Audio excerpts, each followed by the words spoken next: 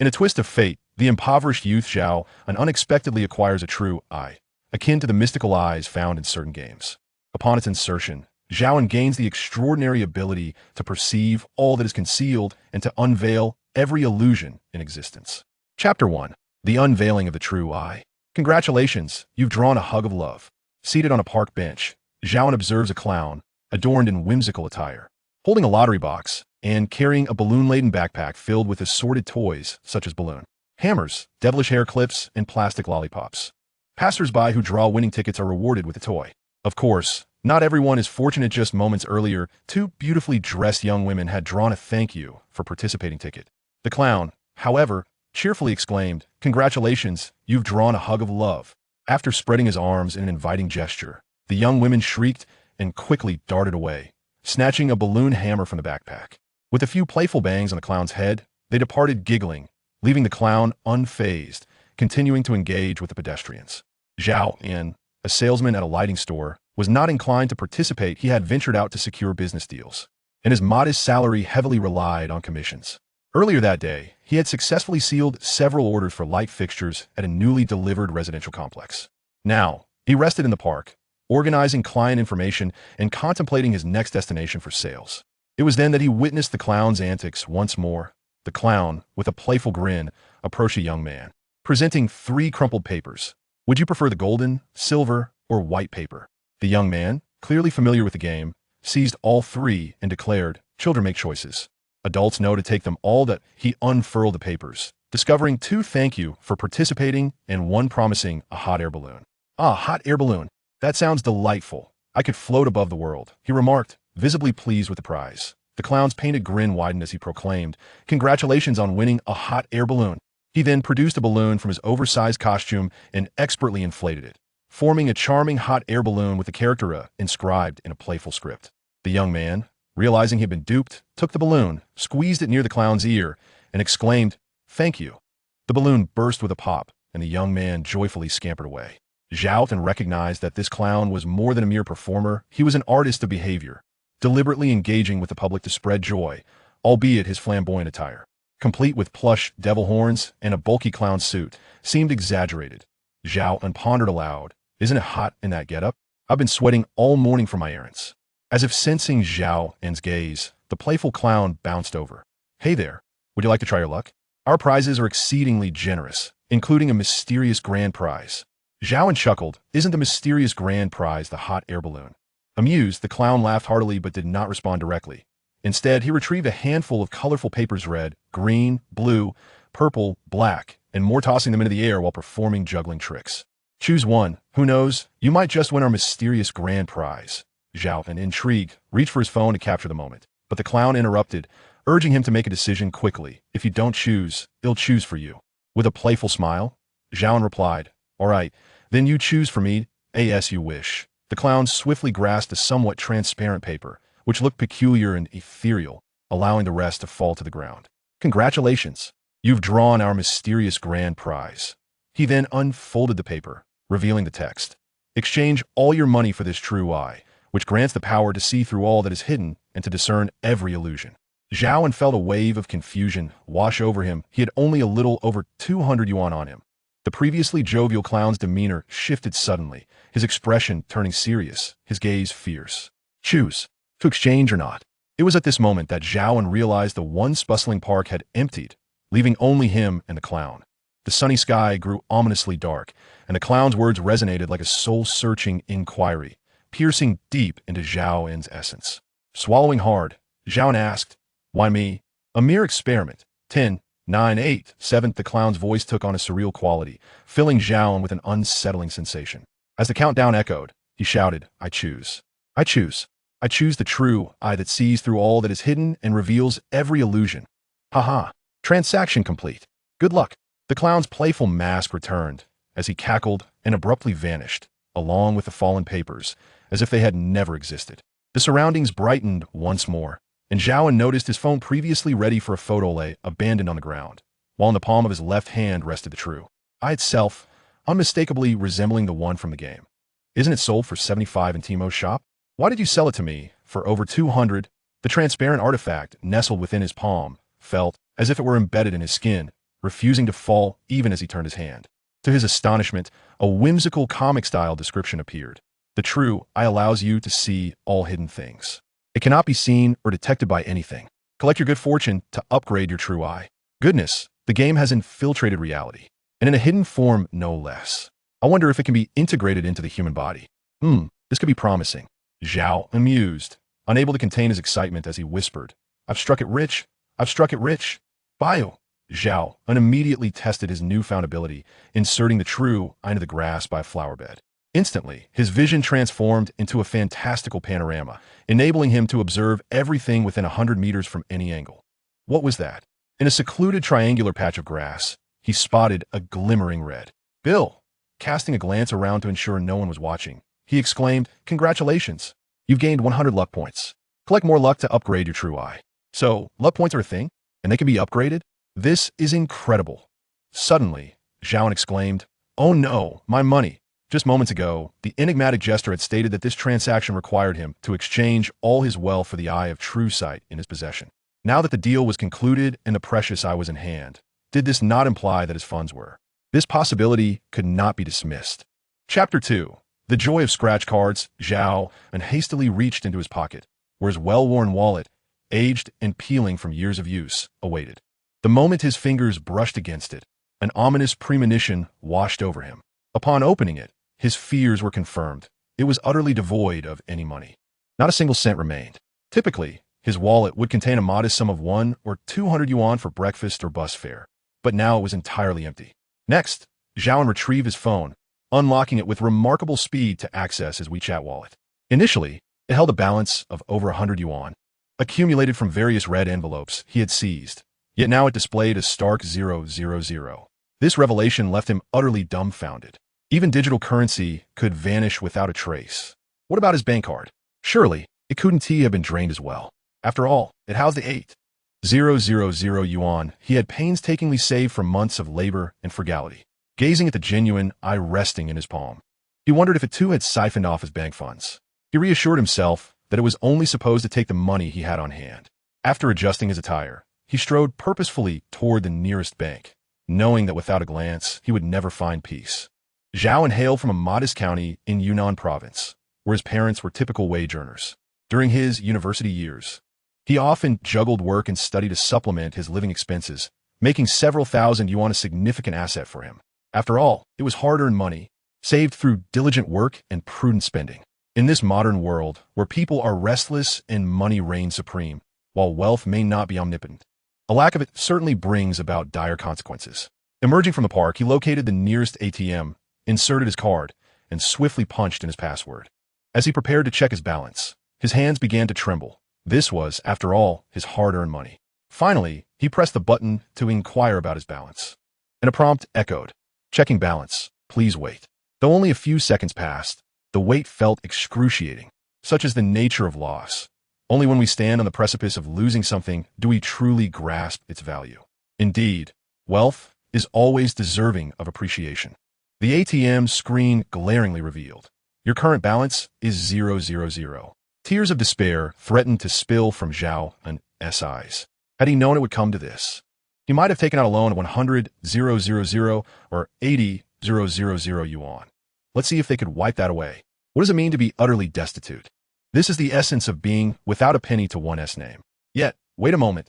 Hadn't he just found 100 yuan? He glanced at the genuine eye nestled in his palm, approximately 10 centimeters long, its lower end adorned with an intricately patterned wooden handle, while the upper end boasted a metallic sheen, curving like a ram's horn, with a magnificent ruby at its center, radiating a captivating brilliance. Zhao An mused aloud. So what if I'm penniless? Today, we shall commence with this 100 yuan. The genuine eye permits one to perceive all that is concealed. It remains impervious to scrutiny or detection.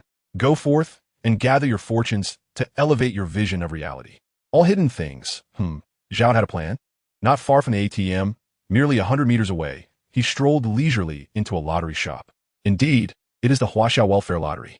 One might wonder if Zhao An intends to turn his fortunes around through the purchase of lottery tickets. The answer is both yes and no. He is not seeking conventional lottery tickets like the double chromosphere. Rather, he aims for the instant gratification of scratch-off tickets. Given that the true eye can unveil all that is concealed, The scratch cards become transparent under its gaze, devoid of any secrets. Approaching the bar, Zhao An's left hand casually caresses the verdant plant atop the counter as he silently intones, "Arrangement." Suddenly, an ethereal true I manifests in the flower pot, altering Zhao An's perception. All objects that elude direct sight materialize before him in three-dimensional contours. The various items on the bar, magazines, books, the contents of drawers, even the computer screen turn away from him, are laid bare at the mere thought of Zhao An. As his gaze shifts to the scratch-off section, he is struck by the blatant nature of it all, as if revealing a monk's lice. There are even textual descriptions. Before him appears an ephemeral box indicating a prize of 10 yuan. What a stroke of luck. With such an advantage, even a fool could win. Zhao muses. "Boss, how much for this one?" he inquires, pointing at a 5 yuan scratch card labeled Fortune Abounds. The proprietor, a woman in her 30s with striking features, a ponytail, and black frame glasses, sizes him up before responding, "This one is 5 yuan. Let me have 10 of them," Zhao An states grandly, placing the freshly acquired 100 yuan on the table. "Am I allowed to choose?" "Of course," she replies, handing him 50 in change. Zhao then approaches the selection with apparent nonchalance, yet with careful consideration, choosing 10 cards. He requests a special scratch tool from the owner and retreats to a nearby table to begin his endeavor. Scratching off tickets is a delightful pursuit, and combined with the double thrill akin to an open book examination, it lifts Zhao An's spirits, dispelling the gloom of his recent financial woes. The first ticket yields a win of 100 yuan, the second a loss, intentional, the third. "Boss, what does this ingot signify?" Zhao An queries, presenting the scratch ticket at the bar. The owner's eyes light up. "Oh, a win," she exclaims, and with a hint of innocence. She scans the ticket with her device. "That's 800 yuan. Do you have any others?" Zhao An hands over the remaining 6 winning tickets, and she scans each one. A total of 750 yuan. "Lucky you. Handsome. 7 wins out of 10. Shall we proceed with the redemption?" "Absolutely." The proprietor opens her drawer, counts out 37 crisp 100 yuan bills, and hands them to him. "That makes 750 in total. Count it if you wish." Zhao An takes the money, not bothering to count it, as a mechanical notification resonates in his mind. "Not bad, very much anticipated. I wonder how much is required to elevate the true I to level 2, and what new capabilities that level might bestow." Lost in thought, Zhao An, to mask his distraction, clutches the money and exclaims, "Ah, what a splendid stroke of fortune today. I shall continue to scratch. This time, I aim to win big." The proprietress, overhearing his words, feels a flicker of joy. After all, sales at the lottery outlet yield her a commission, and the more tickets she sells, the greater her earnings. She introduced, "This 15 yuan ticket is 900. These have just arrived. Would you like to choose one? Handsome? Anyone will do." Zhao An, employing his previous tactic, selected another ticket. In reality, under the influence of his keen insight, one of the tickets from Yochichon Tian was the one with the highest prize in the entire shop's scratch-off collection. He counted out 900 yuan to the owner and carelessly placed the remainder into his wallet. Taking a scratcher, Zhao An leisurely settled at a small table, scratching away with ease. "Time to claim my prize. Are these winners? Let me check." The female owner scanned the tickets with a scanner, approximately 20 in total. With the beeping of the scanner, the prizes accumulated in the hundreds. Until the last ticket was scanned, the beeping grew increasingly jubilant. "First prize, 500,000. The female owner exclaimed, "Handsome, you won the grand prize. It's the highest reward in this series, 500,000. No one in our store has won such a large amount in a long time. You are truly fortunate today." Zhao maintained his composure, smiling slightly, and asked, "Can I redeem such a substantial prize here?"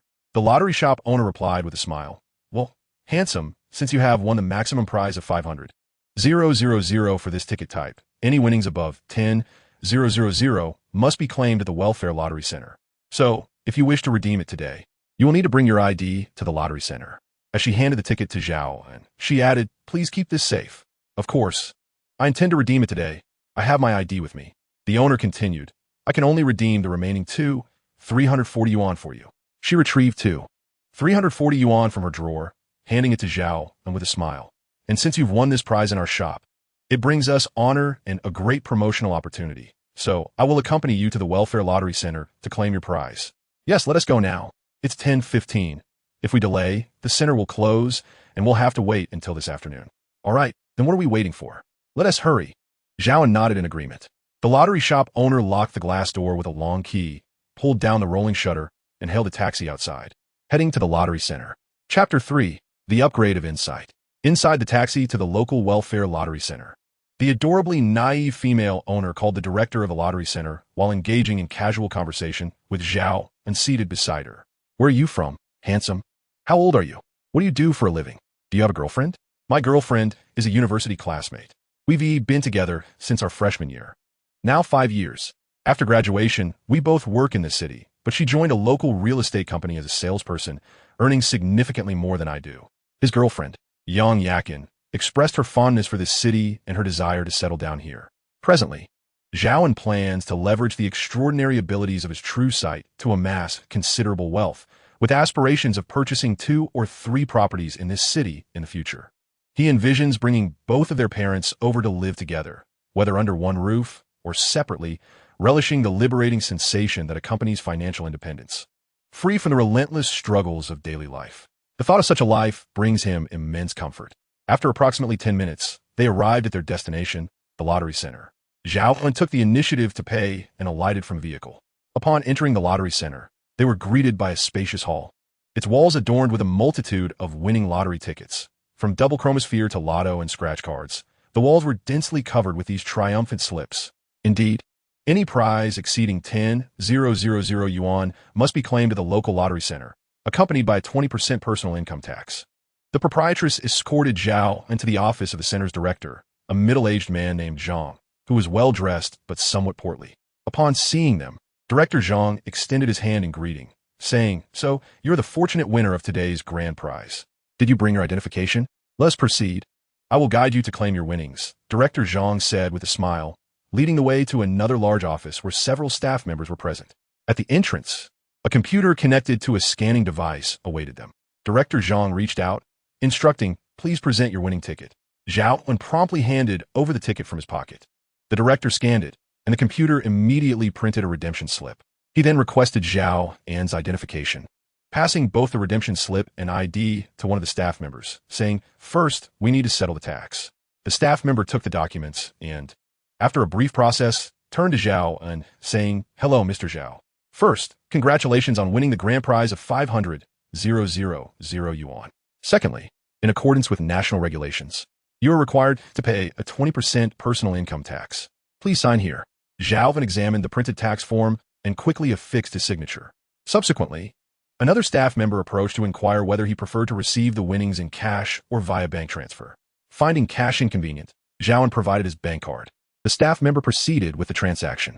Before the bank notification arrived, a mechanical voice echoed in Zhao An's mind. "Congratulations, you have gained 400,000 luck points. Your true sight has upgraded to level 2. Your true sight has upgraded to level 3. Had he reached level 3 already? It was not the right moment to investigate. He would examine it in detail later in a more private setting. Once the transfer was confirmed, Director Zhang once again shook Zhao An's hand, saying congratulations. Zhao An, feeling a surge of happiness, asked, "Is there any further procedure?" Director Zhang replied with a smile. "Next, we typically take a photo. However, for prizes below 1 million, this step can be omitted. Would you like to skip it?" "Let us skip it," Zhao An responded. "Very well then. Until next time, and we look forward to your return in the forthcoming month." The entrance of this Huaxia Welfare Lottery sales point will likely be adorned with a banner proclaiming, "Congratulations to Mr. Zhao, a lucky patron of our station, for winning the grand prize of 500,000 yuan in the scratch-off lottery. The true sight eye allows you to perceive all hidden matters, remaining undetectable by any entity. Collect your fortune to enhance your true eye." Initially, it began with a single eye, which has now expanded to 3, along with an increased operational range, an augmentation of 10 kilometers. This means one can be situated in the city center while extending their gaze to the outskirts. The investigative range has also been amplified. Previously limited to a mere 100 meters, it now extends to 1 kilometer, with the ability to probe underground up to 100 meters. Zhao pondered internally. What on earth is 100 meters underground? Am I to engage in archaeology? Am I to act as a treasure seeker? However, the robust capabilities of the newly upgraded features invigorated Zhao's senses, contrasting sharply with the morning's disappointment over vanished wealth. He couldn't help but murmur to himself, "Indeed, nothing escapes the law of delightful surprises." Yet, Zhao was soon troubled again, contemplating how to utilize his true eye for further profit. Should he purchase more scratch-off tickets? Although Director Zhang at the Lottery Center welcomed him back with a smile, repeatedly claiming prizes would undoubtedly arouse unnecessary suspicion and lead to complications. Might he consider buying tickets in another city? After much contemplation without arriving at a resolution, Zhao resolved, enough of this worrying. With newfound wealth, let us enhance our lives. While I cannot afford 2 or 3 properties, it is time to refresh my wardrobe. As for my phone, I need not replace it, but I could buy a new one for Yang Yakin. Though everyone speaks of the allure of the iPhone 13, I believe she would be pleasantly surprised with a new iPhone 12. Yang Yakin, Zhao's girlfriend, works at a real estate company. Although her salary surpasses Zhao's, she is relatively new to her position, and, as is often the case for women, her expenses are somewhat elevated. Just 2 months prior, she purchased an iPhone 11 Plus, making the new model a painful indulgence she must forego, for now. With determination, Zhao ventured out once more, arriving at the popular menswear store, Hailan Home, where he selected a casual outfit. He then proceeded to an Apple store to acquire a 128GB iPhone 12, followed by a visit to a jewelry store where he purchased a diamond necklace for over 20,000 yuan. It seemed he had never gifted anything substantial to his girlfriend. Completing his shopping spree, he ordered a bouquet of flowers. Once everything was secured, Zhao took out his phone to call Yang Yakin. Hey, are you off work soon? Let us have dinner together. I have something to discuss. Sure, where shall we meet? What do you feel like eating? You can choose today. What? You want to break up with me? Zhao was taken aback at dinner, unable to present his gifts, as his girlfriend of 5 years unexpectedly initiated their separation. Chapter 4. Becoming a Singleton. In the softly lit, elegant restaurant, Zhao's face bore the mark of shock, his eyes wide. Have you taken leave of your senses? Or are you still asleep? I grant you a chance to rephrase your words. This is a restaurant themed for couples, adorned with a fresh and elegant ambience that nonetheless exudes an air of intimacy. The prices, of course, are somewhat elevated. Zhao An had never had the opportunity to dine here before, but now, with wealth in his pocket and calm in his heart, he felt capable of affording a meal. Thus, he made a reservation well in advance. However, at this moment, Zhao An felt no hint of romance in the atmosphere. Rather, he felt as though he had plunged into an icy abyss, struck by a bolt of lightning. He could not fathom why, out of the blue, his partner would propose a breakup. Was it not the case that he was on the verge of taking flight? And did she not wish to accompany him to witness the splendor of the world? Indeed, it was this seemingly innocent young woman, with her delicate features and resolute gaze, who looked into Zhao An's eyes and declared with unyielding certainty that they should part ways. This was Yang Yakin, Zhao An's girlfriend, a college classmate and 5-year companion, now sitting across from him like a stranger. The unfamiliarity between them was palpable, causing him to feel anxious and awkward. He had always believed their relationship to be solid, even sweetly intertwined moments just moments ago during a phone call. This sudden shift left Zhao An utterly bewildered. He grasped Yang Yakin's hand tightly and implored, Why? Why suddenly announce a breakup? Have I not treated you well? Or do you simply not believe that I can provide you with a good life? A good life? Yang Yakin wrenched her hand free, her expression laced with disdain. What does a good life mean to you? Do you think it could be achieved by selling light bulbs? Zhao An was about to retort, asserting that he sold lighting fixtures, not mere bulbs, and that he now possessed extraordinary abilities, with hundreds of thousands in his bank account, and the potential to earn even more in the future. However, Yang Yakin interrupted him, her words tumbling out like a rapid-fire barrage. Zhao An, Mr. Zhao, have you ever taken me to a decent restaurant? Have you ever given me a proper gift? Since graduation, your salary remains at 4,003. Less than half of mine. If it weren't for Li Qiushui introducing you to a job, you might not even have found a position that pays that much. Surviving in this city is a struggle, and excelling is an insurmountable challenge. I can hardly envision what kind of life we would lead together. Now let me be frank with you. The only reason I've tolerated you is that you are somewhat handsome. I've always considered you a backup, and I have several others just like you. So let us end this, and I sincerely hope you won't pursue me anymore, as it would be better for both of us. Zhao An's face was a canvas of shock. What he had believed to be mutual affection was revealed to be the shameless reality of this woman regarding him as merely a backup. How foolish he felt, having been oblivious for 5 years. Was this truly what his one-sided love amounted to? He scoffed to himself, pulling out the iPhone 12 he had purchased earlier that afternoon, ready to deliver a sarcastic retort. Yet, to his astonishment, Yang Yakin smirked mockingly, rummaging through her handbag, and produced a phone, waving it in front of him. Apologies. I purchased it just last week. I have always been a person of strong will since childhood. If I fancy something, I must possess it. What do you think? It's not cheap, is it? You must have spent all your savings. Is it worth it? Yang Yakin, denying Zhao An any chance for defense, continued her scornful tirade. You spend thousands on a mobile phone and casually drop over 10,000 on a handbag. Do you truly understand what constitutes a good life? You ought to have a house to live in, a car for transportation, and sufficient funds for your daily needs. Without money, how can you support me? I refuse to live a life of poverty and hardship, merely scraping by. Zhao An, who usually had sharp words for others, found himself at a loss. Struggling to articulate a response, eventually stammering, I have money. Yang Yakin, upon hearing this, retorted, You have money? Is it 10,000 or 8,000? Don't try to deceive me as if I were a child. I'm no longer so easily swayed. I never intended to cast you aside. Although your finances are somewhat lacking, you are still quite handsome, and your skills in bed are adequate. You are quiet, not quarrelsome, and I had no immediate plans to end our relationship. Yet, what do you mean by your actions today? Buying new clothes, inviting me to a couples-themed restaurant, preparing to present me with a new phone. Have you perhaps also arranged for a bouquet? Leaning slightly forward, her large eyes fixed on Zhao, and she teased. Are you proposing to me? Haha, where's your ring? Show it to me. Does it have diamonds? How many carats?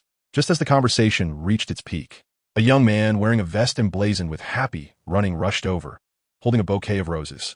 Hello, Mr. Zhao. Here is your delivery. Please sign for it. After Zhao An signed, the young man swiftly departed. Gazing at the vibrant roses, Yang Yakin's expression shifted to one of playful satisfaction, while Zhao An felt increasingly despondent and silent. Today, he had unexpectedly acquired miraculous abilities, earning over 400,000 in an instant. From this day forth, he would no longer be merely a poor boy, but rather a potential for soaring success. However, in hindsight, it all appeared to be a farce. The 5 years of their relationship felt like a lie. Her innocent facade was a deception, and his unreciprocated affection had merely rendered him a backup option. Where's the ring? Show it to me, Yang Yakin said, her smile radiant as she extended her left hand. Why no propose? Perhaps, considering your skills, I might just accept. Zhao An, who merely wished to share his joy, felt enraged by her misinterpretation of his intentions as a proposal. He clutched the packaging of the necklace he had bought earlier that day, his anger reaching a boiling point. Memories of happier times flooded his mind, only to shatter like a fragile dream. The ridicule and scorn were not the source of his sorrow. It was the deceit and betrayal that pierced deeply. Indeed, in Zhao An's eyes, this woman had betrayed him, being treated as a backup. How utterly ironic. It was a profound humiliation. Zhao An felt an overwhelming urge to rise and slap her, but he refrained, knowing that striking a woman would be disgraceful. He found himself restless and torn, feeling rather pathetic. No, I must retaliate. Zhao An, who usually had sharp tongue, could not allow himself to fall so easily. Zhao An, filled with rage, laughed bitterly and said, You are so convinced that I will never rise to prominence, that I am destined to remain impoverished in your eyes for all eternity? Yang Yakin replied with a cold smirk. What else could it be? Do you truly believe I would marry you? To be blunt, poverty is the gravest sin. Being in a relationship with you is the most humiliating experience of my life. From now on, do not appear before me. Do not contact me. Do not tarnish my pure soul. Vanish from my sight forever. After uttering these words, she picked up her small handbag and cast a resolute glance at Zhao An. In his fury, Zhao An refrained from attempting to retain her. It seemed unnecessary. The woman he once adored now filled him with a profound sense of revulsion. He recalled a line from a book. Do not underestimate the youth in poverty. Fortunes can shift in 30 years. Once he had found this saying juvenile, yet now it resonated deeply with him. It was fortunate that he had intended to treat her to dinner, having thoughtfully ordered many of her favorite dishes. Now left to consume alone, he took out his phone and dialed number. Hello? Qiu Shui, have you eaten? Come out for dinner. I will send you the location. Li Qiu Shui, a close university friend of Zhao An, was akin to a brother. Zhao An requested the waiter to delay the meal by 20 minutes and to dispose of the flowers, lest his dear friend mock him upon arrival. Before long, a gentleman with a refined appearance and a playful glint in his eyes entered, a slight smile gracing his lips. Zhao An called out, Over here. This was Li Qiu Shui, a wealthy heir who, despite his carefree facade, possessed a kind and upright heart. He was one of Zhao An's South few close friends, having even recommended Zhao An for his job at the lighting city. Li Qiu Shui sat down and immediately inquired, What is up, brother? You summoned me here for dinner without any reason. Are you trying to proposition me? Zhao An retorted, proposition? As if I would wait until today for that. Confused, Li Qiushui asked, what do you mean by that? Unreservedly, Zhao An recounted, I had intended to invite Yang Yakin to dinner, but she mistook it for a marriage proposal and hastily discarded me like a burden. Congratulations on your breakup. Best wishes. You'll find someone better. Li Qiushui-sang. Much to Zhao An's irritation, he reached for a cup on the table, ready to hurl it, prompting Li Qiushui to quickly adopt a defensive stance.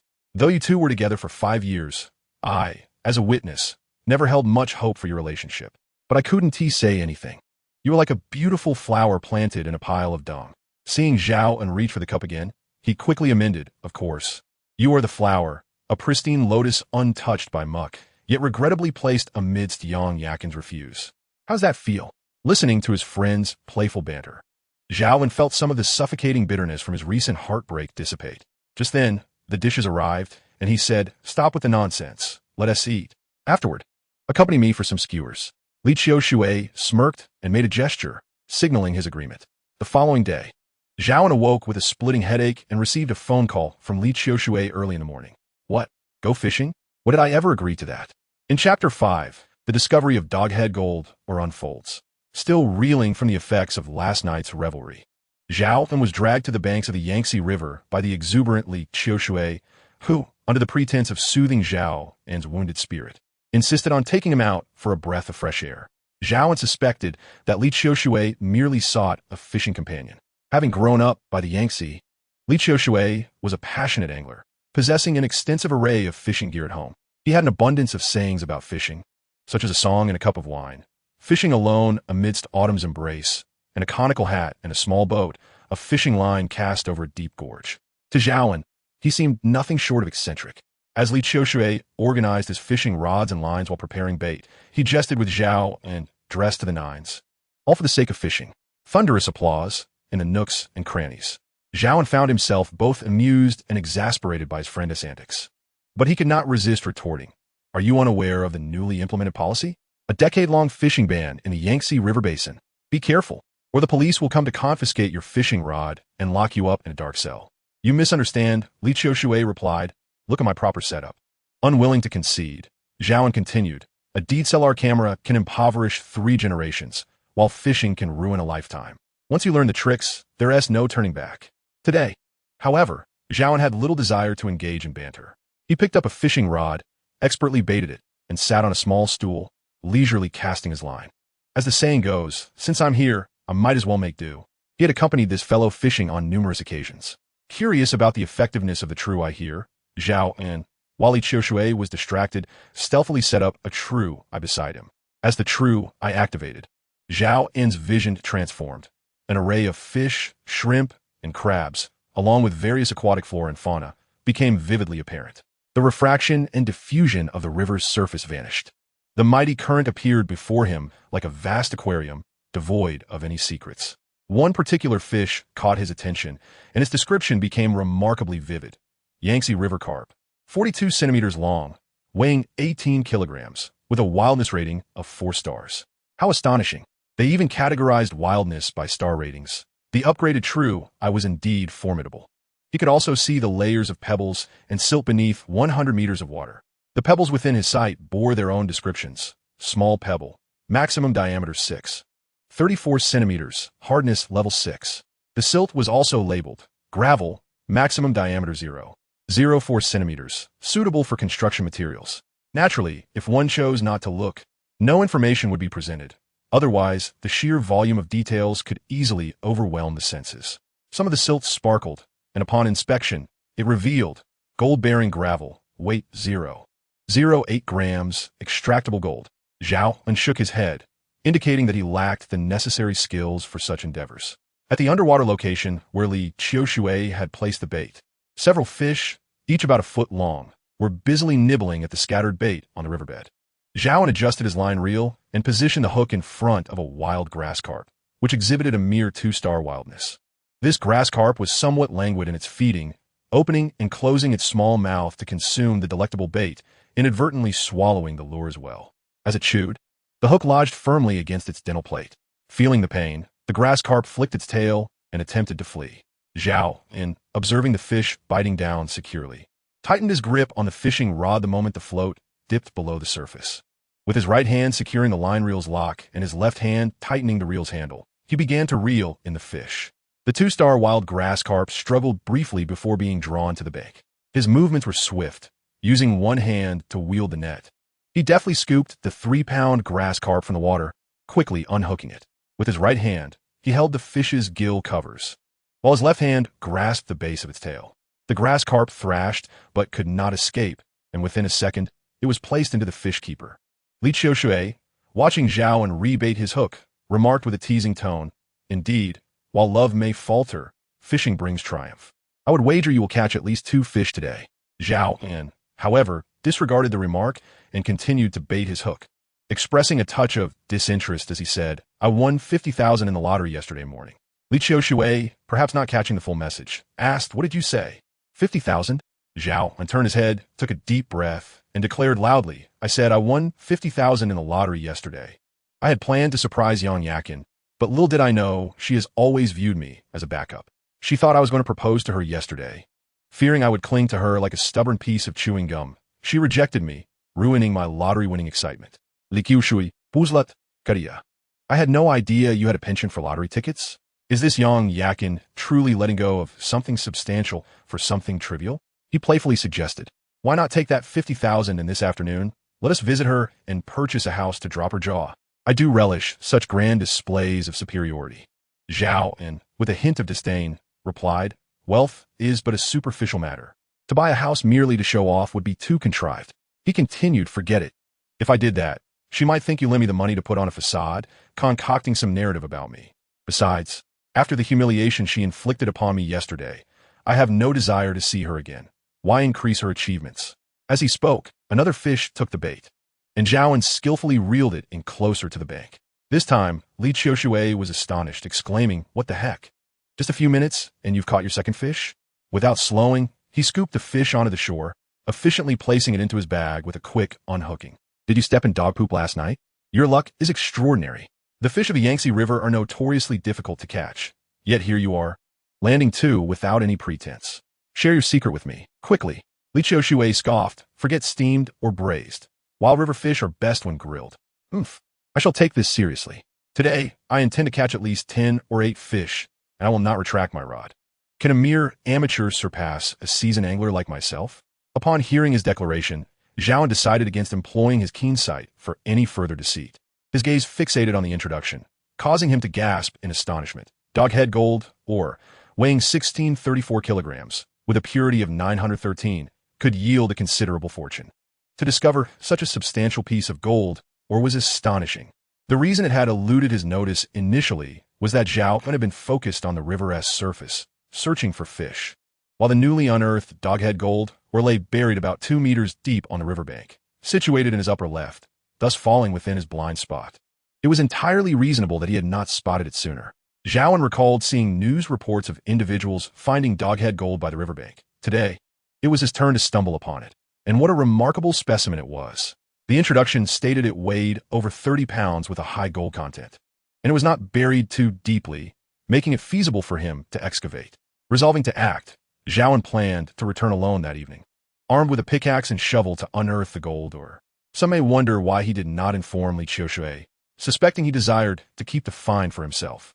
Firstly, it would be difficult to explain how he knew precisely where to dig for the gold, moreover, the more he explained, the more he would expose himself to complications. Thus, at times, solitary indulgence becomes a necessity. Furthermore, given that Li Qiushui came from a family that ran a factory, as a wealthy second-generation heir, he might not even regard this piece of gold with much interest, perhaps more captivated by the fish in the river. Before long, Li Qiushui hooked his first fish, exclaiming with excitement, "Look, a big fish is on the line." Observing Li Qiushui's success, Zhao An set aside his fishing gear and equipped himself with a net. As Li Qiushui skillfully guided the fish to the shore, he successfully netted a sizable crucian carp, weighing approximately 2 or 3 tails. "Water brother is formidable. Water brother is majestic." Zhao An teased.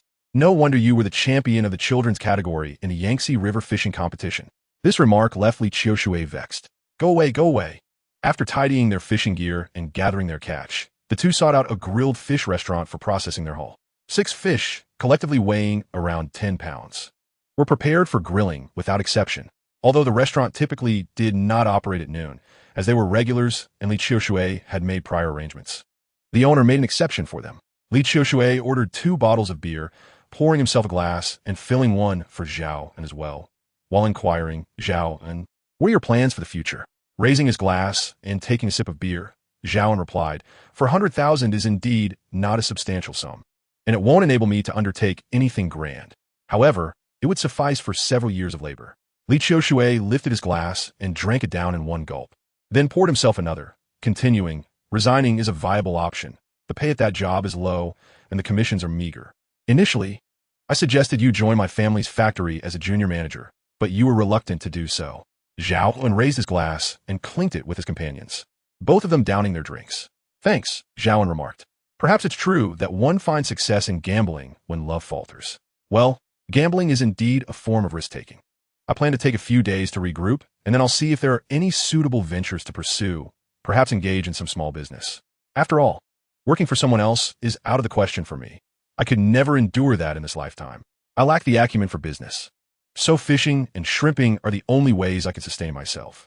Zhao An could hardly tolerate his friend's nonchalant demeanor and retorted sarcastically, "Beware. For a single moment of folly in fishing could impoverish 3 generations. Besides, my father hasn't left me a fortune of billions to inherit. I'm merely stealing moments of leisure, casting my line in pursuit of catfish." Zhao An recognized that his friend was intentionally reciting whimsical verses to amuse him, and he felt deeply touched. He realized that regardless of the circumstances, having such a good friend by his side, though he may not provide substantial assistance, was immensely fulfilling.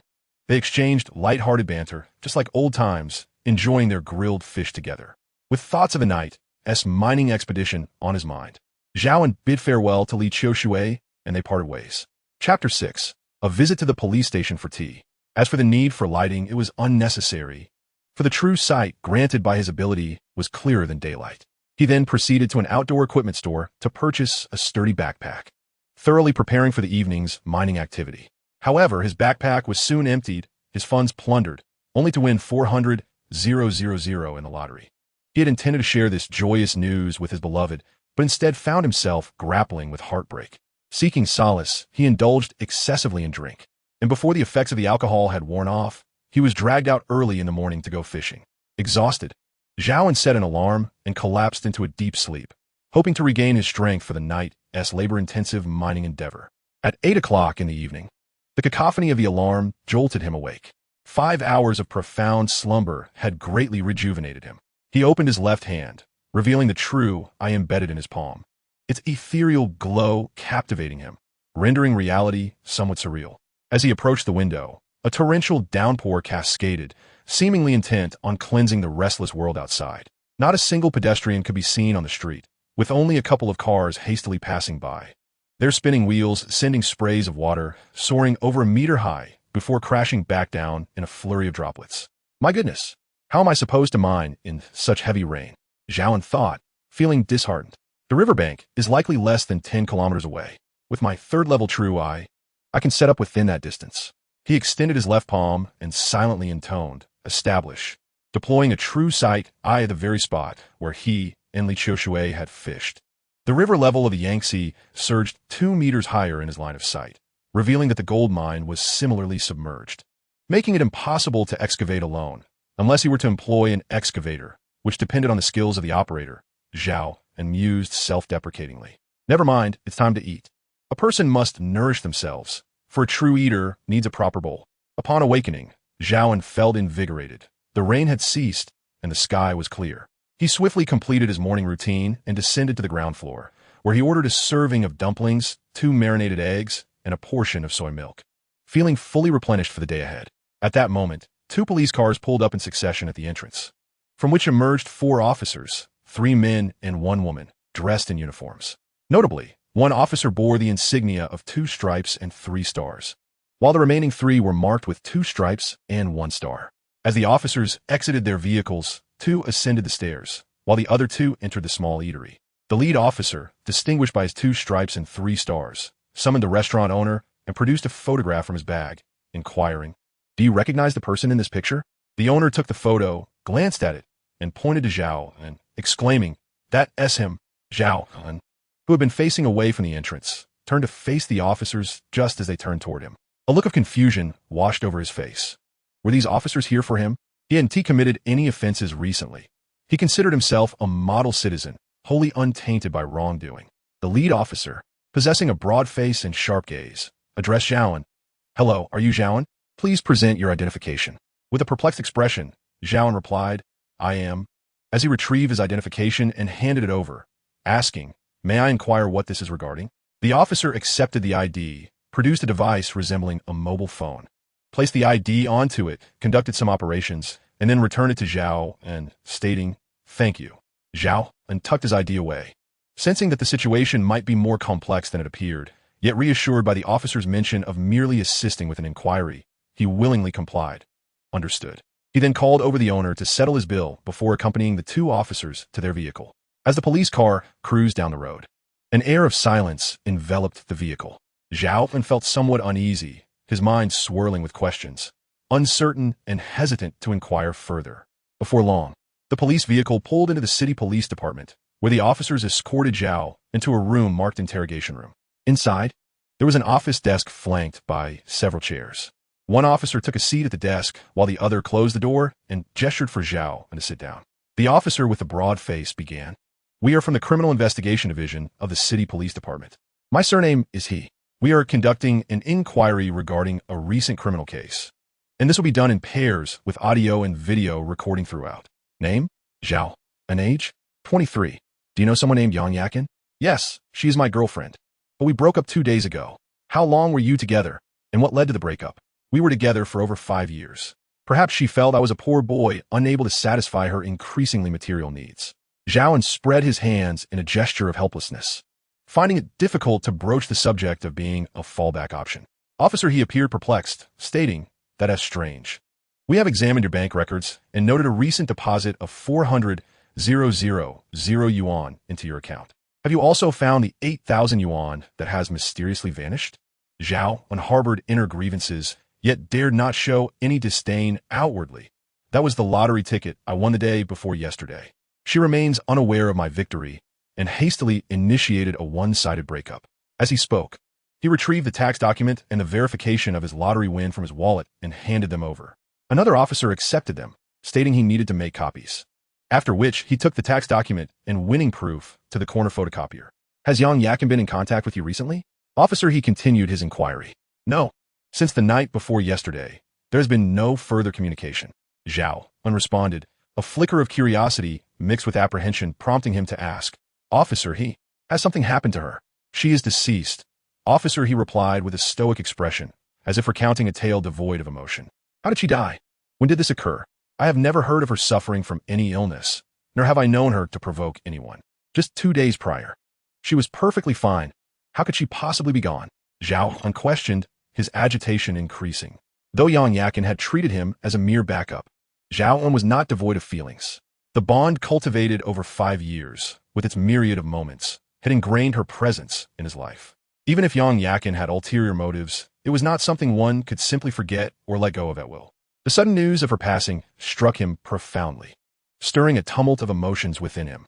To declare her death as a mere fact would render him cold-hearted. Yet expressing sorrow seemed inappropriate given his status as a mere alternative, unworthy of such sentiments. Officer, he observed the tumult of emotions play across Zhao An's face without revealing his own thoughts, instead continuing to present the case details. "May I inquire where you were last night between 8 and 10 o'clock? Zhao An, feeling irked, responded, "Are you suspecting me?" "Officer, I have always conducted myself with integrity. Even if she no longer loved me or wished to be with me, that is her prerogative. How could I harm her? Moreover, what evidence do you possess to implicate me merely because she was my ex-girlfriend?" Chapter 7. In search of the true culprit. Ultimately, Officer, he presented Zhao An with a written record for review, which he signed and affixed his fingerprint to. After completing this task, Officer, he took the record and exited, leaving another officer behind. Zhao An turned to this officer, inquiring, "Where is she? May I see her?" "Due to the confidentiality of the case, I am unable to disclose that information, and since you are not a relative, visitation is not permitted. Please remain here for a while until we notify you." the officer replied. Thus, he realized he was being detained. A wave of irritation washed over him. Even in death, Yang Yakin managed to cause him distress. Officer, he, seated behind his desk, took a sip of water and asked, Xiao Li, please recount the findings from the vicinity regarding Zhao An. The young officer, Xiao Li, remarked, based on our inquiries, Zhao An has been living here for 6 or 7 months. After a moment of contemplation, Officer, he replied, in that case, we can largely rule out Zhao An as a suspect. What about the results of the autopsy? Has the detailed report been released? Xiao Li responded, not yet. Due to the prolonged immersion of the body, the comprehensive autopsy report may be delayed. Officer, he rose and instructed 2 other officers. You 2 should continue investigating Yang Yakin's workplace and residence. Look into whom the deceased had been associating with recently, and also visit the Telecommunications Bureau to obtain a list of the deceased's phone calls. Zhao An exited the municipal police station alone, his heart a tumult of emotions. The woman he had genuinely loved for 5 years had passed away under such mysterious circumstances. Although she had uttered those last words, he found himself devoid of the desire to discern the truth behind her statements. After all, 5 years of affection cannot simply fade away in an instant. He had grown accustomed to her presence, and the sudden news of her demise was unbearable for anyone. Reflecting on the situation, Zhao An pondered, perhaps there was something he could do. He considered the potential of his true eye, which might enable him to identify her murderer and bring them to justice. After all, he had shared many years with her, despite her flaws. She was still his flawed love. However, the gravity of the situation weighed heavily upon him. Given the nature of the crime closely related to him, it was possible that the police might scrutinize his actions, complicating his plans to excavate the treasures along the riverbank. What if, while engrossed in his work, a swarm of officers surrounded him? How could he explain himself digging a grave for a tragic romance? Until he could clear his name or uncover the true culprit, it would be imprudent to engage in activities that might attract attention. With that thought in mind, Zhao An extended his left hand and silently activated his true eye, positioning it atop the police building. He then shifted his vision, meticulously scanning the interior until he located the target, the autopsy room. There lay a female corpse on the autopsy table, unmistakably Yang Yakin. However, she was no longer the formidable figure she once was. Instead, she lay quietly, her body swollen from the water, her skin marred by grotesque spots, post-mortem lividity. Unable to bear the sight any longer, Zhao An searched for the autopsy report. It read, deceased, Yang Yakin, 23 years old. The head displays a significant depression, with a maximum depth of 23 centimeters, suspected to be caused by blunt force trauma, which is deemed the fatal injury. No other significant wounds are present on the body. Zhao An continued his search, but found no additional clues. The absence of more leads was disheartening. He suddenly recalled her belongings. What about her bag and phone? He had seen both last time. She cherished her bag and phone dearly. Surely they would be with her. The lack of her bag and phone was troubling, for they might contain vital clues. With a true eye at his disposal, Zhao An felt well equipped to uncover the truth. Without hesitation, Zhao An hailed a cab to Yang Yakin's residence, a high-rise apartment building. Initially, he had intended to share a flat with Yang Yakin, but his proposal was met with vehement opposition, revealing that he was merely a backup option, unworthy of cohabitation with her. Zhao An stealthily peered into Yang Yakin's room, but found neither his bag nor his phone. Consequently, he surmised that Yang Yakin must have been swept to the riverbank by the currents, indicating that her body had likely been discarded upstream. This led him to believe that a meticulous search along the riverbank, following the flow, would yield promising results. Perhaps the effects of multiple eddies had carried her remains ashore. Otherwise, she might have succumbed to the depths of the river. After approximately 10 minutes of investigation, he found himself empty-handed. The ideals he clung to were beautiful, yet the reality was starkly disappointing. After spending 2 to 3 hours combing over 20 kilometers along the river, he had uncovered nothing. Doubts crept in. Had he been thorough enough? Or had he overlooked something? Zhao An retrieved his phone and searched for a highly rated restaurant nearby on a popular review platform. He found one named Lu Jia's Home Cooking, situated about 50 meters away. It was not far, and he reached it in a few steps. Upon entering, he found the place desolate. At this hour, patrons were scarce. He chose a clean table, ordered 3 dishes and a soup, and began to eat. Dining alone lacked flavor. The absence of Li Qiushui's banter and playful jests made the meal less enjoyable. After forcing down enough to feel somewhat satisfied, he sipped the soup, wiped his mouth with a napkin, and casually tossed it into the trash bin beneath the table. Wait a moment, trash. Was it possible that his belongings had been discarded as refuse? Would he need to rummage through every trash bin in the city? After settling the bill, Zhao An left the restaurant, burdened by his thoughts. Searching through every trash bin was impractical, yet all refuse ultimately converges at the waste disposal station, where his belongings might already be. Without delay, Zhao An hailed another cab to the waste disposal station, located in a remote corner of the outskirts. The driver was initially reluctant to go, but Zhao An's offer of extra payment swayed him. 30 minutes later, the taxi halted at the entrance of the municipal waste disposal station.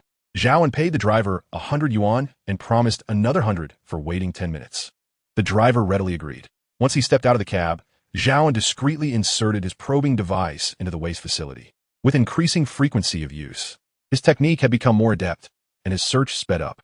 The entrance to the disposal station was unguarded, allowing him to enter directly while scanning for Yang Yakin's phone and handbag. He spotted a separate metal container filled with items salvaged from the refuse, coins, banknotes, and various valuables, among which lay a severely damaged iPhone 12, its screen resembling something crushed by a heavy roller. He wondered if it might belong to Yang Yakin. Zhao An, under the discerning gaze of the true eye, perused the introduction of a damaged iPhone 12, which had endured a dozen strikes, once belonging to Yang Yakin. With a smile adorning his face, he greeted the workers. "Pardon my intrusion, gentlemen." A few laborers turned their attention to Zhao An, and one towering worker, seemingly the leader, inquired, "How did you get in? Did you not see the sign forbidding entry to outsiders?"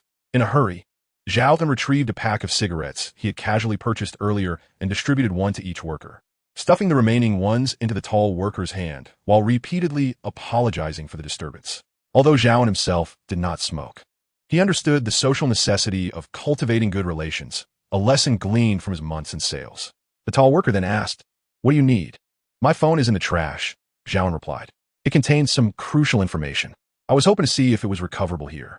The tall worker responded, "All phones found today are in this location. Take a look to see if yours is among them. But let me be clear, if it is yours, you must offer a token of appreciation for the trouble." Certainly, Zhao An affirmed eagerly, approaching the iron box to feign inspection.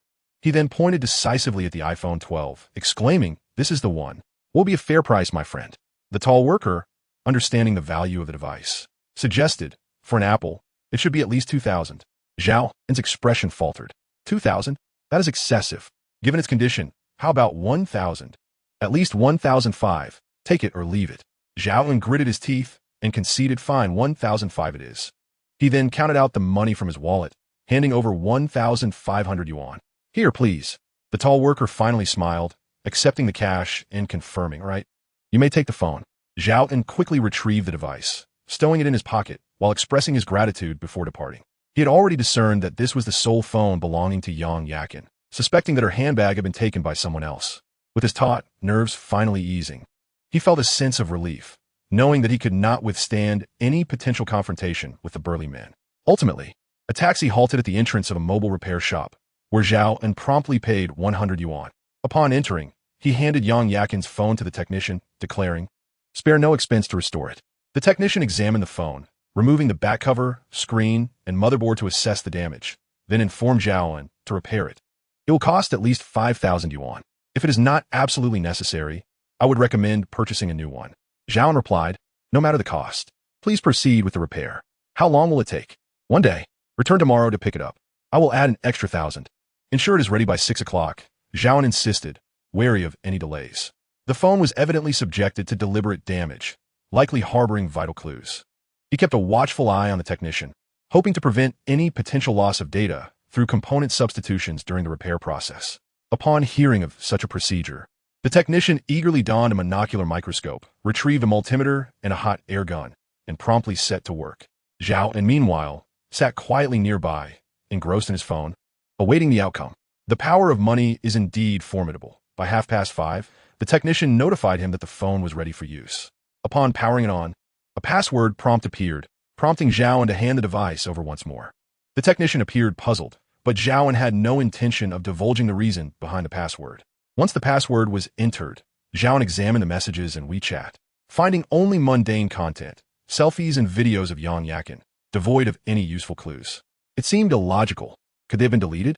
Zhao An then inquired of the technician, "Is it possible to recover some deleted photos and videos?" The technician hesitated, replying, "It can be done." Zhao An, maintaining a stoic expression, added, I'll give you an extra 1,000. The technician, elated, responded, please wait a moment. It will be ready shortly. After a few minutes of further work, he presented the phone again, saying, take a look. I managed to recover several deleted messages. Zhao An opened the device and indeed found some valuable information. Once outside, Zhao An hailed a taxi, but this time his destination was the municipal police station. Upon arrival, he confidently made his way to the criminal investigation unit, where he fortuitously encountered Officer Li, the female officer from his previous visit. He quickly greeted her, saying, Officer, I found Yang Yakin's phone. It contains important evidence she recorded. Officer Li took the phone and opened the file Zhao An referred to, asking with curiosity, where did you find Yang Yakin's phone? Zhao An contemplated fabricating a location, but soon decided against it, opting for honesty instead. I found it at the waste disposal site. Can this help identify the perpetrator? The waste disposal site? Why didn't I think of that? Officer Li nodded thoughtfully. Well, this could very well serve as crucial evidence. We are about to hold a meeting. Please wait here. With that, she hurried away. Exhausted after a long day, Zhao An settled into a row of chairs in the corridor. Before long, a group of 20 or so officers entered a large conference room. Officer Li and Officer He followed suit, and, out of curiosity, Zhao An attempted to sneak a glance. However, Officer He, closing the door behind him, called out, Mr. Zhao, please wait. Zhao An felt a twitch at the corner of his mouth. He considered trying to peer in, but ultimately decided against it. He had done all he could. Now it was time to leave it to the police. So, he sat back down and idly played with his phone. Chapter 8. The Proud Police Flower. Li Ziyuan. An hour later, the meeting to organize the arrest had concluded. As the door swung open, a stream of astute and capable officers emerged, each equipping themselves and preparing vehicles, completing their tasks with a sense of urgency and order. Finally, Officers Li and He stepped out. Officer He, upon seeing Zhao An, remarked, the evidence provided by the phone you found is substantial. The suspect has a criminal history, and our special operations team has already tracked his whereabouts. Yet, Officer Li, standing alongside him, expressed her discontent, stating, Report, Captain, I request to participate in this operation. Officer He's expression turned stern. Enough nonsense. Li Ziyuan, follow orders. With that, he hurried off. Li Ziyuan, her large eyes flashing, retorted, What? Do you look down on me? I am the provincial champion in free fighting. I could take on 10 of you. She raised her chin defiantly, challenging him to try. It wasn't a police car. It was my own vehicle, and since I'm not participating in the operation, I might as well head home. No need for any more fuss. Wait for me at the main entrance downstairs. With that, she strode off briskly. Zhao An had no choice but to descend and wait. In less than 5 minutes, a black Camry pulled up before Zhao An. The window rolled down, revealing Li Ziyuan's delicate features. Dressed in casual attire, she appeared far more approachable than when clad in her police uniform. What are you staring at? Get in. Zhao An quickly composed himself, opened the passenger door, and settled into his seat, closing the door behind him. Buckle up. Li Ziyuan reminded him once more. Zhao An hastily fastened his seatbelt, and only then did she start the car and merge into the traffic flowing from the police station. Sitting in the passenger seat, Zhao An felt a bit overwhelmed by Li Ziyuan's commanding presence. He took several deep breaths, straightened his posture, and made an effort to widen his eyes, thinking that this would bolster his own aura. A man should not be subdued by a weaker woman. However, recalling her earlier claim of being able to take on 10 of him, he found himself softening again. Out of the corner of her eye, Li Ziyuan glanced at him and asked, What is on your mind? Zhao An met her gaze for a moment before turning to face the front. Oh, nothing much. I was just wondering if you've had dinner yet after such a long day. If not, would you care to join me? Li Ziyuan sighed. Well, you did find the crucial evidence, which has significantly alleviated our workload. So what do you want to eat? It's on me. Zhao An seized the opportunity. How about hot pot? Too greasy. What about spicy skewers? Not tasty. Grilled fish. It's delicious. Unhygienic. Zhao An was at a loss. Then, Officer Li, you choose. Whatever you say goes. Li Ziyuan smiled sweetly. Let us have dumplings. You love dumplings, don't you? Suddenly, they arrived at the little restaurant where they had breakfast that morning. Zhao An realized he had been tricked and forced a sheepish smile. Forget it. At this hour, who has selling dumplings? I'll just get out here. Goodbye. Li Ziyuan quickly called after him. Wait a moment. Leave me your number. If anything comes up, you can reach me. Zhao An, captivated by the enchanting officer's eyes, felt himself capitulate. Her gaze seemed to speak volumes, and he recalled her earlier boast of being able to defeat him tenfold, involuntarily shivering. What are you thinking about? Your number? Zhao An relayed his phone number to her. Li Ziyuan dialed it, and upon hearing his phone ring, she promptly hung up, saying, That's my number. Remember to call me if anything arises, understood? Zhao An nodded and exited the car. Well, I'll set this aside for now. I'll come back tomorrow evening. It's not going anywhere. Upon this contemplation, a keen eye pierced through, revealing the splendid presence of the doghead gold, ore, prompting a refreshing wash-up followed by a peaceful slumber. The next morning, Zhao An awoke naturally, having not experienced such ease since his graduation. The meager wages earned from his labor, compounded by the financial strain of courting Yang Yakin, had long imposed upon Zhao an overwhelming sense of urgency, paired with an incapacitating helplessness. Now, with the alleviation of economic pressures, he enjoyed a particularly sweet slumber. After dressing and washing up, he descended to partake in breakfast. Zhao An intended to spend the day at a nearby internet cafe, indulging in games and films, savoring a day of leisure to recharge before venturing to excavate the doghead gold where he had previously discovered. Upon arriving at a well-furnished internet cafe in the vicinity, he presented his ID and loaded his account with funds, casually selecting an unoccupied seat as the early hour ensured a sparsely populated venue. Just then, Zhao An's phone rang. It was Officer Li Ziyuan. Puzzled, he answered, "Officer Li, what can I do for you this early?" Given his own uncertainties regarding the case, Zhao An provided her with the address of a nearby tea house. Officer Li responded, "Please hold on. I will arrive shortly. Before I do, you might want to check the morning headlines on the provincial television station." With that, she ended the call. A familiar female voice echoed through his headphones. "All troops advance." Zhao An, feeling somewhat resigned, typed on the public screen, "Apologies everyone, my wife is about to give birth. I must hurry. I apologize for any inconvenience. Feel free to take your frustrations out on me." After sending the message, he exited the game, leaving his 4 teammates in disarray.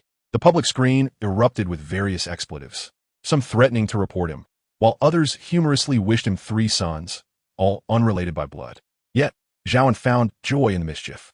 He opened his browser and searched for the provincial headlines, curiosity piquing as he clicked on the link.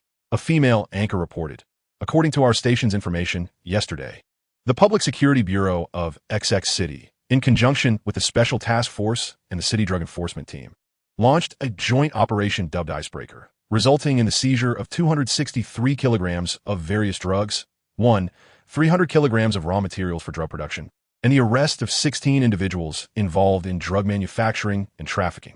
Please see the detailed report below." Following this were footage of the police apprehensions, with a close-up clearly depicting the suspect responsible for the murder of Yang Yakin. Zhao An's heart stirred with reflection. Justice would ultimately prevail. He sighed with relief, pondering what Officer Li wished to convey, and thus turned off his computer to await her arrival at the designated location. Zhao An had visited this tea house once before with a client and retained a vague memory of it. He ordered a pot of pu'er tea, and before long, Officer Li arrived. Today, the policewoman was not in uniform.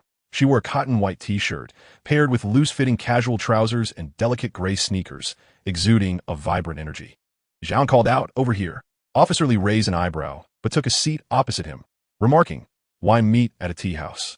It feels rather like an old person's choice." Zhao An elucidated, "Young people can certainly enjoy tea. Pu'er aids in fat reduction and promotes stomach health. Black tea invigorates and alleviates fatigue, while green tea combats aging and enhances beauty. Each variety possesses its own unique characteristics, and there is no stipulation that forbids the youth from indulging in tea." Li Ziyuan was somewhat taken aback. "You seem to possess quite a bit of knowledge. Do you know the reason for my visit today?" Zhao An promptly poured a cup of tea for the police officer. "I am eager to hear your insights." Li, with an air of pride, tilted her chin and rolled her eyes as if to say, "Is that all you have?" Zhao An reluctantly raised his cup in a mock toast. "I humbly request your guidance, esteemed officer." Li Ziyuan took a sip from her cup before beginning to narrate. "Last night, we conducted an urgent interrogation of Lu Minghan, the prime suspect in the murder of your ex-girlfriend. Under our stringent questioning, he confessed to everything." She paused, signaling Zhao An to refill her tea. Zhao An, instantly attentive, swiftly obliged. Li continued, "Lu Minghan is a second-generation drug manufacturer. Last month, he purchased 2 adjacent properties from Yang Yakin, intending to convert them into a clandestine drug production facility, capitalizing on the residential area's discretion. His extravagant spending and youth attracted Yang Yakin, leading to the establishment of their relationship. After all, one sought wealth while the other sought allure. Lu Minghan fulfilled her request for luxury items such as handbags, smartphones, and jewelry. Just 3 days prior, on the very night of their breakup, Yang Yakin demanded that Lu Minghan buy her a house. He hesitated and did not acquiesce, which led to a dispute between them. In a fit of anger, Lu Minghan drove away, while Yang Yakin, fearing the loss of her affluent benefactor, pursued him in a taxi. Unbeknownst to her, this pursuit led her directly to Lu Minghan's drug production facility. Zhao, impressed. Why did she attempt to take clandestine photographs? It was likely an attempt at coercion, but she miscalculated.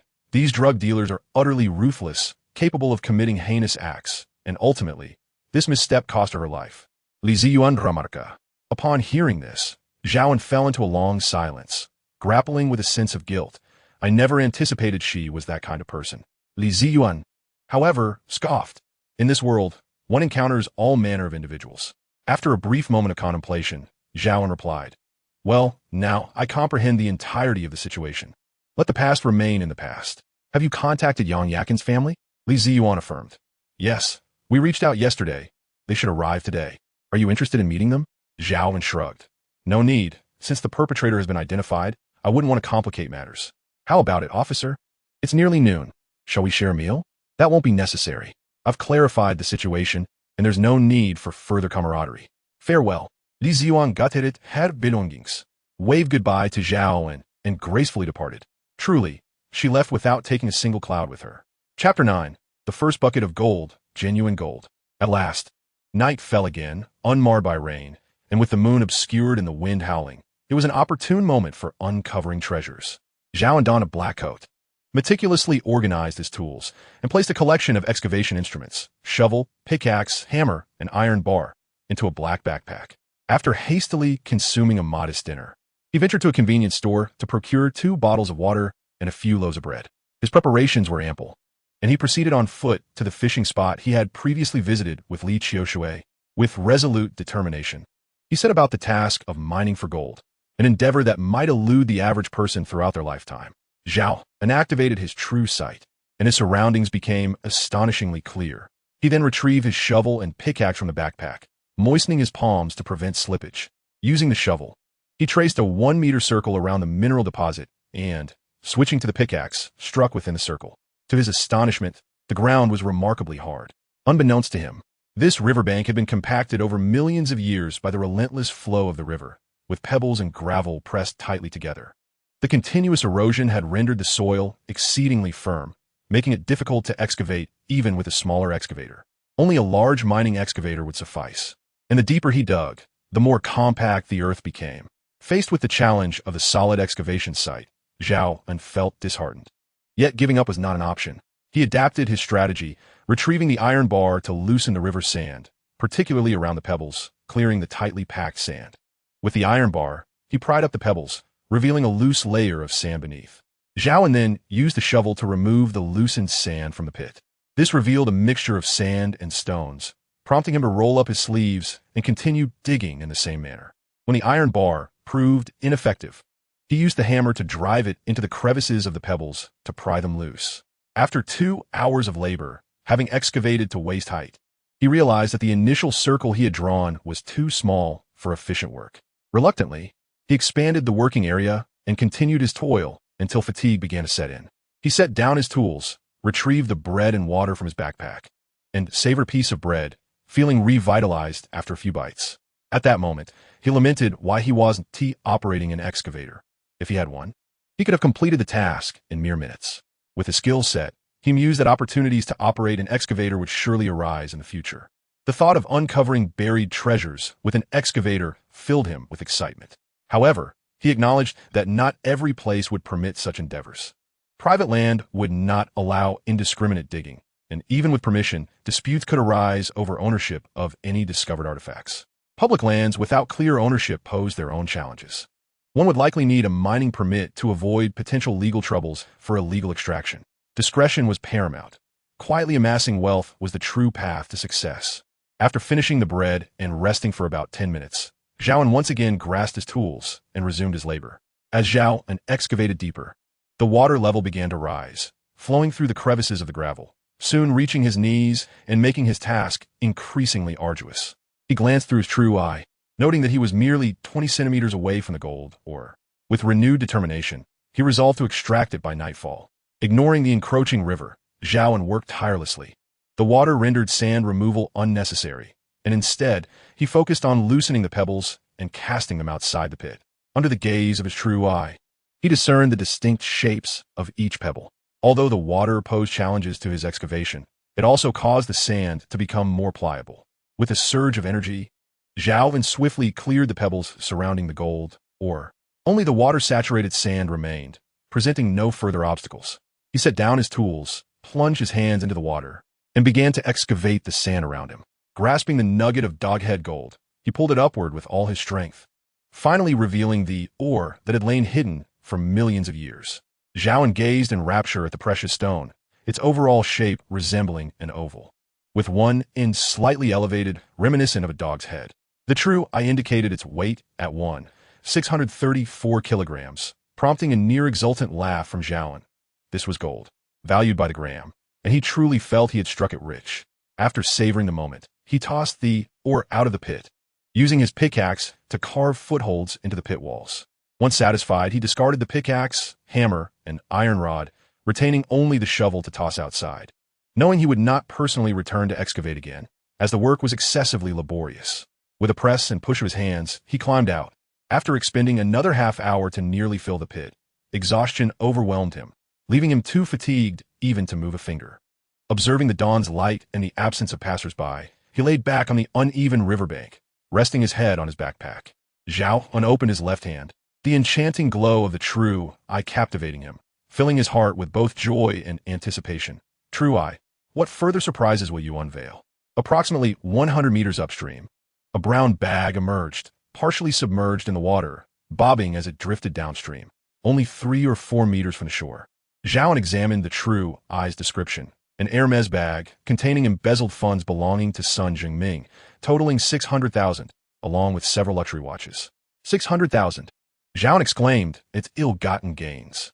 Let me retrieve it first." He glanced around and spotted a long bamboo pole at the water's edge. Setting down his backpack, he grasped the pole and positioned himself at the shore. Before long, the floating bag drifted closer.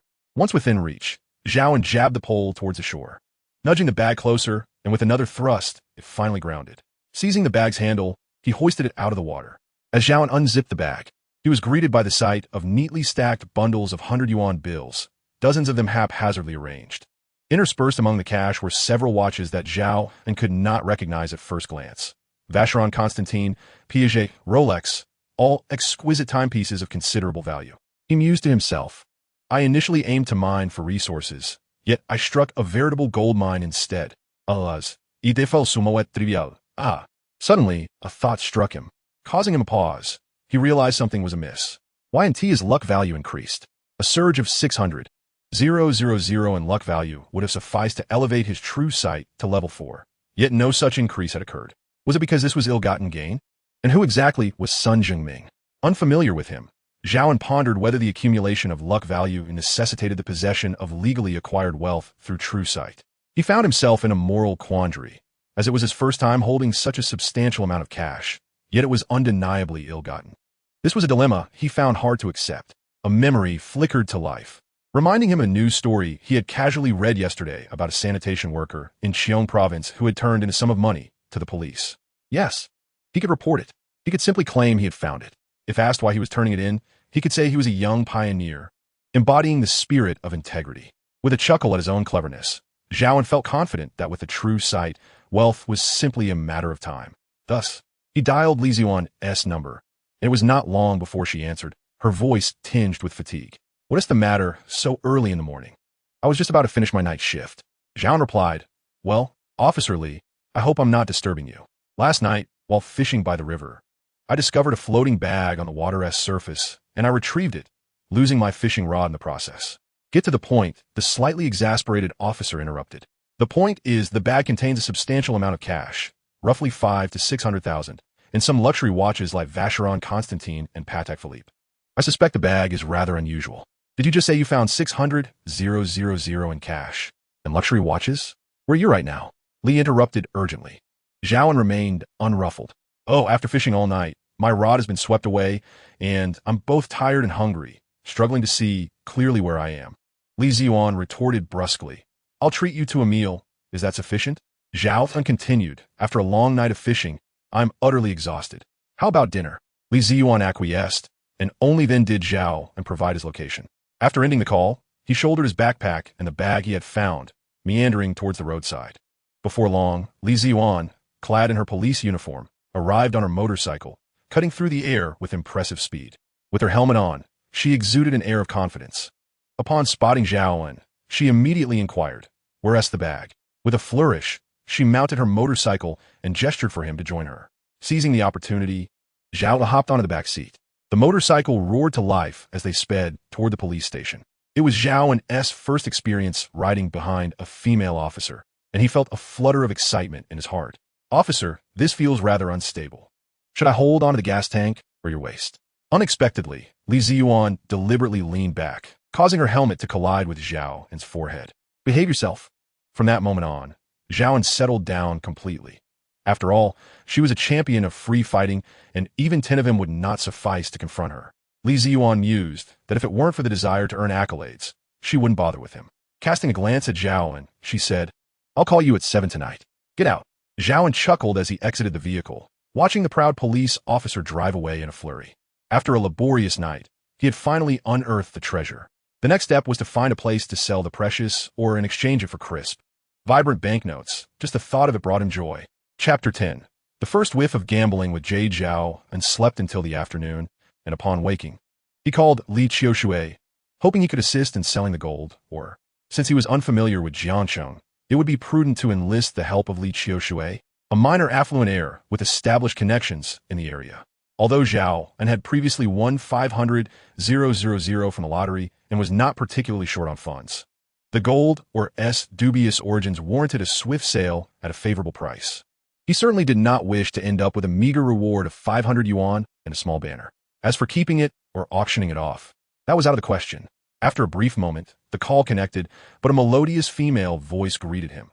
"Hello, is this for Qiushui? He's taking a shower." Zhao An understood the situation and replied, "Please have him call me back once he has done. I have something to discuss with him." He then hung up. When had this fellow become so enlightened? He would need to have a word with him later. Not long after, Li Qiushui returned his call. "What's up, Anzi? What made you think to call your buddy?" Zhao An teased. "If I hadn't called, I wouldn't have known you were hiding a beauty." "Spill the beans. What's her background? Tall or short? Fat or thin? Hide a beauty? This is my legitimate girlfriend. Don't tarnish my reputation with baseless claims. I'll introduce you to her another day," Li Qiushui hurriedly clarified. Zhao An was unconvinced. "Don't bother with another day. I have something to discuss with you. Come pick me up, and I'd like to meet your girlfriend." "All right, just name a place, and I'll be there shortly," Li Qiushui readily agreed. "Brothers are like limbs, while women are like clothing. Dare to touch my clothing, and I'll sever your limbs." The implied threat in his words was unmistakable. After saying this, Li Qiushui swiftly ended the call, leaving Zhao An with no chance to retort. Zhao An quickly freshened up, texted Li Qiushui to pick him up at his rental, and slung the backpack containing the gold over his shoulder before heading out. Just as he reached the ground floor, Li Qiushui pulled up in a BMW X5, stopping right in front of him. Zhao An opened the passenger door and slid in, only to catch sight of a strikingly beautiful woman in the back seat, which made his eyes widen with surprise. Turning to Li Qiushui, he jested, "Wow, Shui, guh. This girl is far more stunning than the last one." Li Qiushui immediately clarified, "There was no last time. Don't spread rumors. This is my first girlfriend, Huang Jia." "Huang Jia, this is my good buddy Zhao An."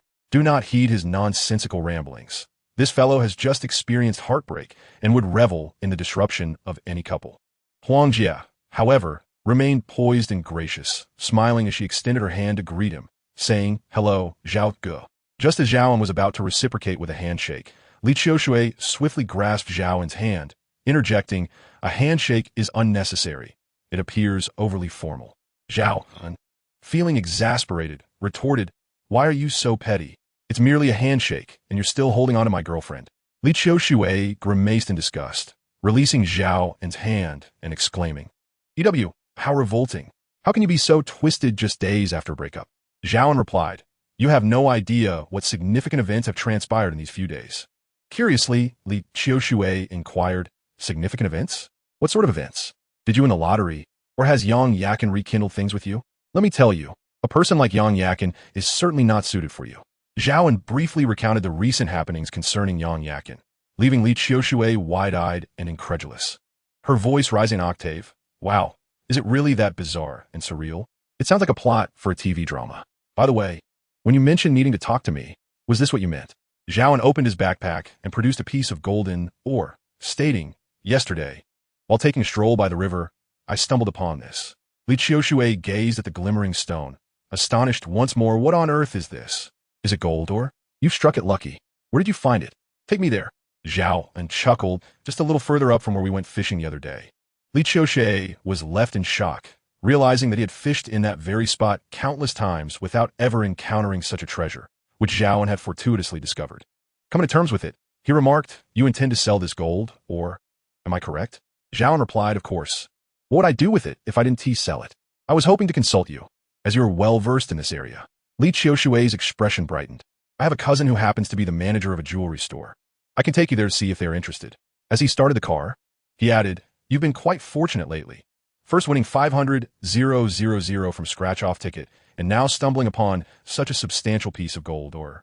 It seems to echo the saying that when you find yourself unemployed, heartbroken, and losing everything, it is the beginning of your path to prosperity." Zhao An, however, dismissed this notion and shifted the conversation. "You still haven't explained how it is that you've suddenly found yourself in a relationship despite never having been in one before. Has spring arrived, flowers begun to bloom, and little pups started to fall in love? To hell with it. One cannot expect ivory from a dog's mouth." Li Qiushui glanced at Huang Jie in the rearview mirror, and they exchanged knowing smiles, with Huang Jie playfully making a kissing gesture.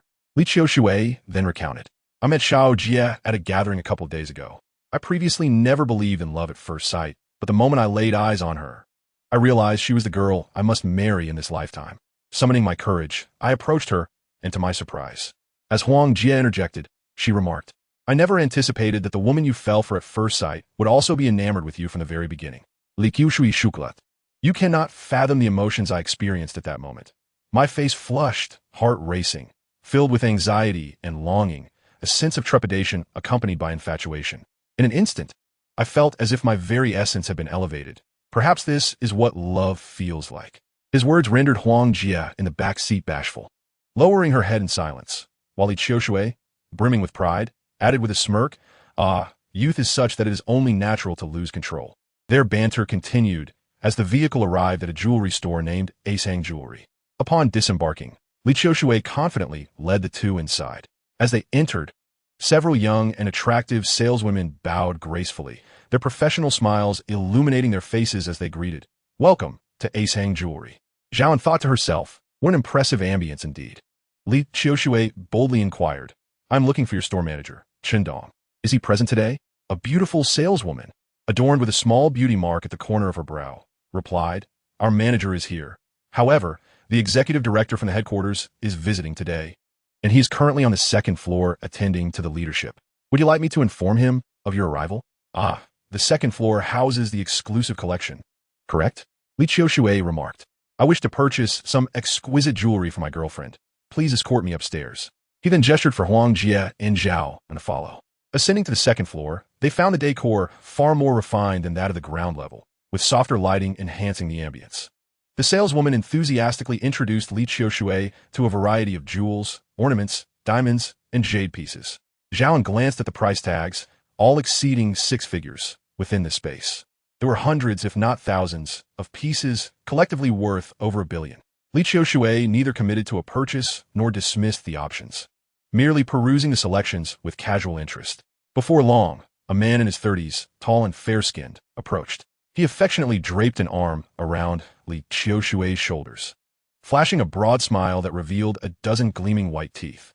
"Cousin, what a pleasant surprise to see you in our store today."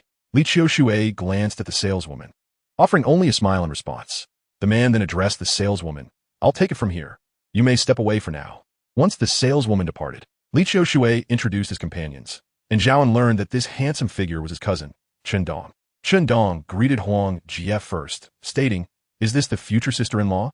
Truly, she is as lovely as a flower and natural beauty. Should you find anything appealing, I'll ensure it's discounted by 30%. Zhuang Yesmiled Smetli Repling." "Thank you, cousin." Dong extended his hand to Zhao An, saying, "Brother Zhao, a pleasure to meet you." "Iam Li Qiushui's Gaoxin, Kindunj." Zhao An reciprocated politely. "Hello, Dong Ye. I have come to seek your assistance with something." Chen Dong gestured for the three to take a seat at a nearby discussion table and open the conversation. As a good friend of Qiushi, you're also a friend of mine. Please feel free to speak your mind. While removing his backpack, Zhao An explained, I happened to stumble upon this item and would like to ask for your appraisal, as well as whether you might be interested in purchasing it. He then retrieved a piece of gold from his backpack. Even the erudite Chen Dong was utterly astonished upon encountering this magnificent gold or specimen. Turning to Zhao An with disbelief and inquiring, are you certain that such a substantial piece was collected by you? In my over a decade of experience, I have never come across a gold or of this magnitude. Have you weighed it? If not, I can fetch a scale to do so. Chen Dong continued, very well. We do accept or at our company, but I will require a small fragment to ascertain its purity. Zhao An replied, no problem, gesturing for Chen Dong to proceed. Chen Dong retrieved a pair of pliers from the counter at the back, carefully extracting a small shard from the edge of the gold ore, and said, please hold on for a moment before departing with the piece. He then sat down between Zhao and Li Qiushui, placing the electronic scale before him and setting the gold ore upon it. The scale promptly displayed 16,340 measured in kilograms. Chen Dong continued, that amounts to 634 kilograms. Based on the current international gold price of 464 yuan per gram, and with a purity of 92, I can offer you the highest rate from our company, which is 90 of the international gold price. How does that sound? Zhao An nodded in agreement, acknowledging his lack of knowledge regarding the market trends, and recognizing that 90 was indeed a commendable offer. Chen Dong took out a calculator, calculating aloud 16,340 multiplied by 464, then multiplied by 0. 9 equals 6,823. 584. I'll round it off to 6,824,000. What do you think? Zhao An had never encountered such a strikingly beautiful woman, exuding an air of elegance. Her delicately made-up face was complemented by a tailored suit that perfectly accentuated her figure. The adage that one should neither add nor subtract from beauty seemed to epitomize her. The woman gestured for Chen Dong to take a seat and turned to Zhao An, asking, is this gold or yours? Zhao An affirmed yes. The woman, referred to as Director AI, continued, I observe that this natural specimen bears a resemblance to a winged lion, reminiscent of the legendary beast, Pai Xiao. Most importantly, as it is naturally formed, we shall not merely purchase it at the standard gold price. On behalf of the company, I am pleased to offer you 8 million. How does that sound? Zhao An thought to himself how fortunate it was that he had received an additional 1 million, realizing that this Pai Xiao truly brought him good fortune. Thus, he agreed to proceed as Director AI proposed. She smiled and said, just ensure that you do not regret this decision. She then instructed Chen Dong to prepare the contract, and once both parties had signed, Chen Dong transferred the funds to Zhao An as per Director AI's instructions. Within moments, Zhao An received a text notification, while simultaneously, a sound echoed in his mind. Congratulations. You have acquired 8 million in fortune points. Your true sight has been upgraded. Please check the new features at your earliest convenience. He resolved to examine it later, as now was not the time for such distractions. Zhao An, pulling out his phone, indicated that the money had been received. Director AI nodded and introduced herself. I am AI Qingru, the Executive Director of Asang Jewelry. My visit to Jiangxing is not solely for inspecting our branch. I must say, Mr. Zhao, your luck appears to be quite remarkable. Therefore, I sincerely invite you to attend our upcoming auction. She handed him a beautifully crafted invitation, adding at that event, your gold or will serve as the opening bid. Mr. Zhao, are you interested in coming to take a look? Zhao An accepted the invitation, contemplating the legendary stone gambling. While outwardly expressing he would consider attending. Inwardly, however, his thoughts were consumed by the name of a beauty. AI Qingru, truly a person who lived up to her name. As gentle and delicate as a silent spring, with shadows of trees dancing upon the water, cherishing the soft sunlight. Li Qiushui observed the successful completion of the transaction, leaving all parties in high spirits. He, along with Huang Jie, eagerly selected several pieces of jewelry, spending over 300,000. Before bidding farewell to Chen Dong and departing with Huang Jie and Ade Zhao in Chapter 11, Mrs. Li urges marriage. As the trio exited the doors of Asang Jewelry, Li Qiushui inquired about Zhao An's plans, jesting, You've struck it rich, and yet you don't even think to treat us to a meal? Zhao An replied, Dining is a trivial matter. However, today I have an appointment. After consuming your dog food all day, I need to seek solace in the company of a beautiful woman. You've either grown arrogant or doubt my ability to handle a blade. Li Qiushui laughed. Do you think this beauty is like a cabbage, available for wholesale purchase? Furthermore, the way you gazed at AI Chingru was a masterclass in the portrayal of an old lecher. Brother, maintain your composure. Don't lose your wits at the sight of a beauty. Go away, Zhao An hastily retorted. I was merely taken aback by AI Chingru's unexpected offer to increase the price. After all, any buyer typically seeks to negotiate downwards, not offer more. Especially not by over $1 million. Li Qiushui scoffed. Ah, don't let your limited perspective color your view of the wealthy. Consider this. Her surname is AI. She is young and serves as the executive director of Asang Jewelry. She could very well be the heir to a multi-billion conglomerate. A domineering female CEO returned from studying abroad. As he spoke, Li Qiushui donned a cheeky expression and continued, let us not kid ourselves. You have quite the discerning eye. A domineering CEO falling for you. Now that is a plot straight out of romantic drama. If you put in the effort, you could win her over. And soon you'd be worth over $100 million, cruising around in a Ferrari, leading a life of indulgence. Just imagining it is exhilarating. Zhao An was at a loss for words at his friend's wild imagination. He playfully shook Li Qiushui's head. Isn't your family already worth over $100 million? Why haven't I seen you driving a Ferrari? Li Qiushui shrugged off Zhao An's hand, fixing his hair with an awkward grin. Ferrari is merely a lure for young girls. The G-Class is the true romantic vehicle for men. You've seen my G-Class. Its power, its roar. I can hardly bear to drive it. Zhao An quipped. Indeed, you seem reluctant to drive it. One press on the gas, and you'd have lost allure. The two bantered back and forth as they walked, while Huang Jie merely listened with an occasional chuckle, never interjecting. Upon arriving at the parking area, Li Qiushui opened the car door, graciously helping Huang Jie into the vehicle. He turned to Zhao An and asked, Are you really not coming with us? Zhao An replied, You all go ahead. I truly have an appointment shortly. Then I shall not concern myself with you. Li Qiushui said as he settled into the car and closed the door. Zhao An approached and tapped on the front window. Li Qiushui, exasperated, lowered the glass. What is it now? Feigning mystery, Zhao An cautioned. Ensure your safety measures are in place. Let us not create a tragedy. After all, the child is innocent.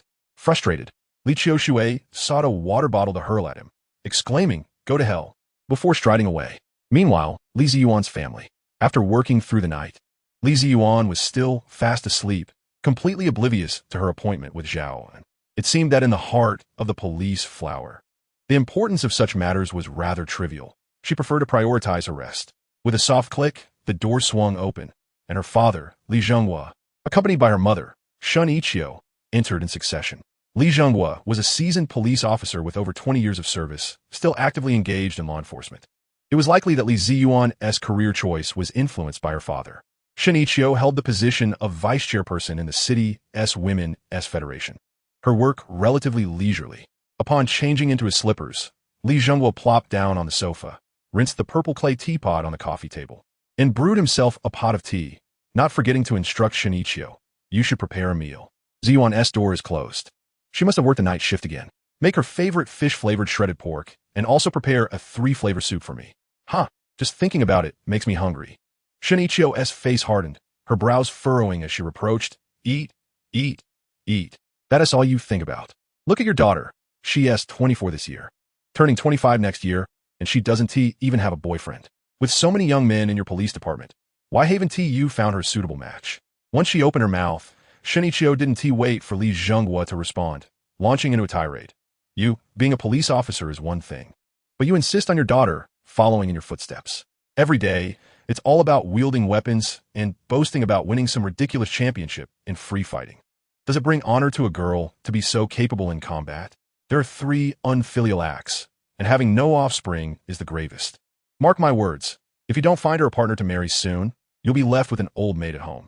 Having delivered her verdict, she disregarded Li Zhenghua's forlorn expression and forcefully pushed open Li Ziyuan's bedroom door. Inside, the proud police flower was blissfully asleep, unaware of the impending danger. Shun Ichio pulled back the covers, revealing Li Ziyuan, her hair disheveled and drooling in her slumber, leaving her pillow damp. Witnessing this scene ignited Shun Ichio's ire. She delivered a sharp slap to the attractive police flower's perky backside and shouted, Li Ziyuan, wake up. What time is it? Get up now. Li Ziyuan, blinking her bleary eyes open, sat up and rubbed her tangled hair, letting out a mournful groan. Mom, what are you doing? Let me sleep a little longer. Sleep, sleep, sleep. That is all you know how to do. Shun Ichio retorted, her face a mask of anger. With all that time spent sleeping, can't you go out and take a stroll? Don't you know I work at the Women's Federation? You don't even have a boyfriend. And your lack of a love life is causing significant disruption to my work. Li Ziyuan replied with a hint of resentment. What I do concerning finding a boyfriend has nothing to do with your work at the Women's Federation. Shinichio countered, true, it may not have much to do with it, but that Luan Hua, the other vice chairperson at our unit, constantly brags about her son-in-law, how he runs a company and drives a BMW. She says that since we're both in women's work, I'm not even managing my job well. Bah. Their daughter is the real embodiment of a woman. Li Ziyuan finally grasped the source of the matter, gently taking Shun Ichio's hand for comfort. Mom, let us not be upset. Let us not be angry. Tomorrow, I will find you a more handsome and accomplished son-in-law, one who runs a large corporation and drives a luxurious BMW, just to infuriate that Vice Chairman Liu or whatever his name is. How does that sound? She then added an explanation for herself. You know, there are quite a few suitors in my workplace, but I always feel they're not quite suitable. Moreover, I'm a bit weary of the same old faces, and with work keeping me busy, especially now that I'm on the brink of being promoted to vice captain, there is hardly any time for romance. Are you really being promoted to vice captain? Is that news accurate? The position of vice captain is a significant milestone. Many spend their entire careers as a regular department head. Even your mother, after over 20 years of work, has only reached a deputy division level. You must seize this opportunity. All right, work is paramount. From today onwards, I won't pressure you to find a boyfriend, but when the opportunity arises, you must take it. Now, hurry up. I'll prepare your favorite dish, fish-flavored shredded pork. Suddenly, as if struck by a thought of hunger, Li Ziyuan exclaimed and leapt from the bed. I want to eat. I have something to do. I must leave now. After saying that, she hurriedly rushed to the door. Shinichio caught her. Are you going out in your pajamas? Li Ziyuan snapped back to reality, rushed to the bathroom to splash some water on her face, hastily tied her hair into a ponytail, quickly changed into casual attire, grabbed her phone and keys, and dashed out, watching her beloved daughter rush out in haste. Limu Shunichio began to ponder. It's so late, and she's not eating. Old Li, you've been a veteran detective. Analyze this for me. Where could she be going? She just finished a night shift last night, and today she doesn't have another one, right? At this hour, she is probably just going out to eat. Li Jingwood took a sip from his purple clay teapot and replied, I've checked their duty roster. Tonight, it's another team on duty. She is likely going out to dinner with someone. Your fish-flavored shredded pork is losing its appeal. Shinichio, now more puzzled, queried, dinner? With whom? Male or female? I haven't heard of her having any close female friends. But if it's a male, as she spoke, Shinichio sat beside Li Jingwa, snatched the teapot from his hands, and with a decisive thud placed it on the coffee table, firmly declared, No, old Li, we must follow her and see who she is dining with tonight, male or female. If it's a female, that is acceptable, but if it's a male, I must intervene. Let us go before she gets too far. Stealthy tracking is your forte. Let us disguise ourselves and avoid being detected. With that, she went to change her clothes. Li Jingwa first felt a pang for the teapot for 3 seconds, then for his beloved daughter for another 3 seconds, lamenting that they had to follow her like thieves. After the moment of sympathy, he too went to change his attire, and the couple stealthily followed after her. Meanwhile, Zhao An, after parting ways with Li Qiushui, finally had time to explore the newly upgraded functions of the True Eye. While the search range had not expanded, the number of eye placements had increased by 2, with the layout radius extending to 100 kilometers and the underground range to 1 kilometer, indicating a clear shift towards mining. The increased deployment range also provided Zhao and with greater operational flexibility, allowing for remote eye placements, thus enhancing the discreetness of his reconnaissance. Zhao glanced at his luck value. 45 million. It seemed he was not far from reaching level 5. Although it was evident that advancement would only become increasingly arduous, following the established pattern, 1 billion was required to attain level 6, 10 billion for level 7, 100 billion for level 8, and 1 trillion for level 9. It remained uncertain if a 9th level existed. Perhaps reaching level 56 would mark the pinnacle. As the clock struck past 7, Zhao had yet to receive a call from Li Ziyuan, which incited a flicker of irritation within him. How dare she stand me up? He chose a seafood restaurant named Fishing Boat, singing in the evening, and settled into a window-side table. A waiter approached politely, inquiring, Sir, how many guests? 2. Zhao replied, but my companion will arrive shortly. May I order now and have the dishes served when my friend arrives? The waiter handed him the menu, and Zhao selected several seemingly extravagant dishes, Australian lobster sashimi, steamed grouper, soft-boiled abalone, grilled eel, along with 2 servings of eel rice. He also ordered a bottle of 1992 Bordeaux, priced at $6,800. Let the red wine breathe for now, he added, calculating the total. That will be $14,500, sir. The waiter replied. Without a hint of hesitation, Zhao An responded, charge it. The waiter brought the POS machine, entered the amount, and Zhao An produced his bank card. After the transaction was completed, the waiter requested, sir, please enter your password. As Zhao An entered the password, his phone rang. It was a call from Li Ziyuan. He chuckled to himself. If you hadn't called, I would have had to reach out to you. He answered, Officer Li, it's nearly 8. I thought you might be trying to weasel out of our arrangement. He provided the address, cheerfully adding, I've already ordered, just waiting for you to settle the bill. Li Ziyuan thought to herself that escaping this bill was likely impossible, but she steeled herself, replying, just wait, I'll be there shortly. After hanging up, she tossed her phone onto the passenger seat and pressed down on the accelerator towards the address Zhao An had given. Meanwhile, in a taxi 2 or 3 spaces back, Li Ziyuan's father, Li Jinghua, and her mother, Shinichio, sat in the rear seat. Shinichio repeatedly urged the driver, keep up, hurry, don't lose them. Chapter 12. A simple dinner invitation seated opposite Zhao An. Li Ziyuan whispered angrily, are you trying to bankrupt me? Don't you realize how expensive everything is here? Zhao An, however, merely smiled slightly, replying, I couldn't possibly let you treat me. You have exerted considerable effort on my ex-girlfriend's case, so it is only fitting that I host. Besides, I've already placed the order. You may eat without concern. Of course, the mention of his ex-girlfriend was merely a pretext. Li Ziyuan exhaled softly in relief, yet stubbornly retorted, how could I let you pay? It was agreed that I would treat you. The handbag you found this morning provided crucial leads in our organized crime case, and the cash and luxury watches were worth over $1 million. Your decision to turn them in is truly commendable. Zhao An remained unfazed, thinking to himself that had he been able to keep the money, he might have considered it. With a grin, he repeatedly exclaimed, cooperation between the police and the public. Cooperation between the police and the public. Meanwhile, he signaled to the waiter that the dishes could be served.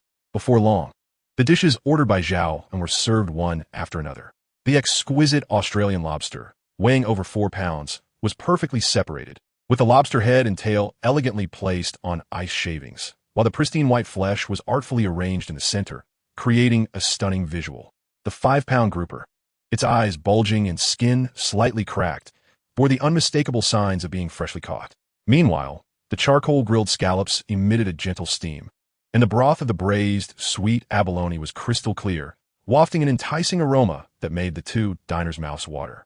Then, a server approached with a decanter of red wine, pouring a third into each of their elegant goblets. Zhao An raised his glass to Li Ziyuan, who promptly declined, stating, I don't drink. I've never been one to indulge in alcohol since childhood. Even during company gatherings, I always refuse. Zhao An explained, this is an aperitif, meant to warm the stomach. Most seafood is quite cold in nature, so it's best to prepare the stomach first. Just a tiny sip will suffice. Unable to resist Zhao An's persistent encouragement, Li Ziyuan took a small taste, feeling a sense of curiosity. Uncertain of the flavor beforehand, the crimson liquid glided over her tongue, transforming into an adventurous journey for her taste buds. To her surprise, the lingering sensation between her lips and teeth was enchanting, prompting her to take another small sip. Zhao An observed as a faint blush crept onto Li Ziyuan's cheeks, struggling to suppress a smile. He inquired, I wasn't sure what you preferred, so I ordered a variety. Do you think we should add anything else? That's more than enough. I believe this is ample to satisfy me, she replied, scooping some soup into her spoon. After tasting it, she exclaimed, wow, it's so fresh. You must try it too. She took Zhao An's bowl and served him some abalone soup. As the 2 enjoyed their meal with laughter and conversation, in a nearby corner, 2 pairs of eyes fixated intently upon them. None other than Li Ziyuan's father, Li Jinghua, and her mother, Shinichio. Positioned with their backs to them, Li Ziyuan was blissfully unaware. Having followed their daughter, the couple discovered she was dining with a young man, eliciting contrasting emotions. Shinichio felt a sense of relief, pleased that her daughter had finally opened up to the idea of dining alone with a boy, while Li Jinghua harbored thoughts of a cherished daughter being courted after 20 years of nurturing. With a playful nudge, Shinichio whispered to Li Jinghua, just earlier, I remarked that our Yuan was oblivious, merely commuting to and from work. I had even planned to arrange a blind date for her, with Sister Wang next door. It seems that would have been unnecessary. Li Jinghua's expression was one of melancholy, torn between concern for his beloved daughter and discontent with Shun Ichio's proactive approach. He replied, "You were indeed unnecessary. I believe in letting things unfold naturally. Yet you insist on taking matters into your own hands. Now that we see the outcome, are you satisfied?" Shinichio dismissed his words, retorting, "Letting things unfold naturally? With your thick-headedness, if I hadn't pursued you back then, you'd probably still be single." She giggled, covering her mouth. "Back in the day, I was quite the catch, a star officer in the police department, with countless young women vying for my attention. Lizangwu lamanta. I never expected to fall into your hands in the end." As they reminisced about the past, the elderly couple exchanged knowing smiles, as if everything was understood without words. Shinichio glanced toward Zhao An, her daughter-esque suitor, and remarked softly to Li Zhenghua, "I must say, Yuan has quite the discerning eye. Just look at this young man, handsome and refined, impeccably dressed, and exhibiting proper manners. Old Li, what do you think about giving them a little encouragement?" Li Zhengwu, Puzlat, Raplia. "What are you scheming now? I must advise you not to go overboard." Shinichio, with a hint of mystery, responded, "Overboard? I simply think this young man wouldn't know how to order a drink. What is the point of having red wine? If he doesn't get tipsy, what chance do you think he'll have?" Li Zhenghua's expression darkened as he grasped his wife's arm, leading her outside, fearing that further conversation might lead to unforeseen complications. Once outside, Shunichio resembled a child whose wishes had been thwarted, grumbling as they walked, "Why are you so flustered? I was merely suggesting. Yuan has never had alcohol, so why would she need to start with white spirits?" Concerned, Li Zhenghua replied, "Should we wait for them to come out?" The red wine, though delightful, had its effects. After finishing a bottle, Li Ziyuan was already inebriated when her phone rang. It was her mother, Shunichio. "Mom, what is the matter?" Li Ziyuan answered the call. Shunichio explained, "It's nothing serious. While your father and I were out for a stroll, I misplaced the house key. So I had to call a locksmith to open the door and took the opportunity to change the locks." Hearing this, Zhao An, observing the bewildered expression on the beautiful policewoman's face, gently inquired, "What is wrong? You seem quite upset." Li Ziyuan, on the verge of tears, lamented, "My parents have abandoned me." She then recounted her mother's message to Zhao and consoled her, saying, "Just heed Annie's advice and stay at a hotel for the night.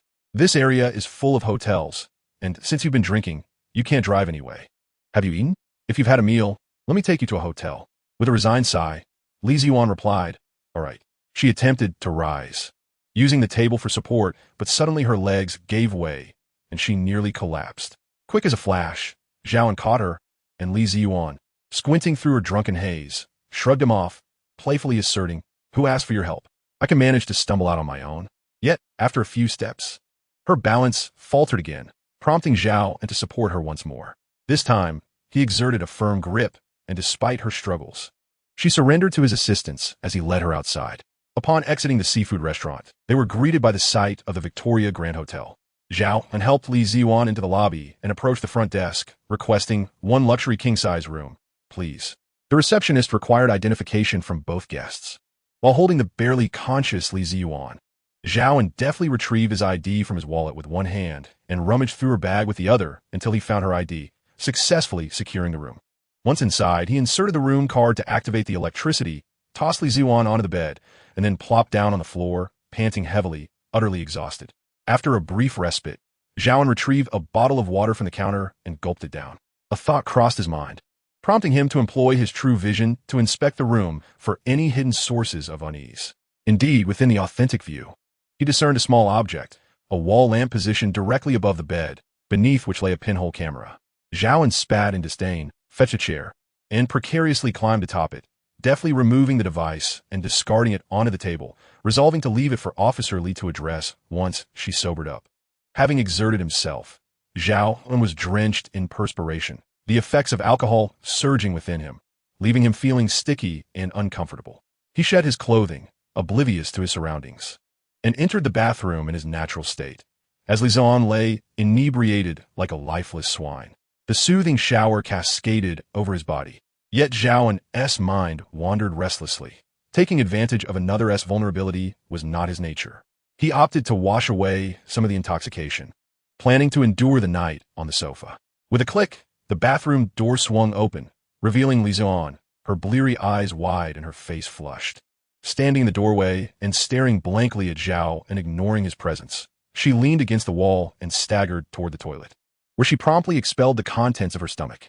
Afterward, she wiped her mouth with a piece of paper and, upon rising, turned to find Zhao An staring in astonishment at the water swirling in the toilet, feeling equally uncomfortable and sticky. Li Ziyuan approached Zhao An and pushed him back, saying, "Move aside." She then positioned herself beneath the shower head, and before long, her clothes were thoroughly soaked. The damp fabric clung to her form, accentuating her curves, as the gentle stream of water flowed over her silhouette. This visual spectacle rendered Zhao An unable to resist swallowing hard. Who could withstand such temptation? As her drenched attire became increasingly constricting, Li Ziyuan decided to remove it. However, her drunken fingers struggled to unfasten the buttons. Turning toward Zhao An, she implored, "Help me." Zhao An was momentarily taken aback. "Help you with what?" "Unbutton it for me," she replied, stamping her foot and swaying slightly. Zhao An quickly steadied her by grasping her waist, while Li Ziyuan draped her arms over his shoulders, wrapping her arms around his neck and lamenting, "I feel so uncomfortable. Please help me." Unable to resist any longer, Zhao An encircled her waist with one arm and, with the other, began to unbutton her garment. Lowering his head, he pressed his lips against hers, their bodies drawing close together. Chapter 13. The Golden Patio. The following morning in room 1082 of the Victoria, bright sunlight filtered through the delicate curtains, illuminating the opulent bed. A thin blanket covered the intimate parts of the entwined couple, who were held closely in each other's embrace. The woman rested her head upon the man's arm, one hand draped around his shoulder, while his legs enveloped her waist, providing a complete cocoon. This was Zhao An and Li Ziyuan, basking in the aftermath of their passionate night. Perhaps due to the glaring sunlight, Li Ziyuan stirred from her slumber, squinting as she registered the peculiar sensation of being tightly held. Vague memories of her wild escapades from the previous night flickered in her mind, and a blush quietly crept across her cheeks. Zhao An opened his eyes to find Li Ziyuan curled up in his arms like a kitten. The absurdity of the previous night replayed in his mind, and though he stumbled into this situation, he felt an overall sense of satisfaction. Li Ziyuan's gently trembling eyelashes ignited a mischievous impulse within Zhao An. He leaned down to kiss her pink lips. The rich scent of masculinity enveloped her, compelling Li Ziyuan to abandon her pretense of sleep. She pushed Zhao An away. Annoyance etched on her face, exclaiming, "Get off me. I'll hit you." Zhao An chuckled. "Go ahead. I can take it. You wouldn't even make a dent." He boldly placed his hand on her smooth, taut back, gently caressing it. Li Ziyuan's tex flusha dape. Their eyes met, and a silence fell between them, the atmosphere growing increasingly intimate. After a moment, Li Ziyuan raised an eyebrow and looked up at Zhao An, asking, "Tell me, is this situation something you schemed for a long time?" Zhao An's expression turned serious as he replied, "Absolutely not. Everything happened naturally. A series of fortunate accidents leading to this moment." "But isn't this a bit too fast?" Li Ziyuan hesitated, pulling her head back slightly, biting her lip as she gazed at him. "Do you really like me? You hardly know me. I am neither gentle nor considerate. What is this liking nonsense? We are adults. I merely desire your body." Zhao An silently criticized her words, but dared not voice his thoughts. Maintaining a calm demeanor, he replied with a slight smile, "Of course I like you. You are stunning, and your figure is exquisite. I imagine suitors are lined up from here to France." Li Ziyuan felt a thrill of delight and suddenly propped herself up, gazing intently at Zhao An. In a soft voice, she confessed, be it fate or coincidence, "This is the first time I have ever liked someone in my life." Zhao An's gaze became distant. "Zhao An," Li Ziyuan called out. She continued to scrutinize him, pressing, "What is our relationship now? Who am I to you?" Zhao An's lips felt dry. After a moment's hesitation, he tentatively suggested, "My dear wife." Zhao An, feeling discontented, remarked, "On such a beautiful day, let us not sully it with such dreary talk." Sensing his displeasure, Li Ziyuan playfully scolded him, "You rascal." She buried her head into Zhao An's neck and whispered in his ear, "I want tea, bring it up again. I need a shower. Carry me there." Zhao An lifted Li Ziyuan effortlessly, carrying her into the bathroom, which was in disarray from the previous night's antics. Her clothes were scattered and damp, causing her considerable embarrassment. With a small punch to Zhao An's shoulder, she chided, "This is all your fault." Zhao An wanted to argue that she had initiated it all, but instead said, Yes, it's my fault. My irresistible charm, I suppose." This earned him a fit of giggles from Li Ziyuan, though soon her expression turned serious as she lamented, "My clothes are soaked. How can I wear these wrinkled rags?" "Easy," Zhao An replied. "I'll place a delivery order. It will arrive in under an hour." As he turned on the hot water to wash away the remnants of their night, he added, Once we finish showering, you can wear a bathrobe for now, and then we can have a meal. By the time we're done, your clothes should be here. Li Ziyuan beamed, wrapping her arms around Zhao An's neck. She cooed, "You are the best." After a refreshing shower, the two enjoyed a pleasant lunch together. During the meal, Zhao An inquired of Li Ziyuan, "Do you have any free time this afternoon? If you're available, would you accompany me to an auction?" Regrettably, Li Ziyuan replied, "I have to work this afternoon. The police department has been quite busy lately." "What kind of auction is it? Is it upscale?" Zhao An dismissed her concerns, saying, "Upscale or not, it's merely an opportunity to broaden one's horizons." Li Ziyuan responded, "Very well, you can go alone. I shall head directly to the police station shortly. You are on your own." Without further ado, a frustrated Li Ziyuan gathered her belongings and left in a huff. Zhao An shook his head with a wry smile and retreated to his room alone. As he walked along the broad street, Zhao An felt a profound sense of vexation regarding the events from last night to today. Life's three great frustrations. Those who speculate in real estate become landlords. Those who engage in stock trading end up as shareholders. And those who pursue romance often find themselves as husbands. Nonetheless, he consoled himself that this venture had not been in vain. Although the charming policewoman appeared aloof and formidable, he discovered her to be an endearing and clingy sweetheart after some closeness. The auction for the raw jade took place in the outskirts of Jiangchang, held in a stone-cutting factory rented by Asang Jewelry. Originally a workshop for marble cutting, it served suitably for jade stone auctions. Upon his arrival, Zhao An found the venue bustling with attendees. The organizers had even set up a platform adorned with dozens of chairs. Presenting his invitation at the registration desk, he was greeted by Chen Dong, the cousin of Li Qiushui. After exchanging pleasantries, Zhao An found an empty seat and settled in, awaiting the commencement of the auction. At precisely 2 o'clock, as Zhao An grew increasingly bored, a tall and elegant woman graced the stage, Ai Qingru, whom Zhao An had met previously. She surveyed the audience before addressing them.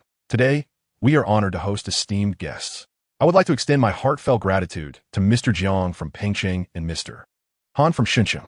They are luminaries in our industry, and it is truly a privilege to have them travel from afar to offer their guidance." Mr. Jiang echoed her sentiments, stating, "Indeed, my shops have long been in search of a signature treasure. If an exceptional jade piece is presented today, I shall not let it slip away." With a gentle smile, Ai Qingru reassured them, "Rest assured, esteemed seniors. Let us commence today's auction. First, I would like to present our initial item." Chen Dong then wheeled a card onto the stage, upon which lay the doghead gold, or Zhao An had unearthed. Ai Qingru elaborated. It is said that gold holds value while jade is priceless. However, this gold, or shaped with twin horns and cradling jade within its mouth, resembles a mythical beast resting upon a golden plate. Most importantly, this golden creature is entirely natural, bearing no signs of human craftsmanship. A gift from nature. It deserves the finest of owners. Mr. Jiang, upon sighting the gold creature, could hardly contain his delight, exclaiming, "Ah, this golden beast seems destined for me." As we know, the mythical creature only consumes and never relinquishes. It would serve perfectly as a guardian for my shop.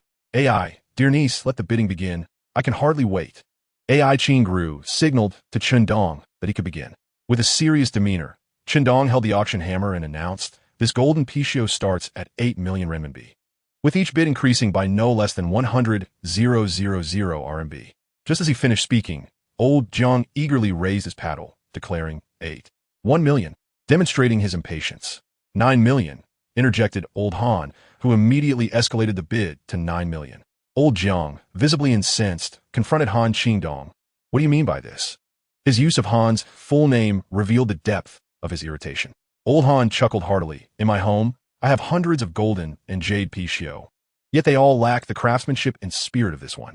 It suits me perfectly. What do you say, Brother Jiang? Can you part with it?" "Absolutely not." Old Jiang, known for his fiery temper, raised his paddle once more. 10 million. 12 million. Old Han retorted, unwilling to back down. 13 million. A middle-aged man chimed in with his bid. 13. 5 million. 15 million. The competition was fierce and intense, indicating a strong interest in this golden picio, particularly between Old Han and Old Jiang, who were locked in a heated showdown. Ultimately, Old Jiang secured the golden picio for 34 million. Zhao An, the original owner of the golden picio, had sold it to Ai Qingru for 8 million, believing he had achieved a remarkable price. Little did he know that Ai Qingru would swiftly sell it for 34 million, reaping a profit of 26 million within just one day. Zhao An could only watch as others profited, feeling no envy. With his extraordinary vision and abilities, he had no doubt he could earn money. It was merely a lack of connections that hindered him. If he had wealthy friends who appreciated such items, he could have easily sold it without such complications. However, he recognized his current limitations and understood the necessity of remaining discreet. He did not wish to toil through the night, extracting stones only to end up with a mere 500 yuan and a small flag. That would indeed bring him to tears. In summary, while the golden Pishio was worth around 8 million in Zhao An's hands, under AI Qingrou's influence, adorned with the allure of the Pishio, it was effortlessly sold for 34 million. Such was her remarkable ability. Chapter 14, The Green. The excitement surrounding the golden Pishio had ignited a fervent atmosphere at the auction, yet AI Qingrou remained unperturbed, wearing a serene smile. Having achieved the desired effect, she signaled for Chen Dong to continue. With a gesture to quiet the crowd, Chen Dong announced, "May I present the second item of today's auction?" Two staff members wheeled a cart onto the stage, bearing a stone weighing over 200 pounds. Chen Dong introduced, "This is a piece of Myanmar's Pakantan East Mountain material. Although it was not initially part of our auction lineup, the owner is a friend of our boss and is eager to sell it. Despite being a new mining product, our experts have assessed that the outer skin of this raw stone exhibits a white, sugar-like texture with pronounced weathering. The white surface is adorned with deep green streaks, indicating the potential for high-quality jade." Despite Chen Dong's enthusiastic endorsement, it was evident that the audience's interest was waning. The term new pit, also known as mountain material, refers to jadeite veins that have formed more recently within geological layers situated far from the major mines. In comparison to the older pits, the majority of these new materials tend to possess a coarser and looser texture, with less water content. However, their advantage lies in their larger size and greater yield. Yet, nothing is absolute. Old pits can also yield worthless stones, while occasionally, new pits produce exquisite jadeite. It is merely a question of probability, albeit with a rather low chance, which demands a keen eye and considerable experience.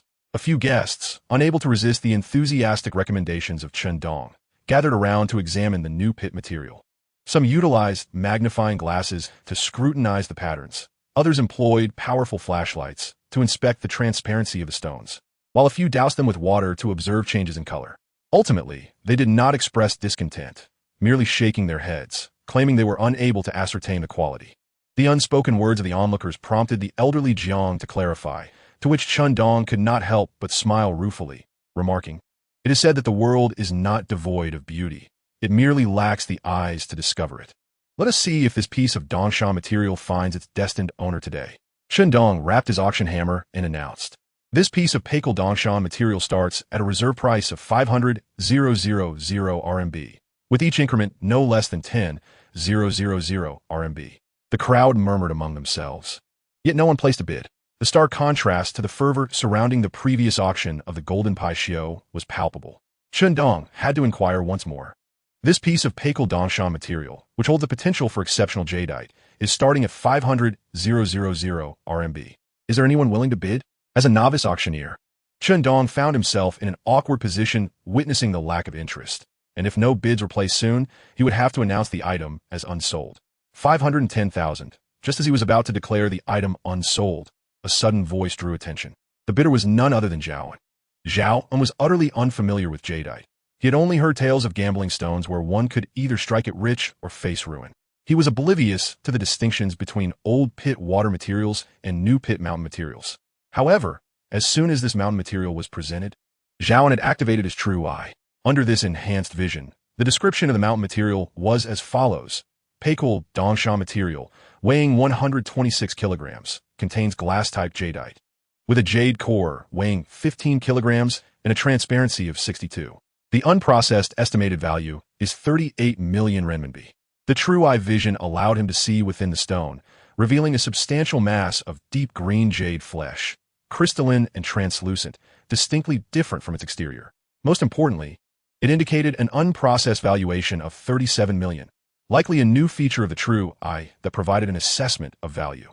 A mountain material valued at 37 million was available for merely 500,000 RMB, and crucially, there was no competition. As the item neared the brink of being unsold, Zhao An decisively placed his bid. 510,000. This gentleman bids 510,000 RMB. Dong, relieved to finally have a bid, exhaled softly, 510,000. Is there anyone else who wishes to bid? Yet, the crowd remained indifferent, dismissing him as a fool seeking a lesson. 510,000 once. 510,000 twice. Last chance. Is there anyone else bidding? Dong inquired about the process with the crowd, but seeing the general disinterest, he reluctantly brought down the auction hammer and declared, 1 million for the third time sold. Congratulations to Mr. Zhao for acquiring this piece of Burmese Pakong Dongsha material. We extend our best wishes for Mr. Zhao to unveil exquisite jadeite and garner abundant wealth. Zhao An was quite pleased with the outcome and nodded appreciatively at Dong. The staff then stepped in to remove the stone, which now belonged to Zhao An. As the auction proceeded to the items following the third piece, all of which were referred to as old pit materials, the atmosphere became lively, with enthusiastic bids ranging from over 1 million to 5 million. However, through Zhao An's discerning eye, many of these old pit materials were either devoid of substance or had insufficient water content, and some had starting prices that closely matched their estimated values. Thus, Zhao An refrained from further bidding. It was not until the 25th item was presented that Zhao An's keen vision noted the following details. A Burmese seed material weighing 217 kilograms, containing a royal green jadeite core weighing 31 kilograms with a transparency of 83 and an unprocessed estimated value of 83 million renminbi. This seed material appeared dense, with a color that blended gray and white with hints of milky white, resembling a cloud that had been compressed and collided. The attendees, all connoisseurs, were immediately captivated as this seed material was showcased. Whispers circulated in the audience, and some stood in excitement to express their admiration. Ai Kingru, who had been silent beside them, seemed particularly satisfied with the response. Dong then announced, "Ladies and gentlemen, this is the final item for today's auction. For those who have not yet secured a piece, now is your chance. Do not leave empty-handed." Elder Jiang stood up, rubbing his hands together, and exclaimed, "Let us get on with it. I can hardly wait." 15 million, he called out. This time, Elder Han was the first to raise his paddle, increasing the bid by 5 million. Such a bold move drew gasps from the crowd. While they had seen fierce bidding before, this was truly extraordinary. 16 million. Elder Jiang countered, unwilling to back down. Seeing that his psychological tactics were failing, Elder Han chuckled and said, "Elder Jiang, you've already secured the store's prize golden pai shio. Why not let this seed material go to this old man?" Elder Jiang replied with a hearty laugh. "Who would refuse a good thing? If you want it, make a bid." With the psychological game proving ineffective, Elder Han had no choice but to quote 18 million. 25 million. Elder Jiang shot back with a bold offer, leaving Elder Han momentarily speechless, his neck turning red with frustration. After a considerable pause, he finally managed to respond with a bid of 5 million. Observing the intense competition, Zhao An's initial desire to participate began to wane. After all, he did not possess the capital to engage in such a fierce contest. He concluded that taking calculated risks suited him better. As the bids continued to escalate, those who had previously considered participating fell silent, leaving only Elder Han and Elder Jiang to contend in the final showdown, with the increments now reduced to 100,000 each time. 35 million. Perhaps driven by desperation, the elderly Mr. Han, his face flushed, declared, 35 million. This is my final offer, old Jiang. If you can exceed this amount by even a single yuan, this piece of rough stone shall be yours. Old Jiang hesitated for a moment, then sighed and replied, "Very well, old Han. Our decades of friendship compel me to yield this piece to you." Mr. Han's previously reddened visage relaxed slightly as he exhaled deeply, expressing his gratitude. "Thank you, Brother Jiang, for your generosity." Observing the fierce bidding nearing its conclusion, Dong announced, 35 million. Mr. Han has bid 35 million. Is there anyone willing to offer a higher price? 35 million once. 35 million twice. 35 million thrice sold. With a decisive strike of the auction hammer, Dong proclaimed, "Congratulations, Mr. Han, for acquiring this piece of jadeite." With the transaction finalized, Mr. Han let out a heavy sigh, and the tense atmosphere finally eased. As the host, Ai Qingru, stepped to the center of the stage, clapping her hands, she proclaimed, "Today's auction has been a resounding success. Thanks to the robust support from all our esteemed guests. The successful bidders may now proceed to the on-site stone cutting. Our company has arranged for 6 large cutting machines, and skilled workers will be at your service." As the machines roared to life, The guests who purchased rough stones sought assistance from the cutters. Amidst the cacophony of machinery, exclamations of "It's green, it's green, it's showing green," or "Oh no, it's crumbled," echoed throughout the venue. Zhao An, however, remained unhurried. Once the crowd had completed their turns, he pushed his cart, laden with the piece he had won, to the first cutting machine. The worker, using a crane, hoisted Zhao An's rough stone onto the operating table and inquired how he wished to proceed. Zhao An picked up a piece of chalk and, guided by his keen vision, drew an unassuming line on the stone, which fortuitously opened a window to its interior. The machine roared to life, and in less than 3 minutes, the large, swiftly rotating blade successfully sliced through the stone. As the blade ascended and the outer layer fell away, a stunning hue of green emerged before the audience's eyes. "It's green, it's green, it's showing green." The crowd, initially anticipating a spectacle of disappointment, erupted in astonishment. "Goodness, it's of glass-like quality. Such clarity and brilliance are remarkable." Hearing the excited murmurs, Mr. Han joined the onlookers, captivated by the sight of Zhao An's cut. In truth, Zhao was far more envious of the piece Mr. Han had acquired. It appeared that, aside from AI Qingru as the organizer, Mr. Han was the day's greatest victor. Undoubtedly, Zhao An's rough stone was a testament to exceptional value. Its purchase price was remarkably low, yielding a high return on investment. This epitomizes the true thrill of stone gambling, leveraging a modest investment to unlock vast fortunes, perfectly suited for someone like Zhao An, who was newly initiated yet only partially informed in the realm of gambling. One must eat in bites and earn money piece by piece. Chapter 15. Financial Freedom at Last. Mr. Han gazed at the stone, now revealing a vibrant green window, his delight unmistakable. "Young man, such a large expanse of green is rare. For this green alone, I shall offer you this amount," he said, extending 3 fingers. 3 million, with merely a single window opened.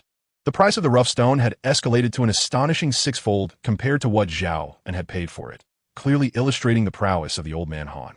Nonetheless, Zhao An was acutely aware that once the stone was entirely sliced open, the value would far exceed a mere 3 million. Was he truly a person who would quibble over such a trifling sum? How could one, seasoned in the ways of the world, undervalue such exquisite jadeite? With its remarkable translucency and vibrant hue, 3 million was an insult indeed. Turning to face Zhao An, he endeavored to don a genial and affable smile. "Young man, there exists a saying in the world of gambling stones. A single cut can render one destitute or wealthy. It is a matter of a mere thought, heaven or hell. This window you've opened is promising, yet further cuts may yield a different fate. Therefore, I shall not insist on 3 million. Rather, I propose 600,000.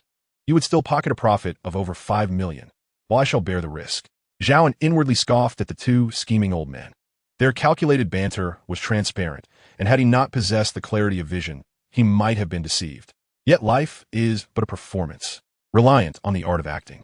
Zhao An feigned the demeanor of an inexperienced youth, his face flushed with resolve as he exclaimed, "I shall not sell. Today, I will fully unveil this stone. Victory must be resounding, and defeat must be embraced with dignity."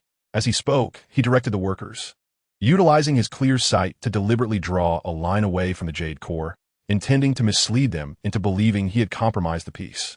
After savoring their disappointment, he would then cut into the side that revealed the jade core, providing the assembled industry magnates with a genuine experience of the dichotomy between heaven and hell. As they had spoken of it, the workers commenced their task, the saw blade descending along Zhao An's line, while a slender pipe sprayed water to cool the blade. Amidst the splattering mud, Zhao An resembled a gambler, eyes wide and fists clenched, repeatedly murmuring, "Green, green, green." In truth, it was all an act. He was merely indulging in theatrics. The onlookers had no benevolent intentions, and without a bit of mischief, their hearts would remain unfulfilled. As the saw reached its end, a thunderous roar ceased abruptly, and the machine ascended automatically. Zhao An dashed forward, steadying himself against the cut surface, and amidst the collective breath-holding of the crowd, revealed the outcome. Indeed, the stone was of a grayish-white quality, devoid of any green, let alone the coveted glass-like clarity. Some in the crowd shook their heads, lamenting, "Alas, it's ruined. What a disappointment." Others echoed, "What a pity, what a pity. It's hardly worth 50,000 now." Both old Jiang and old Han displayed their disappointment, yet refrained from mentioning the purchase of the rough stone. After a brief moment of dismay, Zhao An, unwilling to concede, took a deep breath and drew another line on the opposite side of the stone, this time along the edge of the jade core. Once cut, it would unveil the complete glass-like quality, and he could not wait to witness the astonishment on their faces. In no time, the stone was fully cut, and as Zhao An opened the surface, an ecstatic expression illuminated his face. "Huh, it's green. Look, it's green." The guests surrounding stretched their necks, eager to see Zhao An turn the cut face. They could not help but gasp in awe. "My goodness, it has revealed water. It is indeed a glass-type jade, and of a remarkably high green hue." Some remarked, "This must be an entire jade core. It's evident that the previous cut was not executed properly." Zhao An chuckled heartily, with a hint of arrogance, proclaiming, "Cut again. Let us ensure we reveal the entirety of this overlooked mountain material, and ascertain whether it is indeed a premium jadeite." Thus, the skilled worker followed Zhao An's directive, cutting along the already exposed edges of the jade core. This time, the revealed quality was still a vivid, translucent green, as clear and bright as glass, glistening with a luminous sheen. "Cut! Continue cutting," Zhao An commanded, brimming with pride like a victorious rooster, directing the work until the raw stone was completely sliced. After the edges were polished away with a grinding wheel, a jadeite rough of substantial size, radiant and translucent, was presented before everyone. Old Han gazed at the rough jadeite with rapt fascination, murmuring, "Glass type. It has been many years since I have witnessed such a large piece with such exquisite water content." "Lao Jiang, when was the last time you saw something like this?" Observing Zhao An's overconfident demeanor, old Jiang spoke in a grave tone. "Young man, are you selling this jadeite? If so, name your price. Of course it will be sold. I have no plans for deep processing." Zhao An paused before continuing. "As for the price, please wait a moment." The speaker was AI Qingru, who had been silently observing from the sidelines. She gracefully approached, her long legs elegantly striding forward, a smile lighting her face as she said, "What a pity. I misjudged. Seeing such splendid jadeite has piqued my interest. Moreover, there is a pressing demand in the market for high-end jadeite. I'm currently troubled by a lack of stock in my store." AI Qingru scrutinized the rough jadeite closely, nodding as she addressed old Jiang, Uncle Jiang. "I too wish to partake in the competition for this jadeite. I hope you won't mind." Old Jiang scoffed, a sardonic smile escaping his lips as he replied, "Nothing wrong with that." With her smile unwavering, AI Qingru suggested, "Let us proceed with a silent auction. Those wishing to participate can write down their bids along with their names on slips of paper, which Mr. Zhao and will ultimately use to select the winner. Of course, if Mr. Zhao is not satisfied with the final price, we can hold a re-auction." This idea was well received, and the crowd nodded in agreement. Old Jiang raised no objections. Thus, Chen Dong procured paper and pens, and interested guests sequentially filled in their bids, signing their names before folding the slips and handing them to Zhao An. As Zhao An caught a faint, elusive scent wafting through the air, he nearly lost focus. However, prioritizing the matter at hand, he briefly regained his composure as he opened the slips to inspect the bids. Offers range from 25 million to 28 million, and some even reached 30 million. Yet none met his expected price. Old Han's bid was notably high at 35 million, slightly surpassed by Old Jiang's 36 million, while AI Qingru topped them all with a bid of 37 million. Upon witnessing the outcome, Zhao An began to comprehend the implications of AI Qingru's earlier suggestion regarding a discreet bid. She had evidently gauged the offers of others accurately, aligning perfectly with the estimations following the upgrade of his true eye. Taking a deep breath, Zhao An proclaimed, "I have reviewed the concealed bids. The highest offer is from him." He deliberately prolonged the suspense for a moment, unfurling AI Qingru's bidding note with a resounding voice. "The highest bid comes from Miss AI, amounting to 37 million. As he spoke, a smile graced his face. "Congratulations, Miss AI. This exquisite glass-type high-green jadeite is now yours." AI Qingru's expression was enigmatic as she initiated the applause, which was joined by the other guests in a scattered yet enthusiastic response, echoing congratulations. She graciously acknowledged, "I appreciate everyone's generosity." Upon concluding her words, she summoned a strikingly attractive female secretary, who approached Zhao An to request his bank card details. With a swift motion, she began to input the information on her phone, evidently initiating a direct transfer to Zhao An. Just as Zhao An felt a pang of envy for the secretary's device capable of handling substantial transactions, his registered phone number received a notification indicating the funds had been successfully transferred. Simultaneously, a mechanical voice echoed in his mind. "You have gained 37 million in luck points." 37 million in luck points. Your true eye has been upgraded. Please check the new features available. Indeed, the upgrade had come as anticipated. Once the luck points reached 10 million, the true I would ascend to level 5, while the next tier would likely require over 100 million. With the recent earnings of 37 million renminbi, alongside the previous sale of the Golden Picio for 8 million and a lottery win of 400,000, subtracting the 510,000 spent at the auction, Zhao An's account now boasted over 44 million. In just a few days, he had amassed over 40 million, finally achieving financial independence after a lifetime of scarcity. Financial freedom signifies a state where one is unburdened by living expenses and is no longer compelled to toil for money. With over 40 million in cash, even if deposited in a bank for interest, Zhao An could live comfortably for the remainder of his life. Nonetheless, he understood that this sum was merely the beginning. The doors to a new world had swung open for him.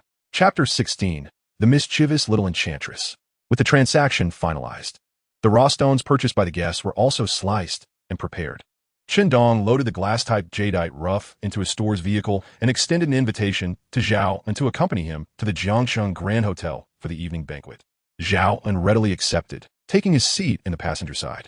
The banquet was a buffet-style affair, hosted by Asang Jewelry, which had reserved the entire restaurant to express gratitude to the esteemed guests for their support.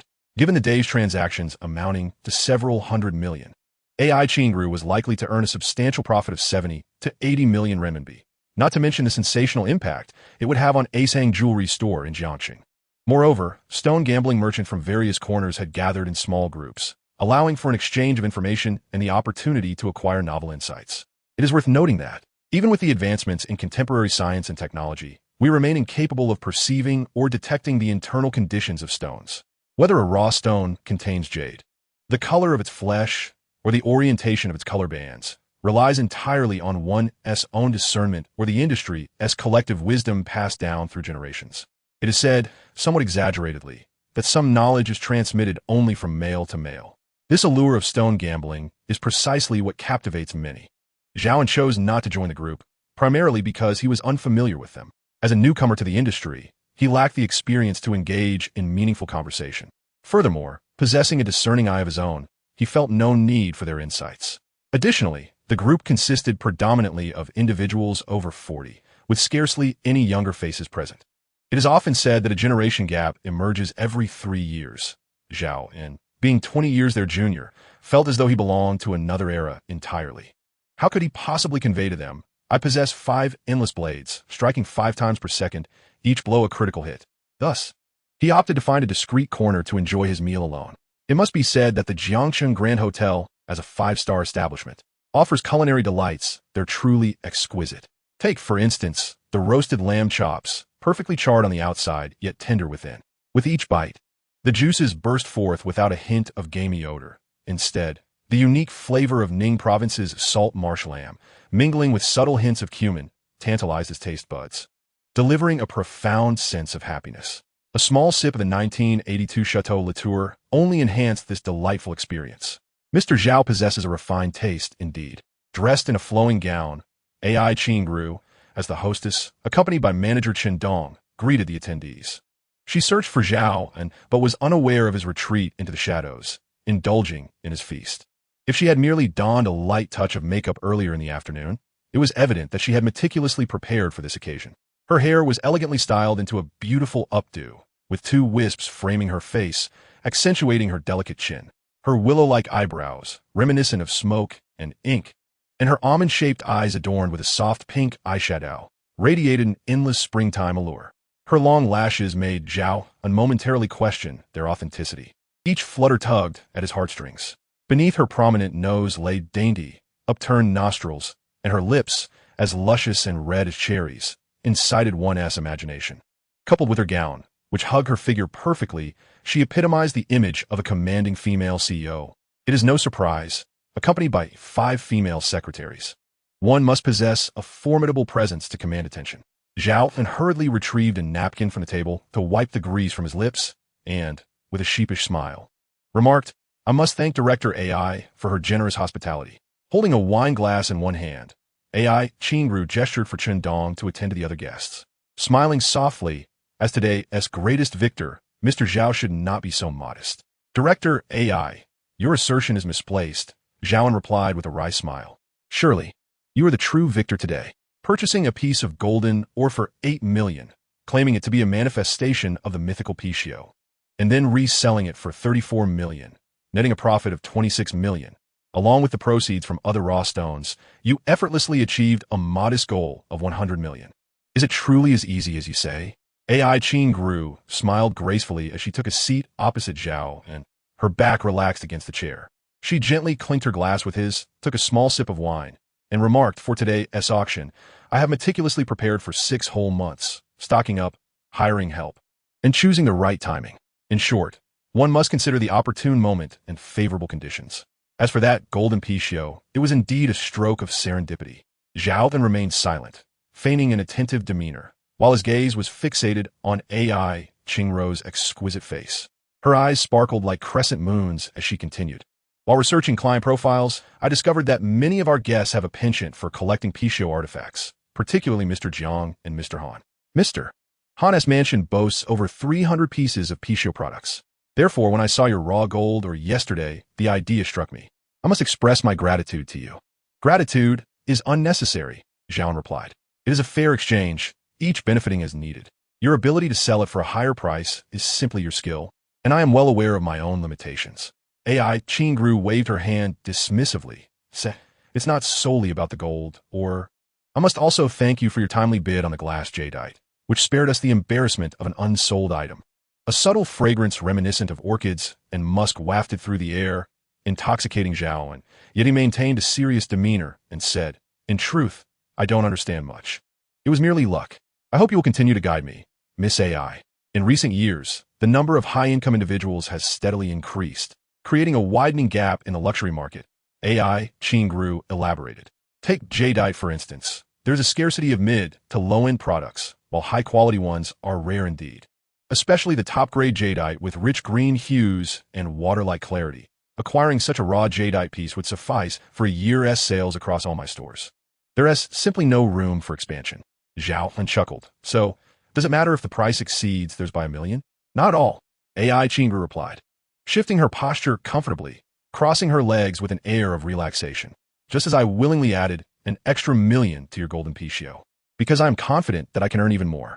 So if you were to raise your bid by another 1 million, it would be of no consequence. Leaning slightly forward, her upper body inclined, she exhaled softly like a fragrant flower, adding, moreover, your performance at the stone analysis site was rather lackluster. Feigning ignorance to her striking beauty, Zhao An inquired, Performance? What performance? I'm not quite sure what you mean. Ah, the pretense, AI Qingru chuckled lightly. My father also started with gambling on stones. Since I was 10, aside from completing my studies, I accompanied him to various jadeite markets, witnessing countless stone gambling scenes. Thus, your little tricks appear rather clumsy in my eyes. Zhao An's face flushed with embarrassment as he murmured, Is it really that obvious? It was merely luck. Overwhelmed by her incisive inquiries, he found it increasingly difficult to maintain his composure. AI Qingru had shifted her sitting position 4 times, each exuding a different charm. The beauty she was born with, coupled with her multifaceted allure, left him utterly captivated. The transformation of style, borrowing from popular online comments, can be expressed as mother's friend, the kind aunt, the charming female superior, the female classmate at the same desk.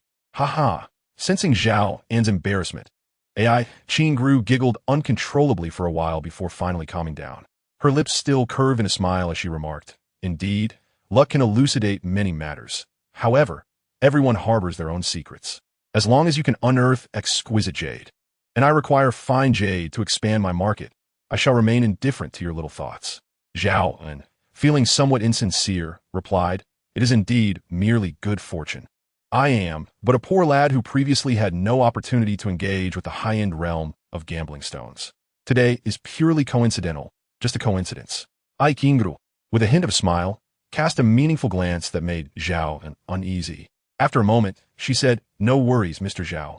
Gambling stones are said to embody both heaven and hell in a single thought. I believe in your abilities, or perhaps your so-called luck. There will certainly be numerous opportunities for collaboration in the future. With that, she gestured behind her, and a beautiful female secretary came hurrying over, placing a business card in her hand. AI Qingru slid the card across the table toward Zhao An, smiling as she said, The jade raw stones in Jiangcheng are far too limited. The city of Relics in Yunnan province is where you truly belong.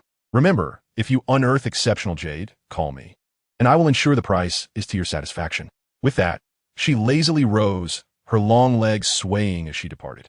As the enchanting little sprite finally left, Zhao An silently recited, Guanxian Bodhisattva, when deep in the profound Prajnaparmitha, perceives that the five aggregates are empty. Form is emptiness. Emptiness is form. After reciting the Heart Sutra, Zhao An managed to quell the turmoil within him. AI Qingru's every smile and frown radiated astonishing charm, yet she maintained an elusive distance, leaving one feeling both tantalized and frustrated. However, she spoke the truth. Gambling stones indeed embodied both heaven and hell. Much like the afternoon auction, where many guests spent hundreds of thousands to millions on jade raw stones, Zhao An clearly perceived their true nature, either devoid of jade or pitifully lacking in substance. The excitement upon purchase would soon give way to inevitable disappointment upon cutting. Yet, Zhao An was exempt from such misfortune. With the true vision eye, a transcendent ability superior to mere X-ray vision, he would undoubtedly thrive in the realm of gambling stones. Furthermore, as AI Qingru mentioned, Relics, situated near Zhao An's hometown, presented an opportunity worth exploring for potential lucrative endeavors. Chapter 17. The New Function of True Vision. After carefully stowing away AI Qingru's gilded business card and enjoying a hearty meal, Zhao departed from the Jiangcheng Grand Hotel without bidding farewell to the host. He felt a twinge of apprehension towards AI Qingru, fearing that her keen eyes might discern something more. The enhancement merely expanded the range of available arrangements. It also introduced a marking feature for key targets of interest for the host. Is this akin to a search engine function for the True Vision eye? Could it yield desired results simply by inputting keywords? Perhaps it's time to test this new feature. A true eye was inserted into the city police station, searching for Li Ziyuan. Instantly, the perspective shifted, and Zhao An, as if present at the scene, beheld Li Ziyuan seated at her desk, diligently organizing materials with a serious demeanor. Clad in her uniform, she exuded an extraordinary aura of confidence. Her unadorned face remained fair and delicate. Her gently furrowed brows hinted at an intriguing charm, and her clear eyes, devoid of any impurities, seemed capable of seeing into the depths of one's soul. The slight curve of her lips almost compelled Zhao An to rush over and kiss her, though he refrained, perhaps out of fear of interrupting her service to the people, or simply from the dread of a reprimand. Another true eye was directed towards the Jiangcheng Grand Hotel, searching for AI Qingru.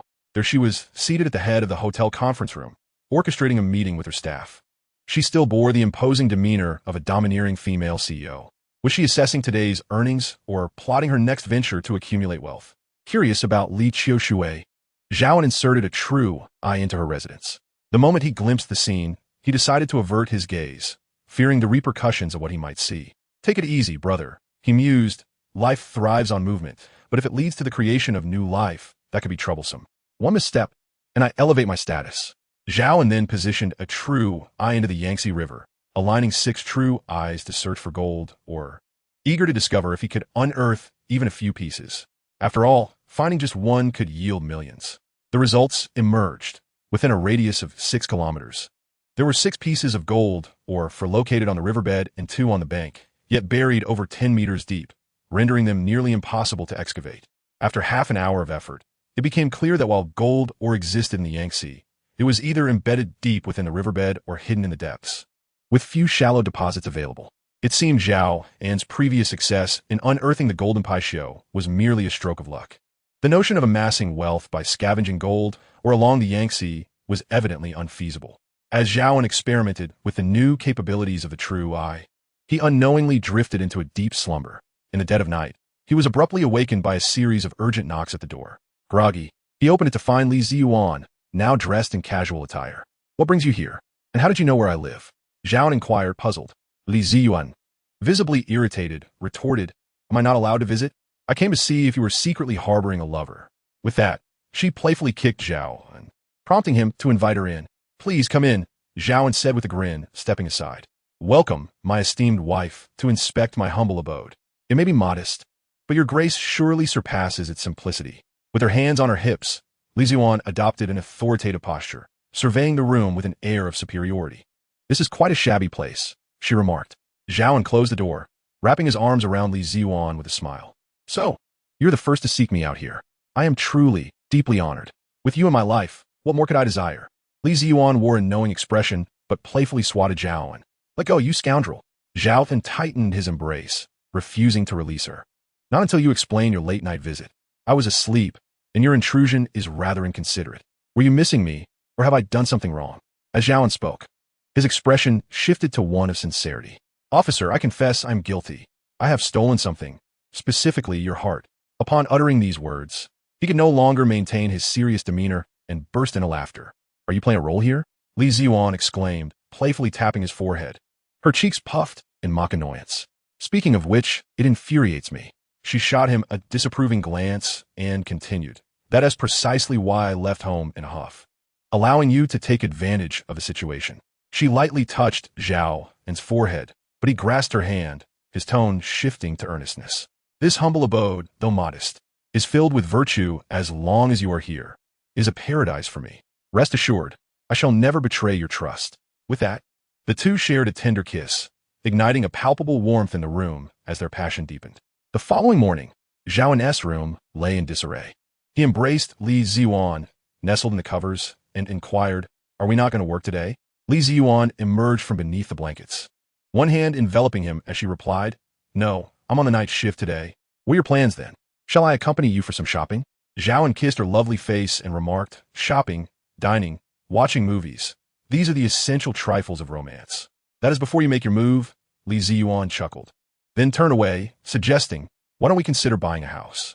Zhao An paused, and Li Ziyuan hastily elaborated, I've been working for 4 years, and I don't spend much. My father helped with my car. Currently, I have over 200,000 in my salary account. A modest down payment on a small place should not be an issue. 2 bedrooms, or even 1. We could have our names on the deed, establishing our own nest. Zhao An felt a surge of emotion. Compared to Yang Yakin's materialistic tendencies, Li Ziyuan radiated a simplicity akin to that of an angel. He took her hand and said, There is no need for a small purchase. If we buy, let it be grand, a villa. I am financially capable. Li Ziyuan looked at him in bewilderment. A villa? Surely you jest. In Jiangcheng, a villa costs at least 10 million. I see you residing in such a modest place, devoid of a true home. A small, simple house would suffice for my contentment. Zhao An retrieved his phone, opened a bank notification received the previous day, and showed it to her. The message read, Transaction alert, 37,000,000 yuan. Date, XX year, XX month, XX day, 1733. Account, XX 953. Type, quick transfer. Balance, 468, 745, 631 yuan. Li Ziyuan, her fingers tracing the screen as she counted the balance, gasped, Over 40 million. How could you possess such wealth? Did you rob a bank? With your petite frame, that seems unlikely. Are you feeling cheeky? Zhao An retorted, slightly irritated by the teasing. I've had a stroke of luck recently. I bought a few lottery tickets and won 500,000.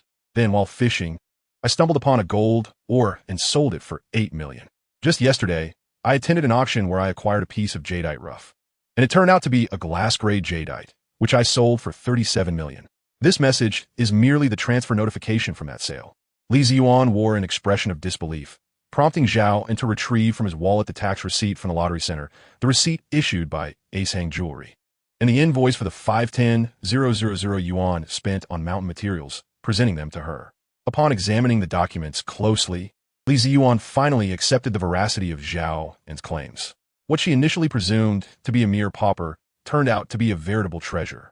Suddenly, Li Ziyuan sprang from the bed, disregarding her exposed figure, and exclaimed, What are we waiting for? Get up, let's go house hunting. Noticing Zhao An gazing intently at her vulnerable areas, she playfully chided, What are you staring at, you little lecher? Zhao An chuckled, A lecher is a lecher. Why add that descriptor? Li Ziyuan wrapped her arms around his neck, teasingly remarked, Oh, well, I'm holding back quite a bit. Is that sufficient? Zhao An gently kissed her soft lips and grinned. Darling, you're exceeding the speed limit. Li Ziyuan laughed. So what if I am? You have no authority to enforce the law. Zhao An replied, Who says I lack authority? I must enforce household rules upon you.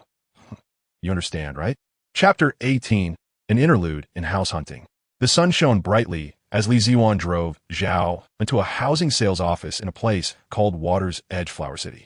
Located within Jiangqing's Villa District, where only the affluent resided, those among the elite of Jiangqing.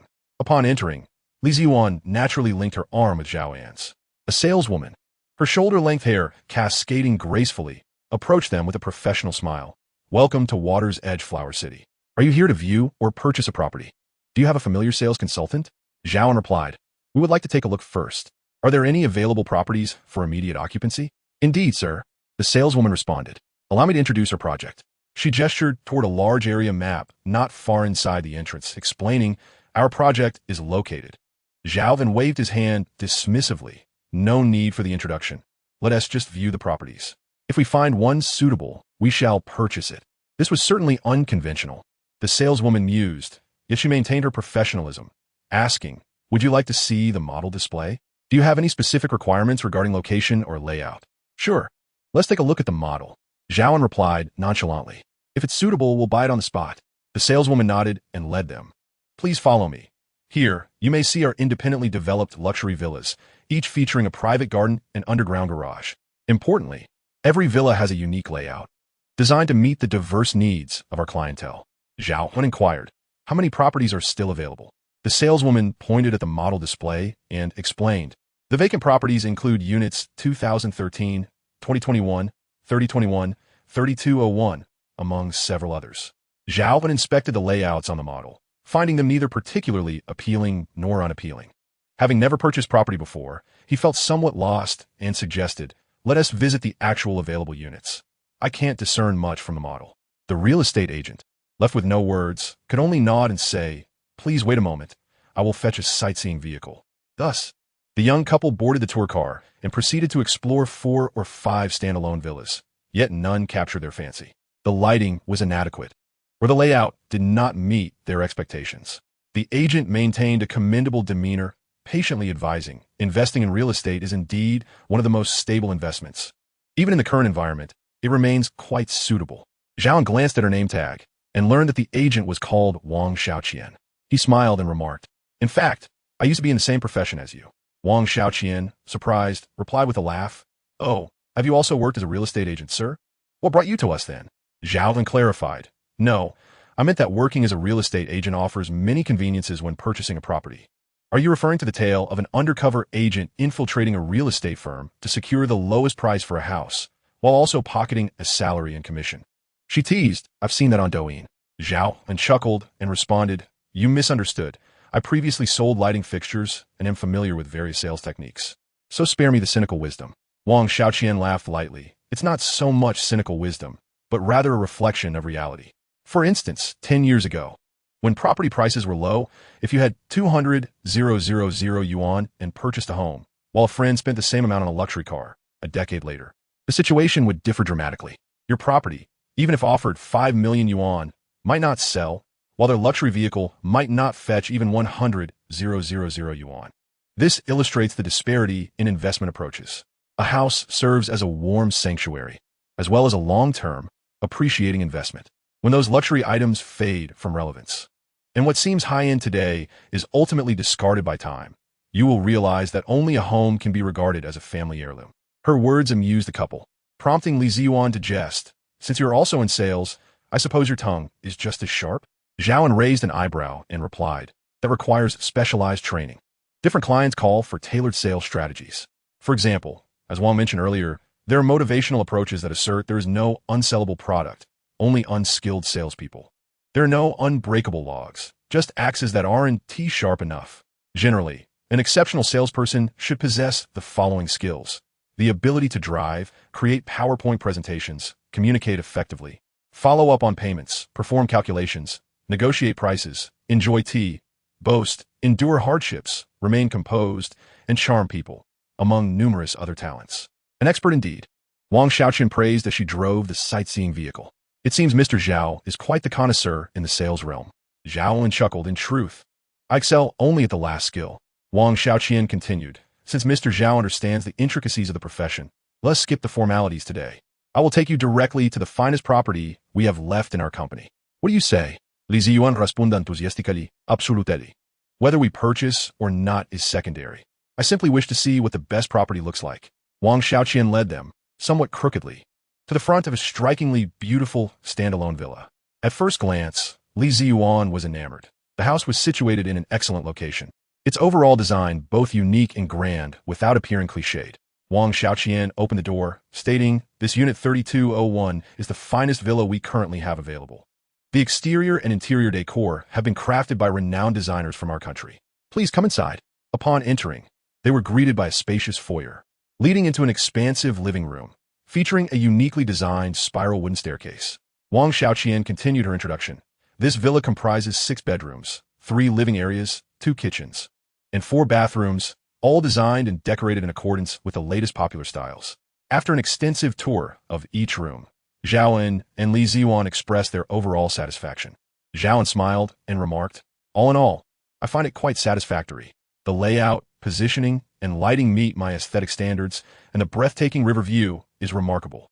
Seizing the moment, Wang Xiaoqian suggested, "Since Mr. Zhao is so fond of this villa, why not purchase it directly? Allow me to inform you that all appliances and furniture in this villa are from top-tier brands, ready for immediate occupancy. Moreover, if you buy today, you can enjoy a special discount of 5 off. Seize the opportunity while it lasts. Every bit saved counts." Both Zhao An and Li Ziwan were indeed very pleased. Zhao An even conducted a thorough inspection and found no unfavorable factors. Li Ziwan gazed at the villa marked 3201, her fondness growing, and inquired, "This house looks truly appealing. I wonder about the price." Wang Xiaoqian, beaming with joy, responded, "The price here is 50,000 per square meter." 50,000? Li Ziyuan's face scrunched up. "Is there any discount?" Wang Xiaoqian replied cheerfully, "Seeing your sincerity, and since you are my first clients of the day, and even of the week, how about this? I'll personally authorize an additional 5 discount for you." Li Ziyuan turned to Zhao An for his opinion. He shook his head and sighed internally, thinking to himself, "Buying like this, it's a wonder you're not getting swindled." Clearing his throat, Zhao An stated, "Miss Wang, I would like to know about the accompanying facilities, as well as the community's greenery ratio, the distance between rooms, and the average price of the houses." Wang Xiaoqian awkwardly smiled, a bead of sweat forming on her forehead, and replied, "Our community is equipped with a park, green spaces, a playground, a basketball court, and a small football field. There is a supermarket both inside and outside the community, and nearby, you will find an experimental elementary school and the Blue Sky Kindergarten. The security standards are the highest in the nation, and the distance between rooms exceeds 15 meters. And the average price?" Zhao An pressed further. Wang Xiaoqian replied, "The average price is 46,000. What about the discount?" Zhao An inquired persistently. 7%, sir. That is the maximum discount I can offer." Zhao An nodded in satisfaction and decisively concluded, "All right, we'll take this one. Let us proceed with the payment." Wang Xiaoqian was somewhat taken aback. She initially anticipated that these 2 guests might be difficult, yet to her surprise, they were quite straightforward. Cautiously, she inquired whether they would be paying in full or through a mortgage, mentioning that the company could facilitate the latter. Zhao An shook his head, stating that mortgages were too cumbersome and that they prefer to pay in full, expressing their desire to move in that very day. Subsequently, Wang Xiaoqian assisted Zhao An and Li Ziyuan in completing a series of formalities related to the property purchase.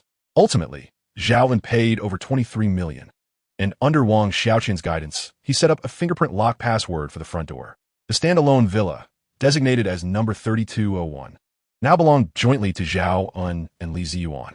Chapter 19, A Triumphant Return. Inside Villa 3201, Li Ziyuan pushed open the glass door to the 3rd-floor balcony and gazed at the distant, flowing river, her face reflecting happiness and contentment as she exclaimed, "This place is simply breathtaking. I never dreamed I would live in such a splendid house." Zhao An wrapped his arms around her waist from behind, chuckling, "Truth be told, I never envisioned this either.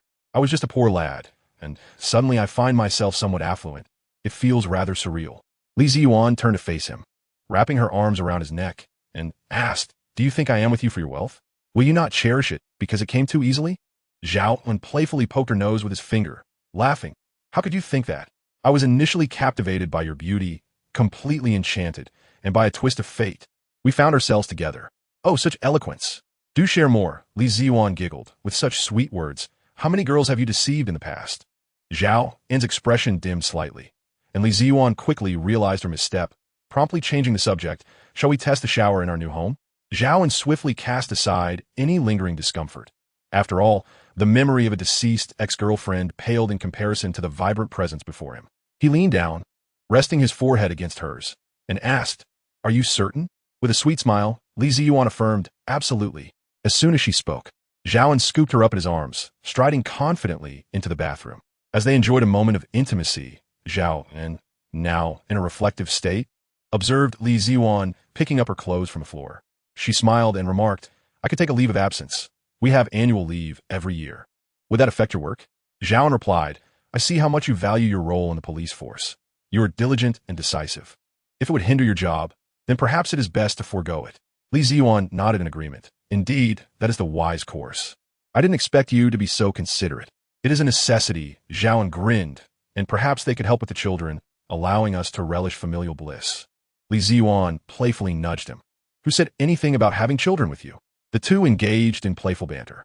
After a while, Li Ziyuan glanced at the time and kissed Zhao An on the cheek, saying, I must go to work. While I am away, don't let loneliness lead you astray. Or else. She shook her fist playfully in front of him. I know, I couldn't possibly stand against you, Zhao An replied, understandingly. Recalling a previous amusing incident, Li Ziyuan chuckled, as long as you know. Zhao An suddenly realized, so your intention in ensuring I was well fed was to prevent me from straying? You might be overthinking it. With you in my life, no other woman could ever catch my eye. Having arrived at the police station and changed into her uniform, Li Ziyuan settled into her position and began her work. Yuan, where were you last night? Did you not know that your mother and I were quite worried about you? The speaker was none other than Li Ziyuan's father, Li Zhangwu. Feigning a stern demeanor, Li Ziyuan remained silent, her gaze fixed on her documents. Observing her reaction, Li Zhangwu softened his tone. Yuan, it is one thing to block your mother's number, but why have you also placed your father on the blacklist? We are allies, after all. Deputy Chief Li Ziyuan replied earnestly. You are not my immediate superior, and I have no reports to make to you. Your presence is interfering with my work. I kindly ask you to leave. Looking around to ensure they were alone, Li Zhangwu pulled a chair beside Li Ziyuan and said, I initially disagreed with your mother's actions, but I could not intervene. You have no idea how worried I was after you left last night. Worried? Li Ziyuan retorted coldly. What were you worried about? Surely, it was that I might not find a husband. That was your mother's concern, which I have never supported. Li Zhangwu clarifia. You are my precious little girl. How could I bear the thought of you marrying? Li Ziyuan scoffed. My mother is simply afraid I want to get married.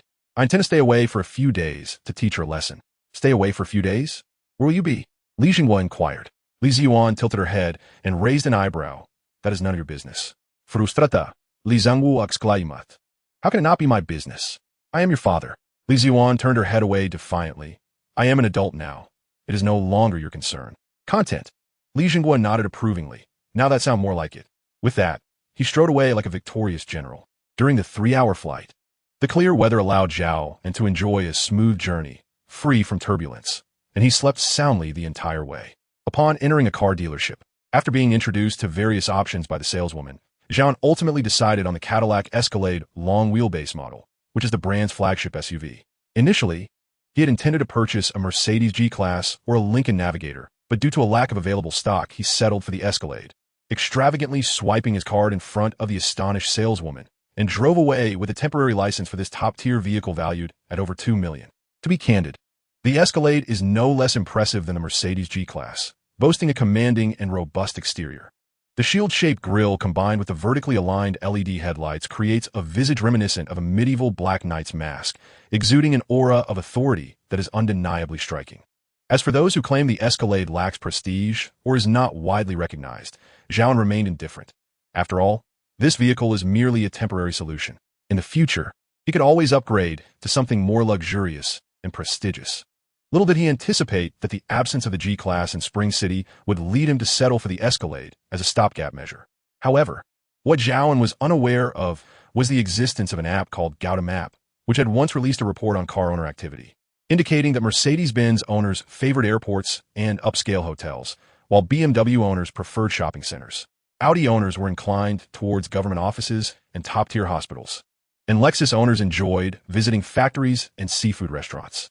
Cadillac owners, on the other hand, had a penchant for bathhouses and sauna clubs. Thus, passers-by might wonder, is this gentleman driving a Cadillac Escalade on his way to a bathhouse or sauna? Amusing. Chapter 20. Out with the old, in with the new. I long to be as free as a dream and as resilient as the sky. After a journey of over 2 hours, the Escalade finally entered the quaint little town where Zhao An had grown up turning into the old residential complex where his parents resided. Upon entering, Zhao An promptly closed the door behind him and said, "Mom, there's no need to buy any more groceries. I love everything you cook." "Where's Dad? Isn't he home?" "Your father hasn't finished work yet," Lu Xiaofan replied, pulling Zhao An closer with a smile. "It's been over a year since we last met. Let me see you." "Oh, you've lost weight and grown taller." In the eyes of his parents, their child seemed forever to be their little darling, never truly grown. Zhao An chuckled awkwardly. "I'm not really growing. It's just that losing weight makes me appear taller." "You're still growing?" Lu Xiaofan insisted. "They say at 23, one can still gain a bit more height, and you just happen to be 23. Lu Xiaofan was aware of Yang Yakin, having heard Zhao An mention her during their 5-year relationship. Though she had never met her in person, her expression dimmed slightly as she sighed. "Well, if it ends, it ends. My son is quite the catch. He can find another one. Although we may be somewhat poor, we earn a living through hard work and lead a simple life. Surely, we need not fear finding a daughter-in-law." Turning to Zhao An, she added, "Son, how about I introduce you to someone? When you have time, you could go on a date. What do you think?" "Not a chance. If I really went on a blind date, Li Ziyuan would probably kill me," Zhao An thought to himself, while reassuring his mother, "Oh, Mom, please don't worry about these matters. Besides, our family will soon shed the label of poverty. We are making money now and have even bought a house and a car." Lu Xiaofan looked at him in confusion. "But you just graduated. How could you have earned enough to buy a house and a car already? It sounds a bit unrealistic to me. The car is parked downstairs. Come see for yourself," Zhao An said, leading Lu Xiaofan to the balcony. Still somewhat in disbelief, Lu Xiaofan exclaimed, "My goodness, son, such a large and beautiful car. Did you really buy it?" Zhao An chuckled. "Mom, rest assured it truly is mine. Why don't we go downstairs? I'll take you for a drive." "How shameless." Lu Xiaofan playfully smacked Zhao An on the shoulder. "Do you think I am that superficial? And about your earnings, how could you make so much all at once?" "It's not." "Mom, just relax," Zhao An interjected quickly. "You know me well enough. This money is absolutely legitimate. I wouldn't want any ill-gotten gains. I'm hungry. Can we eat now?"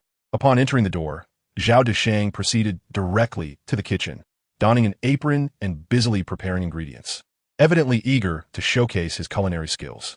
Lu Xiaofan followed suit, lending a helping hand while quietly conversing with Zhao Deshang. He glanced up momentarily, a nonchalant mem escaping his nostrils, before returning to his task of sorting the vegetables. Observing this, Zhao An chuckled and said, "Dad, may I discuss something with you?" "What matter is it?" Zhao Deshang replied without lifting his gaze. "I recently earned some money and purchased an apartment in Jiangqing. I would like to bring you and Mom over to live with me," Zhao An explained. "I mentioned this to Mom earlier, but she flatly refused. Could you perhaps persuade her?" Zhao Deshang pondered for a moment and replied earnestly, "My son, your mother and I have lived here for the better part of our lives. Though our existence has been somewhat modest, we have few desires. 3 meals a day and simple fare suffice. Moving to an unfamiliar place and adapting to a new environment can be daunting. As one ages, nostalgia becomes more profound. Here, we have familiar relatives, friends, and neighbors. The notion of abruptly relocating to a new place feels unsettling.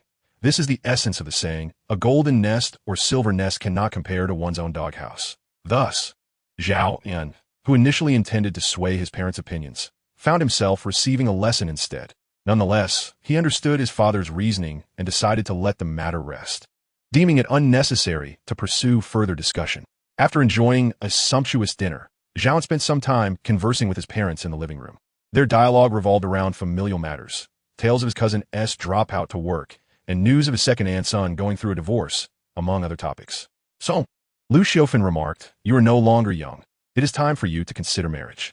Your father and I are eagerly awaiting the arrival of grandchildren." While Zhao An contemplated Li Ziyuan, he was not prepared to divulge this to his parents just yet. Instead, he evasively replied, "All right, I understand. In a few days, I will earnestly seek a daughter-in-law for you. I will stroll through the market and inquire with any pretty young lady I encounter." Lu Xiaofan retorted with exasperation, "Stop your nonsense. Though we live in an era of youthful romance and freedom, your approach is rather unorthodox. Let me tell you, if you were to pursue a relationship, it must be done with dignity and integrity. Do you understand?" Zhao An, feeling a bit impatient, replied, "I get it, Mom. To be honest, I recently started dating someone in Jiangqing, but we have only just established our relationship. Therefore, please refrain from interfering in my marital affairs. I am an adult and fully aware of my own heart." Lu Xiaofan's eyes widened with delight. "Really?" She cast a glance at Zhao Deshang, exclaiming, "I knew our son was exceptional." The following morning, Zhao An's parents departed for work, while he, possessing the unique ability of true sight, found himself well-suited for the world of gemstone gambling, particularly in high-stakes scenarios. He eagerly engaged in research online, following several TikTok influencers who specialized in jade, gradually familiarizing himself with concepts such as jade varieties, water classifications, land distinctions, and color discrepancies, no longer the uninformed novice he once was. Initially regarded as jadeite, it is, in fact, characterized by numerous classifications and distinctions. The various grades of water content can be categorized from high to low as follows: glass type, high ice, jelly type, ice type, glutinous ice, lotus type, glutinous type, and bean type. Moreover, jadeite is not limited to the color green. It also encompasses hues of red, yellow, blue, white, and purple, although green remains the most esteemed. Among these, the most vibrant shade is referred to as high green or vivid green, while the pinnacle of green is known as imperial green. Feeling rather idle, Zhao An believed he had sufficiently acquainted himself with the subject. Around noon, he took another excursion to the bank, transferring 200,000 yuan to Liu Xiufan's card before embarking on a solitary journey to the jadeite haven of Relics, situated over 100 kilometers away. Chapter 21. The Gamble of Stone Again. Since ancient times, Relics has been a significant hub for jadeite trade with Myanmar, and it presently stands as the largest jadeite distribution center along the border. Approximately 6,000 tons of raw materials are imported from Myanmar to Relics each year, forming a comprehensive industrial chain encompassing raw material procurement, processing, wholesale, and retail, thereby attracting jewelers from dozens of countries worldwide. When Zhao An arrived in the city center of Relics, it was already 2 o'clock in the afternoon. Various jadeite advertisements at the intersections beckoned passing vehicles, signifying that this was indeed the distinctive jade capital. Following the guidance of the billboards, Zhao An drove to a sizable jadeite wholesale market, where finished products and semi-finished goods were available alongside unprocessed raw stones. As soon as he alighted from his luxurious Cadillac, a swarm of brokers approached him, leaning against his vehicle and inquiring about potential purchases, brandishing an array of jadeite items, their vibrant green hues quite alluring. Upon asking for prices, they would assert, "I can see your familiar face. For mere 180,000, it can be yours," presenting an overtly straightforward demeanor. However, anyone with a modicum of intelligence would dismiss such offers. Zhao An remained unperturbed, employing his discerning eye to realize that these were nothing more than worthless trinkets. Some even counterfeit glass products. The jadeite displayed at the market counters was of significantly higher quality, yet the listed prices were exorbitantly inflated, far exceeding their true value. Regardless of whether the broker's worthless items or the finished products at the counters, none were what Zhao An sought.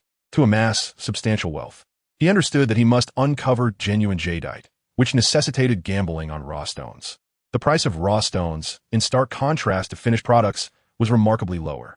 Ignoring the broker's attempts to entice him, Zhao An made his way directly to the raw stone trading area at the back rows. Observing the futility of their efforts, the brokers dispersed in search of new targets. Only one broker, appearing to be in his 20s, slightly plump and with a shiny complexion, hurriedly caught up with Zhao and, breathlessly exclaiming, "Brother, wait."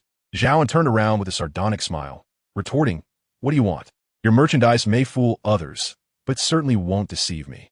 The broker, sheepishly smiling, replied, "I see you're a discerning individual, so I won't embarrass myself with this little stock. Are you interested in gambling on raw stones?" As he spoke, he tucked the trinket he held into the small bag slung over his shoulder. Noticing Zhao An's slight nod, the broker enthusiastically introduced himself. "I am Wei Xiong. Having mingled in this area since childhood, I am familiar with various bosses. If you like, I could guide you, and should you be in good spirits, a modest fee for my efforts would suffice." Zhao An found the man's overfamiliarity somewhat perplexing, yet he genuinely required a guide. Being a novice himself, he was utterly oblivious to the nuances of the market and social dynamics. Having someone like Wei Xiong, who was well acquainted with the market, would undoubtedly serve as a more prudent lubricant than recklessly venturing to purchase raw stones alone. With this thought in mind, Zhao An scrutinized Wei Xiong for a moment before affirming, "Then lead the way. If I procure satisfactory jadeite raw stones, you shall not lack for your reward." Recognizing that Zhao An was no naive, Wei Xiong eschewed any frivolous banter and promptly led the way. As they walked, he remarked, "Come, follow this path. You appear to be a discerning individual. I assure you, I will not exert unnecessary effort to deceive you." Zhao An, unperturbed by the prospect of being duped, maintained his keen insight, Any deceitful ploy would hold no sway over him. After all, as long as no money exchanged hands, who would dare to rob him openly? Wei Xiong guided Zhao and through several rows of stalls until they arrived at a shed brimming with raw stones. Upon arrival, Wei Xiong greeted the proprietor with familiarity, indicating their acquaintance. The owner graciously offered them cigarettes, which Wei Xiong accepted with a smile, while Zhao An politely declined. Upon learning that Zhao An intended to purchase jadeite raw stones, the owner inquired, "How many tons do you wish to buy?" Zhao An was momentarily taken aback, realizing that the wholesale implication was to buy by the ton rather than individually. This presented a dilemma for him, as he lacked a vehicle capable of transporting such a substantial quantity. Tentatively, he asked, "What is the price per ton?" The owner gestured towards the raw stones in the shed, stating, "These are 2,000 per ton, those a bit further are 2,500 per ton, and those over there are 3,000 per ton. For purchases exceeding 10 tons, I can offer a reduction of 200 per ton." Resolutely, Zhao An proposed, "How about this? I will select a few pieces at random, and for each piece I choose, I will pay you 2,000. How does that sound?" The owner contemplated the deal and deemed it profitable, thus agreeing to the terms. With his true eye activated, Zhao An began to sift through the mountainous array of jadeite raw stones. Under the scrutiny of his discerning vision, most of these stones proved to be worthless, with only a few containing genuine material. Ultimately, Zhao An selected 3 stones that contained jade and 1 worthless piece to serve as a distraction. According to his true eye's appraisal, these stones were worth a mere 200,000 to 300,000 each, rendering their overall quality rather mediocre. After paying the owner 8,000 yuan, Wei Xiong fetched a flatbed cart to transport the 4 selected stones. He willingly pushed the cart alongside Zhao An, though his mind was rife with questions. Zhao An's manner of speaking and his adeptness in business suggested he was a seasoned veteran. Yet his casual selection of raw stones, spending 8,000 yuan for 4 pieces, left Wei Xiong perplexed, as he could discern nothing of value. However, Zhao An had no intention of providing extensive explanations. He was primarily concerned with whether the rough stones he selected could yield a profit and fetch a handsome price. As he strolled through the market, he keenly observed the rough stones with his discerning eye. Yet, to speak candidly, the quality of the stones in this market left much to be desired. Most were dull and lacked any trace of jade. Occasionally, there might be a hint of color at the edges, but if the vendor polished these corners to reveal a colored spot, the stone could undoubtedly double in value. Nevertheless, Zhao An would never entertain such stones. Noticing Zhao An's somewhat dissatisfied expression, Wei Xiong chuckled and remarked, "It seems the boss is not entirely pleased. Is the quality of the stones here lacking?" There was indeed a tinge of disappointment, yet Zhao An's interest in the gambling stone trade remained undiminished. He still yearned for a substantial gamble, the kind that could lead to overnight wealth. Wei Xiong continued, "That's quite normal. The stone gambling in Relics is divided into night markets and morning markets, and this market pales in comparison, especially the night market, which is far more vibrant. Moreover, the quality of rough stones and semi-gambling stones there far surpasses what we see here." Zhao An expressed his surprise, exclaiming, "Oh, then I must witness that." The bustling gambling stone trading market in Relics, particularly the Jiegao morning market and the Dalong night market, was renowned for its liveliness. As night fell, Wei Xiong guided Zhao An on foot through the Dalong street night market. The streets were thronged with people, vendors displaying stones of various sizes along the way. After an afternoon of exploration, Wei Xiong had gained a basic understanding of Zhao An. Introducing him, "Mr. Zhao, these individuals are all jade miners from Myanmar, excavating rough stones from abandoned mines or through manual labor. Of course, they're also domestic sellers, and the quality is undoubtedly much superior to that of the market we visited this morning." Zhao An shifted his perspective and indeed found this to be true. Statistically, the stones here were vastly superior to those from the morning market, with jade quality significantly elevated. Wei Xiong further explained that these Myanmar miners, known as Yemushi, had decades of experience in jade excavation, possessing a keen eye for quality, and their sources of jade were varied, including places like Muna and Moksha. As Zhao An wandered along the street, he occasionally inquired with the vendors, feigning interest in the stones, yet he refrained from making any immediate purchases, choosing instead to observe, perhaps in search of a more promising target. Ultimately, he concluded that the stones here range from a few dozen to several 100,000, predominantly consisting of low-value rough stones and kilogram materials. As the lights glimmered to life, the bustling gambling stone market was indeed shrouded in darkness. Experts and enthusiasts alike wielded flashlights to seek out their desired treasures. This market seemed to favor dim lighting, as the subdued illumination facilitated a better discernment of jade quality. Suddenly, Zhao An's attention was captured by a particular rough stone stand not far ahead. A stone weighing around 7 to 8 pounds drew his eye. It was a large, roughly triangular stone, appearing earth-toned under the faint light of the night. Approaching the stand, Zhao An first pretended to examine the other stones before squatting down to sift through the offerings. Occasionally picking up a stone, I directed my portable flashlight onto its surface, examining it with an air of sophistication. The vendor, a young woman in her 20s with flowing hair, stood beside a sign proclaiming free stone cutting. She regarded Zhao An's actions with indifference, as the patrons passing through were accustomed to such behavior. Zhao An picked up a small azure stone and inquired about its price. The young woman, putting down her phone, calmly replied, "This piece is from Moxisha, priced at 30,000 per kilogram." Although the stone was not particularly large, weighing slightly over a pound, Zhao An's discerning eye revealed that the green hue was merely an edge detail, confined to the periphery, with no more color penetrating its interior. The assessment from his true vision indicated it was Moxisha jadeite rough, weighing 0.7 kilograms, containing high-grade icy jade material, with an estimated value of 70,000 RMB. Purchasing it for over 20,000 would still yield a profit of 50,000. Without hesitation, Zhao An decided, "I'll take this one." After paying 20,000 for the stone, he handed it to Wei Xiong and casually picked up a yellow rough stone, asking, "What about this one?" As soon as he lifted it, the young vendor smiled brightly and exclaimed, "Ah, this one is extraordinary. It's a stone of $1 million caliber. Despite its modest size, its quality was exceptional." Zhao An remained composed, though inwardly astonished. Indeed, the exterior of a rough stone could reveal much. Experienced individuals could discern many attributes through the stone's surface texture and luster. Yet the gamble remained perilously high. The true vision assessment revealed it was Moxisha jadeite rough, sourced from the Moxisha mine, weighing 38 kilograms, containing glass-like jade, with an estimated value of 20 million renminbi. This seemingly small stone held immense worth, and Zhao An was determined to acquire it. He raised his gaze and asked, "What's your best price?" "I'm genuinely interested."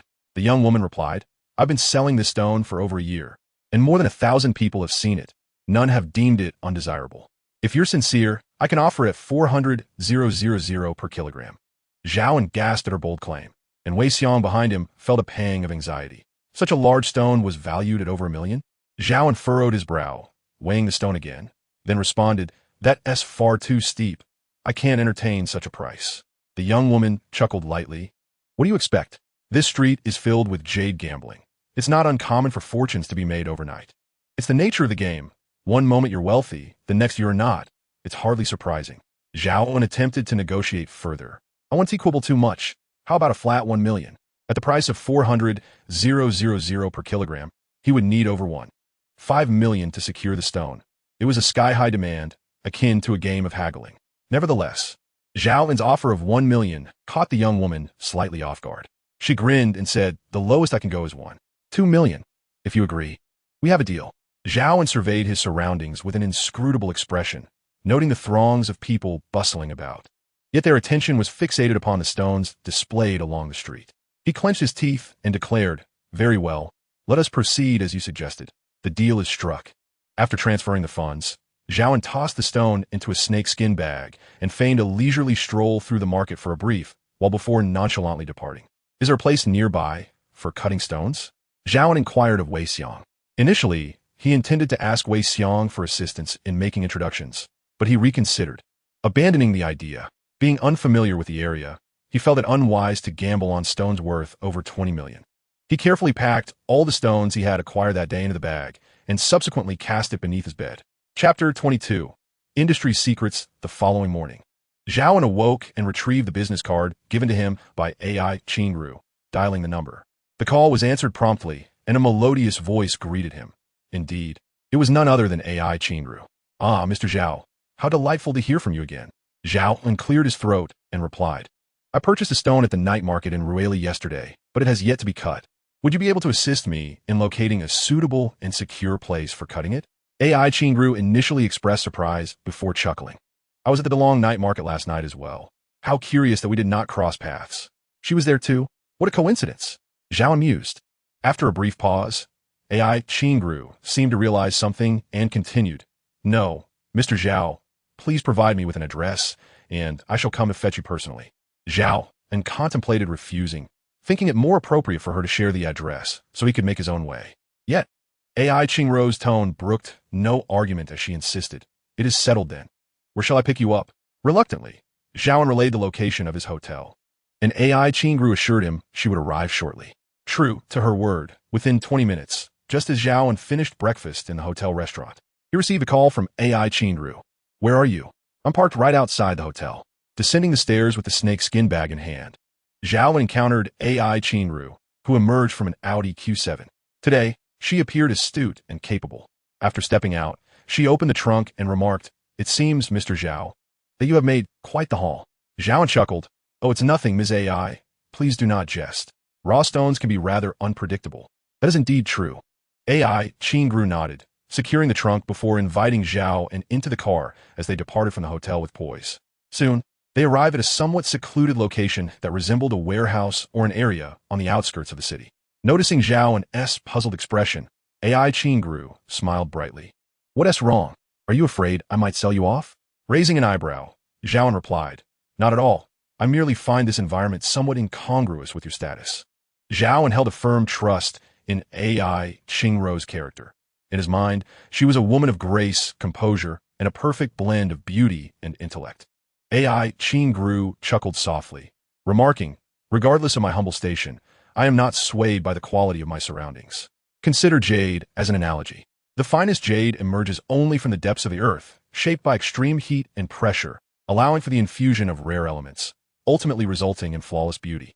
Thus, it is often in the most adverse environments that exceptional talent is nurtured, albeit with low probability." Before long, the Q7 came to a halt before a row of modest bungalows, with numerous vehicles parked along one side of the road. "We have arrived, Mr. Zhao. Please disembark," she said. AI Qingrou stepped out of the vehicle, followed closely by Zhao An, who unfastened his seatbelt and retrieved a snakeskin bag from the trunk. Leading the way, AI Qingrou guided Zhao An towards the bungalow. "This is our workshop in Rueli.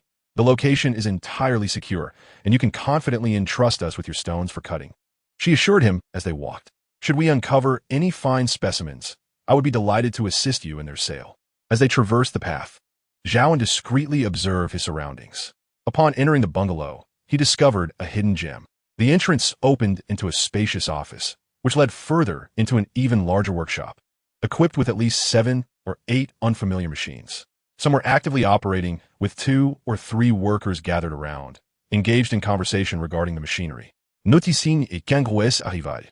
One worker nodded in greeting before inquiring, "Ms. AI, you are here quite early today." AI Qingrou glanced at the several stones that had been cut and sighed. "Is this what was processed today?" Her interest waned momentarily, turning her attention to the stones Zhao An had brought. Soon, the machines ceased their whirring, and the workers eagerly opened the machine's lid, revealing a stone cleaved in 2, which they gently placed on the ground before AI Qingrou. Crouching down, the worker cautiously lifted the lid, akin to a devout gambler revealing their cards, slowly and delicately exposing the stone within. "Marvelous! What a splendid find!" exclaimed the worker, as he noticed a glimmer of moisture at the cut, holding the stone aloft. "This is a glutinous ice type, and it appears the quality is rather mature. Although the angle of the fissure is less than ideal, we shall undoubtedly extract a few pieces suitable for crafting." Yet, a flicker of disappointment crossed AI Qingrou's eyes. Though she maintained an encouraging facade, "Not bad. Let us keep striving for more." She then turned to Zhao An, introducing him to the workers. "This is Mr. Zhao, a friend of mine. He has brought several stones today. I would appreciate your assistance in cutting them." The excitement on the workers' faces remained unabated as Zhao An promptly emptied the stones he had collected the previous day onto the table. One of the workers remarked appreciatively, "These stones have excellent skin. This gentleman clearly possesses an eye for quality." Just as Zhao An was about to modestly downplay the compliment, AI Qingrou interjected, "Let us not dwell on that. Our priority is to cut the stones brought by Mr. Zhao." Several workers, without hesitation, set to work after a brief examination. They placed the larger stones directly into a substantial machine, securing them before activating the robot to commence cutting. The smaller stones were handled manually. Workers sat before a more compact cutting machine, dripping water as they sliced. The smaller pieces were swiftly completed, and one worker, brimming with enthusiasm, approached with glee, exclaiming, It has increased. It has truly skyrocketed. He unveiled the stone's lid before Zhao An, revealing a lustrous and translucent hue within. It was of high-grade ice type and contained minimal cotton. One could only wonder how much the boss had procured this stone for. If it were less than 50,000, the profits would be remarkable. This was indeed the small raw stone Zhao An had acquired the previous evening at the Delong night market, while the larger piece was still being processed in the cutting machine. AI Qingru, the first to speak, chided, "You talk too much. Get back to work." She then pointed at the stone, directing, "Here, and here as well. Cut it all out."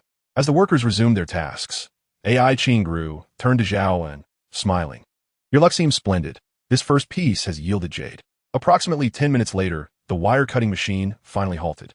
Zhao An and AI Qingru gathered around as the worker who had initially greeted AI Qingru opened the machine's lid, presenting the stone before Zhao An boss.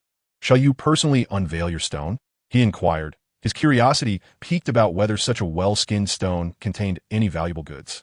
Zhao An accepted the stone, crouching down to imitate the worker's earlier stance, cautiously opening it. "By heavens, it's glass type. Haha, we are striking it rich."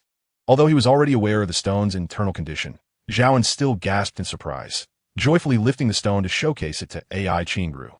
A glimmer of astonishment crossed AI Qingru's eyes, followed by her cheerful remark, "It is immensely lustrous, and the quality is remarkably aged. It is indeed Mashi Sha." She continued, "Mr. Zhao, are you willing to sell this stone? Based solely on this exposed window, I would offer you 5 million. However, continuing to cut may yield uncertain results. Perhaps even variations. Are you perhaps fantasizing?" Zhao An shot her a scornful glance, grinning. "I bought it for 5 million. Are you suggesting I sell it back to you for the same price? That would be futile, wouldn't it? What say you, AI? Qingru?" Not believing his claim of purchasing it for 5 million, nonetheless allowed him the liberty of not selling it immediately and instructed the workers to completely slice the stone open.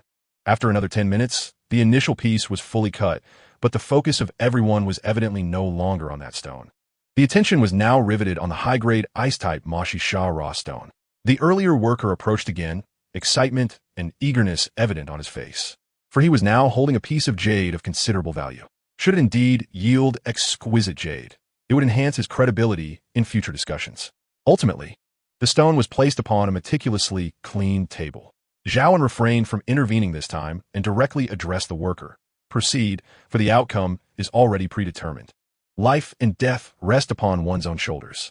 The worker, trembling slightly, delicately peeled away the exterior of the raw stone. Before the gathered crowd lay a piece of jade, crystalline and translucent, radiating a sense of refreshment to the heart, a pure glass variety, entirely so. Although modest in size, it was undeniably a piece of glass-grade jade. The worker gestured enthusiastically, exclaiming, "The effect is truly impeccable. Not a trace of internal cracks can be seen, and the base is completely refined. Moreover, the jade's luster is exquisite, akin to the feel of old ice oil. Crafting a pair of glass-grade bracelets poses no challenge, and the leftover scraps can yield several small pieces." His words overflowed with admiration. Witnessing such a jade rough was sufficient for him to boast for an entire month. Qingru's face illuminated with excitement as she turned to Zhao An and inquired, "Mr. Zhao, do you still intend to sell?" Zhao An responded, "Of course. Keeping it serves no purpose. If you're interested, feel free to propose a price." Qingru bit her lip and ultimately picked up the stone, saying, "Let us converse over there." Upon returning to the original office area, Qingru closed the door and remarked, "This is not our first transaction, Mr. Zhao. You are quite familiar with my integrity. Typically, I offer my clients fair prices. How does 18 million sound?" Zhao An shook his head with a smile. "How about a little more?" Qingru, slightly vexed, retorted, "How much more?" 3 million. She huffed, yet still declared, "Deal. 21 million, correct? I will transfer it to you immediately." Zhao An, puzzled, asked, "Oh, why didn't I see your secretary handle the transfer today?" After speaking, she requested Zhao An's bank account and proceeded with the transaction. Shortly thereafter, Zhao An received a notification in his mind. "You have gained a fortune of 21 million. Your luck has increased. Continue to gather your fortune to upgrade your true sight." With the transaction complete, Qingru solemnly secured the glass-grade jade, while Zhao An reveled in the thrill of profit. Qingru continued, "In truth, whether in Rayleigh or elsewhere, the world of stone gambling is rather small, yet within this limited circle, there are still hierarchies. The Delong night market we visited yesterday is merely an entry-level venue. The genuine insider circles of stone gambling are not accessible to just anyone. Insider circles of stone gambling? Zhao An had never encountered this term before. Chapter 23. Another gain of 40 million. Insider circles of stone gambling? This was indeed Zhao An's first encounter with such terminology, prompting him to humbly inquire of Akingru, what exactly does the insider circle entail? Akingru smiled gently, revealing her pearly teeth as she spoke. Our country has a vast market for jade and gemstones, yet Mr. Zhao may be aware that we do not actually produce jade here. Is that correct? Zhao An nodded, candidly admitting, I have some understanding, though not in great detail. Iching-ro, with a smile gracing her face, continued to elucidate to Zhao An, to be precise, it is only in Myanmar that gemstones of jadeite quality can be found, specifically in the region of Pakong. Zhao An, upon hearing this, chuckled, remarking, no wonder our ancestors ventured into that desolate land. It appears there was a deeper reason behind it. You have strayed a bit from the point, for I am not here to enlighten you on the historical significance of jadeite. Iching-ro shot him an exasperated glance and continued, however, you are correct in one respect. The entire cultural sphere of East Asia and even Southeast Asia exhibits an insatiable desire for jadeite, particularly of superior quality. Yet, jadeite emerges from the remote mountains, specifically from the seemingly underdeveloped area of Pakong in Myanmar. Consequently, high-quality jadeite and even the superior raw stones we covet, referred to as gambling stones, are truly elusive. Many mine owners or high-end players in the jadeite market tend to hoard these high-quality raw stones, and the competitive landscape is far more ruthless than you might imagine. In essence, truly high-quality jadeite raw stones have already undergone rigorous selection at the first tier and will never flow into these markets. Even if you wish to peruse the goods without adequate assets and status, it is a futile endeavor. Zhao An chuckled. So, this is why you were so eager to seek high-quality jadeite? Iching-ro replied, that is more or less the case. Coincidentally, I know a few private collectors of raw stones in Relics. Mr. Zhao, would you accompany me to take a look? With her proposition laid out, Zhao An found no reason to decline. After all, as long as he could earn a reasonable profit, fulfilling both his pursuit of wealth and the requirements for upgrading his true vision, why not? Thus, he nodded in agreement. The two then re-entered Iching-ro's Audi Q7, and she navigated through the winding streets of Relics, eventually arriving at an unremarkable residential building. Leading Zhao An inside, he soon discovered a hidden world within. The interior was adorned with an antique charm, and the furnishings were crafted from aged bronze-hued wood. Several calligraphy and painting pieces hung on the walls, indicating that the homeowner possessed a refined taste. Ah, little Ching-ro has come again, greeted a lean, elderly gentleman with a hoarse voice upon seeing Iching-ro enter. Iching-ro beamed in response. Oldly, I have brought a friend to take a look. Oldly glanced at Zhao and behind her, and, showing little concern, said, I cannot vouch for others, but if it's someone brought by little Ching-ro, feel free to look as you please. After all, it's just a few stones. Peering at them one tea cost us anything. What is your surname, young man? He inquired. Perhaps there are indeed young enthusiasts, but you, old man, may simply be too insular. Zhao An silently scoffed at this thought, but replied, aspiration knows no age. Oldly chuckled and said nothing further, leading the two deeper inside. Ascending the stairs, he solemnly opened a room, revealing an astonishing sight. The room contained no other furniture but a few tables and several shelves, all brimming with stones of various colors and sizes. The smallest were akin to the size of a fist, while the largest were as big as watermelons. Oldly was evidently quite pleased with his collection. He sighed deeply and remarked, look, my entire life's collection is right here. I have spent a lifetime with these stones, and in my old age, I still find companionship in them.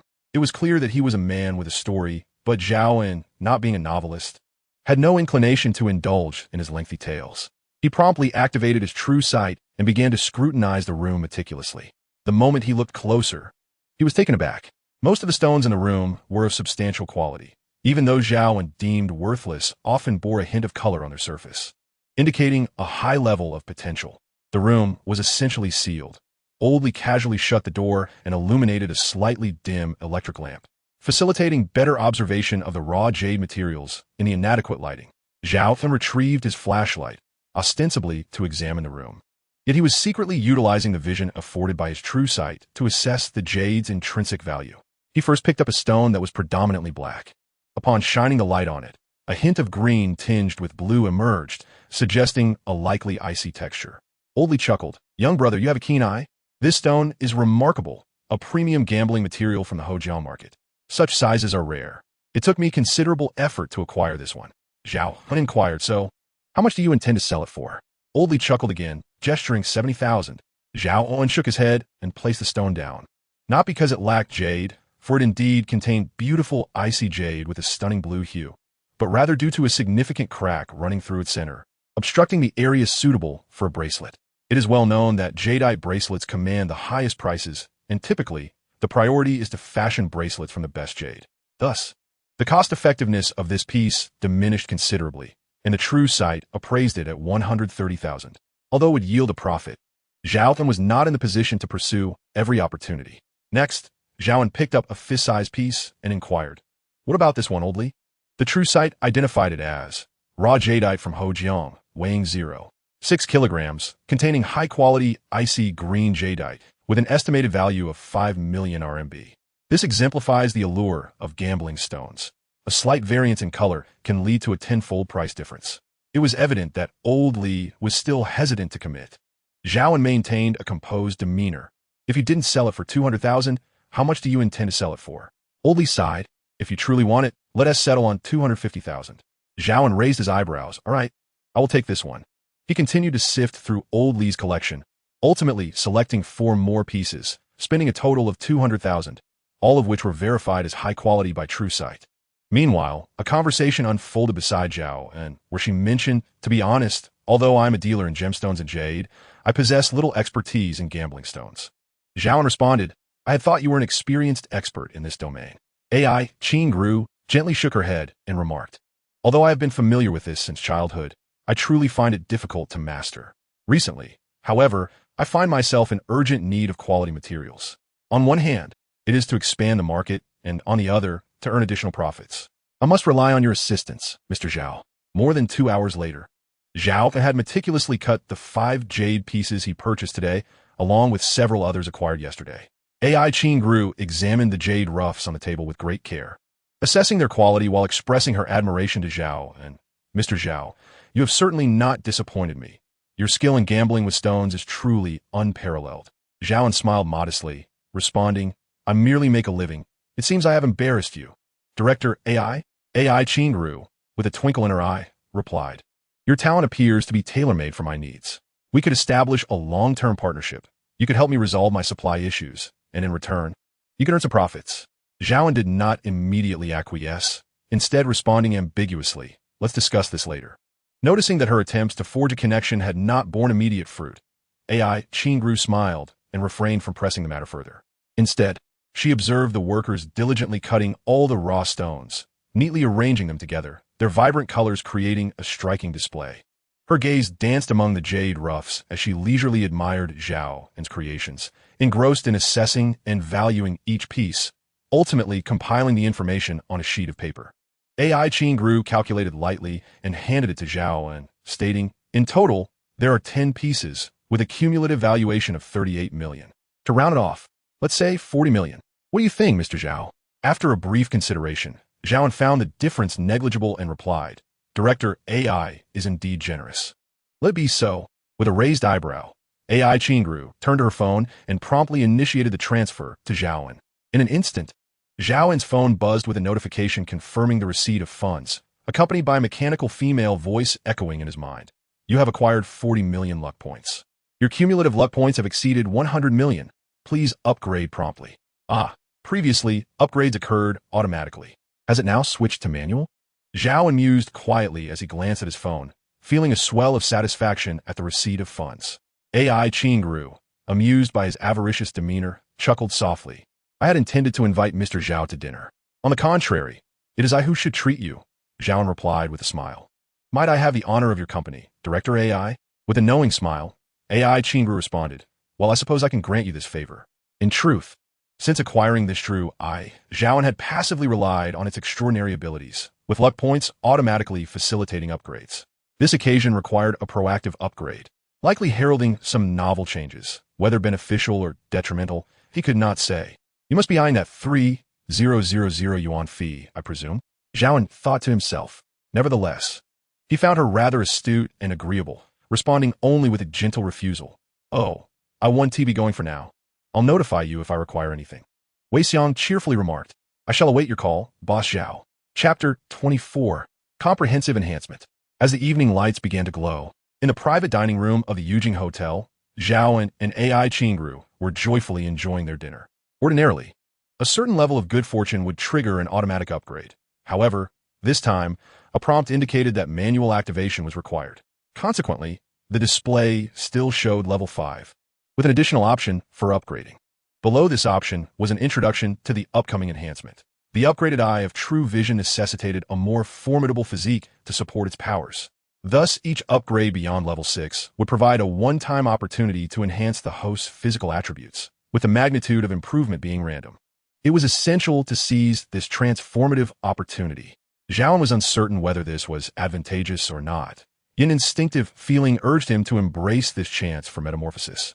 As the level of his vision increased, he sensed that his cognitive abilities were lagging behind, akin to a person attempting to watch 6 televisions simultaneously. Such a rare opportunity. Why not give it a try? Ultimately, Zhao An chose to click on the upgrade option. In an instant, a jolt of excruciating pain surged from the eye in the palm of his left hand, radiating through his arm and enveloping his entire body, causing involuntary spasms.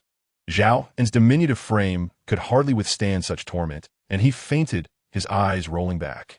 When Zhao An regained consciousness, he had lost track of time, feeling rejuvenated and mentally clear, as if he had finally awoken from a deep slumber after a prolonged period of sleep deprivation, his body brimming with vitality.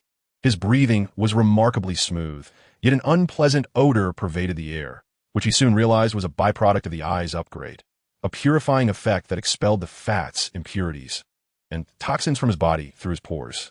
A thick layer enveloped him, some of which clung stubbornly to his clothing, likely impossible to wash away. He decided to discard the garments. With the agility of a fish leaping from water, Zhao An sprang to his feet, shedding the filthy rags that had become akin to a mop, and strode into the bathing area. As he cleansed himself of the grime, he also reviewed the status of the eye's upgrade.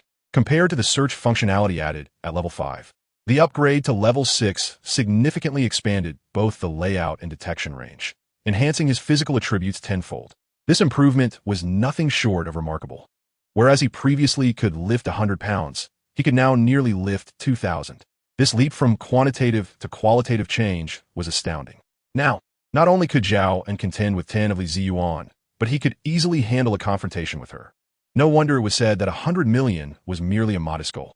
After showering and changing into fresh attire, Zhao An felt invigorated. Only then recalling his dinner engagement with AI Qingru, which led back to the earlier scene. AI Qingru was adorned in a stunning red dress that accentuated her curves, her cascading waves framing her face, and her light makeup perfectly exemplified the essence of allure without vulgarity. With a gentle smile, she looked at Zhao An and remarked, I do not wish to pry into your secrets, yet your skill in betting on stones is truly extraordinary. Unheard of, in fact. Might you divulge just a smidgen? As she spoke, she gestured a tiny amount with her fingers. Zhao An smiled subtly and shook his head, replying, It's a family secret, passed down to males only. The words elicited a delightful laughter from AI Qingru, causing her to tremble with mirth. What era are we in? Your excuses are always so absurd. If you choose not to speak, fine, I am not inclined to listen. Yet you continue to probe? With her eyes sparkling with amusement, she fixed her gaze on Zhao An and inquired, Are you testing whether you are irreplaceable in my eyes? Now satisfied, she even bestowed a generous reward of 200,000 on your little brother, so I shall be forthright. Pausing deliberately, she enunciated each word. You are truly irreplaceable. Had AI Qingru's words been sweet nothings, Zhao An would have been at a loss, but fortunately, they were not. With his enhanced physical prowess, he had gained mastery over his facial expressions and emotions, enabling him to grasp the deeper meaning behind AI Qingru's words. He replied, Is it solely because of my exceptional stone gambling skills? Indeed, is that not sufficient? AI Qingru retorted. You may not realize how many self-proclaimed masters of stone gambling merely bask in the title, yet they still find themselves as esteemed guests to many. Even if they lose, it matters not. Moreover, your abilities are ones I have witnessed firsthand. I require you to gamble stones for me, to continually unveil exquisite jadeite. The wealthy ultimately find their matches, while the less fortunate merely observe. Zhao An internally scoffed and remarked, You are already so affluent. Why exert yourself further? A flicker of unease crossed AI Qingruo's eyes before she softly replied, "That remains my secret." Afterward, she forced a smile and continued, "In any case, you need only procure high-quality jade from me, and I shall offer you the remuneration you deserve. This constitutes the foundation of our collaboration." "How's that sound?" Zhao An retorted, "Did you not just receive a batch this afternoon? Are you back for more?" AI Qingru, invigorated by the discussion of business, replied enthusiastically, "That was merely a fraction. It barely suffices for 6 months. Besides, as you mentioned, they are merely mid-range goods. To ascend to the pinnacle of the industry, one must possess high-grade, superior jadeite. Ideally, we seek imperial green emeralds. You may not be aware, but at last year's public auction, a fist-sized piece of imperial green jadeite fetched over 300 million. Expressing his disbelief at the extravagance of the wealthy, Zhao An remarked, "However, even if you were to excavate all the jadeite from Relics, you might not find the imperial green you seek, let alone the rarer emerald jade." Curiously, Zhao inquired, "Isn't imperial green considered the pinnacle? What then is the classification of emerald jade?"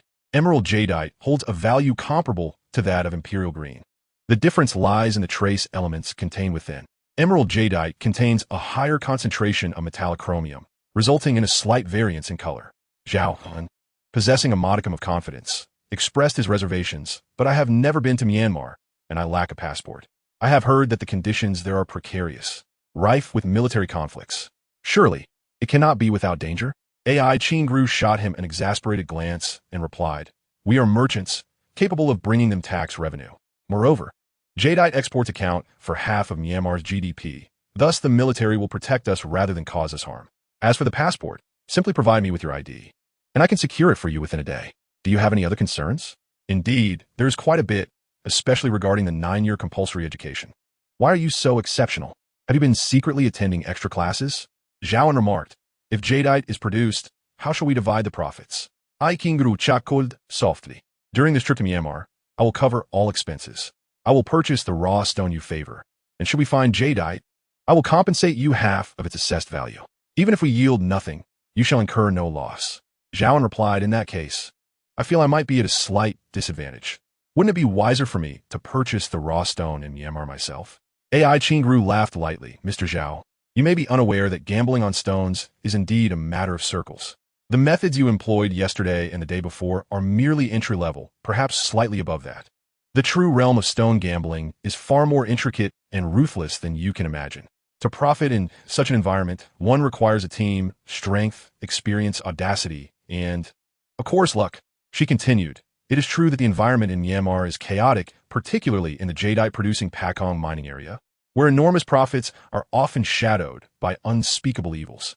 To venture into such unfamiliar territory carelessly, even with your exceptional physical prowess, can lead to catastrophic consequences. A single misstep could result in complete ruin, leaving you unaware of how it all transpired." Zhao An inquired curiously, "I have never heard that there are circles in stone gambling. Could you elaborate, Ms. AI?" AI Qingru explained, "Certainly, circles do exist. The history of jadeite gambling spans several centuries, and in recent years, four major circles have emerged: the entry-level circle, the expert circle, the master circle, and the more mysterious hidden circle. Each of these circles has significant barriers to entry, and the industry's gambling nature obscures its depths. Without guidance from an insider, one cannot hope to access the deeper realms of stone gambling. Perhaps, with your abilities, Mr. Zhao, you will eventually gain access. But I can see that patience is not your strong suit." Had Zhao An possessed patience, he would not have recklessly ventured to Relics to boldly gamble on jadeite. Realizing the depth of knowledge within the gambling industry, he resolved to seize the opportunity to learn from AI Qingru. After much contemplation, he ultimately agreed. AI Qingru sincerely expressed her gratitude, saying, "Thank you." This simple expression left Zhao An feeling somewhat at a loss, and he awkwardly responded, "You are too kind. We are merely leveraging our relationship. We should avoid sentimentality, as emotions can cloud financial judgment." AI Qingru smiled brightly and softly remarked, "There are advantages to being shrewd. At least you understand the stakes involved. However, one must be cautious, as sometimes the ties are inextricable and the situation is convoluted." Zhao An found himself unsure of how to respond, so he called the waiter to settle the bill, only to be informed that it had already been taken care of. He shook his head, refusing to feign modesty, and accepted the situation with grace. Finally, Zhao An handed his identification to AI Qingru. entrusting her to handle all arrangements for their journey to Myanmar, confident that with her resourcefulness and formidable secretary team, these matters would be effortlessly addressed. The gambling stone trade boasts exorbitant profits, and Zhao An possesses an extraordinary ability akin to a true eye, seemingly tailored for the art of gambling stones. Through this unique vision, he perceives the interior of countless raw stones, hidden secrets that even advanced technology cannot unveil without a hint of mystery. While others rely on well-known techniques like the water splashing method or light reflecting approach, Zhao An requires none of these. He can effortlessly discern the condition within the stones at a single glance. Additionally, the gambling stone realm is replete with peculiar methods, and Zhao An's ability could be classified amongst them when applied adeptly. Chapter 25. Departure to Myanmar. After spending 2 days in the hotel, Zhao An finally received a message from AI Qingru indicating it was time to set off. He also sent a text to Li Ziyuan to keep her informed, as the duration of this journey remained uncertain. To his surprise, Li Ziyuan called him, inquiring, "What on earth are you going to Myanmar for? Such a distant place." With a hint of disappointment in her voice, she concluded, "All right then, just take care of yourself." On the day of departure, AI Qingru arrived early in the morning, leading a convoy of 4 vehicles to pick up Zhao An from the hotel. This time, she only brought along 2 secretaries. The rest of the entourage consisted of bodyguards doubling as part-time drivers. Zhao An did not drive his own car, as the beautiful boss had promised to cover all expenses for this trip, much to his delight. Seated in the rear of a rugged and capable Prado, Zhao An gazed at AI Qingru and her 2 female secretaries, and his curiosity got the better of him. "Director AI," he inquired, "I've always wondered why you require 5 secretaries when most people suffice with 1 or 2. Is it merely because of your beauty?" AI Qingru laughed softly. "Thank you for your compliment, but they are quite exceptional in their own right. We are university classmates and close friends from the same dormitory, and after graduation, we couldn't bear to part ways. Thus, I have them serve as my secretaries. In truth, we merely have slight differences in our roles. There's no hierarchy among us."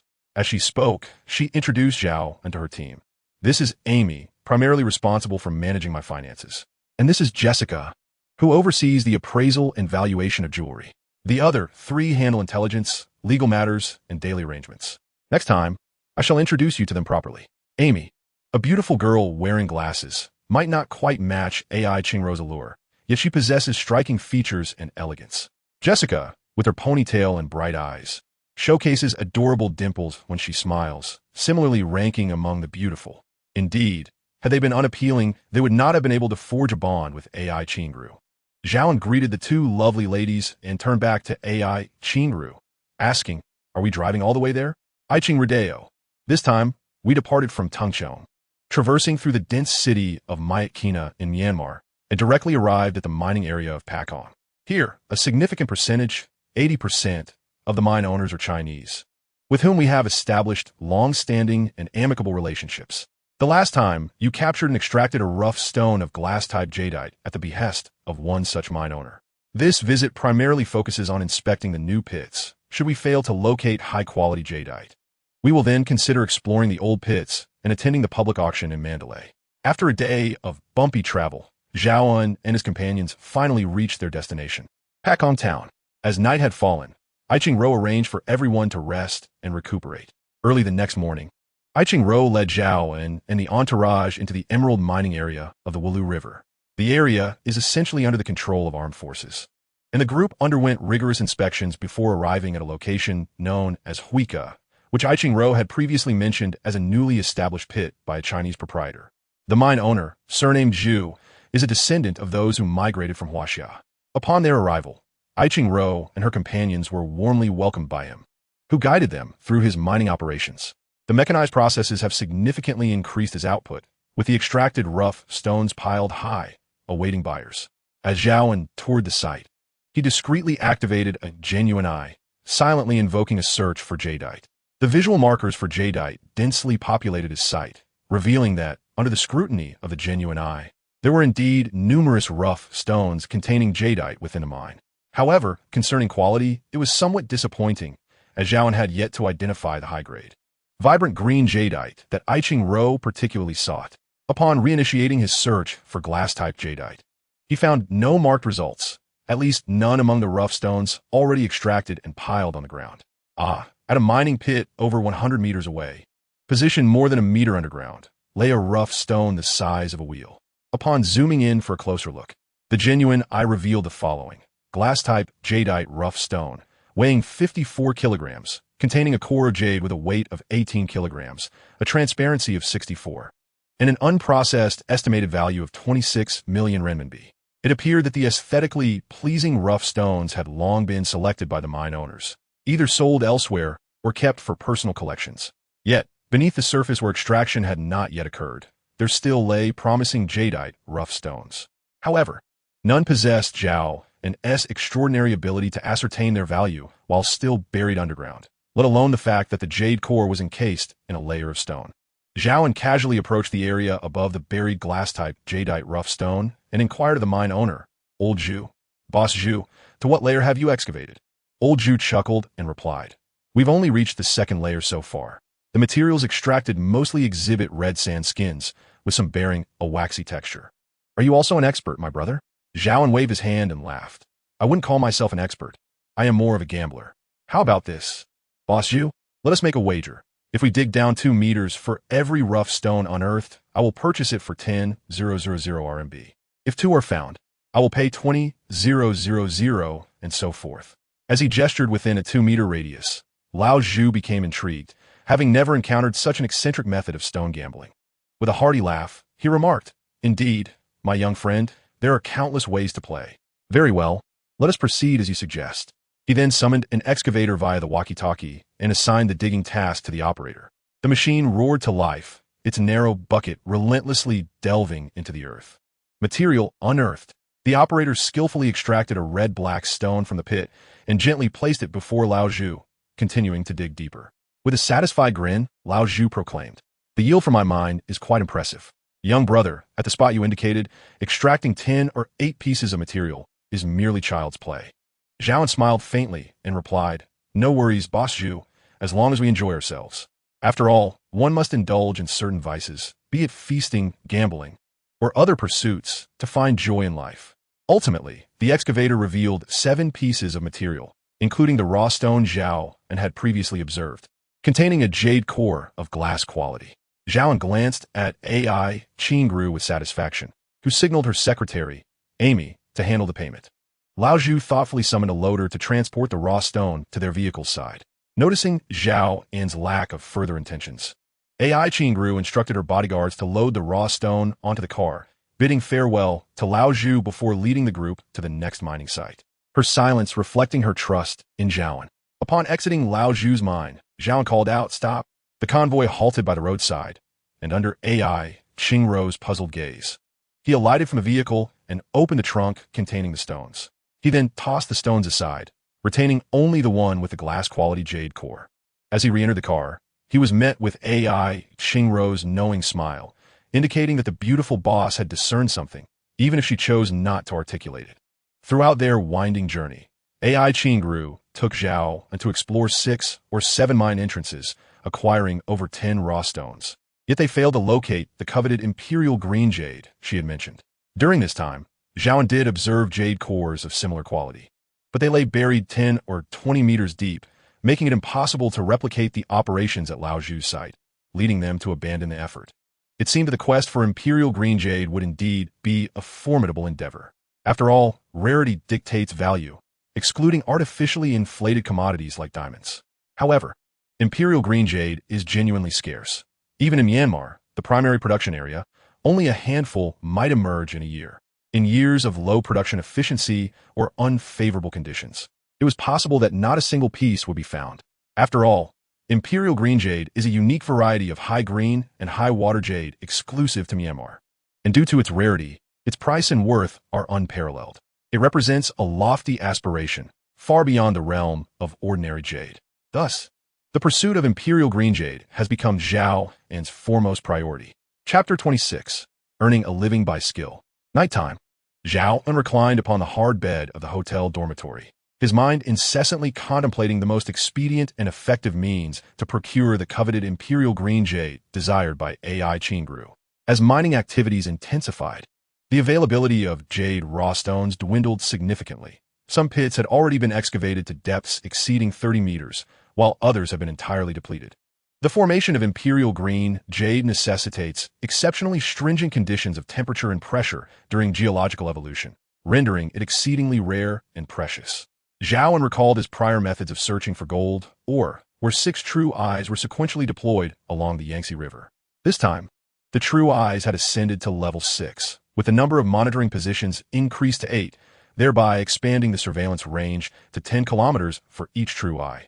The 8 true eyes, arranged in a line, could comprehensively envelop the entire Pakong mining area without leaving a single blind spot. Without hesitation, Zhao An proceeded to install the 8 true eyes, extending from the southernmost point of Hongba to the northern region of Longkan, thereby ensuring complete coverage of the Pakong mining area. This renewed search for imperial green jade promised to yield significantly more results. He requested a map from AI Qingru, marking the locations of the already excavated raw stones, and inquired about the specific sites corresponding to these markers. AI Qingru, armed with a pen, meticulously introduced each location. Here is Jelamu, adjacent to Daegu Valley and Muna. These sites belong to the old pits, where the extracted raw stones are auctioned at public sales. The areas of Damo Bien and Shao Mo Bien are classified as new pits, which we plan to visit tomorrow. Do you discern any discoveries? These points are located within the Wulu River, yet the exact mining area remains uncertain. Aikingru pondered. It's possible that none of these areas pertain to any mining site. Do you believe there are raw stones in the river? Zhao An replied, consider this. After the formation of jade raw stones, they undergo weathering, detaching from the mountains and subsequently being transported and deposited by water currents onto the riverbed. Thus, raw jade stones can indeed be found within the riverbed. AI Qingru chuckled. The earliest jade raw stones were discovered in rivers. Consequently, some are referred to as water material. As you observed yesterday, many areas along the river were pockmarked and uneven, resembling the surface of the moon. These are sites where water material is extracted, with the Demukan pit being particularly renowned for its abundant yield of yellow jade, violet jade, and the rare red jade. These occurrences are likely found in shallower waters, such as riverbanks. AI Qingru, her smile fading, remarked, you raise a valid point. However, we are unable to access deeper waters. Zhao An smiled quietly, harboring his own thoughts. The following morning, as he savored Myanmar's distinctive fish and rice soup alongside the region's characteristic dumplings, he acknowledged the unfamiliarity of the meal. Yet, in a foreign land, one cannot expect every condition to be perfectly met. After a hasty breakfast, Zhao An embarked upon a new day in pursuit of stones, setting out once more to explore the Wulu River area in search of opportunities. Initially, AI Qingru was opposed to Zhao An's proposal, yet after Zhao An's persistent insistence, AI Qingru resolved to give it a try, while emphasizing that if the risks were too great, she would prefer to abandon the endeavor rather than take unnecessary chances. Leading the convoy through 30 kilometers of rugged mountain roads, they arrived at the mine entrance at Xiaoma after more than an hour's journey.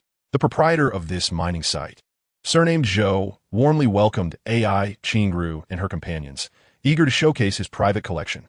Although he referred to it as a collection, it consisted merely of jadeite rough stones that had been carefully stored in a warehouse after being unearthed with particularly fine skins. In the warehouse, there were approximately 100 rough stones of various sizes, ranging from a few hundred pounds to those no larger than a rice bowl.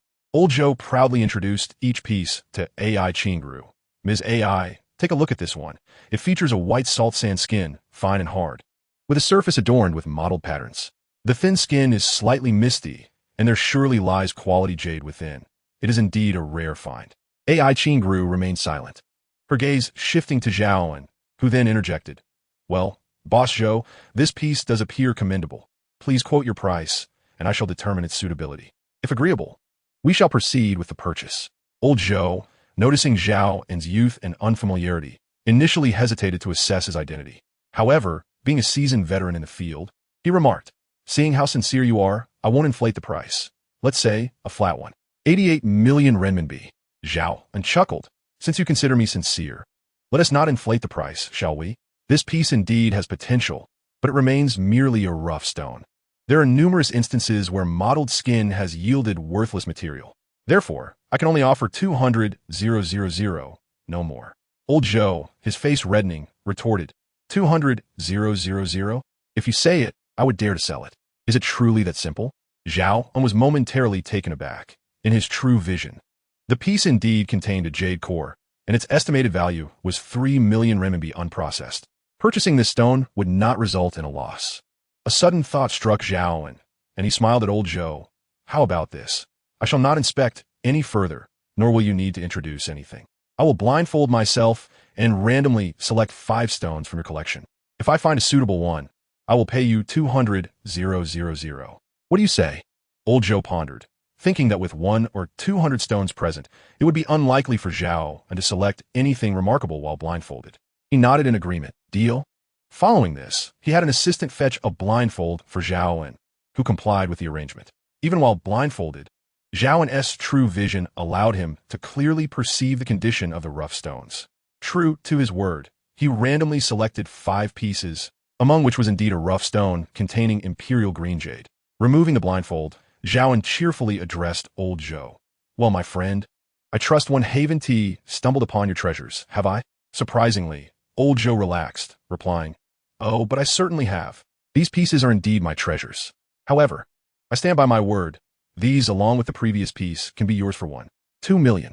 Zhao An exchanged a knowing glance with AI Qingru and replied with a smile. Then I extend my gratitude for your generosity, old Zhou. Zhao An assisted the bodyguards in loading the raw stones onto the vehicle, departing from old Zhou's mining site amidst his warm farewell. Their next destination was the pit at the Mobian, where a magnificent imperial green jade awaited him. On the journey, AI Qingru playfully teased Zhao An, expressing surprise that the tactics he employed in really proved just as effective here.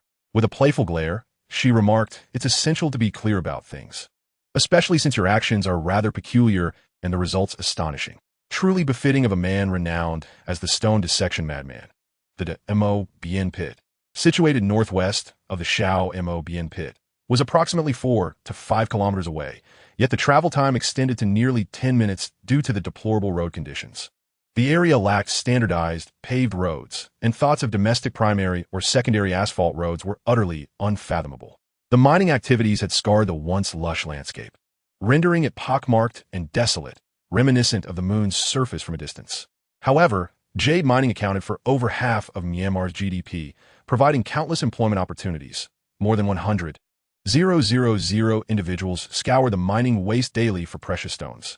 Upon arriving at their destination, they found a leveled mountaintop where several domestic Sani excavators were diligently engaged in excavation. Occasionally, stones were unearthed and loaded onto nearby dump trucks, which transported the materials to a designated storage area, where excavators with grappling hooks stacked them higher. AI Qingru recognized the mine owner, who greeted her with a hearty laugh. After many years, I never expected to see you, Zhao An, in such good company today with little Qingru. AI Qingru respectfully addressed him as Uncle Wu. With a stern expression, Uncle Wu replied, Call me Uncle Wu? Your father entrusted you to me years ago. Left with no choice, AI Qingru awkwardly called him Godfather. She then introduced Zhao An, saying, Godfather, this is the master of stone gambling I found. He specifically came to your pit to gamble on some raw stones. Wu Jinan's eyes sparkled with interest as he smiled. This young gentleman may be youthful, yet his skills are impressive. In my decades of stone playing, I have never encountered such a young gambling expert. Today, you must enlighten me. Zhao An replied with a smile. Boss Wu is being modest. I am no expert. It is merely due to Ms. AI's kindness that I have had a few fortunate successes. I truly do not deserve such a title. Wu Jinan continued with a warm demeanor. No worries, young brother. Stone gambling, by its very nature, involves a degree of skill.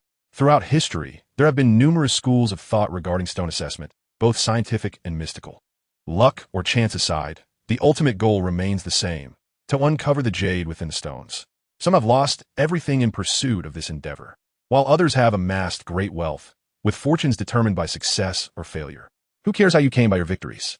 Zhao An, having never before encountered someone who spoke so extensively about the subject, found himself in agreement with Wu Jinan's perspective. Thus, he sincerely bowed, expressing gratitude. Your words resonate deeply. Thank you for your insights, Mr. Wu. Wu Jinan waved his hand dismissively, saying, What is the big deal?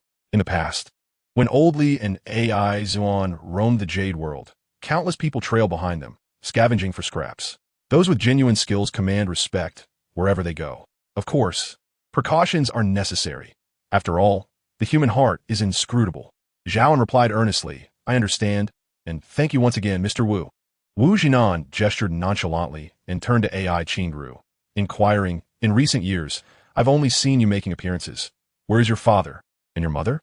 AI Qingrou's expression darkened as she lowered her head and replied, My mother passed away in a car accident 3 years ago. As for my father, Wu Jinan, noticing her distress, sighed softly. Ah, poor child. I had no idea such a tragedy befell your family. AI Qingrou murmured, Godfather, it's all right. It's all in the past. Wu Jinan's mood also soured slightly, but he forced a smile, saying, You should select stones. Feel free to pick whatever you like from mine. Consider it your dowry from your godfather. AI Qingrou's sadness transformed into joy as she asked, Are you serious, godfather? Wu Jinan laughed heartily, of course. I have 3 sons, but I lack a daughter like you. Otherwise, I wouldn't have begged your father to let you be my goddaughter. AI Qingrou beamed, saying, Thank you, godfather. She then turned to Zhao An, urging, What are you waiting for? Hurry up and choose. According to Zhao An's exploration with his true sight, the mine concealed a piece of rough stone containing imperial green jade, nestled among the pile of raw stones. The previous opportunities for skillful selection had vanished, and he would need to use an excavator to unearth it. Fortunately, with Wu Jinan's permission to choose freely, Zhao did not hesitate to begin selecting. As he switched his vision through his true sight, he picked out several pieces of jade rough with high ice-type water, but feeling unsatisfied, he wanted to delve deeper into the core of the pile. Wu Jinan chuckled and directed the excavator to clear the stone pile, exposing the inner rough stones for Zhao in selection.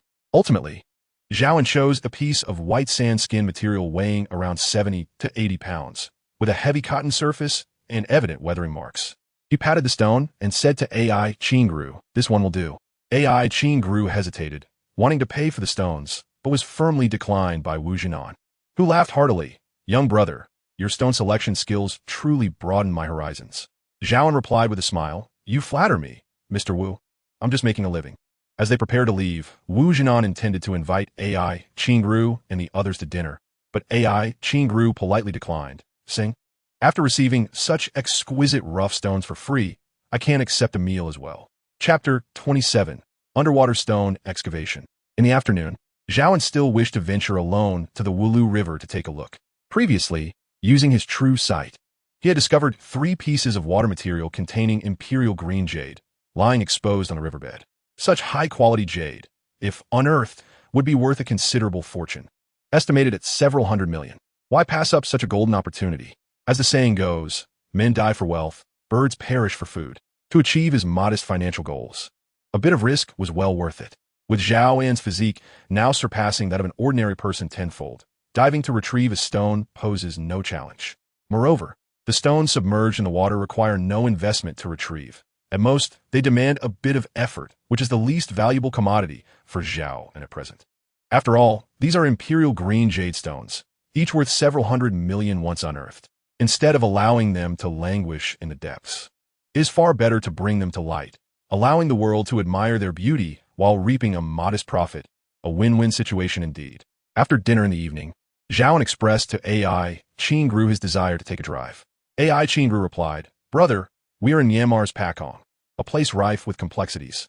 Why would you venture out at night instead of resting? With a hint of annoyance, she added, You jest about local specialties, but this is the domain of the Kachin Independence Army. Be careful. You might end up as one of their local delicacies. With a scoff, she continued, It's bewildering how you managed to confuse me. Zhao An laughed heartily, realizing that even she had moments of candidness, revealing that even celestial beings have their earthly moments. Yet, it is precisely such down-to-earth qualities that make her more relatable and grounded. After some persuasion, AI Qingrou ultimately acquiesced to Zhao An's request to venture out alone. The raw stone Zhao An sought was nestled within a narrow canyon, where the water flowed gently and appeared bottomless. The vehicle could barely reach the vicinity. Under the cover of night, Zhao An drove alone, deploying his true eye to survey the surroundings. The reconnaissance and early warning capabilities of the true eye proved immensely powerful at that moment. Remarkably, he did not even need to switch on the headlights, as the visibility offered by the true eye was clearer than during the day. Fortunately, the activities of the Kachin army were infrequent at night, allowing him to arrive safely at the designated riverbank. However, the road was still over 100 meters away from the precise location. Zhao An exited the vehicle, treading through the wild grass and scattered stones, arriving at the canyon where the imperial green jade was buried.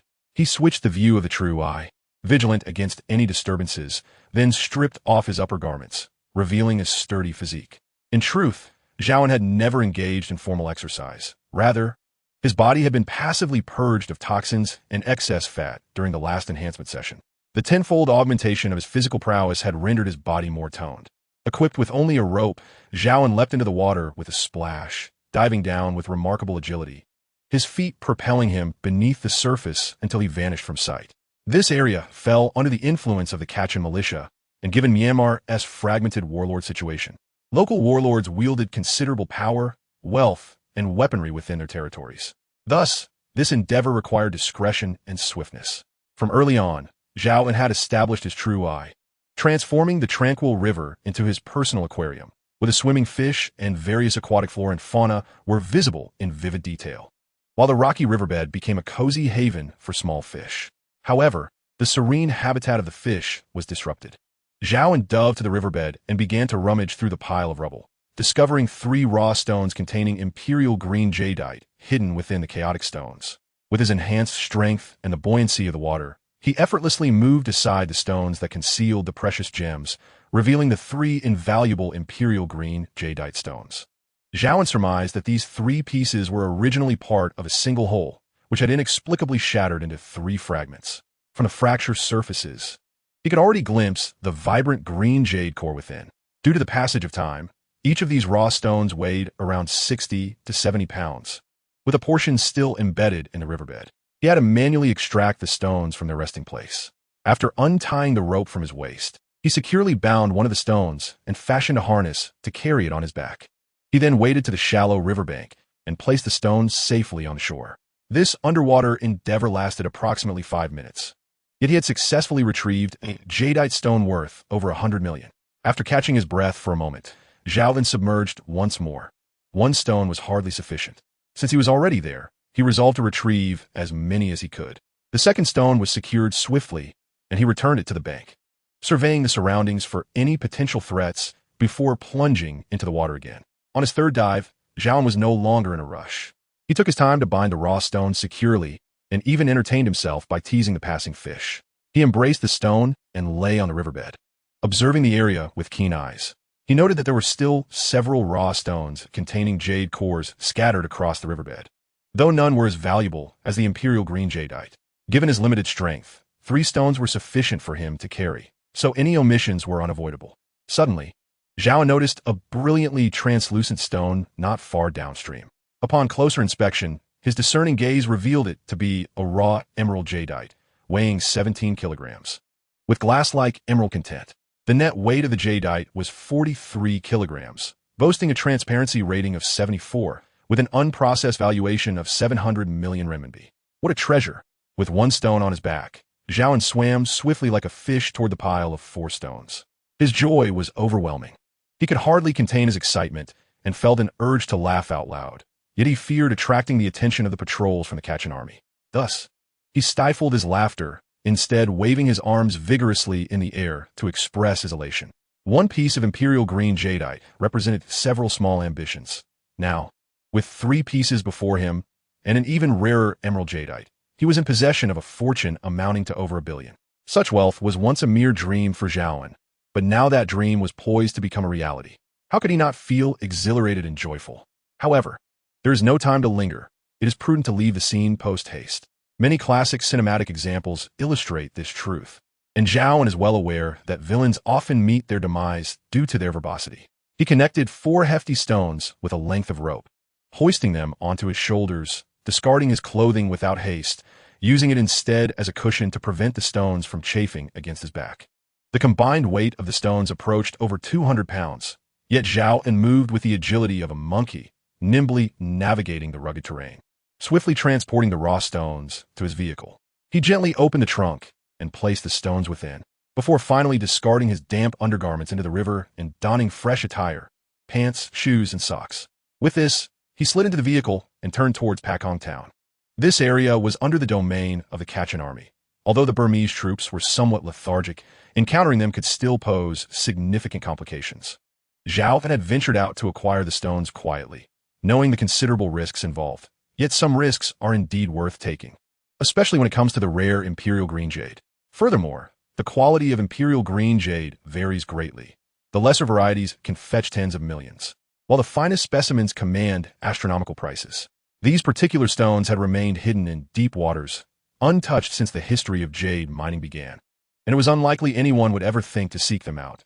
Thus, they became a boon for Zhao An, endowed with extraordinary abilities. Remarkably, he had unearthed 3 interconnected pieces, accompanied by a piece of emerald jade, akin to discovering a treasure, and the ease of it was almost surreal. Zhao An discreetly waved at her, and AI Qingru, accompanied by AI Me and Jessica, made their way to a secluded corner of the parking lot where Zhao An's vehicle awaited. The darkness obscured visibility, but Jessica illuminated the area with her flashlight, exclaiming, "Imperial green jade, and it even has natural windows. What a windfall." Zhao An replied with pride, "I acquired these stones at a considerable cost, so make sure to settle the account properly, AI."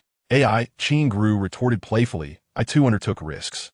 But these truly are a delightful surprise, so let us count them as your personal gain." Chapter 28, Journey to Mandalay. AI Qingru raised an eyebrow. "Are we having a late-night snack? Mr. Zhao, having struck such a fortune, shouldn't you treat us? Treating others is a trivial matter." Yet Zhao An could no longer conceal his grin, exclaiming, "It turns out that finding money is such a joyous affair." AI Qingru echoed his laughter. "What seems insurmountable for others may indeed feel like merely picking up money for you. I cannot help but wonder, can this ability of yours truly not be imparted?" Zhao An chuckled. "Honestly, it's best not to inquire. Even if I could explain, the cost might be something you cannot bear."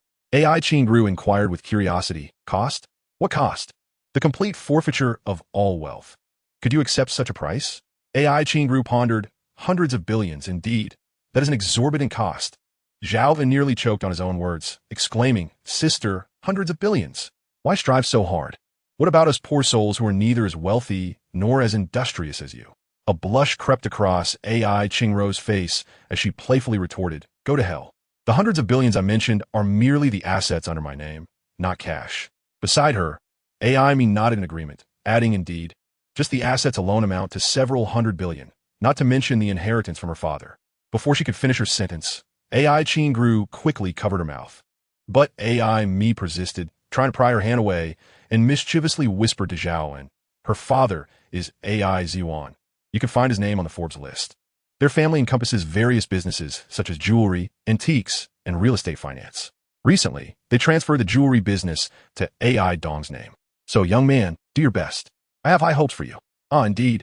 As the old saying goes, when young, one fails to appreciate the sweetness of soft rice, mistaking a girl for treasure, only to find oneself in the throes of midlife crisis," Zhao An quipped with a smirk. Typically unfazed by flattery, AI Qingru felt her cheeks burn, hurriedly exclaiming, "Stop your nonsense. If you keep this up, I might just lose my temper." Exchanging knowing glances, Zhao An and AI Me burst into laughter. After their playful banter, Zhao An parked the car in a safe spot. AI Qingru beckoned him to hurry over, announcing that tonight's supper would be lavish, featuring not only outdoor barbecues, but also an abundance of beer and crayfish. Indeed, partaking in a barbecue in a foreign land offered a unique charm and flavor. The ingredients were nearly prepared, and the hotel proprietor, a warm-hearted Chinese expatriate, eagerly cleared the backyard and volunteered to be the chef. With adept skill, he ignited the grill and began roasting the skewered ingredients once the fire reached the right temperature. The 10 of them gathered around a table, already indulging in beer. As the atmosphere grew lively, AI Qingru raised her glass, proclaiming, "These past few days have been arduous for everyone, especially Mr. Zhao, who has traversed mountains and waters for my sake in this foreign land. Therefore, I dedicate this first toast to Mr. Zhao An, thanking him for his hard work and the value he has created for the company." The others applauded, while Zhao An clinked his glass with AI Qingru, saying, "You're being too kind, AI General. We simply seek mutual benefit. Collaborating with you is genuinely a pleasure." AI Qingru smiled, replying, "Mr. Zhao, you are too modest. However, I encourage everyone to showcase their talents boldly. Our company is flourishing and in need of diverse talents to seize this stage. Thus, I dedicate this second toast to all of you for your diligent work. This month, your salaries will triple and bonuses will quintuple." Upon hearing this, everyone erupted in cheers, their joy palpable, nearly dancing in delight, clapping vigorously as if caught in a whirlwind of excitement, for to them, her words were akin to showering them with money. Clapping was merely the beginning. They felt they could even dance in celebration. However, the bodyguards, all robust men with impressive appetites, ensured that Zhao An blended in seamlessly among them, as the conversation flowed freely among the group of rough-hewn men, inevitably drifting into various topics. After a few drinks, the atmosphere became buoyant, and tales of bravado began to flow without restraint. One of the bodyguards boasted, "A man must be vigorous. If not, he fails." My wife and I, on any given night, indulge 7 or 8 times, each session lasting at least half an hour. If you cannot satisfy her, your standing at home dwindles to nothing.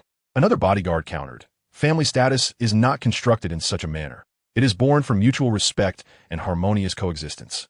My encounters last only 2 or 3 minutes, yet my wife is quite content, and we enjoy a peaceful life together. Suddenly, Zhao An interjected, "What is this so-called peaceful life? It merely reflects that someone else is shouldering the burden for you." Though this statement bore a positive undertone within the current context, it held a double meaning, causing the bodyguards present who grasped this nuance to erupt in laughter, while the 3-minute man felt a pang of dismay. My mindset has shattered. Mandalay, the second largest city in Myanmar, is situated in the central southern region of the country and serves as the largest trading hub for jadeite. The public auctions for jadeite rough stones are held here, rather than in the capital, Naypyidaw, earning Mandalay the moniker City of Gems. The trio took turns driving from Pakaku to Mandalay, a journey of over 400 kilometers that consumed an entire day.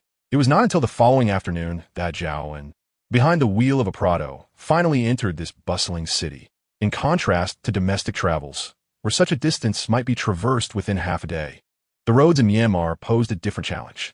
The route from the mountainous regions of Pakaku resembled a rugged path, winding and riddled with potholes, jostling passengers relentlessly and rendering speed a distant dream.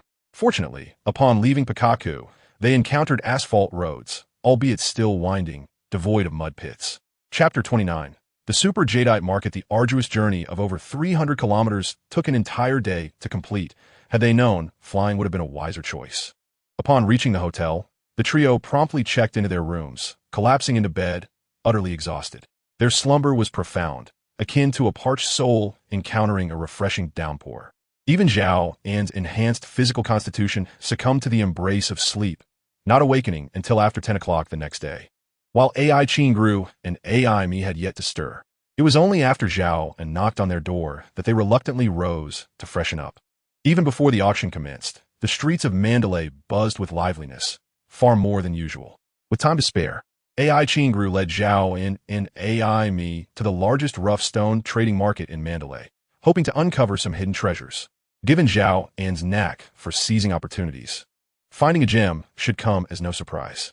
Mandalay is an ancient trading hub where individuals transport rough stones from the Pakaku region for trade and auction. Moreover, Mandalay stands as the world's largest trading hub for jadeite egg faces. The term jadeite egg face refers to the jade core that has been cut and polished to eliminate any rough edges, resulting in a raw jadeite piece. This is subsequently shaped into an oval form, akin to a smoothly shelled boiled egg, either through machinery or by hand, hence the name egg face jadeite. While hand polishing is time-consuming and less efficient, a skilled artisan can reveal the most exquisite aspect of the egg face, typically following a machine polishing process with a final touch of handwork. Although foot-powered polishing lacks the efficiency of machines, it is understandable given Myanmar's meager electricity supply. This method proves to be the most reliable. Of course, egg-face jadeite is already considered a transparent material, while stone gambling usually involves opaque or semi-transparent materials, which are also quite common in Mandalay's raw material market. The most distinctive feature here is the method of trading egg faces. Typically, buyers roam the market in search of suitable jadeite, but here the situation is quite the opposite.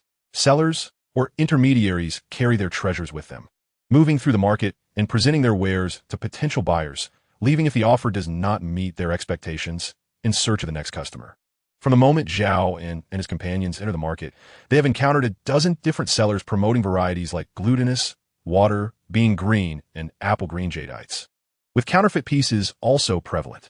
There is even a young boy, no more than 10, holding a brilliantly translucent, glowing green egg face, enthusiastically attempting to sell it to Zhao and speaking in a slow, somewhat clumsy Mandarin with a Burmese accent. Good stuff, sparkling bright. As soon as Zhao entered the market, he spotted the truth. Upon seeing the item, he recognized it as a counterfeit made of glass. However, Intrigued by the boy's antics, he decided to play along and inquired about the price. Sparkling bright. How much? The boy solemnly held up 8 fingers and declared, 80,000. Zhao An scoffed, are you serious? 80,000 shots? Do you take me for a fool? Observing the boy's performance, which was indeed more skilled than his own, Zhao An decided to tease him further. He took the jadeite egg face and examined it under the sunlight, grinning as he declared, it's quite bright indeed. But let me give you a number, and we'll conclude this immediately. 80, in Chinese yuan, do you accept? The boy glared at him, eyes wide with indignation. And after a moment of seething silence, he finally spat out, fine. He then made a gesture, as if counting money, feigning reluctance, as he added, consider it my bad luck. I'll let it go for you. Zhao An smacked his forehead, realizing he had fallen into a trap, yet he willingly paid the boy. Swiftly, the boy vanished into the crowd, disappearing in an instant. Zhao An chuckled and casually handed the egg face to AI Qingru, saying, this is for you. Made of glass. AI Qingru weighed in her hand before tossing it onto the ground, laughing, this is probably made of glass. Did you learn something? That was acting worthy of an Oscar. Your performance is still far from it. Zhao An shrugged off the minor incident, viewing it as a small expenditure for a moment of joy in an entertaining show.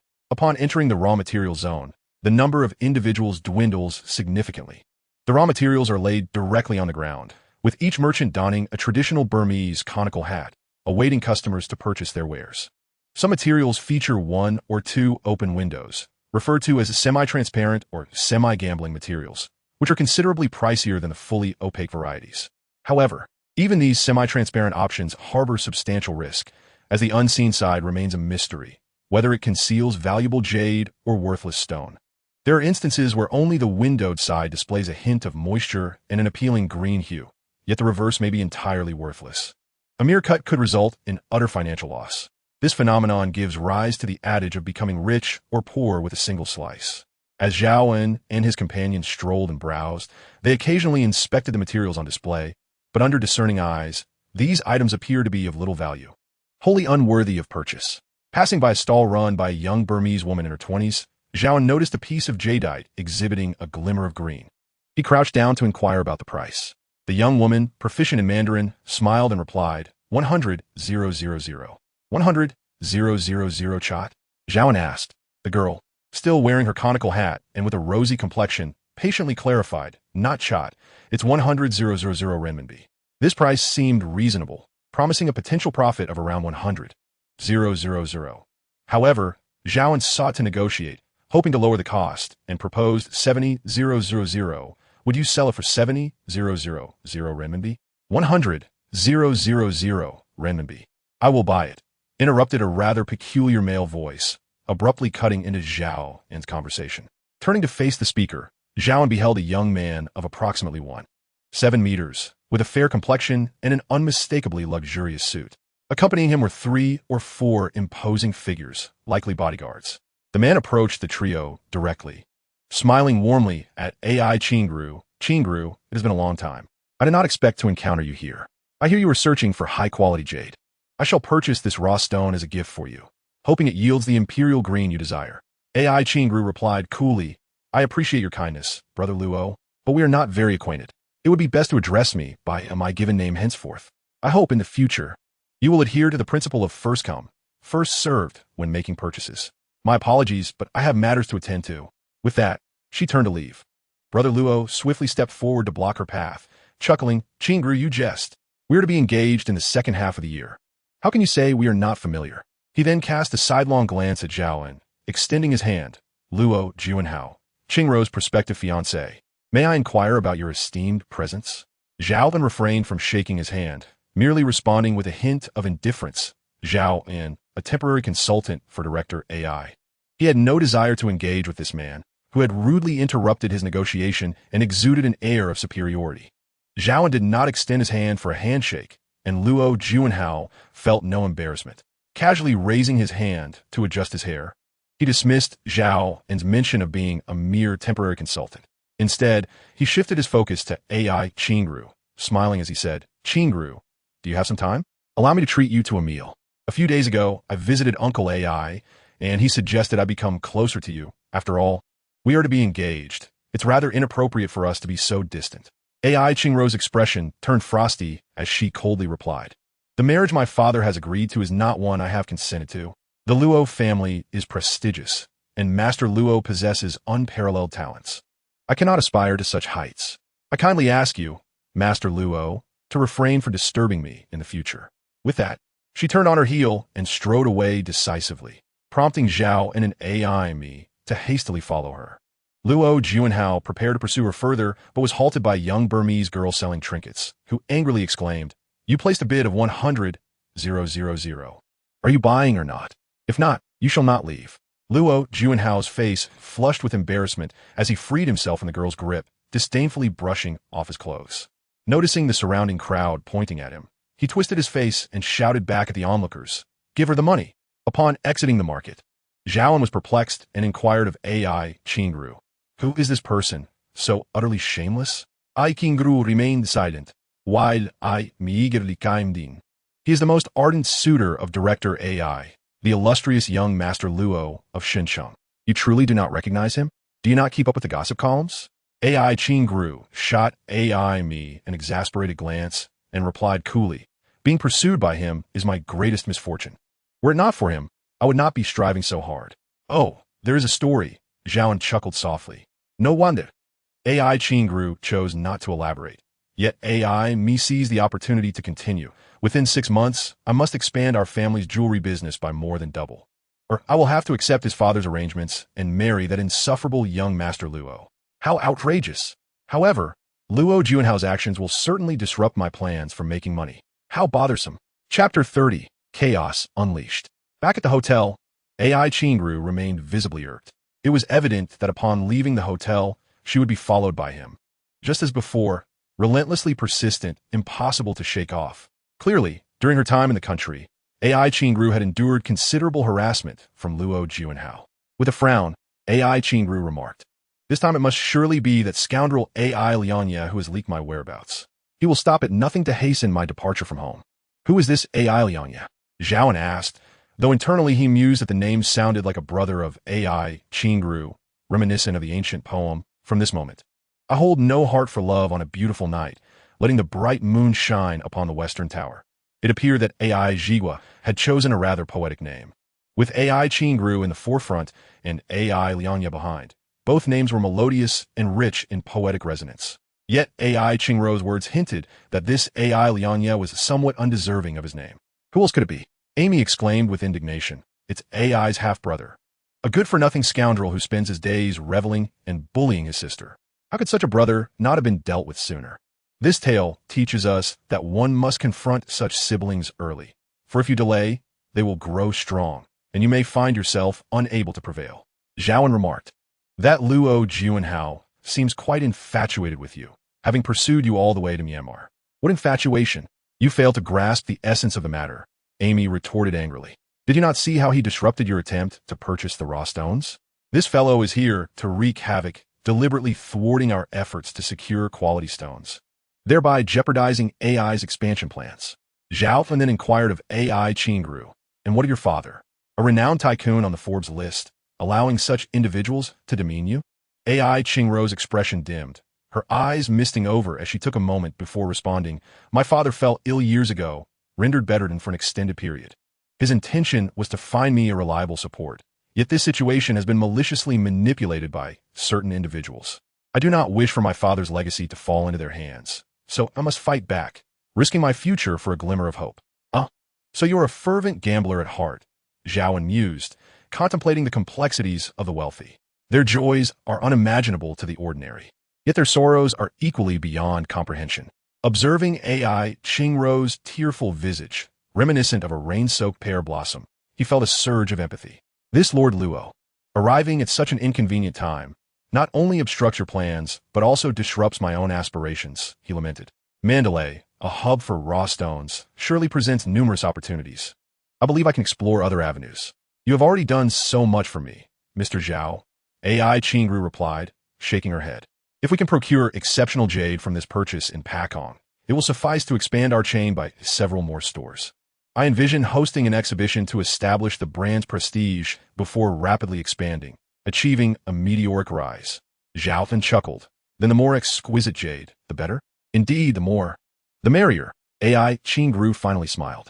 Exceptional jade is in high demand, yet the supply is exceedingly scarce. Moreover, with recent restrictions imposed by the Myanmar authorities on raw stone extraction, if you could unearth even more superior jade for me, I would be immensely grateful. And how shall I be compensated? With your undying devotion?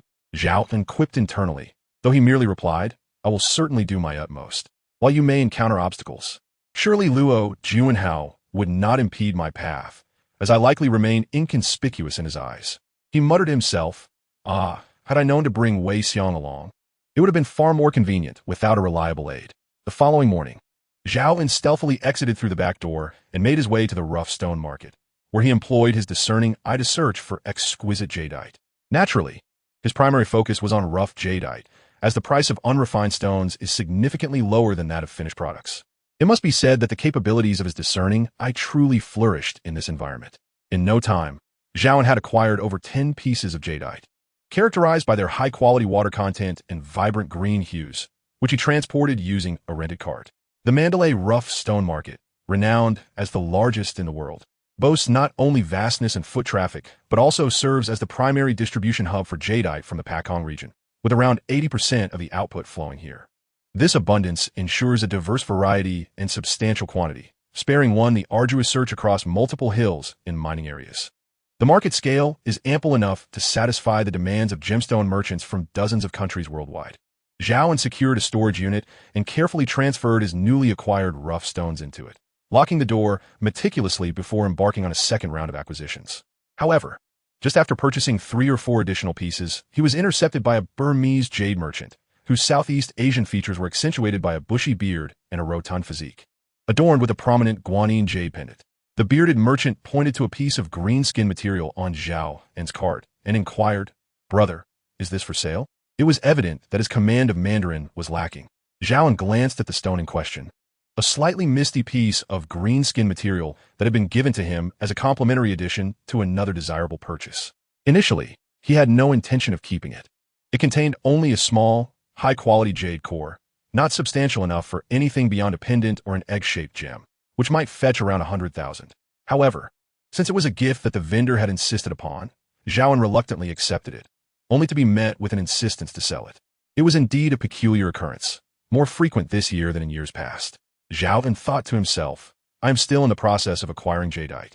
Where would I find more to sell to you? Even the smallest of mosquito legs is meat. Thus, he waved his hand in refusal. Yet, the bearded merchant was undeterred, resolutely intent on purchasing the piece. Grasping Zhao An's cart, he earnestly implored, Brother, I truly admire this material. Sell it to me, and let us become friends. Zhao An, feeling exasperated, retorted, Just tell me how much you can offer.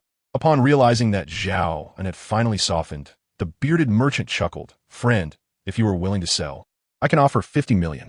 How much? Zhao An could scarcely believe his ears, and his heart quickened as he inquired further. 50 million chots? The merchant nodded with a smile, affirming, Yes, chots. I am Burmese. I only possess chots. Zhao An pulled out his phone to calculate the exchange rate, discovering that 50 million chots converted to a substantial sum in renminbi, over 200,000. Just enough to continue acquiring rough stones without the hassle of exchanging currencies for vendors who only accepted chots. Of course, in the rough stone market, renminbi held considerable value. Yet one could never be certain of encountering a particularly stubborn vendor. After some contemplation, Zhao An decided to sell the piece, nodding in agreement. It's a deal. The bearded merchant appeared quite elated as he removed his backpack and handed it to Zhao An, while he himself strode away, clutching a stone. A mechanical female voice echoed in Zhao An's mind. You have gained 50 million luck points, 50 million luck points. Wait a moment, Zhao An thought, somewhat dazed. Was this really an instant addition of 50 million luck points? Was there no consideration for exchange rates? Subsequently, countless methods of exploiting glitches flashed through Zhao An's mind. Could it be that the level of the true I was continuously rising? Initially, he believed that advancement was a distant prospect, yet now he discovered there was a shortcut available. The thought of the true I rapidly upgrading and unlocking more potent functions left Zhao An grinning from ear to ear. Just as he was lost in thought, a graceful figure unexpectedly collided into his embrace, inhaling the lingering fragrance of her hair on his shoulder. Zhao An muttered something incomprehensible and resumed his pursuit of acquiring raw stones. Mandalay, as Myanmar's largest jade trading market, boasts an abundance of materials, whether they are premium, semi-premium, or unrefined. Although Pakong, as a mining area, also offers a plethora of raw stones, it is fraught with complex power dynamics and chaos, compounded by its poor environmental conditions. The roads there are treacherous, and one would not dare traverse them without an off-road vehicle. In contrast, Mandalay is distinguished by its mature market, where jade and raw stones from all corners converge, and the public safety is significantly better than that of the Pakong mining area. Consequently, numerous merchants flock here to purchase jade, resulting in a vibrant scene filled with an abundance of unsorted raw materials. The true eye that Zhao An deployed rendered the raw stones in the market utterly transparent, allowing him to operate at full capacity. Pushing a small cart, he gathered every piece of quality jade he encountered, regardless of size. Anything that caught Zhao An's eye was undoubtedly of high value and excellent cost performance, making the profits he earned feel akin to picking up money effortlessly. Chapter 31. A malady to treat, medicine must not cease. Throughout that day, Zhao An scurried about, acquiring raw stones and spending over 30 million. He managed to procure around 300 to 400 pieces of stone, filling the rented warehouse to the brim. Each stone was meticulously selected, boasting commendable quality and value. Every piece of jade unveiled was worth at least 1 million, with several being of the high-glass variety. This procurement should sufficiently meet AI Qingrou's demand for the expansion of her company. With an air of indifference, a hint of disdain, and a touch of arrogance, he approached Zhao An. After hearing AI Mi's complaints about this individual, Zhao An subconsciously wished to avoid any interaction, planning to sidestep him. However, to his surprise, Luo Juanhao brazenly blocked his path, sneering as he said, "Kid, your name is Zhao An, right?" Noticing the ill intent, Zhao An raised an eyebrow and replied, "What do you wish to discuss?" "Oh, quite the sharp tongue. Don't think that just because AI Qingru is wealthy and beautiful, you have a chance to climb the social ladder. She is destined to be a member of the Luo family. Keep your distance from her, or you will regret it. It is not as complicated as you think."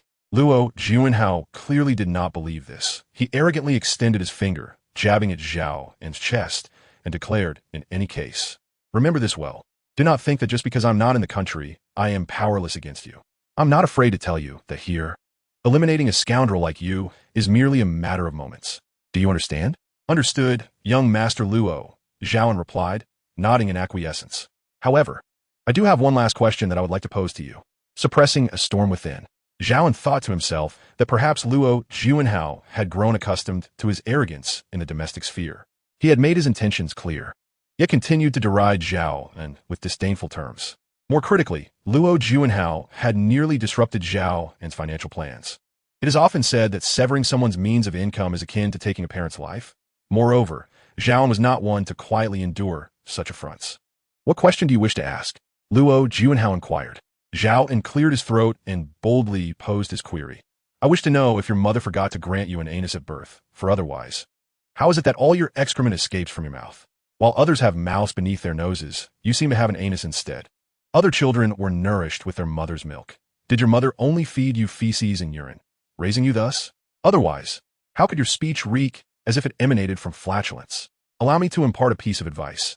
If one is ill, they must seek treatment, and the medication must not cease." Zhao An felt a surge of exhilaration after delivering his insult. Meanwhile, Luo Juanhao's face flushed crimson, his anger igniting like a wildfire. No one had ever dared to speak to him in such a manner. With trembling fingers, he pointed at Zhao An and bellowed, "You are simply courting death. What are you waiting for? Attack! Beat him to a pulp. If I do not annihilate this wretched creature today, I shall not bear the surname Luo." His bodyguards surged forward, the lead one attempting a sweeping kick to topple Zhao An. However, to Zhao An, their movements appeared to unfold in slow motion. It was excruciatingly slow. He gracefully evaded the kick and retaliated with a powerful strike to the chest of the lead bodyguard, sending him flying as if struck by a vehicle, his body arching like a cooked lobster. The others following suit were also knocked down in succession. The lead bodyguard rolled on the ground twice before dissipating the force of the blow. At that moment, he felt a tightness in his breath, realizing he might have fractured a few ribs, compressing his lungs.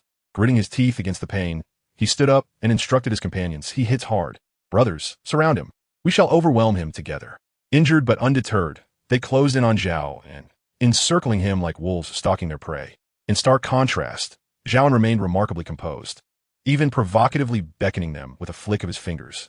Enraged, the lead bodyguard shouted, "Charge!"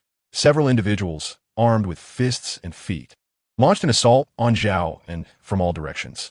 With a sudden leap, Zhao evaded their attacks entirely, then twisted his body, elegantly sweeping his right leg in a graceful arc.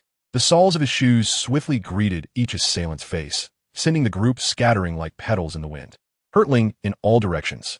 "Oh, my face," one bodyguard lamented, his visage swollen like a steamed bun. "What of your face?"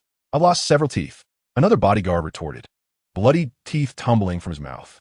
Zhao An kicked aside the moaning bodyguard at his feet and strode towards the stunned Luo Juanhao, delivering a resounding slap to his face. As Luo regained his senses, he attempted to flee, but Zhao An was quick, seizing his collar. Luo instinctively shielded his head with both arms, elbows pressed against his face, desperately pleading, "You're dead. How dare you strike me? You're finished." Despite his bravado, Zhao An yanked him forward and delivered a powerful kick to his left knee, resulting in a sickening crack as the bone shattered. Luo fell to the ground, howling in agony. Zhao An followed up with a series of sharp slaps, the stinging pain eliciting continuous wails from Luo until he finally raised his hands in surrender. "Stop. Please stop. I concede. What terms will ensure my safety?" Realizing the vast disparity in their strengths, Luo chose to yield, yet his tone remained defiant. Zhao An, however, refrained from further violence, recognizing that Luo's earlier aggression warranted a response. Coldly, he gazed at Luo and warned, "Do not threaten me. It would be simple to eliminate you, no matter where you are in this world. Do you understand?" A fleeting glint of malice crossed Luo's eyes as he replied, "Very well. Let today's event slide. From now on, let us maintain our distance." Zhao An sensed Luo's lingering resentment, but dismissed it, adopting a take-it-as-it-comes attitude. "Be cautious, for some adversaries are not to be trifled with." With a menacing glare, he left Luo with a parting remark, his departure marked by a confident stride. Upon returning to the hotel, Zhao An sought out AI Qingru, recounting his acquisition of the raw stone and the confrontation with Luo Juanhao. AI Mi, overhearing, was nearly ecstatic, grasping Zhao An's arm. "Did you truly confront him? I've long harbored disdain for that man, yet lacked the strength to confront him. Finally, you've avenged us. I cannot thank you enough." Zhao An chuckled. "You must express your gratitude sincerely. That fellow's face is now more swollen than a bun." AI Qingru, however, expressed concern. "Luo Juanhao holds grudges. He is vengeful." Zhao An dismissed her worries nonchalantly. "What is there to fear? I can strike him once, I can strike him twice. If he leaves me be, all is well. Should he provoke me again, the consequences will be severe."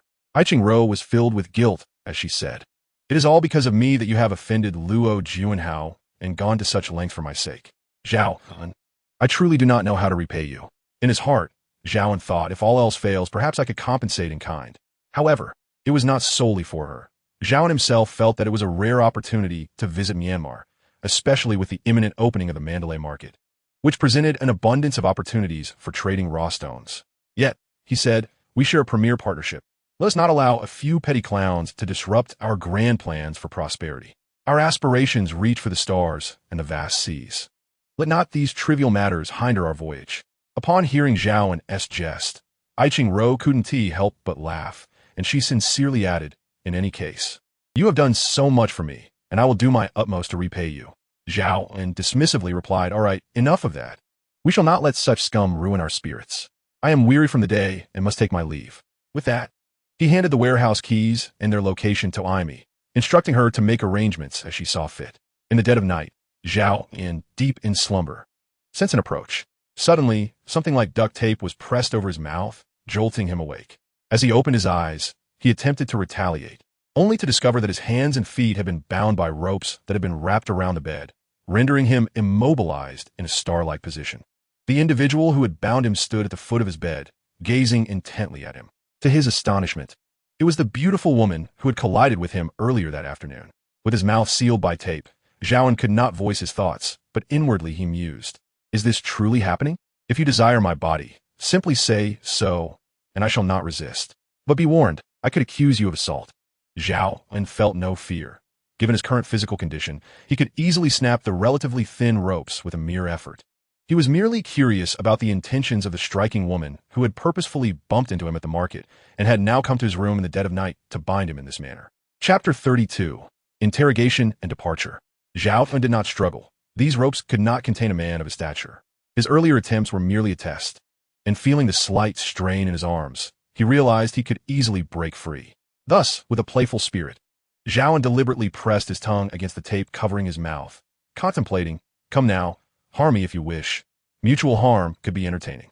The long-haired beauty, noticing Zhao An's intent to speak, said, "I will remove the tape, but you must not scream."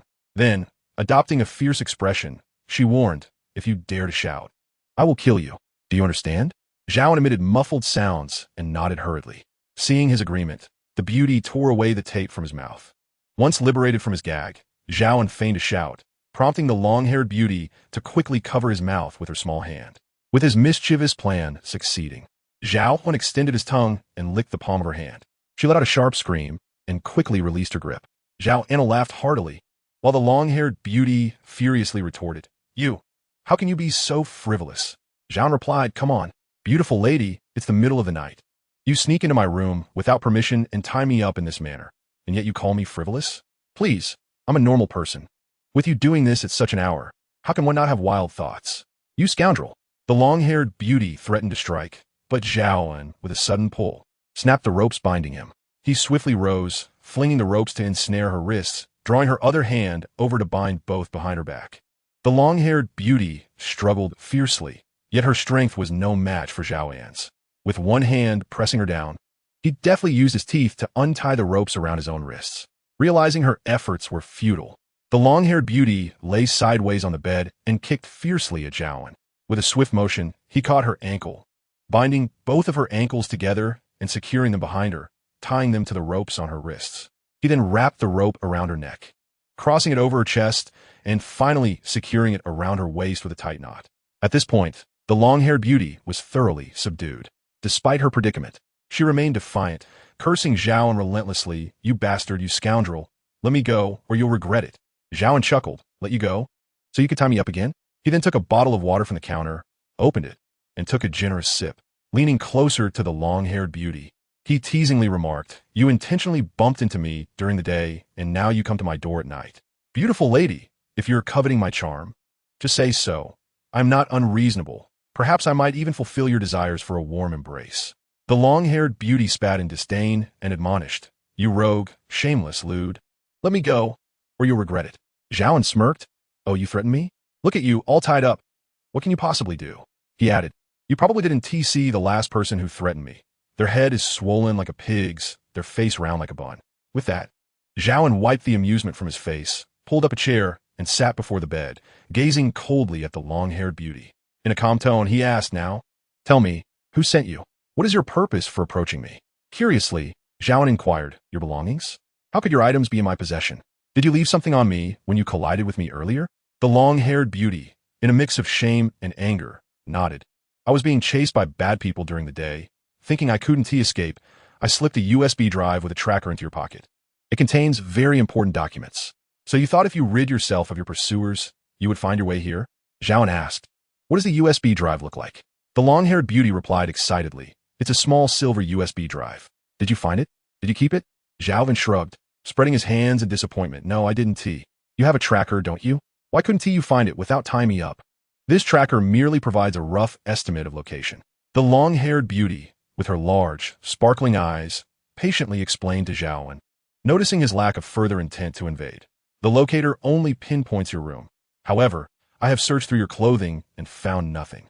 Zhao An stood up, retrieved his garments, and meticulously searched each pocket, indeed finding no trace of the USB drive as claimed by the beauty. Unwilling to concede defeat, he activated his keen vision and, to his astonishment, discovered the USB nestled within the lining of his clothing. Having slipped through a hole in the pocket, no wonder it had eluded him. Holding the USB aloft before the long-haired beauty, he inquired, "Is this what you're looking for?" She nodded vigorously, exclaiming, yes, that's the USB. "Quickly, return it to me." Raising an eyebrow, Zhao An leisurely resumed his seat and chuckled, "My dear, you seem to be mistaken about your circumstances. You are my captive now. While I have no interest in your secrets, your insistence on involving me compels me to have a conversation with you." After a moment of silence, the long-haired beauty firmly declared, "I have nothing to say. Since you've captured me, do as you wish. You must decide, either kill me or release me along with the USB." Zhao An was taken aback by her fortitude. During their earlier encounter, he had noted her commendable skills. Had it not been for the enhancement of his physical abilities by the keen vision, he might have found himself at a disadvantage. He scrutinized the long-haired beauty closely, noting her striking features, brows like swords, eyes reminiscent of a starry sky, a pronounced nose, and exquisite facial attributes. Even in comparison to AI Qingru, she was equally admirable, each possessing their own unique allure, making her a rare beauty. Though he had bound her, Zhao An was not one to bully the defenseless. Faced with her stoic demeanor, he found himself at a loss. He could neither strike her nor insult her effectively. With a hint of exasperation, he suggested, "Surely, you can share your name." After a brief silence, she finally spoke, "Lin Wanxiao." Zhao An paused, then asked, "Your father must be a fan of Wenruyan. Otherwise, how could you be given such a peculiar name?"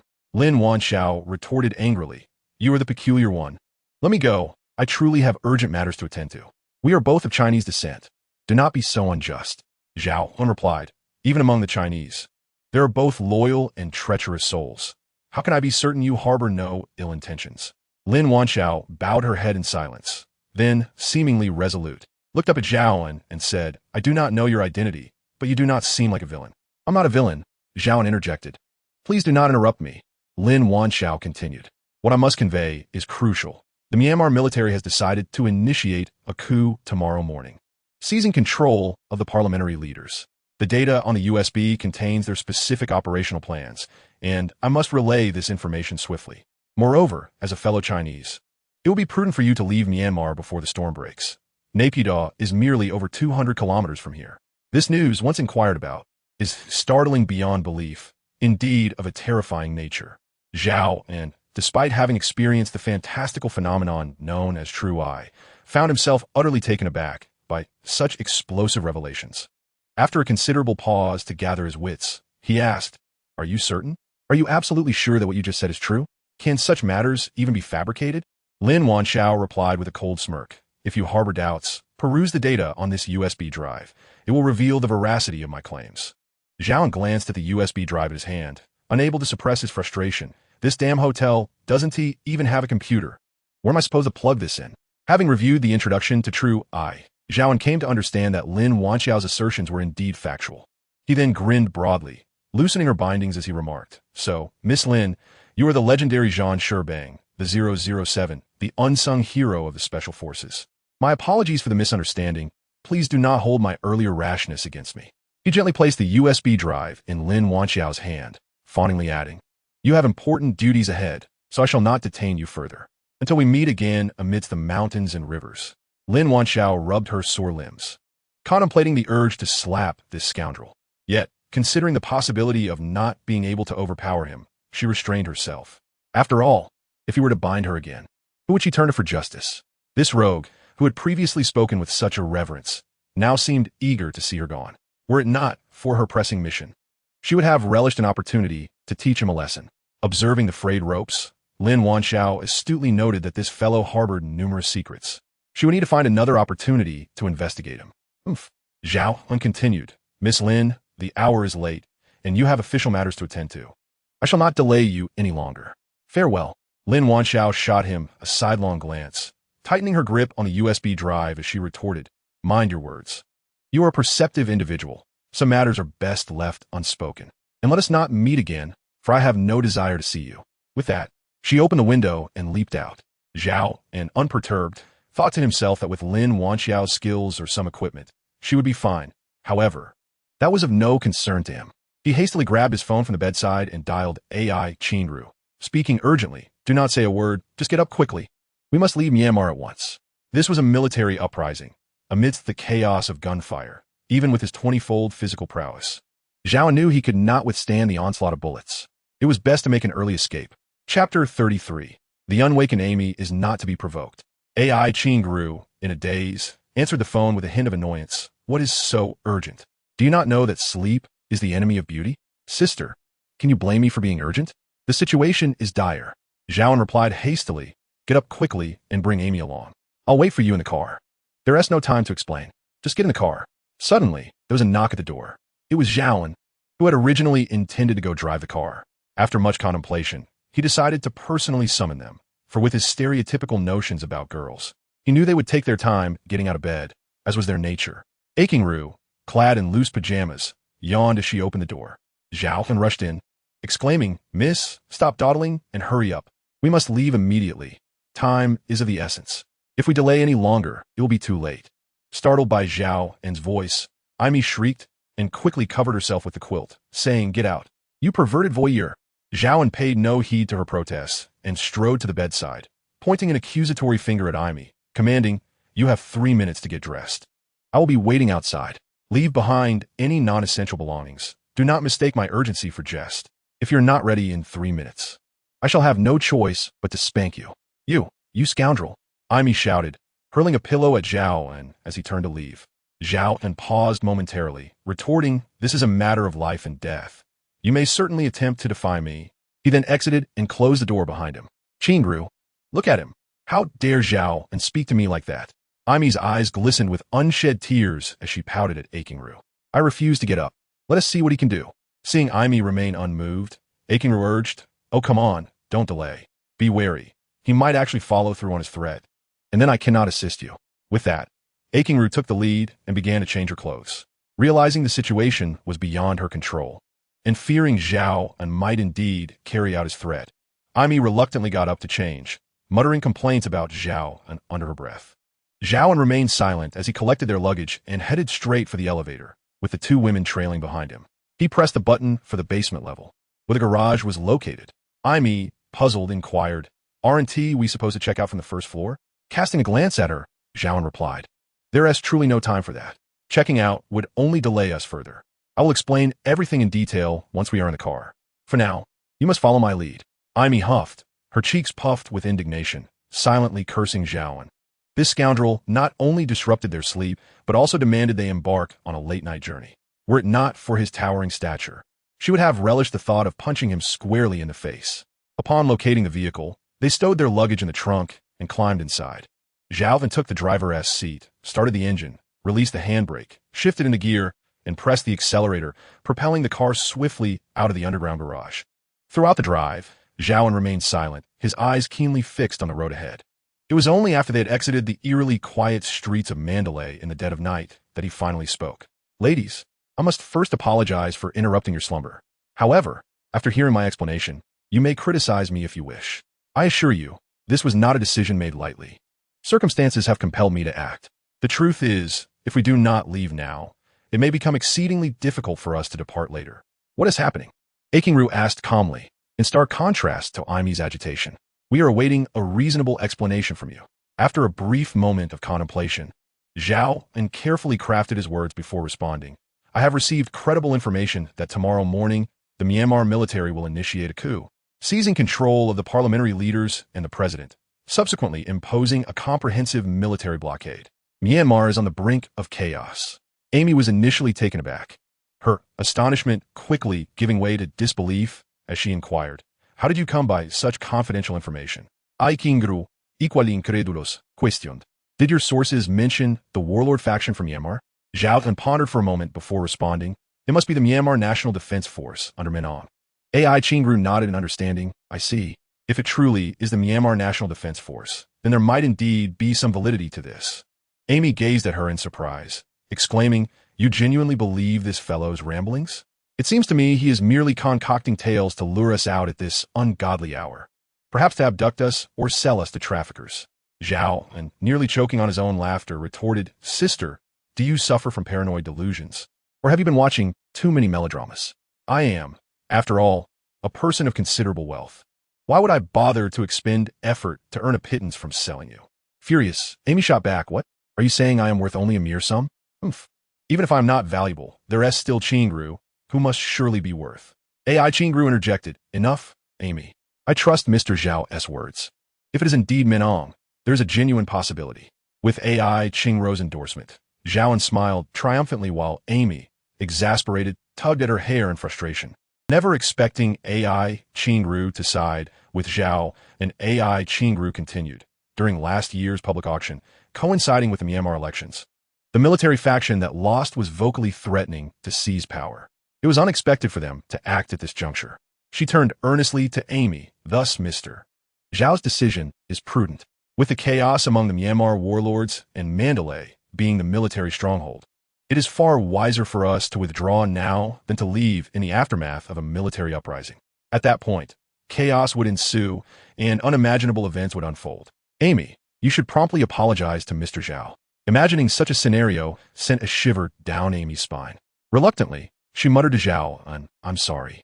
I simply didn't sleep well and did not mean to trouble you. Please be magnanimous and overlook my small transgressions. Zhao An raised his thumb in approval. Well done. A blind cat can indeed stumble upon a dead mouse. Amy huffed, but chose not to pursue the matter further. The trio fell into a contemplative silence as Zhao An maintained vigilant awareness during their swift drive, determined to cross the border before 6 o'clock. AI Qingru secured a separate room directly opposite Zhao An's. After a long night of travel, they were finally able to rest. Their expedition to Myanmar concluded successfully. Despite the hurried escape, they had amassed a significant quantity of exceptionally high-quality jade rough stones. An immense fortune awaited them upon processing these stones. Any minor difficulties encountered along the way paled in comparison to the rewards they had reaped. Chapter 34. The Cutting of Rough Stones and Soaring Market Prices. Hello, darling. What inspired you to call me? Zhao An inquired with a cheerful smile. On the other end of the line, Li Ziyuan furiously shouted, You scoundrel! You despicable wretch! After disappearing for so many days, I could not even reach you by phone. Where on earth have you been? Her ire was palpable, and it was evident that the old adage regarding the fiery tempers of youth held true. Just a few days without contact had ignited a towering inferno of frustration within her. Who do you think shares a telepathic connection with you? She continued, her anger still simmering. I've been calling you daily, relentlessly, yet I have never managed to get through. In truth, there was no surprise awaiting her. It was merely a matter of biding time. Let us weather this storm first. The rest will be a piece of cake, Li Ziyuan asserted. What surprise could there be? As long as it isn't a shock, I'll be fine. By the way, are your parents coming as well? Zhao An sighed. Alas, despite my earnest pleas, they refused to agree to move to Jiangsheng with me, insisting on the old adage that one is of lesser worth away from home. Communication with them has been utterly futile. Consequently, I ended up visiting Relics, where a business owner insisted on taking me to inspect the mines in Myanmar. I could not decline, and thus I joined him. It was a spur-of-the-moment decision, hence I failed to call you, inadvertently neglecting my precious one. I am truly remorseful. Who knows if it was intentional or unintentional? Li Ziyuan warned. In any case, should such a situation arise again, beware, I might lose control and deliver a punch that could shatter your skull. Yet, who would truly prevail? With Zhao An's physical prowess enhanced tenfold, he could effortlessly overpower 6 professional bodyguards in Mandalay. Even though Li Ziyuan was the provincial champion in free combat, her skills, while superior, would be no match for his formidable strength, speed, endurance, defense, and even recovery, all of which surpassed those of a commonplace individual by a factor of 10. In a contest of sheer strength, even 10 Li Ziyuans would likely fall short against Zhao An. However, one must remember that a girl is not meant for combat. The pain alone would be unbearable. Zhao An quickly responded, Yes, I understand, my dear wife. Do you have any further instructions? If not, may I be excused to freshen up? Li Ziyuan coldly retorted, That will suffice. Now kneel in peace. Zhao An, ever compliant, hung up the phone and prepared to wash up. Just then, a series of urgent knocks resounded at the door. Upon opening it, he found Amy standing there. Zhao An chuckled. The consequences of your actions are unfathomable. I assume you're disappointed that you were not sold off to a coal mine for labor. With a conflicted expression, Amy replied, I'm truly sorry. I apologized last night. Why are you still holding a grudge? Well, you brought it upon yourself, chimed in AI Qingru, emerging from the opposite side. Let this be a lesson for you. Do you dare to throw tantrums indiscriminately in the future? Mister, Zhao is magnanimous and will not hold it against you. But should you encounter someone vengeful, you might find yourself in dire straits. I understand, Amy said, on the verge of tears. I promise I won't do it again. By the way, are you too hungry? I can make some instant noodles for you. The topic of driving without a car took an awkward turn. In a star-rated hotel, who would have the appetite for instant noodles when meals are served around the clock? Ru exchanged a glance with Zhao An, and they both smiled, saying, Let us hurry to the restaurant for a meal after dining. We have a plethora of raw stones awaiting our exploration. After their meal, the trio drove to a stone processing site, where Jessica and others had been waiting. Upon alighting from the vehicle, Ru surveyed the surroundings, her gaze fixed on the various raw stones piled high and the cutting machines poised for action. She felt a deep sense of satisfaction and smiled, exclaiming, Let us begin. It's time to get to work. As the workers turned off the power switch, The machines roared to life, their eager blades whirring rapidly as they sliced through the stones. The dust produced was washed away by water, transforming into a muddy spray that splattered everywhere, yet no one paid it any mind. The vibrant green streaks emerging from the cuts became the focal point of attention. "It's green. It's actually green," one of the workers shouted. "And it's of the glass type." Those familiar with Zhao An merely muttered to themselves, "Basic skills." No surprises here. Aching Ru was unfazed, leisurely reclining in a shaded chair beside Zhao An, introducing him to her friends and secretaries. The tall one is Anqi, who manages legal affairs. The short-haired one is Shanshan, responsible for my daily schedule. And the voluptuous one is Bobo, who handles information collection and organization. Zhao An cast a discerning glance and noted Bobo has ample curves, prompting her to shoot him an indignant look. "What are you staring at? Do you wish to touch?" Zhao An awkwardly replied, "Maybe another day." Bobo then lunged towards Aching Ru, exclaiming, "Yours are quite impressive too. Why didn't you mention that when you introduced yourself?" Aching Ru swiftly dodged, playfully retorting, "Don't come any closer, or I just might." Bobo stomped her foot, hands on her hips, declaring, "How rude. I'm not talking to you anymore." Unbeknownst to her, this pose only accentuated her striking figure. Before long, a worker dashed over, clutching a freshly cut piece of jade. It was a high-grade glass-type jadeite. Aching Ru inspected it and nodded in satisfaction, remarking, "The quality is excellent. The texture is commendable. Jessica, please appraise its market value and pack it accordingly." Jessica took out a caliper and electronic scale, meticulously measuring the piece before marking it with a number. She recorded the data and valuation on a chart, then directed the workers to wrap it in foam and place it in a container. One by one, more cut jade pieces were brought over. Initially, Aching Ru would take a look, but soon she paid little attention. For all the raw stones had been meticulously selected by Zhao and at the mining site, their true value evident in the high-quality jadeite they yielded. Thus, it was only natural that the jade extracted would be of the finest caliber. As the saying goes, repeated actions lead to depletion. The exquisite jadeite boasts vibrant hues, crystalline clarity, and a refreshing allure. However, upon prolonged observation, it can lead to a certain aesthetic fatigue. Consequently, AI Qingru resolved to refrain from further scrutiny, entrusting all responsibilities to Jessica. Zhao An, on the other hand, remained self-assured, as he had personally selected these raw stones and was acutely aware of their quality and potential value. There was no need for further examination, especially since he had complete confidence in Jessica's professional expertise. Moreover, Zhao An held a rather dismissive view of jadeite and similar gemstones. In his perspective, they paled in comparison to tangible gold and silver. He found it perplexing that so many continued to idolize these stones, suspecting that it might be a result of market speculation. Nonetheless, since the economic reforms, the prices of such items had steadily escalated, the precise reasons for which remained elusive. As the financial assistant, Amy astutely seized upon this crucial information, remarking, "In essence, our batch of jadeite will sufficiently dominate the entire high-end jade market."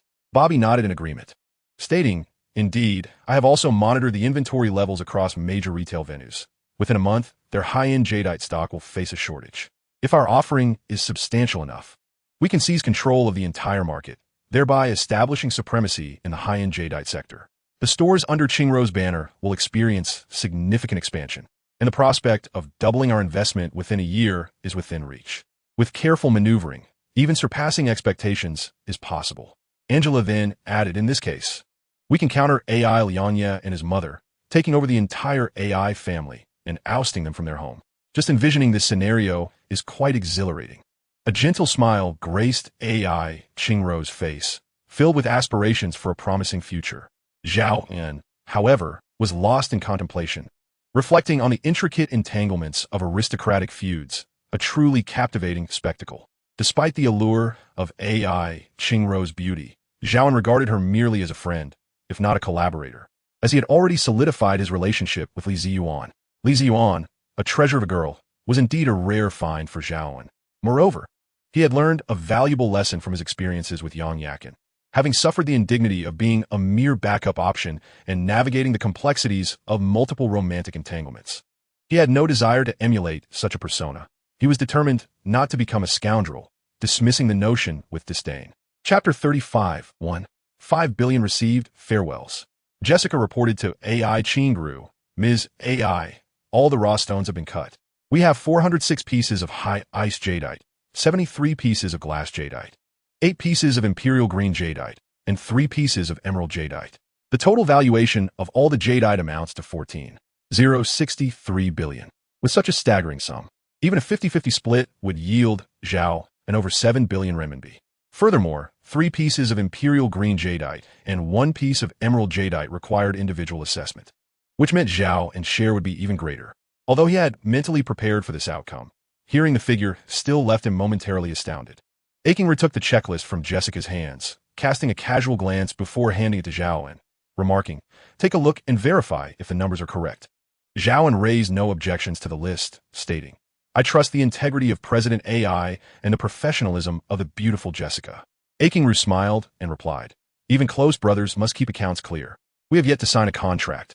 Our agreement was merely verbal, which bears no legal weight. Furthermore, this sum is not insignificant. So why do you place such trust in me?" Zhao An scoffed. "I cannot speak for others, but President AI is a person of great ambition, possessing profound insight. Although I have previously known poverty and seen little of the world, I still understand the importance of character." Aiking chuckled. "As you have heard, this batch of jade is immensely important to me. It will play a pivotal role in the upcoming contest. Whether I can take control of the AI family business depends on it.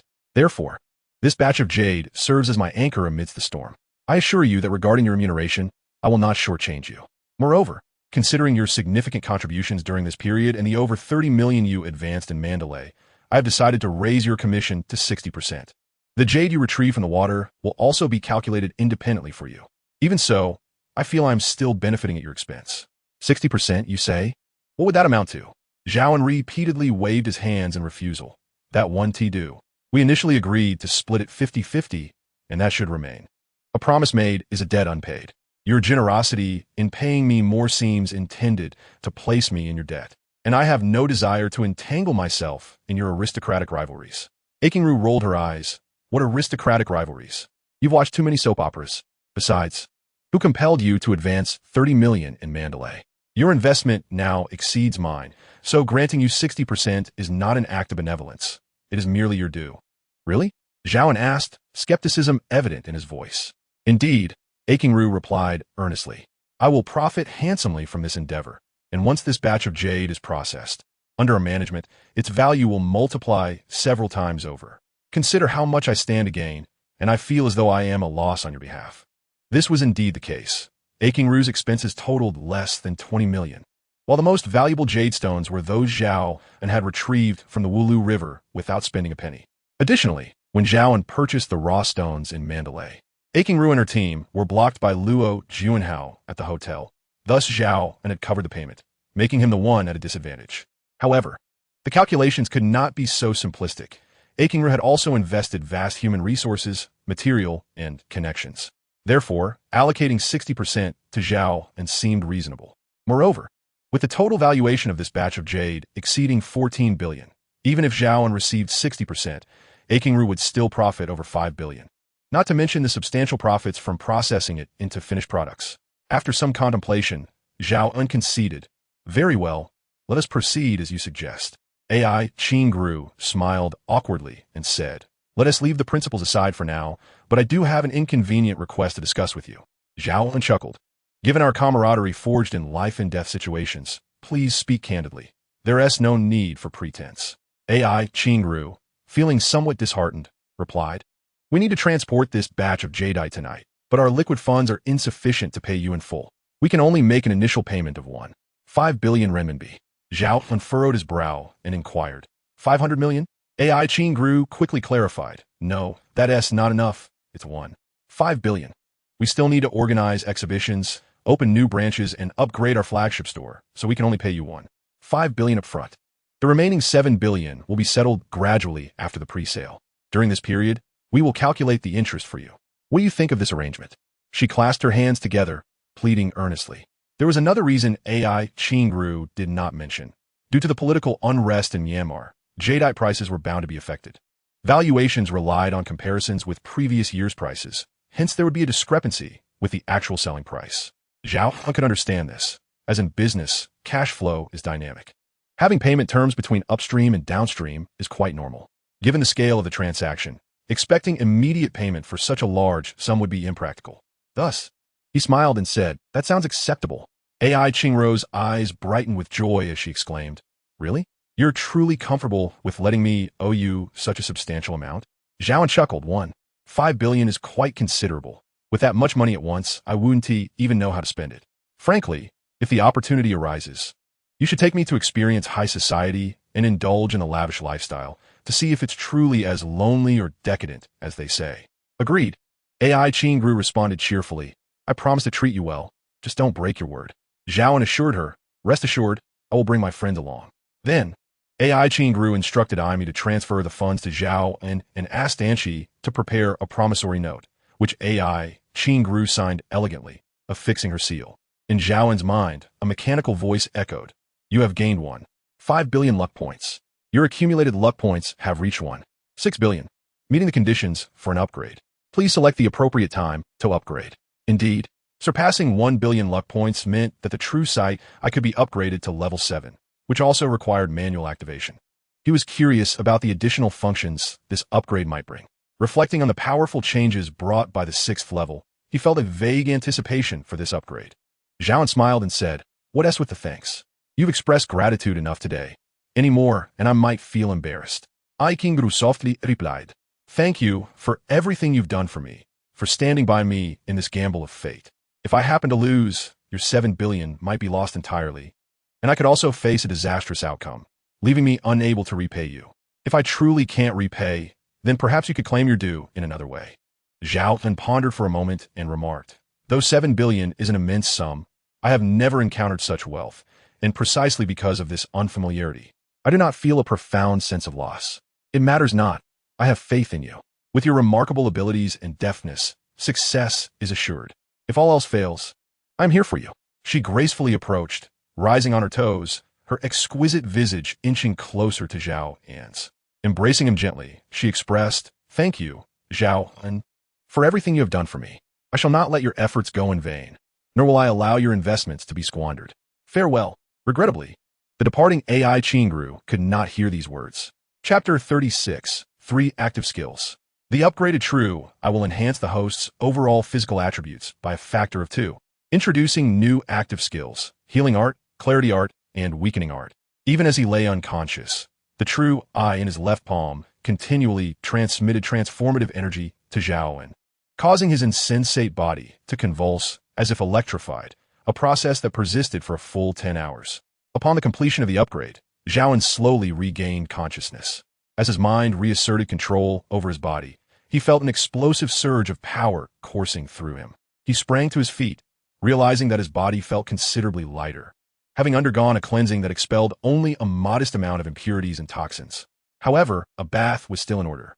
Disrobing, he stepped into the bathroom, and as the water cascaded down, he examined the newly enhanced True Eye. The following are detailed descriptions of the 3 skills. Healing Art. Within the range of the True Eye, you may cast Healing Art on any target, restoring their vitality. This can be performed once daily. Clarity Art. Within the range of the True Eye, you may cast Clarity Art on any target, replenishing their mental acuity. This can also be performed once daily. Weakening Art. Within the range of the True Eye, you may cast Weakening Art on any target, diminishing their vitality. This too can be performed once daily. It felt akin to a real-life summoner skill. Wouldn't it be splendid if there were also teleportation, blinking, or resurrection? Should I give it a try? Zhao then activated the True Eye to cast Healing Art on himself, and instantly felt a refreshing sensation spreading from his head to his toes, though he experienced little else. He then employed Clarity Art on himself, feeling a surge of mental vigor and exhilaration. The effects were promising. As for Weakening Art, he decided against using it on himself, reserving it for those in need. After his shower, he dressed and ventured to the dining hall for a delightful meal, simultaneously placing a call to Wei Xiong, instructing him to meet at the hotel. Despite the growing capabilities of the True Eye and Zhao An's exceptional physical prowess, he understood that one cannot undertake every task alone. As the saying goes, a good man needs 3 helpers.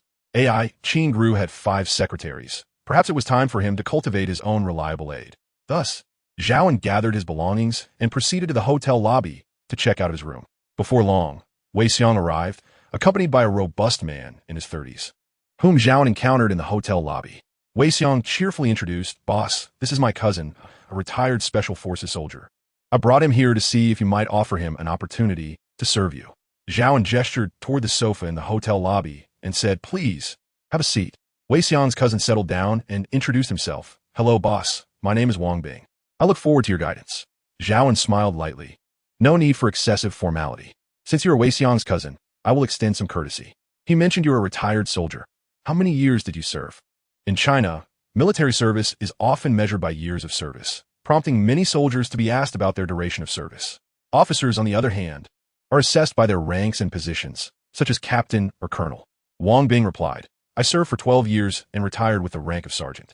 Wei Xiang sheepishly added, "Boss, the situation is this. When my cousin retired, the army granted him a substantial resettlement allowance. However, immediately upon his discharge, my aunt insisted on a divorce. You see, during active service, a man cannot divorce without fault. As soon as he retired, she began causing a stir every day. Reluctantly, my cousin agreed to the divorce, and for the sake of their child, he ended up leaving everything behind, giving them his severance pay and the savings he had accumulated over the years." Zhao An remarked with some sentiment, "He is indeed a man of integrity and loyalty, displaying humility and strength. By the way, can you drive?"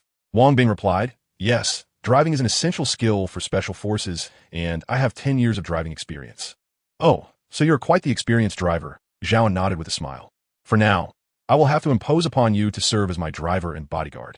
As for the compensation, I can offer you a resettlement allowance of 200,000 yuan to facilitate the arrangement for your family. Is that sufficient?" Wang Bing eagerly nodded yes. "That is more than enough. Thank you, boss." Zhao An waved his hand. "It's no trouble. You are working for me, and since your wife has left, it is only right to ensure your family is taken care of. As for your salary, I will provide you with 30,000 yuan per month. If your performance is commendable, it can be raised to 50,000. At the end of the year, there will be a year-end bonus, starting at 500,000 yuan, with no upper limit. So earning over 1 million is certainly possible. What do you think? That sounds absolutely fantastic. Even a county mayor earns no more than that. Let alone a year-end bonus of over 500,000, Wang Bing exclaimed, his eyes wide with astonishment.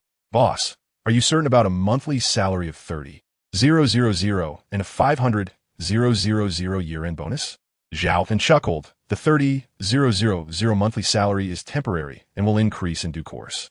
As for the year-end bonus, that will depend on your performance. However, I can assure you it will be 500,000 yuan at the very least." Wang Bing, filled with excitement, stood up and bowed deeply, sincerely expressing, "Thank you, boss. From now on, I will follow you." Zhao An laughed. "What do you mean by follow? This is a legitimate job. It is only natural to be compensated for your work. Even an emperor must feed his soldiers, after all." Wang Bing, his face slightly flushed, replied, "Yes, boss. I will work for you from now on. If any difficulties or troublesome matters arise, please leave them to me." "Good," Zhao An responded. Zhao An observed Wei Xiang's hopeful gaze, chuckling as he patted him on the shoulder. "You too," he said, "if you're willing to work with me, your compensation will be the same as Wang Bing's. A relocation allowance of 200,000, a monthly salary of 30,000, and a year-end bonus starting at 500,000. What do you think? Can you accept that?" "Absolutely. That sounds incredible," Wei Xiang replied with excitement. "But what will my role entail?" It is worth noting that Wei Xiang previously earned only 2,000 to 3,000 per month from his previous work as a freelance broker, a maximum of 6,000 on a good month. Yet during lean times, he faced days without any income, with Zhao An offering him 30,000 a month. There was no reason for Wei Xiang to refuse, especially considering Zhao An's proven capabilities and strength, which Wei Xiang had witnessed firsthand. Following such a boss, even if it meant merely sharing a meal, would be a significant opportunity. After contemplating for a moment, Zhao An replied, "There are no specific tasks at the moment. For now, you could be my assistant. Come, let us head to the bank." The trio made their way to the underground parking lot, where Wei Xiang pushed Zhao An's luggage. Zhao An pressed the key fob, causing the trunk of the Cadillac to open automatically, and Wei Xiang placed the luggage inside. Handing the key to Wang Bing, Zhao An asked, "Can you drive this vehicle?" Wang Bing, gazing at the imposing and robust Cadillac, nodded affirmatively. "No problem, boss." "Then it's entrusted to you," Zhao An said, opening the front passenger door and settling in. The others joined him in the car, and they drove toward a nearby bank. After receiving the money, Wei Xiang and Wang Bing expressed their gratitude, saying, "Thank you, boss." "Go ahead," Zhao An replied. He also used his identification to open a new bank account, depositing 10 million into it, an account intended for his parents. After a lifetime of hard work, it was time for his son to provide for his elders. What kind of business will we be engaged in? Wang Bing inquired. I cannot partake in anything illegal, he asserted. Jade gambling. Do you understand that? Wei Xiang replied with pride. Boss Zhao is a master in jade gambling. To merely call him a master is an understatement. He is more accurately described as a deity of jade gambling. Almost every piece of raw jade he selects yields exquisite jade, each valued at tens to hundreds of thousands. Buyers compete eagerly to purchase, and that scene of bidding is unforgettable. With a smile, he turned to Wang Bing and asked, so what do you think? Is it legal? Having resolved his doubts, Wang Bing had no further objections and was filled with anticipation for working with Zhao and reflecting on Wei Xiang's past as a small-time hoodlum. Barely scraping by with 2,000 to 3,000 a month in the jade market, things had changed dramatically since meeting Zhao An. Initially, he earned over 10,000 in a single day, followed by a generous 200,000 reward the next. Today, without hesitation, the boss had granted him a 200,000 relocation allowance. What more could be said? He was determined to work hard and prove himself worthy of the compensation Zhao An had offered. Chapter 37. Fury. Indeed, within half an hour, Wei Xiang and Wang Bing had settled their home affairs and arrived at the bank, as promised, to pick up Zhao An. Zhao An had completed his business there, and upon entering the vehicle, he provided Wang Bing with a destination, then reclined the passenger seat and closed his eyes to rest. In truth, with Zhao An's current vigor, there is no need for him to close his eyes and rest. The presence of a skilled driver allows him the delightful experience of sitting in the passenger seat. It must be said that Wang Bing, with his decade of driving experience, is indeed an adept driver, maintaining a remarkably steady speed. Surprisingly, thanks to the formidable capabilities of the Xinyan, by the end of this journey, Zhao An's wealth has surpassed 10 digits, and his physical prowess has been amplified 20-fold.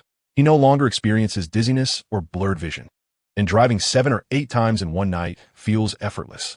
As the Cadillac pulled up beneath Zhao An's residence, he instructed the two individuals to remain in the vehicle while he ascended to visit his parents. Upon reaching his doorstep, he knocked a few times, only to be met with silence. Was there no one home? Sensing something amiss, Zhao An noted that his mother, a cheerful and optimistic person, would not typically behave in such a manner. He inquired, Mother, what is troubling you? Is something wrong? Confounded. Zhao An discerned that his mother's words seemed to imply a desire to send him away, an oddity that prompted him to remain silent. He activated the Zhenyan device and initiated a search for Lu Xiaofan within a 10-kilometer radius. The view instantly shifted to Lu Xiaofan, who was seated beside a hospital bed. Making a phone call, there lay Zhao Desheng, his father, enveloped in bandages. His father had sustained injuries? Zhao An's heart raced as he pressed Lu Xiaofan. Mother, tell me the truth. Where are you? She replied, Why ask so many questions? I have matters to attend to. I must hang up. The line went dead, leaving Zhao An to ponder the troubled expression on Lu Xiaofan's face, indicating that the situation was far from simple. It was clear that she wished to shield him from further distress. With a somber countenance, Zhao An descended the stairs and took his place in the passenger seat of the Cadillac, instructing Wang Bing to drive directly to the hospital. Upon arrival at the inpatient department, Zhao An's demeanor was grim as he exited the vehicle. Sensing the gravity of the situation, Wang Bing quickly followed him upstairs to the room where Zhao Desheng was being treated. As Zhao An entered, he found his father covered in bandages and receiving intravenous fluids, with Lu Xiaofan looking worried as she attended him. Upon seeing Zhao An, Lu Xiaofan expressed surprise, followed by panic, and then unease as she said, Son, what brings you here? Her eyelids drooped as she forced a smile. I didn't want you to worry. It's nothing serious. Your father just had a cycling accident. The doctor said a few days of hospitalization will suffice. He will be fine, so please don't fret. Gazing at his father, who lay with closed eyes but steady breathing, Zhao An felt reassured, yet the injuries told a different story. He turned to Lu Xiaofan. Mother, these injuries do not appear to be from a mere fall. Please, tell me the truth. How did my father sustain these wounds? Lu Xiaofan stood up, her demeanor anxious, and asserted, My child, would I ever deceive you? Your father simply had an accident while cycling.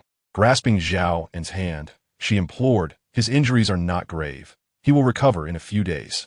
Please, my son, heed my advice. Do not delve too deeply into this matter. It truly is nothing to be concerned about. It appears that matters have indeed escalated. Lu Xiaofan sighed and recounted the events to Zhao An. It turns out that the dilapidated neighborhood where Zhao An's family resided was facing demolition due to urban redevelopment. While demolition could be seen as a positive development, it hinges on the agreement of fair compensation. Unfortunately, the crux of the issue lay in the inability to reach a consensus on the compensation amount. The individual in charge of this demolition was a man named Yao Xuesong, who had previously been involved in unsavory activities such as extortion and petty theft. At some point, he heard that the excavation industry was lucrative, prompting him to purchase a second-hand excavator to start his own business. In recent years, as the county's economy flourished, the demand for construction increased, encompassing rural road repairs, residential land development, and even grave relocations. This surge in demand resulted in Yao Xuesong's business thriving, leading him to acquire larger and more sophisticated machinery and eventually establish a construction company to handle substantial projects.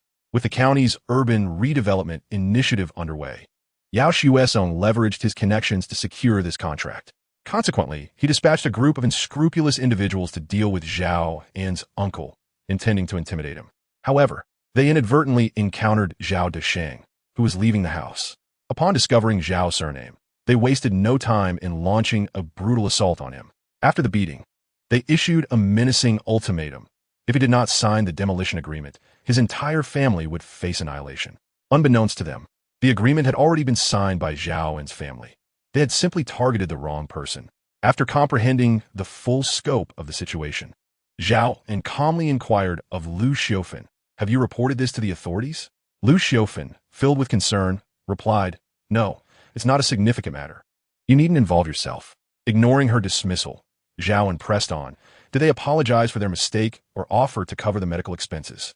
Lu Xiaofan, growing increasingly agitated, retorted, "Those scoundrels would never apologize, let alone pay for medical bills.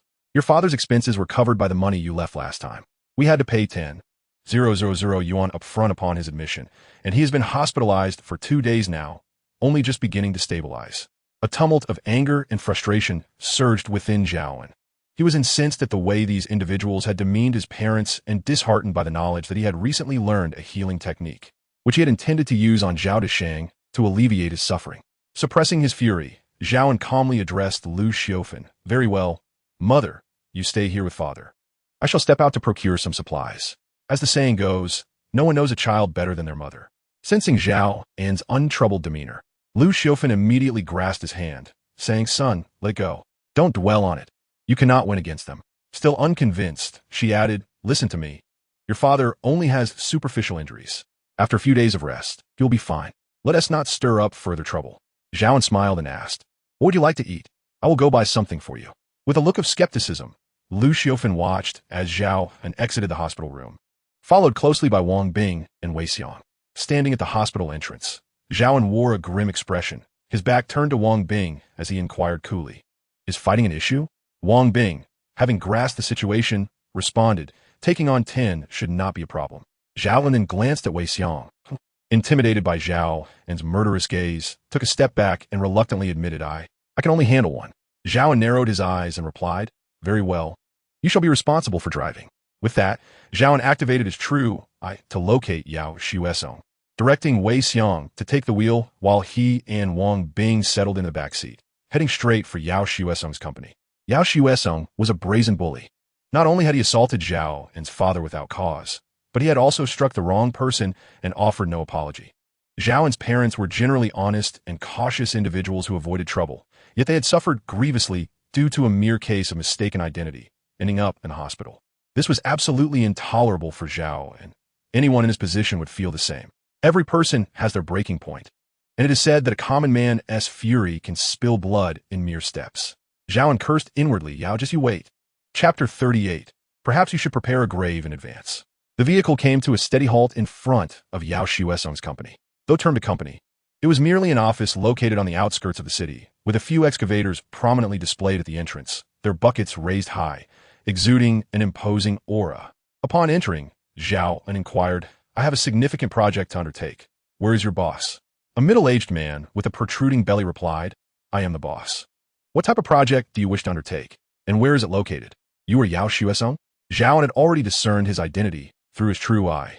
Zhao An gave him a cursory glance and replied nonchalantly, "The project is neither too large nor too small. I wish to dig a grave for the living. Is this a task you can handle?" A grave for the living signifies a preparatory burial site for the living, serving purposes of blessing, warding off misfortune, and preparing for unforeseen needs. Yao Xuesong scoffed. I thought it was something substantial. Surely, the excavator can complete that in 10 minutes. Zhao An found a chair, sat down with a swagger, and crossed his legs, declaring arrogantly, money is not an issue. I have plenty to spare, provided you execute the task satisfactorily. I'm not short on funds. That's good to hear. With such a wealthy client, Yao Xuesong chuckled heartily. Rest assured, our workers are graduates of Lanxiang Vocational School, boasting over a decade of experience. Digging a grave is entirely within our capabilities. Zhao An smiled, saying, I am not particularly concerned about the quality. It is for a client, and I fear any potential dissatisfaction. You must assure me. Yao Xuesong replied confidently, you can rest easy. It's merely a grave. I guarantee it will be done well, and whoever uses it will be satisfied. Is that agreeable? Zhao An nodded. With your assurance, I feel at ease. Yao Xuesong chuckled. So to what depth shall we dig? Zhao An curled his lips and cast a meaningful glance at Yao Xuesong, saying, it ultimately depends on your wishes, Boss Yao. You may choose any location and scale for the excavation. I shall bear the costs. In an instant, Yao Xuesong comprehended that Zhao An was seeking trouble. His expression shifted dramatically, and he retorted sharply, are you here looking for death? Do you not realize where you are? Are you tired of living? He then shouted angrily upstairs, Lao San, someone is causing a ruckus. Summon the brothers down. No sooner had he spoken than Wang Bing, who had been standing at the door, dashed forward, seizing Yao Xuesong's hand and twisting it behind his back, delivering a sharp kick to the bend of his leg. A surge of excruciating pain coursed through Yao Xuesong, and unable to bear it, he half-knelt on the ground under Wang Bing's restraint. At that moment, a dozen individuals swiftly descended from upstairs. Upon seeing Yao Xuesong captured, they erupted in furious shouts, surrounding Zhao An and his companion, yelling, let go of my brother. How dare you act violently here? Do you wish to die? Some among them rushed outside to retrieve tools, such as wrenches and pipe wrenches, wielding them to bolster their intimidating presence. Zhao An displayed no hint of fear. With an arrogant gesture, he pointed at the crowd and coldly declared, I am Zhao An. The person you assaulted yesterday in Chaoshi Alley is my father, Zhao Desheng, and the individual you intended to target is Zhao Xiaojing, the true object of your ire. Our family's demolition agreement has already been signed.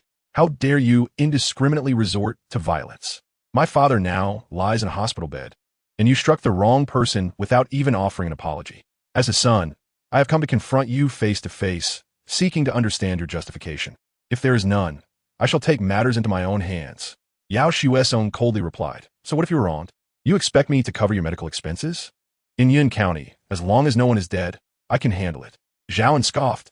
I am aware of your considerable influence and profound connections, Boss Yao. Yet in the underworld, we adhere to its rules.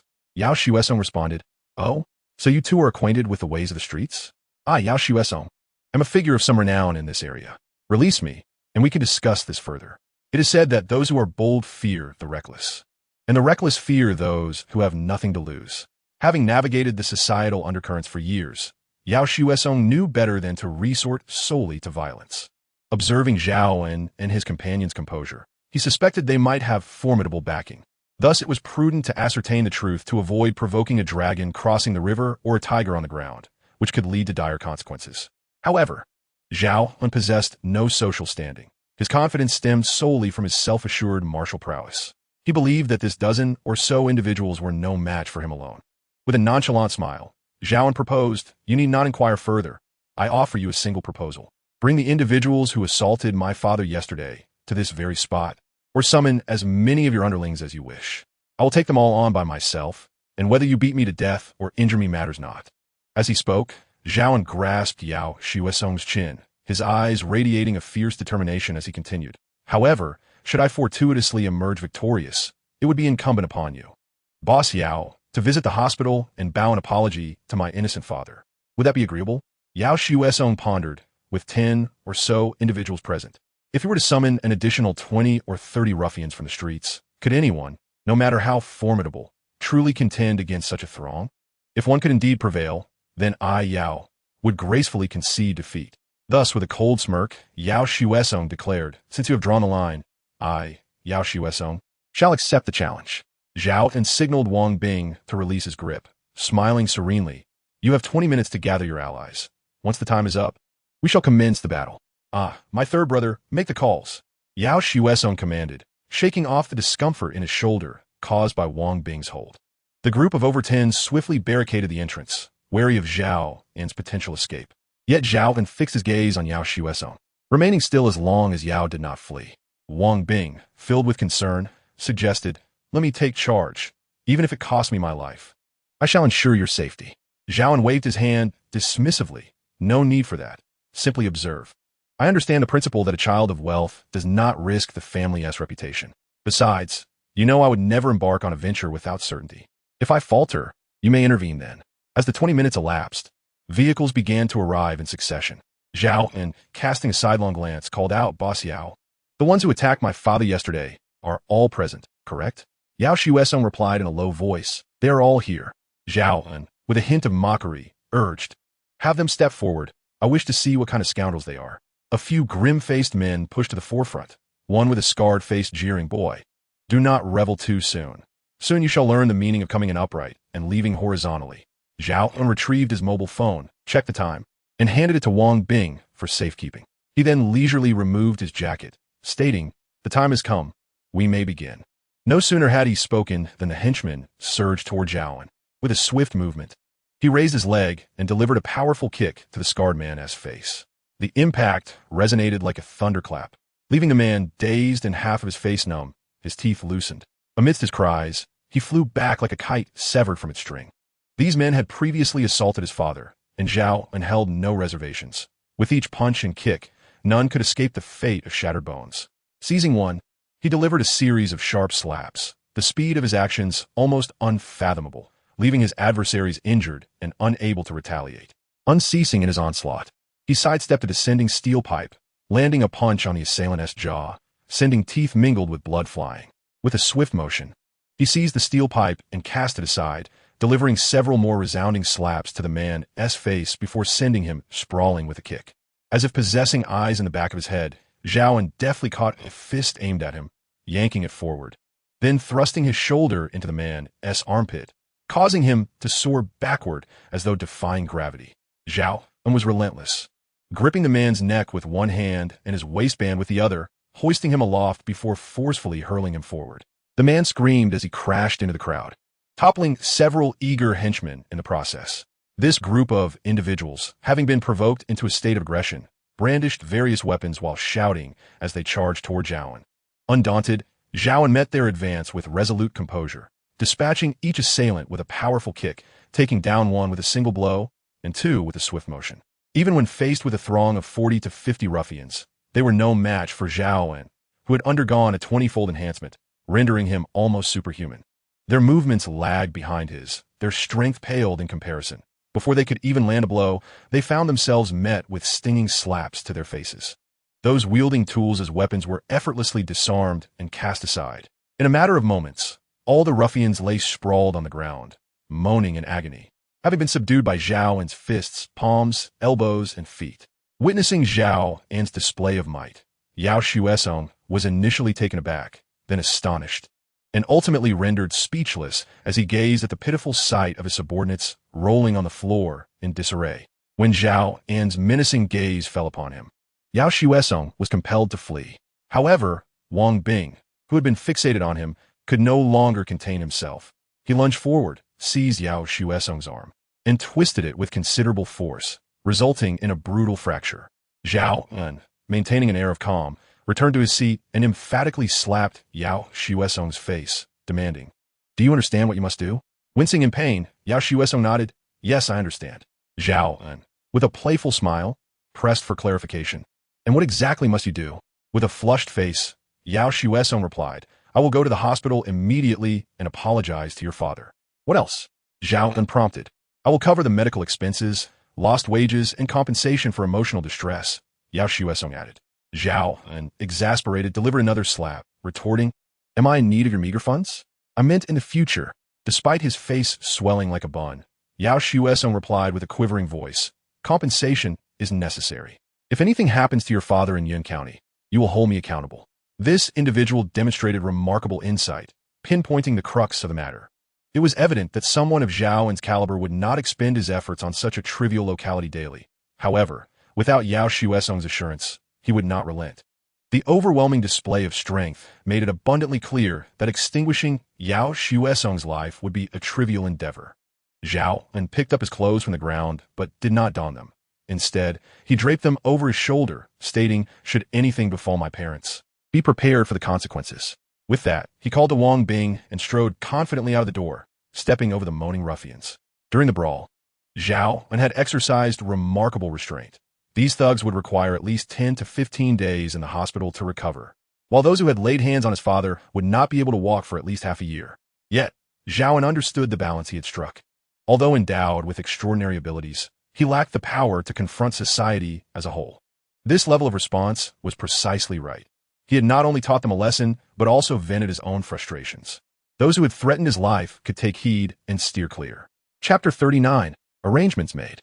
I had initially assumed that my cousin, a reconnaissance specialist and born soldier, epitomized peak martial prowess. Yet today, your display of strength effortlessly dispatched this gaggle of petty miscreants in a matter of moments. As he spoke, Zhao An animatedly gestured a few times, his irritation evident. "Focus on driving. Why are you so excited? What is there to be excited about?" Wei Xiong, with a sycophantic smile, replied, "How can I not be excited? It's like watching a movie. Boss, did you practice martial arts before? Perhaps something akin to Shaolin or Wudong. The techniques, the fighting styles?" Wang Bing chimed in. "Honestly, the skills you've displayed today surpass those of many special forces. Our individual combat capabilities typically allow us to handle about 10 ordinary individuals, and the more adept among us can manage around 17 or 18. But beyond that, it becomes challenging. Personal martial prowess pales in comparison to the might of a national machine." After a moment's contemplation, Zhao An suggested, "Let us postpone that for now. We should find a place to eat. Grabbing some skewers and having a late-night snack sounds good." He reasoned that if Yao Xuesong was behaving, he would be at the hospital apologizing to his parents. If by chance they crossed paths, it would complicate things with Lu Xiaofan. Thus, he preferred to wait somewhere to eat, in case Yao did not go to apologize. What a perfect opportunity to test the effectiveness of his weakening technique. Zhao An located a roadside barbecue stall, ordered dozens of skewers, and opened 2 boxes of beer. Together with Wang Bing and Wei Xiong, they indulged in meat and drink, enjoying the lively street atmosphere. True to form, Yao Xuesong did not disappoint. Soon, through his true vision, Zhao An spotted him arriving at Zhao Deshang's hospital room, bearing gift baskets and supplements. Before long, Lu Xiufan's call reached Zhao An's phone. He glanced at it and answered, "Son, what have you done?" "Just now. Yao Xuesong came to see your father with a swollen face, offering apologies and gifts. He even covered the medical expenses before leaving." Zhao An feigned ignorance. "Oh, is that so?" Perhaps he had a moment of conscience and realized he had wronged someone, which prompted his apology. "What does that have to do with me?" Lu Xiufan, though skeptical, was aware of her son's capabilities. In her eyes, he lacked the power to make someone like Yao Xuesong bow down. Despite her doubts, she advised, "I've eaten. You should take care of yourself. Stay safe out there, understand?" "All right, I got it," Zhao An replied before hanging up. He resumed casual chatter with Wang Bing and Wei Xiong, and after their conversation, he found them a hotel to stay in. Lacking a key to his home, he booked a room for himself. The next morning, with a sense of assurance, Zhao An took Wang Bing and Wei Xiong to the hospital. Before dawn, he used his true sight to enhance his father Zhao Deshang's treatment. As Zhao Deshang slept, the bruises on his body visibly faded, and the exterior wounds quickly scabbed over, leaving only faint, reddish scars behind. When Zhao An arrived, Zhao Deshang had already begun to move about. From a distance, he could be heard exclaiming, "Look at me. I'm perfectly fine, able to run and jump. You can't even see a wound. Why won't they let me discharge?" Beside him, Lu Xiufan, wearing a disapproving expression, advised, "Old Zhao, please listen to the doctor. Stay for a couple more days for observation. Once the checkup shows you're fine, we can leave." Zhao Deshang retorted, "I'm not staying. If I do, I'll feel like I'm rotting away. I'm leaving no matter what." The attending physician interjected, "If you insist on discharging yourself, we will not be responsible for any subsequent issues." Upon entering, Zhao An smiled and said, "Let us proceed with my father's wishes and arrange for his discharge." He then courteously addressed the physician, "Thank you, doctor, for your hard work these past few days. After all, it would suffice for someone at home to administer his treatment daily, and, judging by his current condition, he would likely recover in no more than 3 days." "It's nothing, really," the attending physician replied, signing the discharge papers.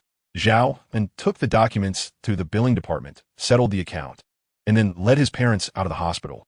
Once outside, Seated in Zhao An's car, Lu Xiaofan marveled as she caressed the handcrafted leather seats of the Cadillac, exclaiming, "Son, this is the car you bought? It's so comfortable." Zhao An wrapped an arm around her shoulders and chuckled. "Comfortable, I sent it? It cost over $2 million. This brand even has a bulletproof model that former President Obama favored as his official vehicle. If you like it, we can keep this car at home for you to drive." Lu Xiaofan was delighted but replied, "Your father and I don't drive. Why would you leave it for us?" She continued, "You should keep it. Having a car is quite convenient.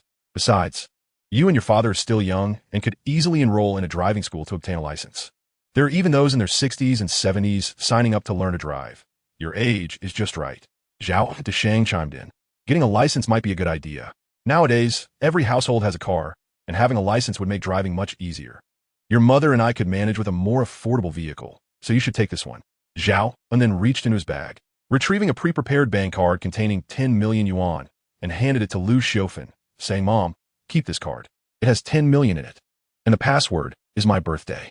With the imminent demolition of our home, our 2-bedroom apartment won't fetch much. I thought, if you and Dad are unwilling to move with me, you can use this money to purchase a nicer, more spacious place that will be more convenient for living."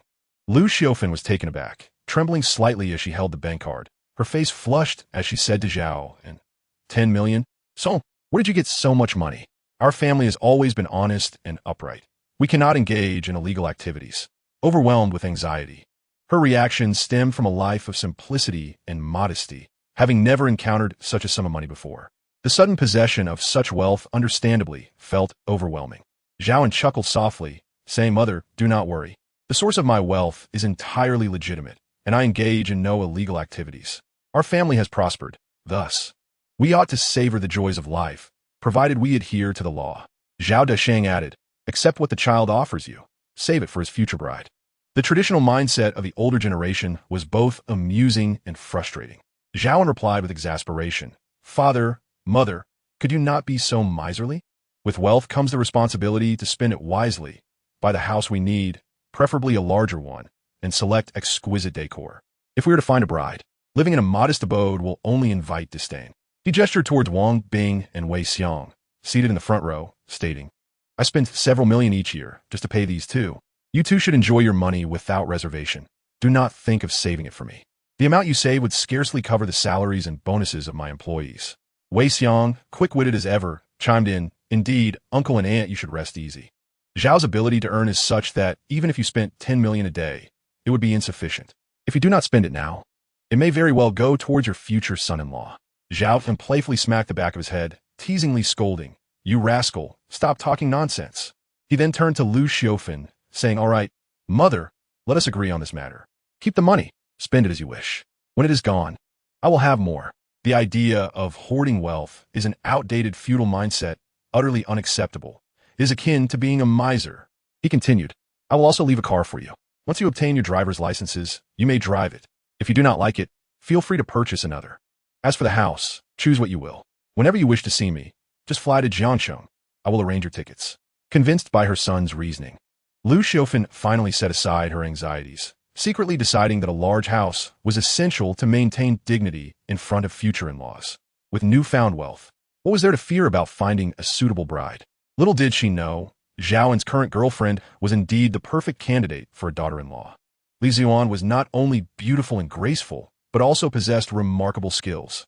Zhao An strode into the office, kicking open the door to find Yao Xuesong lying on a small bed, his face partially bandaged. Upon seeing Zhao An, the formidable figure of strength, Yao Xuesong sprang up from the bed, weakly uttering, "Mr. Zhao, is there something you need?" Zhao An sneered dismissively, "What are you afraid of? As long as you do not provoke me, I have no intention of striking you again." Yao Xuesong replied, Yes. Zhao An threw his bag on the floor, stating, "Here is 1 million for you. There are no ulterior motives. I simply want you to keep an eye on my parents and ensure no one bullies them. You need not treat them like deities. Just be vigilant, and it will not interfere with your business." Yao Xuesong, having navigated the local scene for several years, has amassed a fortune of several million. However, with numerous subordinates to support, the sum of 1 million is not insignificant to him. The prospect of merely overseeing the matter for 100,000 is enticing. Such a business venture seems almost too good to be true. Yet, Yao remains apprehensive, pondering whether 1 million might be excessive. He suggests a more modest sum of 80 or 100,000, sufficient for his underlings to indulge in a few cigarettes. He is acutely aware that such money does not come easily. Zhao An, however, understands the root of his concerns and responds with a reassuring smile. You are overthinking it. I harbor no enemies.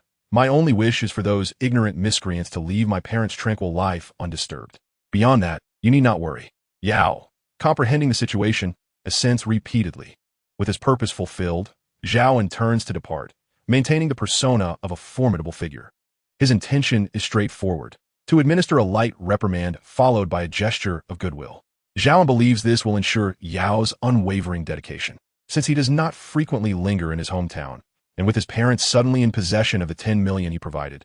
There is an inevitable risk of envious individuals or shameless relatives attempting to exploit them. Should any unpleasant incidents arise, it would only serve to burden his parents further. Although he has had a previous altercation with Yao, he has been thoroughly subdued by Zhao An's prowess, coupled with the 100,000 as a reward for Yao's efforts. Zhao An is confident that having such a local ally will prove far more advantageous than his own inability to intervene from a distance. Chapter 40, Get Out, You Dog. Wei Xiong, appearing somewhat bewildered, touches and explores everything around him, marveling at the novelty of flying, while Wang Bing remains considerably more composed, having previously experienced air travel, albeit on commercial flights, which are markedly more comfortable than the transport planes he has parachuted from. Ultimately, Zhao An decides to leave his vehicle, the Kalide, at home. Upon disembarking from the plane, he intends to hail a taxi to the 4S dealership to purchase a car. As Jiangcheng is a first-tier city in the country, it is likely to possess a range of luxury vehicles, save for the exceedingly rare models limited to 5 or 10 units globally. However, Zhao An is not particularly familiar with the area. His previous visits did not afford him the opportunity to engage with such assets. Thus, enlisting the assistance of someone knowledgeable in this realm becomes essential. While seated in the taxi, Zhao then makes a call to Li Qiushui, considering that this fellow, being a minor affluent heir in Jiangcheng, would make the car buying experience considerably more enjoyable. Moreover, it has been quite some time since he last saw this friend, and even if they do not purchase a vehicle, it would be wise to reconnect and prevent him from becoming lost in the allure of indulgence. Hello, brother, what's up? Li Qiushui's voice, upon answering, sounds somewhat subdued. Zhao An jests. What is the matter? You sound lethargic. Has life drained you? Li Qiushui responds. Not at all. Did you call for a reason? I fear today may not be convenient. Very well. We shall reschedule. Li Qiushui replies. Next time, I shall treat you to a meal. At that moment, a furious voice from another middle-aged man echoed on the other end of Li Qiushui's phone. Are you still inviting guests? Our family is on the brink of bankruptcy, and the bank representatives will arrive shortly to enforce liquidation. Do you still have money to entertain? You keep bringing home those so-called friends, and it has jeopardized our entire family. The line went dead as Li Qiushui abruptly hung up. Zhao An listened to the monotonous tone that followed, reflecting on the implications of that last male voice.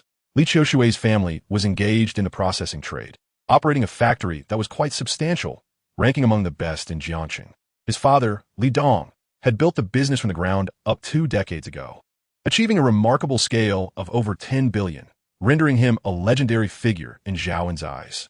The voice that had spoken at the end of the call was likely that of his father, Li Dong. Filled with concern, Zhao An instructed the driver to change course toward Li Qiushui's residence. Given the gravity of the situation, it was both a matter of friendship and duty for Zhao An to pay a visit. He was more than willing to offer assistance if he could. After all, true friends were a rarity for Zhao An, and during his own times of despair, Li Qiushui had generously supported him. Approximately half an hour later, the taxi halted at the entrance of a gated villa community, as the private enclave prohibited taxi access. Zhao An and his companion had no choice but to alight and proceed on foot. Li Qiushui resided in a standalone villa, a property they had purchased several years prior, and Zhao An was familiar with the path as he had visited a few times before. Upon arrival, he was intercepted by several court officers who informed him that the premises were under liquidation and that unauthorized personnel were not allowed entry. Quick-witted, Zhao An calmly asserted, I am an appraiser sent by the bank to evaluate antiques and artworks. And your credentials? One officer inquired. Zhao An chuckled lightly. In our profession, reputation is paramount. Credentials are merely formalities. Competence speaks louder than 1,000 documents. Unsure, but wary of causing delays, the officers permitted him to enter. Once inside, the sound of Li Qiushui's enraged voice resonated. Aren't personal items exempt from seizure? These are my possessions, and you cannot confiscate them. let alone auction them off. A young man in his 20s chimed in with a smirk. Indeed, Li Qiushui, at such a time, are you still fixated on your few worn fishing rods? You might as well auction them off to alleviate your family's debts. Li Qiushui's anger flared, and he spat at the young man. Han Shiji, you scoundrel. If it weren't for you dragging me to some rich kids gathering, I would never have met that Huang Jie. I now suspect you are behind all this misfortune, and here you are, making light of it. I'll make you pay. He moved to confront him, but Zhao An, who had just entered, intervened. With surprise, Li Qiushui exclaimed, Zhao An, what brings you here? With reddened eyes, Li Qiushui lowered his head and confessed, our family business has gone bankrupt, unable to repay the bank loans, and the court has come to seize our house. How much do you owe? Zhao An inquired. Li Qiushui's face fell as he lamented, 230 million. Such a staggering amount. Their factory, with its 10 billion scale, employed thousands, and had always operated smoothly. How could they suddenly be in such deep debt? Beside him, Han Shiji cast a disdainful glance at Zhao and sneered. Are you stunned? Where did this pauper come from? Were you once a sycophant of Li Qiushui? Their family is now worthless, bankrupt, and liquidating. You might as well come and associate with me. Don't let them drag you down. Li Qiushui erupted in fury, shouting, Han Shiji, you wretched creature who can't produce anything of value. This is my friend, my brother. Do not insult him so. Insult? Han Shiji frowned coldly. I used to show you respect and called you young masterly, but now that you've fallen into disgrace, what pretense are you maintaining? Yes, I did insult you. What are you going to do about it? Zhao An disregarded the rabid dog-esque taunts and turned to the court staff, asking, is it true that once the bank debts are repaid, you may leave? The staff member replied, indeed, according to regulations, bankruptcy liquidation is aimed at debt repayment. Once debts are settled, liquidation is complete. Taking a deep breath, Zhao An declared, I will repay their debts. What? His proclamation left everyone dumbfounded. Even Li Qiushui was astonished, pondering where Zhao An had acquired such wealth. Han Shiji merely scoffed. You're going to repay them? That amounts to 230 million yuan, not some trivial currency. What can a pauper like you offer? Once again, ignoring the barking fool, Zhao An addressed the court staff. You must have a designated bank account for this liquidation. Provide it to me, and I will transfer the funds immediately. The staff, taken aback, asked, Sir, are you certain? Absolutely. The staff member then opened a briefcase, retrieved a folder, and pointed to a number, saying, this is the account for this debt liquidation. Zhao An retrieved his phone and swiftly processed the transaction. 230 million yuan, transfer successful. He then showed the staff member the successful transaction screen, saying, please verify if it has arrived. Zhao An then wrapped an arm around Li Qiushui's shoulders, casting a scornful look at Han Shiji. You, Han, this is private territory. Get out. Initially, Han Shiji had come with an air of superiority to mock Li Qiushui, but he was now stunned by Zhao An's formidable display. 230 million yuan had been repaid just like that, and he was being treated like a dog, causing his demeanor to plummet from heights of arrogance to depths of despair. His face flushed with anger, a mix of red and white. He seethed, fine, we shall see. With that, Han Shiji stormed out, cursing under his breath. However, Zhao An subtly cast a spell of weakness upon him just as he was about to descend the steps. Han Shiji suddenly felt his limbs grow weak and his head spin. Yet, having already stepped forward, his center of gravity shifted, and he stumbled, crashing down the steps and rolling several times before finally halting by the roadside. At that moment, Han Shiji, once the proud young master, had lost all semblance of dignity. With a gash on his forehead, bleeding profusely and blood streaming from his mouth and nose, half his face swollen, he resembled a scene from a catastrophic accident. Utterly wretched, Han Shiji covered the wound on his forehead with his hand and slowly rose to his feet, his resentful gaze fixed on Li Qiushui.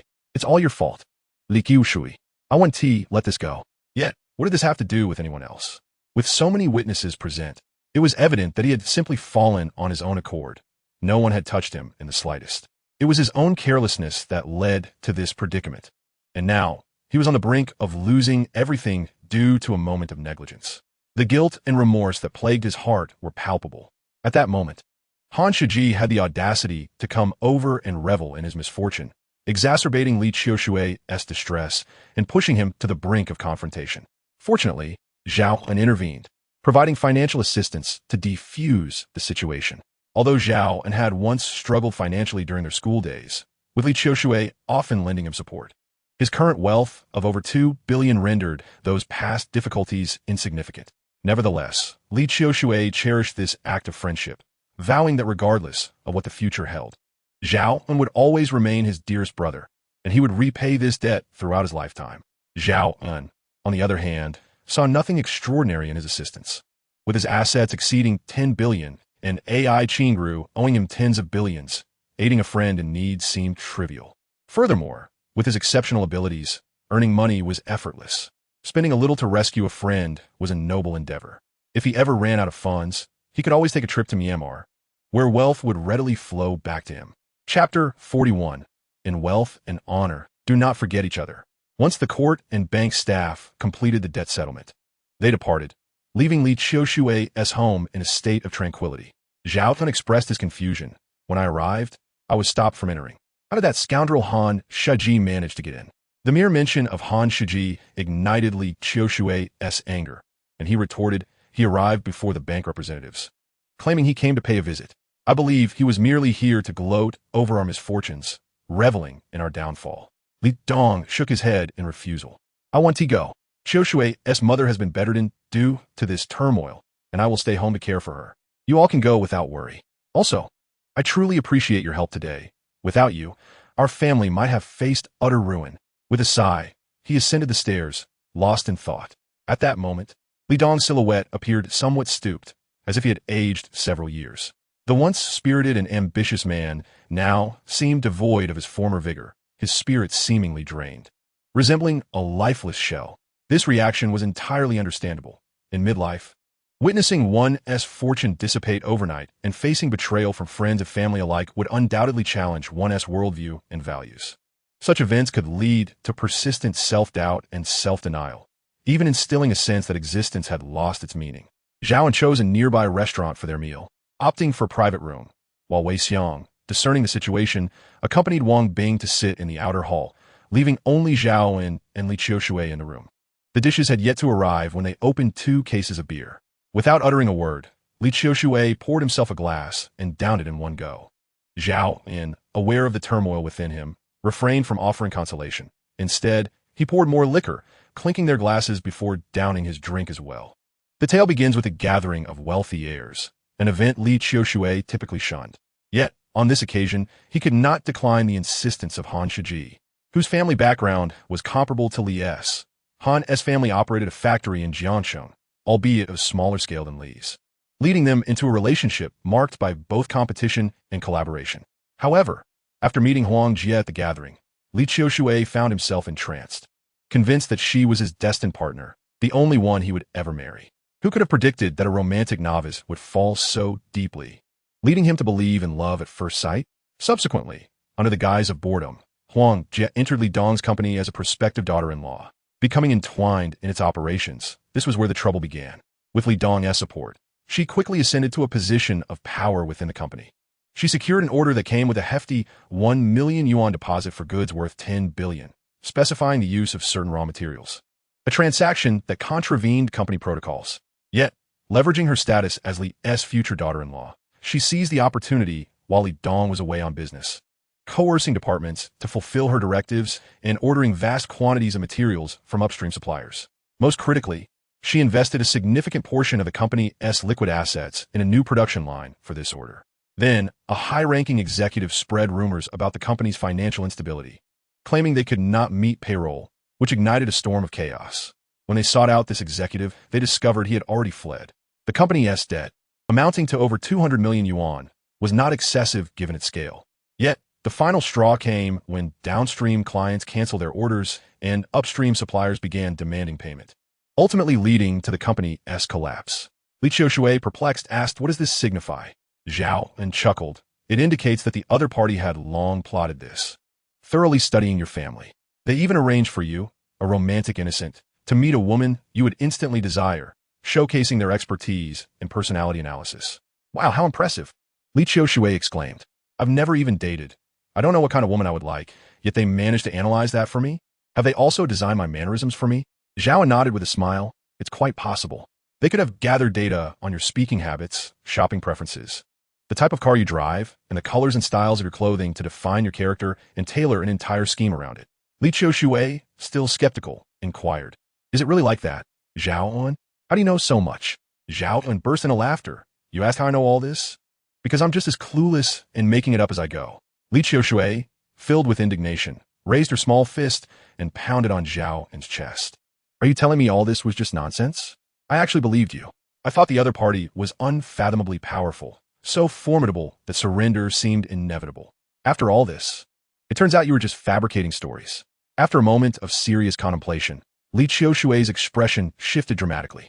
Han Shi, the Han family? Now that our family is facing bankruptcy, the Han family can seamlessly take over Jiangqing's manufacturing market. So, the mastermind behind this is indeed the Han family? Could it be that I was right all along, and it was Han Shiji orchestrating this? Zhao An affirmed, it undoubtedly points to the Han family.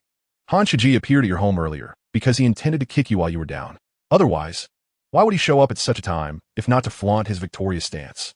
Zhao An then inquired, what? Have you discovered another clue? Li Qiushui fixed her gaze on Zhao An, her surprise evident. You're the biggest clue.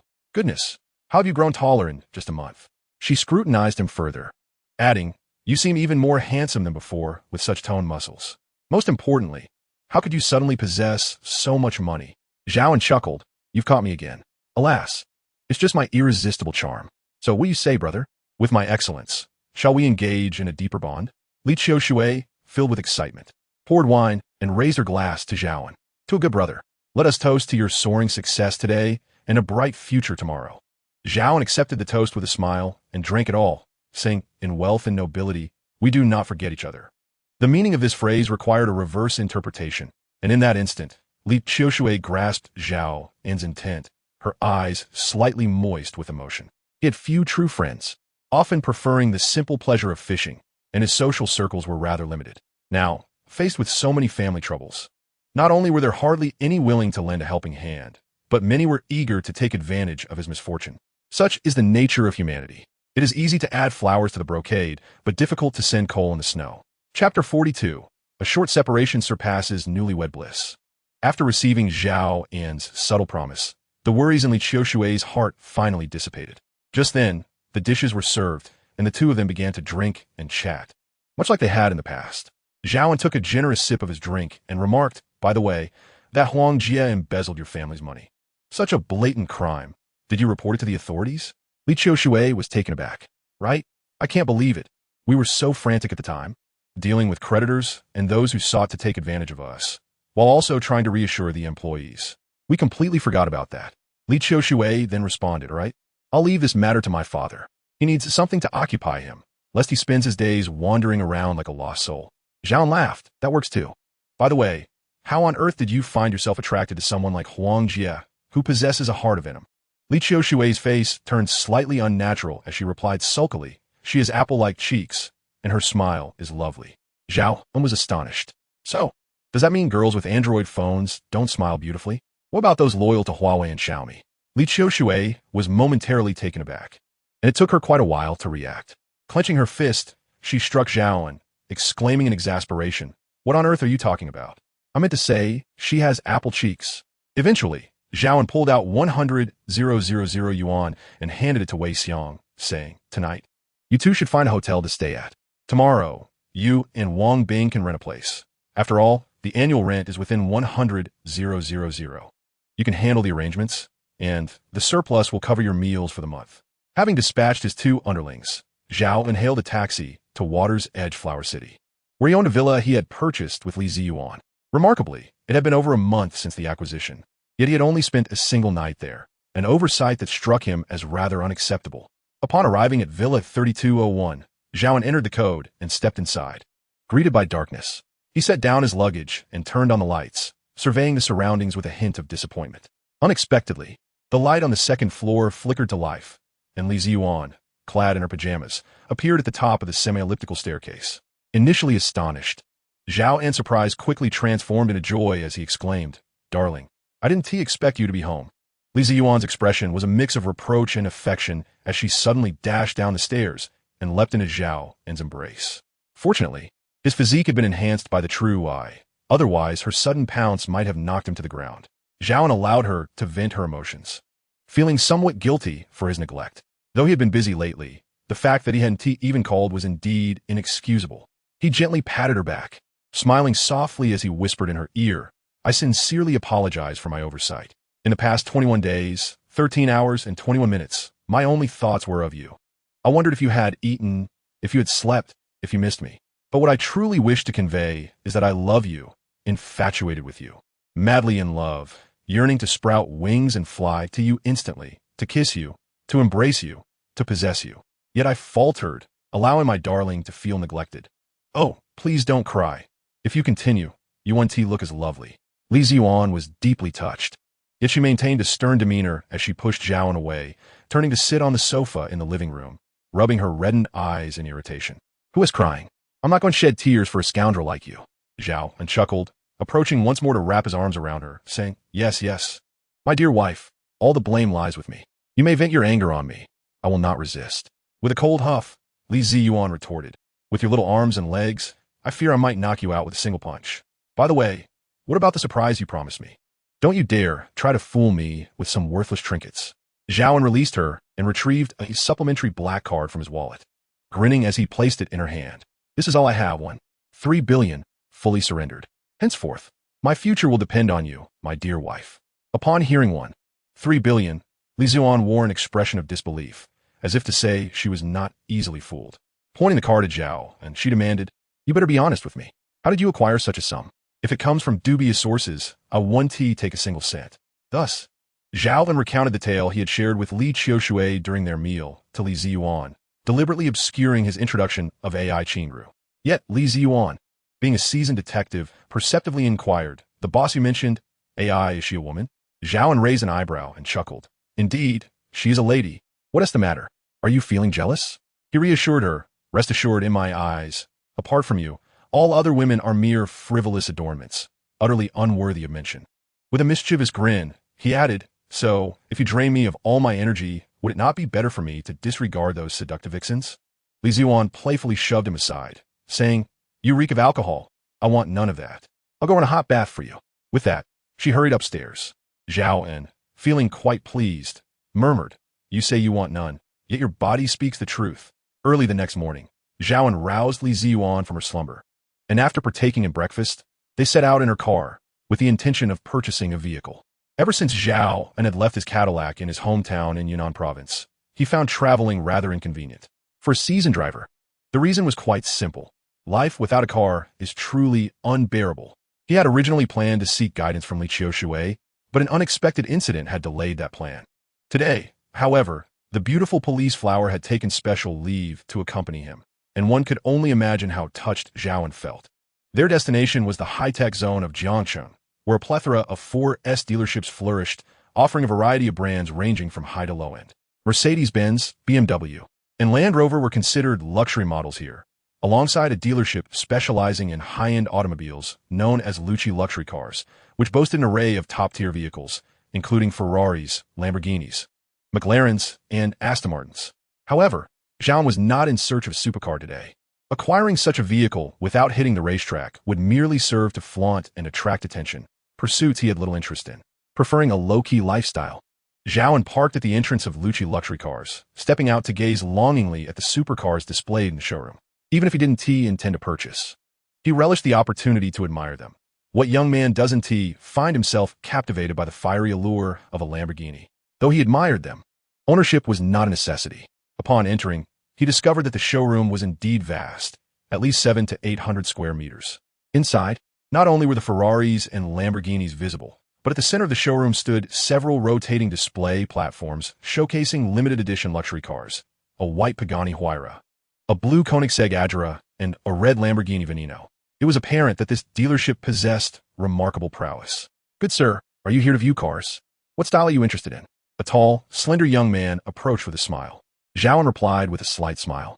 I would like to see a Rolls-Royce or Bentley sedan, perhaps an SUV as well. The young man's eyes lit up, and his smile grew even broader as he responded, Hello, sir. I am your dedicated sales consultant, Su-Wan. Please follow me this way. The service was impressively professional, complete with a personal consultant.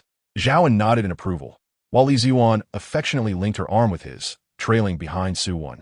As Su-Wan walked, he enthusiastically introduced, Here is our Area A, primarily showcasing some of our supercars, including the Porsche 911 Turbo, Porsche 918, Ferrari 488, and Aston Martin 1-77. If you ever require supercar, please do not hesitate to contact me.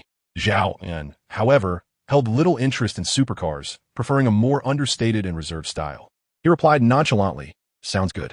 Su paid no mind to Zhao An's indifference. After all, those who could afford luxury vehicles worth hundreds of millions often possessed eccentric personalities. Despite Zhao An's plain attire and the simplicity of his companion, Li Ziyuan, both exuded a striking charisma. Zhao An with his remarkable handsomeness, and Li Ziyuan with her exquisite beauty and gentle demeanor. One could hardly ascertain another's true intentions regarding a purchase. Thus diligence remained imperative. Upon reaching Area S, the section dedicated to sedans, Su elaborated, in our showroom. We currently have the exquisite Rolls-Royce Phantom and the convertible Rolls-Royce Dawn. As for Bentley, we only have this Continental, along with the already discontinued top-tier Bentley Mulsanne. Zhao An's gaze fell upon the Bentley Mulsanne, and he instantly felt an affinity for it. The elongated front adorned with a striking B-shaped emblem with wings appeared almost alive, as if ready to soar. Its exterior was both fashionable and imposing, while the interior exuded opulence and grandeur. Upon opening the door, one could behold the spacious cabin, meticulously draped in the finest handcrafted leather, offering a delicate touch and superb support. The fact that this model was discontinued, officially announced last July, only heightened Zhao An's desire to possess it, given his capability and sentimental attachment to the vehicle. It is said that those who purchase Rolls-Royce often do so to employ a chauffeur, whereas Bentley owners tend to drive themselves, indicating a genuine passion and emotional connection to the brand. "How much is this car?" Zhao An inquired, suppressing his excitement. With a professional smile, Su responded, "Sir, you truly have an eye for excellence. This Bentley Mulsanne 675 edition is the final generation, and since it is officially discontinued, the price is relatively high." Zhao An replied calmly, "Just tell me the price." 12 million, Su stated. Zhao An scoffed slightly, retrieving his supreme black card from his wallet, declaring, "I'll take it in full." "What?" Su questioned, unsure if he had heard correctly. Such extravagance without negotiation? It made him feel superfluous, after all. With such a purchase, his role as a top salesperson seemed no different from that of supermarket cashier. Unfazed by Su's internal turmoil, Zhao An pointed to the Rolls-Royce Cullinan in the corner, stating, "I'll take that one as well. Let us process the payment together." Su's jaw dropped in disbelief. Zhao An then turned to Li Ziyuan, asking, "Do you see a car you like? Let us purchase it together." Li Ziyuan chuckled, as a public servant. "It wouldn't be appropriate for me to drive an extravagant car. I think I'll pass." Zhao An laughed. "No worries, you could drive it after work. I noticed a rather attractive Porsche SUV over there. Su consultant, what's the price on that one?" Zhao An waved his hand decisively and declared, "I will purchase all 3 vehicles." Su felt faint, realizing he had misjudged this young, handsome man, who was indeed a big boss wielding a black card. This early morning had brought him such a fortunate patron. Excited, he hurried to swipe the card, draft the contract, and issue the invoice, his movements fluid and swift, outpacing his usual speed by twice. Within a mere 10 minutes, Su had prepared the sales contract, primarily facilitated by a convenient template. "Sir," Su stated, "the Bentley Mulsanne has a landing price of 12 million. The Rolls-Royce Cullinan is priced at 9.2 million, and the Porsche Cayenne Turbo Coupe is quoted at 1.9 million. We will also include a year's insurance for all vehicles, making your total expenditure 23.1 million. Zhao An, with his fingers delicately pinching the supreme black card, smiled and replied, "Swipe the card. There is no need for a password." While indeed no password was required for the supreme black card, a signature was necessary. Chapter 43. Preparing to meet the mother-in-law. Su, holding the black card presented by Zhao An, hesitated and confirmed, "I apologize, sir, but I must verify once more. Are you certain about the full payment?" Zhao An, slightly impatient, responded, "I am certain.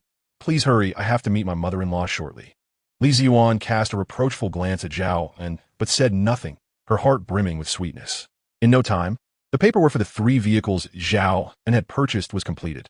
Su escorted 2 of them, while staff drove the others out of the showroom. The trio of luxury vehicles, adorned with bright red ribbons, were neatly arranged at the entrance of the showroom. Su jogged over, grinning as he said, "Mr. Zhao, we hold a brief delivery ceremony for each luxury vehicle we hand over. After all, life requires a sense of occasion."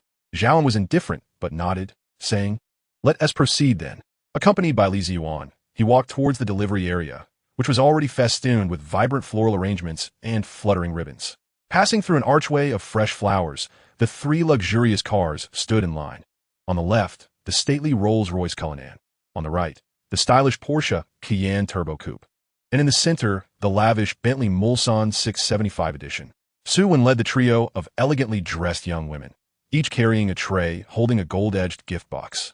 Approaching Zhao An, Suwon presented him with a bottle of champagne and cheerfully said, "Mr. Zhao, please uncork the champagne." As they say, with the sound of the cannon. Wealth abounds. Wishing you safe travels and smooth journeys ahead. Zhao An smiled faintly as he shook the bottle lightly, and with a pop, the cork flew off, spraying the pristine liquid in a delightful display. Suwon took the champagne bottle back, pouring 3 glasses. Zhao An and Li Ziwan each raised their glasses, and Suwon joyfully extended his congratulations, saying, "Wishing Mr. Zhao safe travels, and may you always find assistance for your automotive needs in the future." Zhao took a sip and replied, "Certainly." 3 radiant young ladies gracefully approached, each bearing a gift box. Zhao An and Li Ziwan opened theirs to reveal car keys, while Zhao An, upon opening the final box, discovered the key to a dual-tone Bentley Mulsanne, quietly awaiting its owner's indulgence. After capturing a group photo, the car handover ceremony concluded. Just then, Wang Bing and Wei Xiang arrived. Zhao An called out to them, and the two hurried over. With a beaming smile, Zhao An introduced Wang Bing to Li Ziwan, saying, "This is Wang Bing, a former Army Special Forces soldier, currently serving as my driver. The other is my assistant, Wei Xiang." He then introduced Li Ziwan to the 2 men, stating, "This is your future boss. Her words carry the same weight as mine. Do you understand?" The duo quickly responded with beaming smiles and slight bows, saying, "Hello, boss lady. Please feel free to ask if you need anything." Li Ziyuan teased Zhao An. "Such a minor figure, yet trying to recruit little brothers." Zhao An chuckled, "Not all. These 2 are my future entrepreneurial backbone. They are loyal and reliable, and I intend to entrust them with significant responsibilities." Upon entering, Li Ziyuan inquired, "You mentioned at the car dealership that you wanted to meet my mother-in-law. Were you serious?" Zhao An had merely spoken in jest, seeking a moment of levity, but he was taken aback to find Li Ziyuan had taken it to heart. Seeing Zhao An momentarily stunned, Li Ziyuan remained silent, huffily ascending the stairs. With a huff, she remarked, "Oh, really? I doubt you ever considered it. If I hadn't brought it up, you would have brushed it aside." Zhao An, with an embarrassed smile, replied, "You've misunderstood. It's not as you think. I merely believe in choosing the right moment. Yes, meeting the mother-in-law requires the utmost timing." Li Ziyuan pouted, turning away. "I don't care. You've already said it today. You know the saying about spilled water." Zhao An internally groaned, realizing that rejecting the idea would lead to further complications. Having spoken it aloud, he felt obligated to comply. Thus, he quickly agreed. "All right, I too believe today is a splendid day, auspicious for travel, marriage, offerings, and meeting the mother-in-law." Li Ziyuan's bright eyes sparkled with joy. "Really?" Zhao An embraced her, affirming, "Of course it's true. Sooner or later, we must meet, whether we delay or not. The outcome remains the same." Li Ziyuan reassured him, "You need not fear. My parents are very amiable and easy to get along with." Zhao An feigned surprise. "What do I have to fear? Surely they want to devour me." His bravado elicited laughter from Li Ziyuan. "Indeed, they cannot eat you, but I certainly can." With that, she playfully pecked him on the lips and asked, "Are you hungry? This place is a feast for the eyes. Would you like to eat?" Zhao An inwardly complained about the state of the world, reflecting on how times have changed. Within him, a sense of trepidation lingered, having traversed over 2 decades of life. He had yet to encounter an experience such as this. Uncertain of the nature of Li Ziyuan's family and whether they would pose any challenges, he grappled with his apprehensions. However, having voiced his intentions and given the progression of his relationship with Li Ziyuan, it was inevitable that he would meet her family. Whether he faced the situation head-on or retreated, the outcome would remain the same. Thus, he resolved to be forthright, steeling himself for the occasion. In the afternoon, Zhao An made a call to reserve a private room at a well-regarded restaurant, while Li Ziyuan arranged for her parents to join them for dinner that evening. Without disclosing Zhao An's involvement, once these matters were attended to, Zhao An took Li Ziyuan to the largest luxury goods emporium in Jiangxing. Despite her vehement objections, Zhao An insisted, "One cannot meet the mother-in-law empty-handed, nor can one simply buy trivial items to appease her. Beware, or you may find yourself at her mercy." On that midsummer afternoon, numerous young women, clad in light attire that showcased their fair legs, strolled in various short skirts along the sunlit streets, attracting the attention of many admirers. When Zhao An arrived in his 2-tone Bentley Mulsanne and parked in the open lot, he He drew countless enthusiastic gazes. Yet, when Li Zhuan alighted from the passenger seat, the focus shifted entirely to her, transforming admiration into a simmering envy. In their hearts, the young women whispered, "The hatred of a rival is profound, deserving of eternal enmity." A wealthy and handsome young man like Zhao An was undoubtedly the object of affection for many aspirational women. As the saying goes, some women's criteria for a partner include tall, rich, and handsome, short, rich, and handsome, tall, rich, albeit unattractive, short, rich, yet unappealing, and of course, older, wealthy, and unattractive. Ultimately, the pursuit of wealth was paramount. As Zhao An stepped out of the car, he took Li Zhuan's hand and began their shopping excursion. After perusing Gucci, Chanel, and Hermes, Li Zhuan expressed her confusion. "Why do we always visit these particular stores? Are you looking to buy a bag?" Zhao An chuckled. "Truth be told, I'm unsure of what to purchase, but I've heard that bags can cure all ailments, so I thought I might give it a try." Li Zhuan shot him an exasperated glance. "I think you're the one in need of help." Zhao An laughed, just a jest. Ultimately, he spent over 100,000 yuan selecting a handcrafted Yixing purple clay teapot for Li Zhuan's father and a limited edition LV handbag for her mother, not forgetting Li Zhuan herself, for whom he chose a matte crocodile skin Birkin bag by Hermes. Li Zhuan, in turn, transformed Zhao An's appearance, revamping everything from his hairstyle to his attire, and from his watch to his shoes. Post-makeover, Zhao An radiated an aura of sophistication. His slim-fitting clothes accentuated his physique, much to Li Zhuan's delight. In essence, the shopping experience post-wealth was nothing short of exhilarating. One could acquire anything desired without the burden of price consideration, even disregarding quality, opting solely for the expensive rather than the appropriate. Yet, Li Zhuan, embodying the virtues of a sensible woman, persistently urged Zhao An not to overindulge, implying that a modest gesture would suffice. Zhao An countered, "During our first meeting, I bought a few gifts merely to leave a favorable impression before your parents. They have nurtured you so well. If I do not present myself favorably, how could your mother and father feel at ease in trusting you to me?" After spending an entire afternoon shopping, Zhao An, filled with boundless joy, accompanied Li Zhuan, engaging in cheerful conversation as they made their way to the parking lot, preparing to drive to the restaurant they had agreed upon. Chapter 44. The Poetic Spirit Shines from Within. When Shinichio received a call from Li Zhuan while at work, she was informed that a private dining room had been reserved for dinner. Although no mention was made of who was treating, her astute nature quickly sensed that the situation was likely more complex than it appeared. As the vice chairwoman of the Women's Federation, she had long been engaged in women's affairs and could easily surmise her daughter's subtle intentions. After conferring with Li Jinghua over the phone, she promptly concluded that the person treating was probably her daughter's boyfriend, her future son-in-law, possibly even the charming young man she had encountered at the restaurant previously. With this thought in mind, Shun Ichio, who was particularly concerned about her only daughter's significant life decisions, found it difficult to focus on work, promptly taking leave. She and Li Jinghua tidied themselves up, and both emerged looking revitalized, as if they had shed a decade from their ages. Then, they waited eagerly, and as the appointed time drew near, Shun Ichio could hardly contain her excitement and urged Li Jinghua to head to the restaurant they had agreed upon. They arrived in a hurry at a highly regarded private dining establishment, located in a quaint three-story building on the outskirts of the city. The spacious courtyard was adorned with lush greenery and flowering vines, featuring a small artificial hill and fountain at its center, reflecting the homeowner's fresh and elegant character. Li Jinghua parked the car in the designated spot, and as they exited, they hesitated before entering. Shinichio was eager to catch a glimpse of her daughter's boyfriend and determine whether he was indeed the same young man she had seen before, albeit from a distance. Their wait was not lengthy. Having procured their gifts, Zhao An and Li Zhuan arrived in a Bentley Mulsanne, guided by the navigation system. Arriving ahead of schedule, unbeknownst to them, they inadvertently allowed their future mother-in-law to arrive 5 minutes early. Zhao An parked the car with precision, and as Li Zhuan stepped out, she immediately spotted the poised and elegant Shun Ichio standing at the entrance. Dressed in a light yellow silk jacket paired with a white long skirt and a delicate sheer shawl, Shun Ichio resembled a refined matron. Li Zhuan, filled with delight, rushed over and exclaimed, "Mom, why did you arrive early? Didn't we agree on 7 o'clock?" Shun Ichio, recognizing the Bentley, but choosing not to comment on it, looked at Li Zhuan with affection and said, "I finished work early today, and with a grand dinner in store, I thought it best to arrive promptly. Otherwise, others might assume that you, as my daughter, have a rather lofty demeanor." Zhao An felt a flutter of nervousness within. Yet he mustered the courage to step out of the car, holding the carefully prepared gift in his hand. He approached with a quickened pace. To alleviate Zhao An's awkwardness, Li Ziyuan swiftly took his arm and cheerfully introduced, "Dad, Mom, this is my boyfriend, Zhao An." It was he who expressed the desire to meet you today.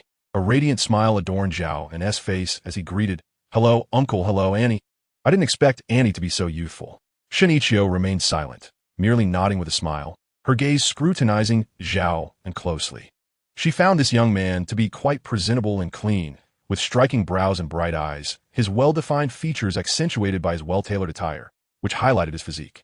Particularly, his smile exuded a natural charm, devoid of any awkwardness, and he radiated a warm approachability. Feeling somewhat uneasy under her gaze, Zhao An scratched his head and suggested, the night breeze of early summer is rather chilly. Perhaps we should move inside to converse, Auntie?" Li Ziyuan eagerly chimed in, Yes, I'm quite hungry." Upon entering the private dining room of the restaurant, the four of them took their seats in a spacious area that did not impose any hierarchy. Zhao An presented the prepared gift, placing it on the table with a smile. "I heard Uncle Li enjoys tea, so I brought you a handcrafted Yixing purple clay teapot, along with some pu-er tea from my hometown. I hope you like it." Li Jingguo replied in a formal manner, "An old purple clay teapot is always best, and I don't usually drink pu-er." However, after receiving a discreet kick from Shun Ichio beneath the table, he quickly amended, "But I will graciously accept your gift. Do not feel the need to spend extravagantly next time. Indeed, after nurturing a prize cabbage for 20 years, it could be quite disheartening for any father to see it taken by a pig."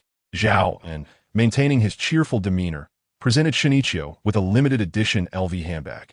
"Annie, I'm unsure of your preferences for gifts, but this is a small token of my appreciation. I hope you like it." Shinichio smiled gently. "You are quite thoughtful, and I do appreciate it. However, as a public servant, it would be best not to present me with such expensive gifts in the future. I am not one to indulge in vanity, nor do I require luxury items to enhance my stature. As the saying goes, a wealthy family is as humble as a valley, and true elegance comes from knowledge and experience." Zhao An, what do you think? This was a subtle test of Zhao An's knowledge, referencing a line by Su Shi, "Coarse cloth and coarse grain wrap one's life. But true elegance comes from the wealth of poetry and prose within." Here, she altered the phrase to emphasize that regardless of wealth or poverty, a person's demeanor is shaped by their erudition and life experiences rather than material possessions. Zhao An thought, in the realm of courtship, there are layers of barriers. While the saying goes that a woman pursuing a man is but a veil, a man pursuing a woman faces walls, vehicles, and even her mother. Now, Zhao An felt that beyond these barriers, there was also the 9 years of compulsory education and the frost flowers hardened against the window panes. With a smile, Zhao An replied, "Annie is absolutely right. It is true that some individuals today have set a poor example, and we younger folks have much to learn from you." Li Ziyuan, with wide eyes, interjected, "Oh dear, what riddle are you two discussing? Why can't I understand?"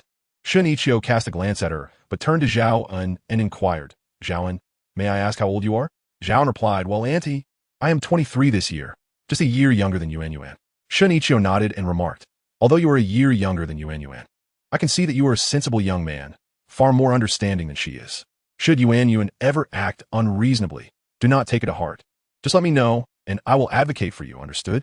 Zhao An smiled and said, "Auntie, that's not the case. She often accommodates and takes care of me. I truly benefit from it." Li Ziyuan interjected, "Mom, you have no idea. Zhao An bought me a villa at Shuianhuadu for more than 23 million, and our names are on the title deed. He even entrusted me with his bank card to manage. He." Shinichio shot her a disapproving look and said, "Nonsense. The thickness of a man's wallet determines his pride. Don't you have your own salary?" Seeing Li Ziyuan being reprimanded, Zhao An quickly added, "It's all right, Annie. I willingly do it, and that card is a supplementary one. We can use it together." As they spoke, the dishes were served by the waiter. Zhao An gestured, "Auntie, please, after you." The portions were modest, yet the presentation was exquisite, vibrant, and colorful. As he took a bite, the flavors were rich and well-defined. During the meal, Shun Ichio spoke little, demonstrating her profound composure, while Li Zhenghua remained utterly silent. Zhao An, however, was alert and composed, responding with utmost care. While Li Ziyuan chattered incessantly about how Zhao An helped her solve cases and his integrity in returning lost items, praising his eloquence without any awareness of the subtle exchanges and the scrutiny from Shun Ichio. The meal lasted nearly an hour. primarily due to Shun Ichio's slow and deliberate eating as she listened to Li Ziyuan recount her romantic escapades, each word extolling Zhao An's virtues. Unbeknownst to her, Shinichio had already rated Zhao An highly. Coming from a privileged background and having secured a stable career after marrying Li Zhenghua, Shinichio had never been one to place much value on wealth. Yet, from today's encounter, she perceived Zhao An as not only financially stable, but also humble and quick-witted. His words were always appropriate, modest, and never frivolous, traits that perfectly aligned with her expectations for a future son-in-law. Thus, no matter how much Li Ziyuan spoke, it would not sway Shinichio's judgment.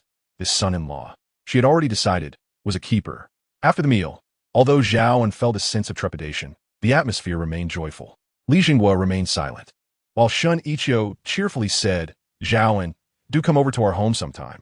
Although I have not formally studied culinary skills, the dishes I prepare are no less delightful than those here." Zhao An smiled broadly and replied, "Absolutely. I look forward to a sumptuous feast." Ultimately, under Shun Ichio's imposing gaze, Li Ziyuan reluctantly climbed into Li Zhenghua's car. "Goodbye, uncle. Goodbye, Annie." Zhao An, with a beaming smile, waved gently. Though his back was drenched in sweat, he pondered to himself, "Indeed, as I imagined, today's banquet was exceptionally perilous, fraught with various considerations, and a misstep could trigger a minefield." In truth, he was overthinking. Shinichio was not preoccupied with such matters. It was merely her demeanor and eloquence that intimidated Zhao An, rendering him hesitant to act rashly. Fortunately, he managed to navigate this challenge, and ultimately, Shinichio's expression revealed her apparent satisfaction, allowing Zhao An to finally relax. Chapter 45. I Want to Be a Scoundrel. Li Zhenghua drove, transporting Li Ziyuan and her mother. Throughout the journey, Li Ziyuan continuously muttered, eventually exclaiming in a huff, "Mom, something's off with you." Shinichio chuckled in disbelief. "What do you mean by that?" Li Ziyuan responded, "Haven't you always wanted me to find a boyfriend? Now that you've met one, driving a Bentley, residing in a mansion, youthful and affluent, far superior to Aunt Lu's son-in-law, as you described, why do you not seem more delighted?" Before Shinichio could reply, Li Zhenghua interjected with hearty laughter. "Your mother is not unhappy. Rather, she is overjoyed. Yuan, your mother has raised you for over 20 years, and you still do not understand her. Close your mouth and drive properly." Shinichio retorted, raising an eyebrow. "How dare you speak?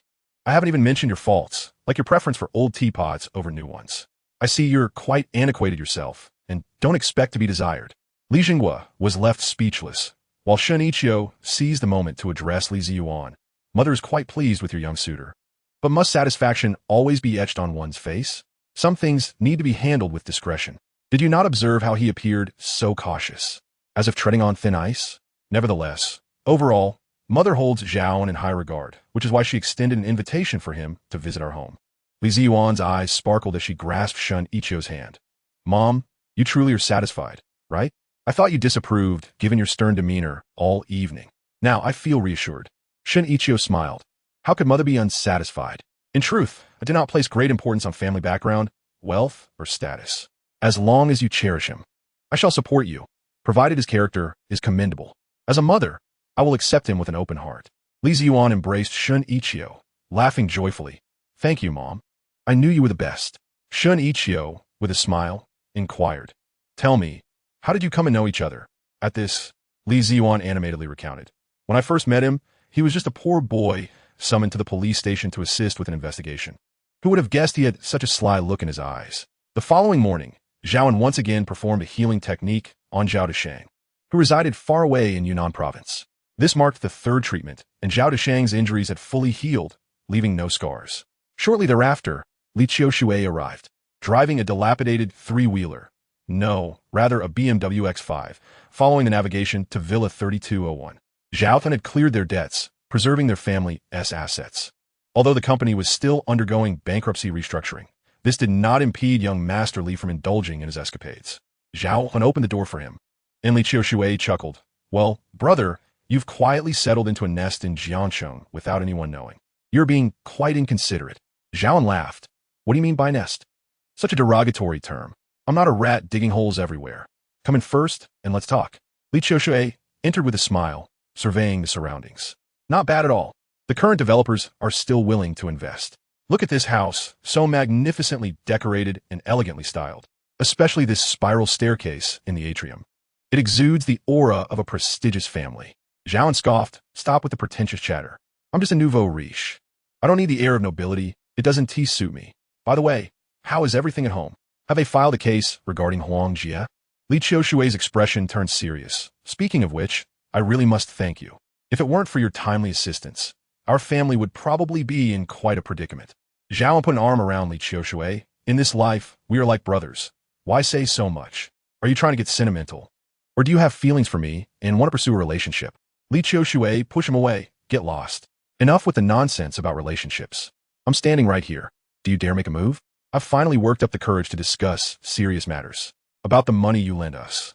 Once our family business improves, we will repay you immediately.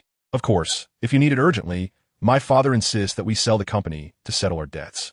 Li Qiushui's expression softened, and he smiled nonchalantly. All right, let us not dwell on it. Just let me know if you need anything, and I'll be there without hesitation. By the way, why did you ask me to come today? Zhao An replied somewhat irritably. I simply wanted to ask what your plans are. Li Qiushui slumped onto the sofa, gazing at the ceiling. What plans could I possibly have? Once my father sorts out the company, I'll go in and learn the ropes to take over his position. He then pouted. Regardless of what happened this time, I will no longer believe in love. In fact, he sat up straight. I've decided to become a scoundrel. I want to charm the ladies, to be a sea king, nurturing a whole horde of admirers. I aspire to be a canon king, launching my romantic escapades across the globe. Upon hearing Li Qiushui's grand declarations, Zhao An nearly gasped from laughter. Managing to say after a while, are you trying to make me laugh to death so you can inherit my credit? Li Qiushui looked bewildered. Is it really that funny? I'm serious. I'm done with fishing. I'll sell my fishing rods online and shift my career to being a sea king, raising a multitude of admirers. Isn't that more enjoyable than fishing? Or do you think my physique and charm are not fit for being a scoundrel? Zhao An found Li Qiushui's thought process quite peculiar. He chuckled. All right, I won't hinder your aspirations of being a scoundrel, but there is something I need to consult you about. Just say it. What is there to consult? Li Qiushui raplia impatiently. Zhao An stated seriously. What I mean is, if I can help you find Huang Jie, how do you intend to handle the situation? When the name Huang Jie was mentioned, Li Qiushui's expression underwent a rapid transformation, revealing nostalgia, sorrow, and ultimately anger. Do not mention her to me, he exclaimed. She has long vanished without a trace. My father reported her disappearance to the city police, who have stated that locating her will be quite challenging and will require time. Zhao An proposed a method, leveraging the formidable capabilities of the true side eye. Akin to his previous endeavor in Myanmar's Pekin to find jade, he intended to first delineate a general area for the search, theorizing that this approach should be effective. Having successfully located something during a bout of boredom the previous evening, he inquired, if I can assist you in finding her, what do you plan to do? Li Qiushui, noticing Zhao An's serious demeanor, grimaced and retorted, that wretched woman nearly caused my family to collapse. If I were to find her, it would surely be a matter of brutal vengeance. I would defile her before ending her life, or vice versa. He continued, shifting back to the task at hand. You are not here to grill fish with me, are you? Shall I also sprinkle some scallions for you? Zhao An silently scoffed, contemplating how he would relish witnessing the myriad expressions that would dance across Li Qiushui's face once he located the woman. Understanding Li Qiushui's deep emotional nature, Zhao An recognized that he would not truly wish to harm Huang Jie, despite her betrayal. The earlier remarks were merely a facade to reveal his darker tendencies. However, Zhao An held a different perspective. He believed that one must face the consequences of their actions, especially when that individual has inflicted harm upon his dear friend. If someone as pure-hearted as Li Qiushui was driven to contemplate vengeance, then Huang Jie certainly deserved no mercy. Thus, it became imperative to find Huang Jie and ensure she faced severe retribution. This course of action would serve two purposes: to deliver justice upon Huang Jie for her misdeeds and to shatter Li Qiushui's illusions about her. Li Qiushui was the type of person who, in his blind benevolence, would remember the kindness others had shown him while easily forgetting their transgressions, even those that had caused him pain. One might call this trait saintly, while others might label it as foolish naivety. Chapter 46. Face the Storm. A woman as wicked as Huang Jie, who deliberately ensnared Li Qiushui under the guise of devotion, infiltrating his life and later feigning pregnancy to embed herself within his family business, ultimately manipulating circumstances to inflict severe financial damage, was indeed despicable. When she conspired with financial staff to spread rumors and then fled, it led to the bankruptcy of what had been a thriving company. Such malevolent schemes are universally scorned. No one wishes to endure such betrayals. As the adage goes, it is not the thief that one fears, but the one who covets.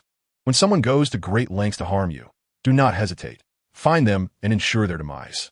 Thus, Zhao An, in a moment of ennui the previous night, had toyed with the true sight eye, contemplating whether he could harness its extraordinary powers to uncover Huang Jie's whereabouts amidst the vast sea of humanity. The coverage area of a true eye spans over 30 square kilometers. When 8 true eyes are aligned, the area expands to over 250 square kilometers, roughly equivalent to the size of county. In theory, one could repeat the search up to 40,000 times to locate Huang Jie nationwide, provided she remains within the country. However, the task proved to be more arduous than anticipated. Every locale seemed to have individuals named Huang Jie, encompassing people of all ages and genders. Zhao An contemplated the idea of searching with alternative terms, but ultimately dismissed it, uncertain of which name to use. Should it be Huang Jie, the former girlfriend of Li Qiushui, or the swindler Huang Jie? Both options seemed inadequate. Resolved, he pressed on, continuing the search until dawn broke. After nearly 5,000 attempts, he finally located her within a residential building in a city in Anhui province. This deceitful woman, a bane to others, evidently understood the principle of hiding in plain sight. In rural areas where populations are sparse, the appearance of a stranger is conspicuous.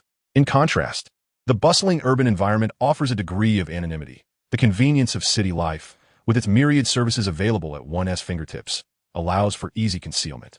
As long as one possesses financial means, one can order takeout when hungry or hire a courier without needing to venture outside, resolving a multitude of daily needs with merely a smartphone. Finding someone intentionally obscured among a sea of faces in a short time frame poses significant challenges. One could easily relocate to an unfamiliar city, discard their registered phone number linked to their identity, and seek out a rental property, remaining indoors to evade detection. Rumor has it that Osama bin Laden employed such tactics to evade capture for a decade, initially hiding in Afghanistan before moving to a small community in Pakistan. Ultimately, American intelligence managed to locate and eliminate him by analyzing laundry aired on balconies and tracking food purchases, even sifting through trash. However, Zhao An resorted to extraordinary means, wielding the so-called true sight that breaks through all concealments and illusions. He toiled relentlessly, forsaking sleep, driven solely by the desire to find her. With her now located, it seemed she could prepare for her fate. Zhao An finally grasped why. After reaching level 6, each subsequent upgrade required an enhancement of physical capabilities. The burden of exerting such extraordinary powers was immense. Fortunately, when he leveled up, his physical prowess increased tenfold. Had it only been 2 or 3 times, he would have truly struggled the previous night.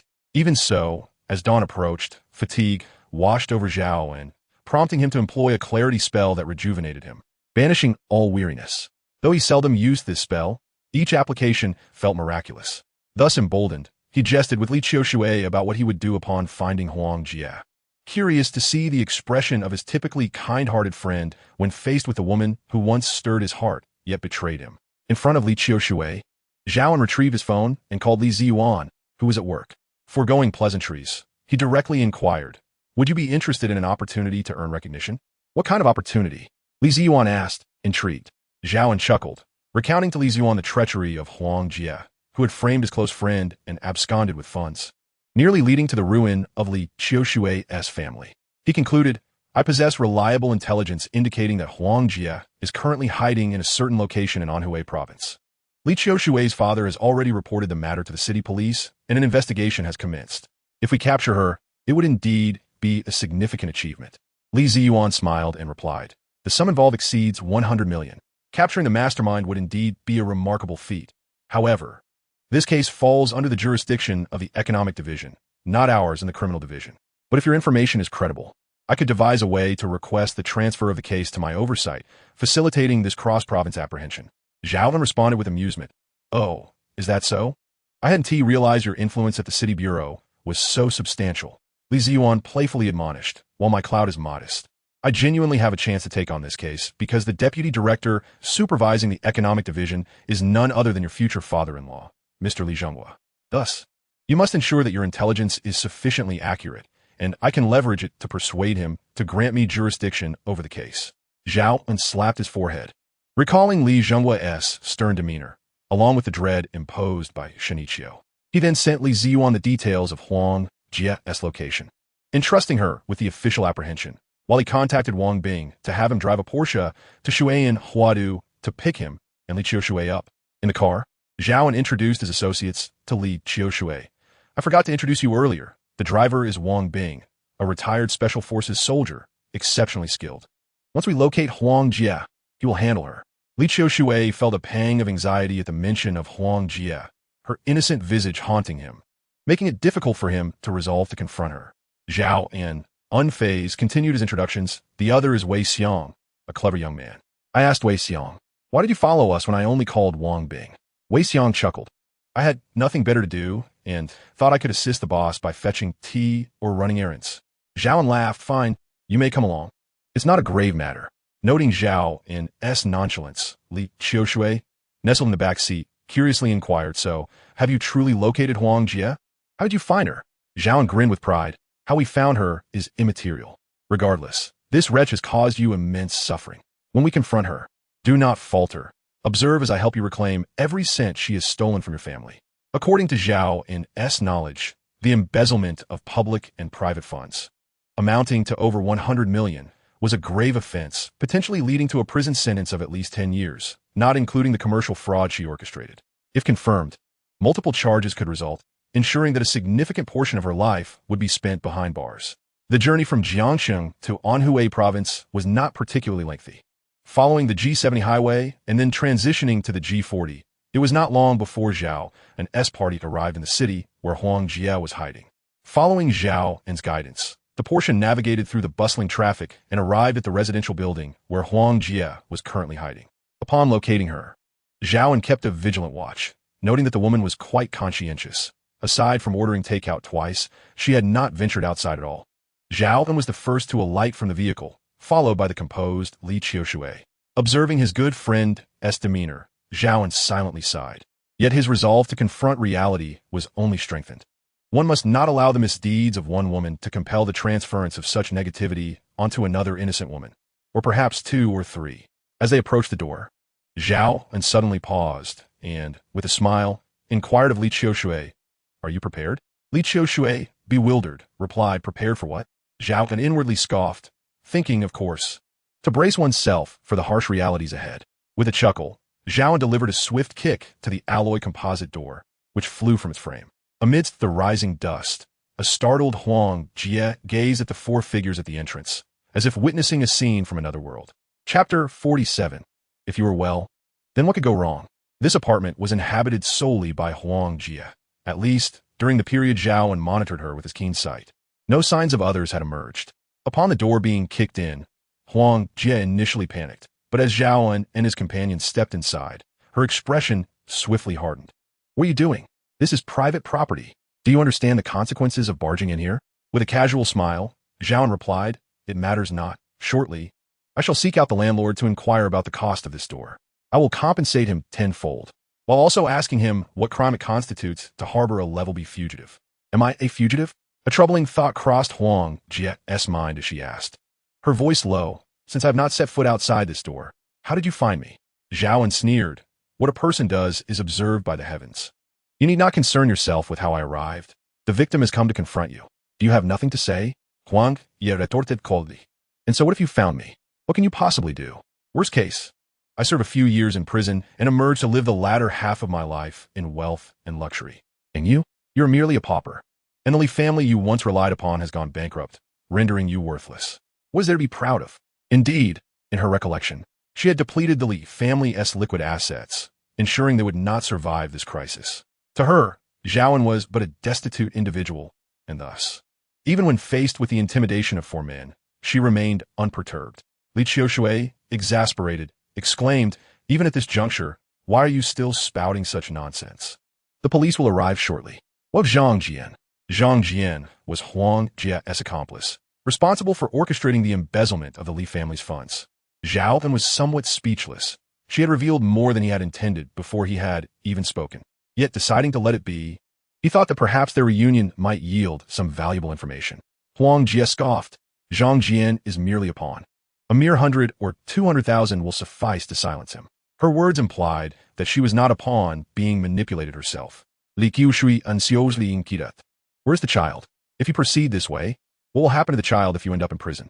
Zhao An, taken aback, realized that Li Qiushui's concerns stemmed from the presence of a child, complicating matters significantly. A child?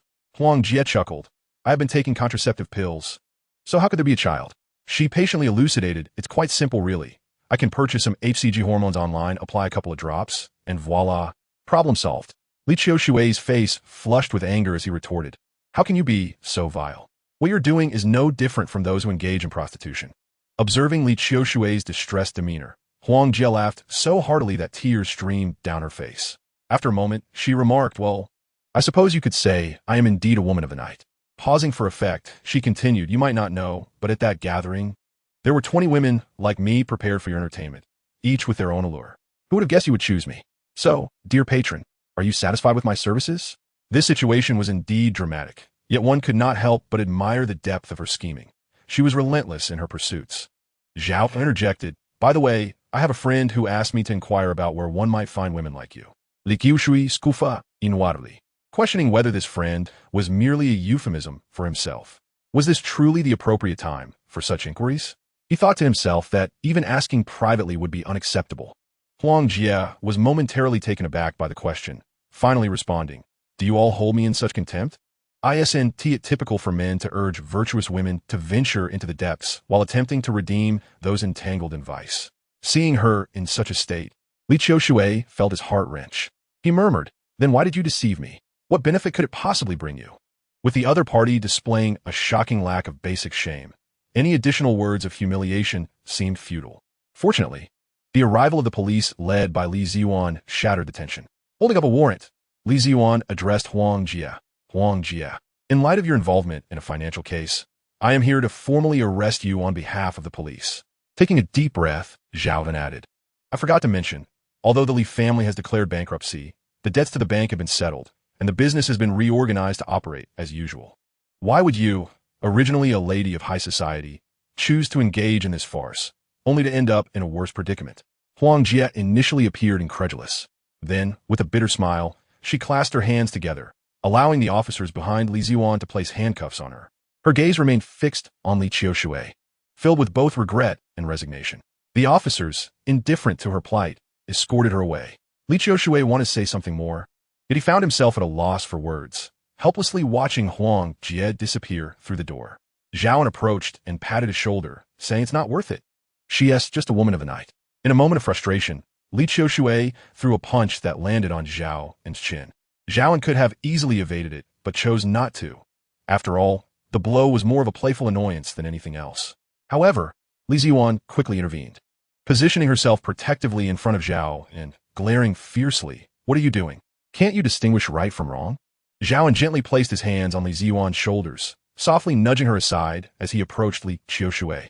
He embraced him around the neck and whispered, all right, I understand your frustration.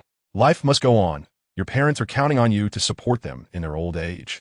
And the true perpetrator behind your troubles remains at large. The more you dwell on this, the more it harms those close to you while benefiting your enemies.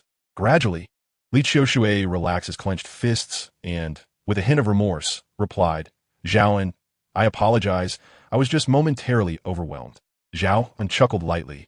What need is there for such words among brothers? I too share the blame. Perhaps I pressed you too hard today. A different approach might yield better results. He then gestured towards Li Ziyuan, saying, allow me to introduce you to this lovely officer Li Ziyuan, my esteemed wife. She is the champion of free combat in the province. If you dare strike me again, be wary of her retribution. You might find yourself missing a few teeth. Li Qiushui awkwardly smiled. My apologies, sister-in-law. It was just a moment of impulse. I assure you it won't happen again. After all, we were family 500 years ago. Li Ziyuan scoffed. Who considers you family? I have matters to attend to, so I must take my leave. You two sort yourselves out. With that, she turned and departed. Zhao An shrugged and patted Li Qiushui on the shoulder. Let us be off. We'll discuss matters in Jiangqing. I suspect the root of this issue lies there, so we shall find a resolution. As he spoke, he began to exit. Wang Bing timidly inquired, Boss, what about this door? As he pulled Li Qiushui along, he added, Don't wallow in misery. If you miss this opportunity, another one come easily. Weren't you yearning to be a rogue? There are countless young ladies waiting for your charm. With this demeanor, how can you aspire to be a Casanova, a king of romance, spreading your allure across the globe?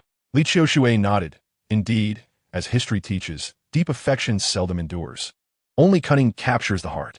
I now comprehend the pain you felt when parting with Yang Yakin. Zhao An, taken aback, chuckled. True. Every ex who abandons us deserves no mercy. In love, they say if you are well, it is a sunny day, but post-breakup, it becomes if you are well. There is no justice. Li Qiushui laughed. You truly are better suited for selling light bulbs. Your customers would say, if you do not shine brightly, I shan't pay you a dime. The two exchanged knowing glances and burst into hearty laughter. Their trip to Anhui had borne fruit, capturing the wicked Huang Jie, thus validating Zhao An's tireless search. Furthermore, with Huang Jie as a pivotal figure, they might uncover the shadowy puppeteer behind the scenes. This could potentially lead to a breakthrough in the fraud case against the Li family, restoring clarity and justice for Li Qiushui's household. Chapter 48. The formation of a company. By the time they returned to Jiangsheng, it was already late at night. Zhao An suggested they indulge in some skewered delights. But Li Qiushui declined, fearing retribution from Zhao An, recalling how he had once intoxicated Zhao An during his heartbreak. Zhao An laughed. You harbor a suspicious mind. I merely intended for a light drink. How could I truly get you drunk? Besides, my two brothers have accompanied you all day, and you haven't even treated us to a late-night snack. That seems rather unreasonable, doesn't it? Unable to argue further, Li Qiushui reluctantly agreed. Once again, they found themselves at the familiar spot, the renowned roadside barbecue. The four of them settled at a table, and Zhao An called out, Boss, grill a fish and add plenty of tofu. In this region, the grilled fish is always accompanied by tofu. They also ordered several cases of chill beer, which Zhao An swiftly opened. Li Qiushui, eyes wide, exclaimed, Are you intent on my demise? Zhao An chuckled. No worries, drowning sorrows only deepens them. Today we celebrate, and we shall drink to our heart's content without getting intoxicated. Except for Wang Bing, who was driving, Zhao An placed several bottles of liquor in front of himself, saying, No more words. Let's first enjoy a bottle to soothe our throats.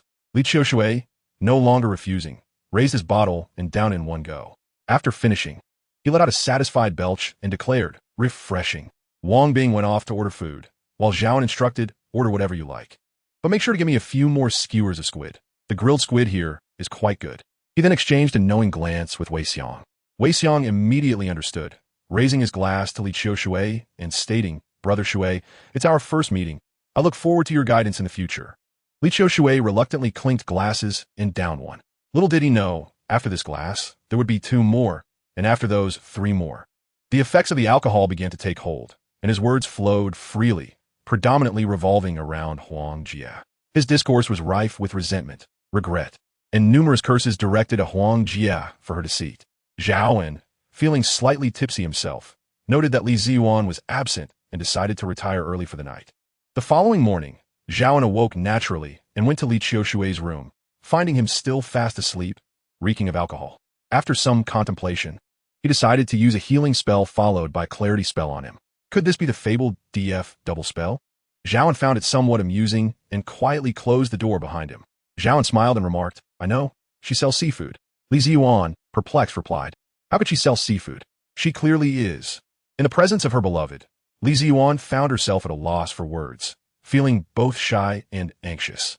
Noticing her discomfort, Zhao An gently embraced Li Ziyuan and whispered in her ear, because among seafood, there exists a delicacy called abalone, so you understand, right? As Li Ziyuan processed this, her face flushed crimson. In a fit of exasperation, she playfully struck Zhao An's back, chiding, What a terrible joke. You naughty scoundrel. How am I to face seafood again?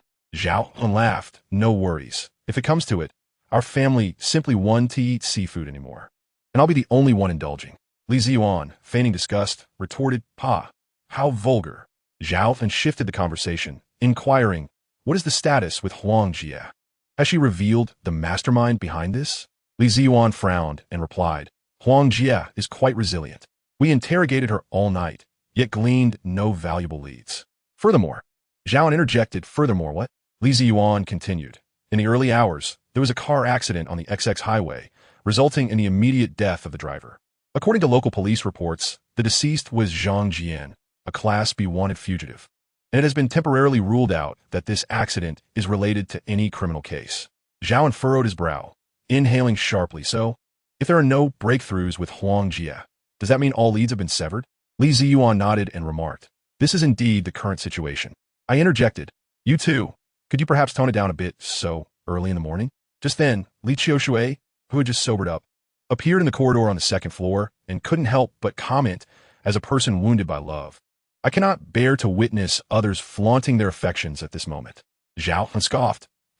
"Scoundrel, have you forgotten the terror you experienced under my influence last night?" Li Ziyuan playfully planted a kiss on Zhao An's cheek and declared, "We are merely showcasing our affection. So what of it?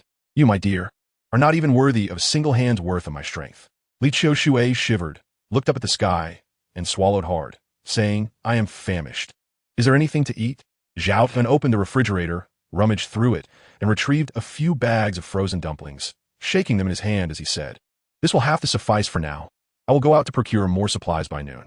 After their meal, Li Ziyuan retreated to the bedroom for some much-needed rest, while Zhao An and Li Qiushui settled on the sofa for a casual chat.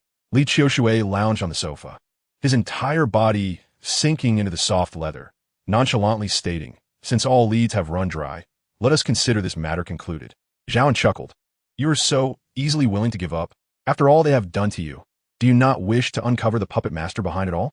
How can one repay kindness with enmity?"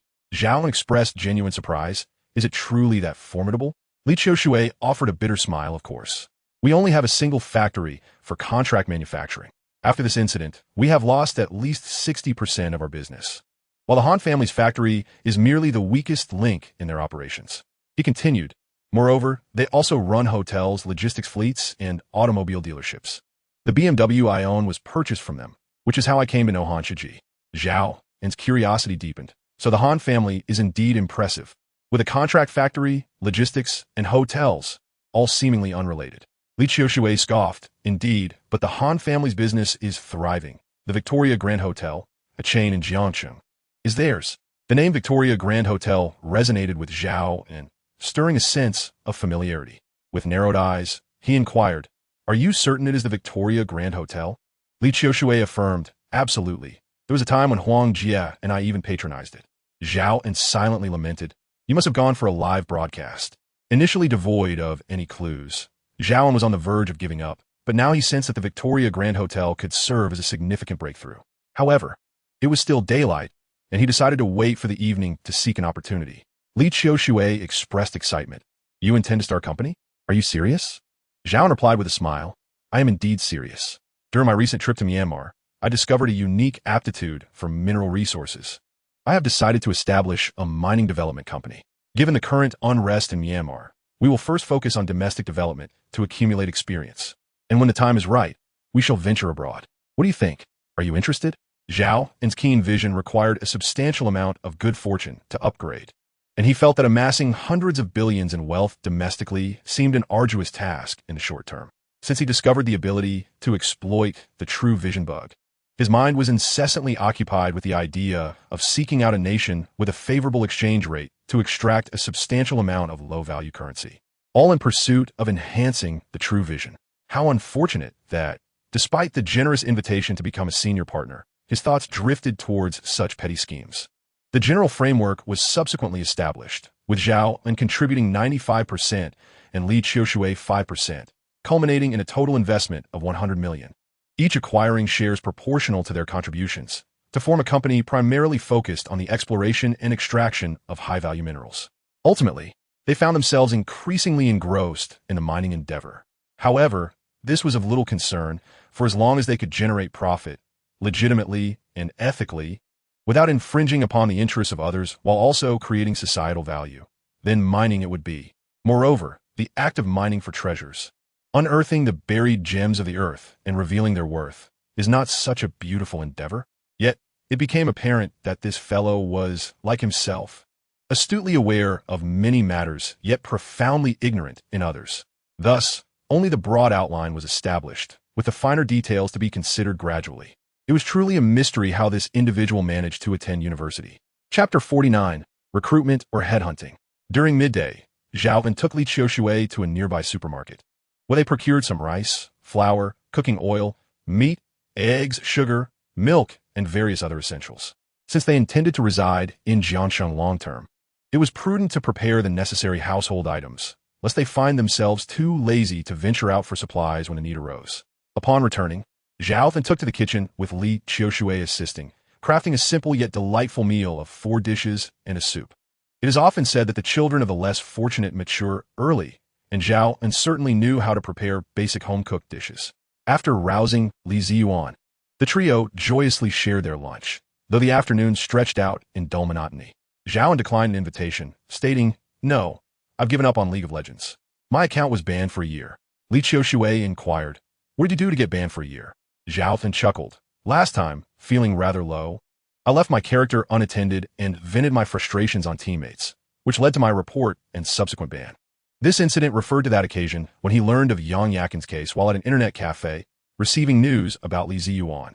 The two soon found themselves engaged in a game of Peace Elite on their phones. The joy of camaraderie rendered any game enjoyable. Before long, the sounds of their animated banter filled the room. "Do you have any 762 bullets? Spare me a few.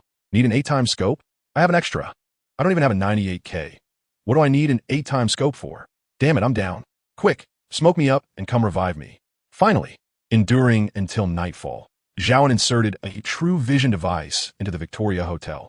Through its lens, he indeed spotted a few rooms equipped with pinhole cameras.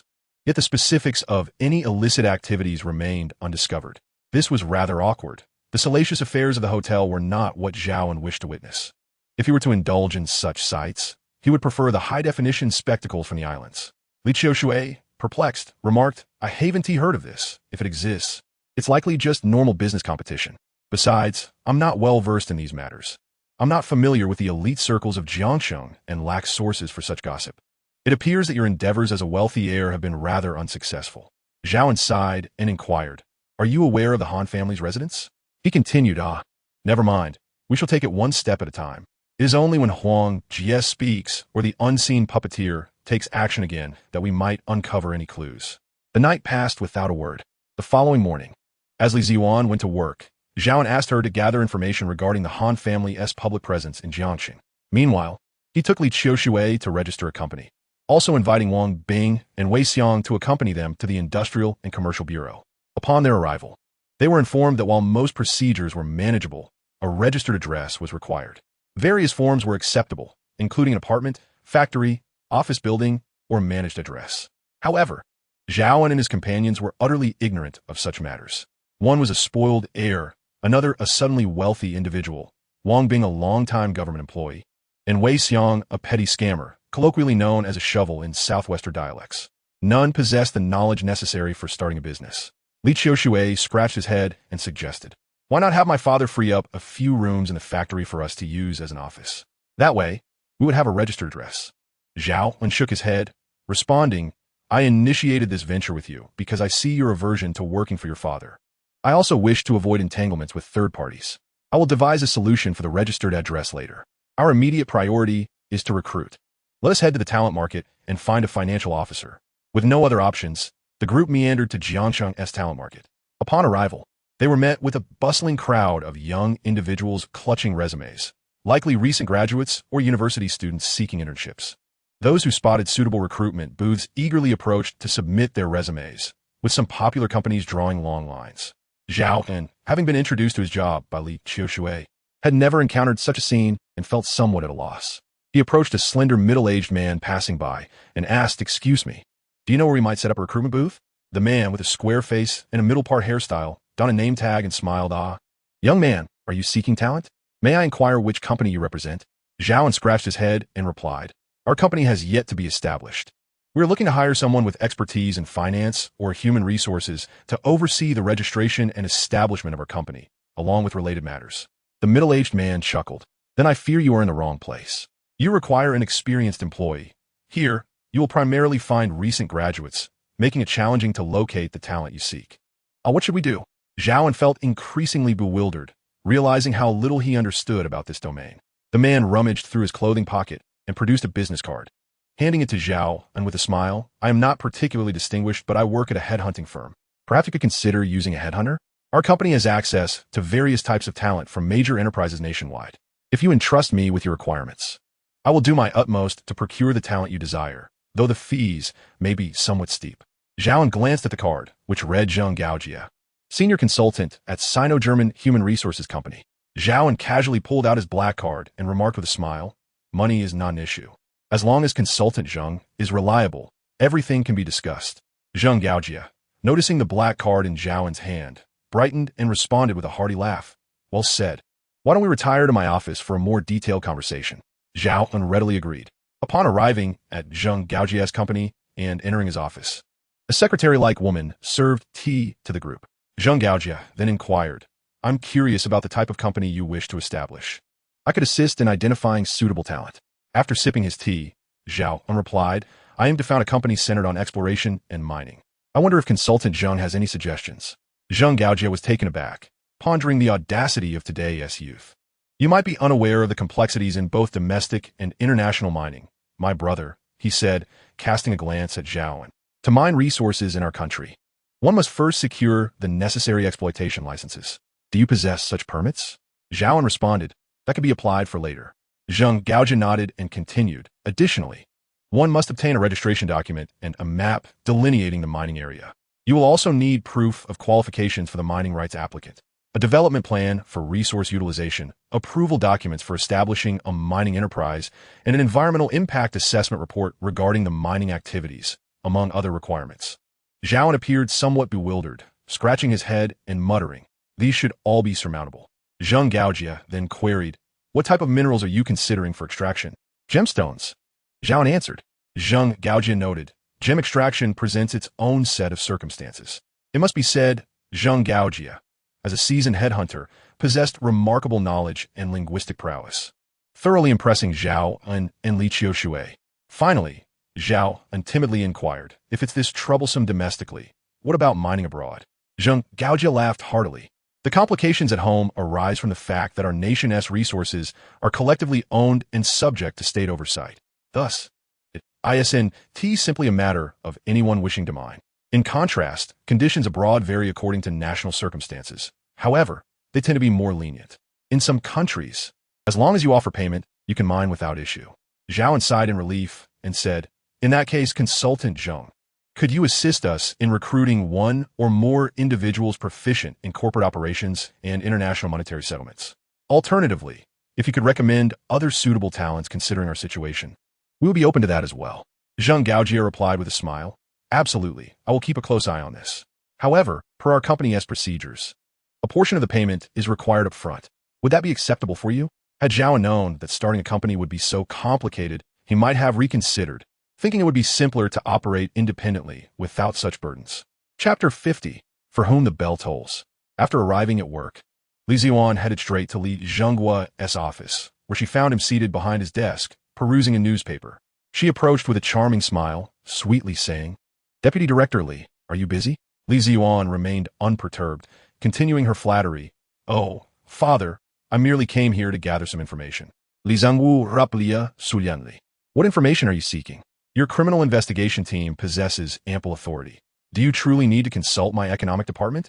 Isn't this still a matter concerning the Li family? A case of commercial fraud? Li Ziyuan smiled. I suspect it might indeed be the handiwork of the Han family, which is why I am here to investigate their records. The Han family? Li Zhenghua furrowed his brow. You mean the Han family of Han Dezhong? He is indeed the head of the family, father to Han Shiji. Li Ziyuan affirmed. Yes. Is there a problem? Li Zhenghua rose, retrieving a dossier from the cabinet behind him, opened it, and placed it before Li Ziyuan. Glancing towards the door, he spoke gravely. This Han family not only has issues, but significant ones. Curious, Li Ziyuan inquired. What do you mean? Li Zhenghua gestured to the dossier, indicating that she should read it. As Li Ziyuan examined the documents closely, they chronicled Han Dezhong's rise to wealth, detailing the beginnings and endings of each competition, culminating in the recent rivalry with the Li Enterprise. Subsequently, he established a logistics company that dominated both long and short-distance freight transport in Jiangsheng, boasting, at its peak, over 10,000 vehicles, both owned and contracted. With the development of the market economy, he expanded into chain hotels, for shops, and OEM factories, amidst fierce competition, yet each time emerging victorious, while his opponents met with dire fates. The last to suffer was Li Dong. Had it not been for Zhao An's timely intervention, he too would have faced bankruptcy, resulting in the auctioning of his houses, cars, and factories, allowing the Han family to seize the opportunity to acquire the Li family's factories and wholly absorb their market share. Although the Li family faces bankruptcy now, they still retain at least 40% of the market share. While the Han family's enterprises are insufficient to dominate the entirety of the market, merely increasing their share by 30%. The remaining market share has been distributed among other factories. Upon realizing this, Li Ziyuan nodded in understanding. So it seems Han Dezhong has committed numerous misdeeds. Li Zhengwu affirmat. Indeed, he has done egregious wrongs. Li Ziyuan continued. So, after this, he resorts to establishing his company to launder his illicit earnings? Li Zhenghua solemnly replied, yes. It goes beyond that. His logistics company engages in industry monopolization and inflating freight costs. There have been reports of his hotels harboring women for prostitution, even coercing them into such activities. We are closely monitoring these matters, and once we gather more definitive evidence, we can firmly hold the Han family accountable for their crimes. He added with earnestness, thus, it is not that we are allowing things to unfold unchecked, but rather we are biding our time to catch bigger fish. Do you understand? Li Ziyuan smiled sheepishly. Understood, father. No wonder I remarked that the prices in Jiangsheng are more inflated than in surrounding cities. It turns out the Han family manipulates Jiangsheng's logistics. Li Zhenghua put away the files and spoke solemnly. This matter shall end here. My father, too, harbors a profound disdain for malevolence and cannot tolerate even the slightest grain of sand in his eyes. Yet, in contemporary society, everything must be substantiated with evidence. Only when we have amassed sufficient proof can we restore Jiangsheng to a state of clarity. Otherwise, we risk alarming the serpents in the grass, and that would be unwise. Do you understand? Li Ziyuan chuckled. Indeed, the upright deputy director Li. She then offered a formal salute to Li Zhenghua before departing. It seems the Han family had long been under the scrutiny of the police, who had already gathered some evidence. However, Han Dezhong had committed numerous offenses over the years, and some critical evidence remained elusive. Once the police secured this key evidence, they would undoubtedly strike with ferocity, obliterating the Han family in an instant. The group had come with the intention of leasing an office building or perhaps an entire floor to serve as their company's registered address and the starting point for their ambitious ventures. Zhao An expressed his desire to aim high. He believed that minor undertakings were hardly worth pursuing. Instead, he proposed directly renting an entire floor of office space, envisioning a scenario where, upon settling in, a secretary would promptly deliver coffee or refreshments. How delightful! Of course, he merely jested, as he had no genuine intention of hiring a secretary. The future framework of the company would undoubtedly see Zhao An tasked with sourcing mineral resources, while the company would organize personnel for extraction, transportation, and sales. Upon locating the party and mass service center in the CBD, Zhao An articulated his intentions to a staff member in his 30s. After attentively considering Zhao An's specific requirements, the manager, surnamed Zhang, took them on a tour of the available floors. The office building was standard and well-equipped, and Zhao An found it satisfactory. After negotiating a favorable price with manager Zhang, he promptly signed the contract, securing a spacious flat. The efficiency of the CBD was remarkable.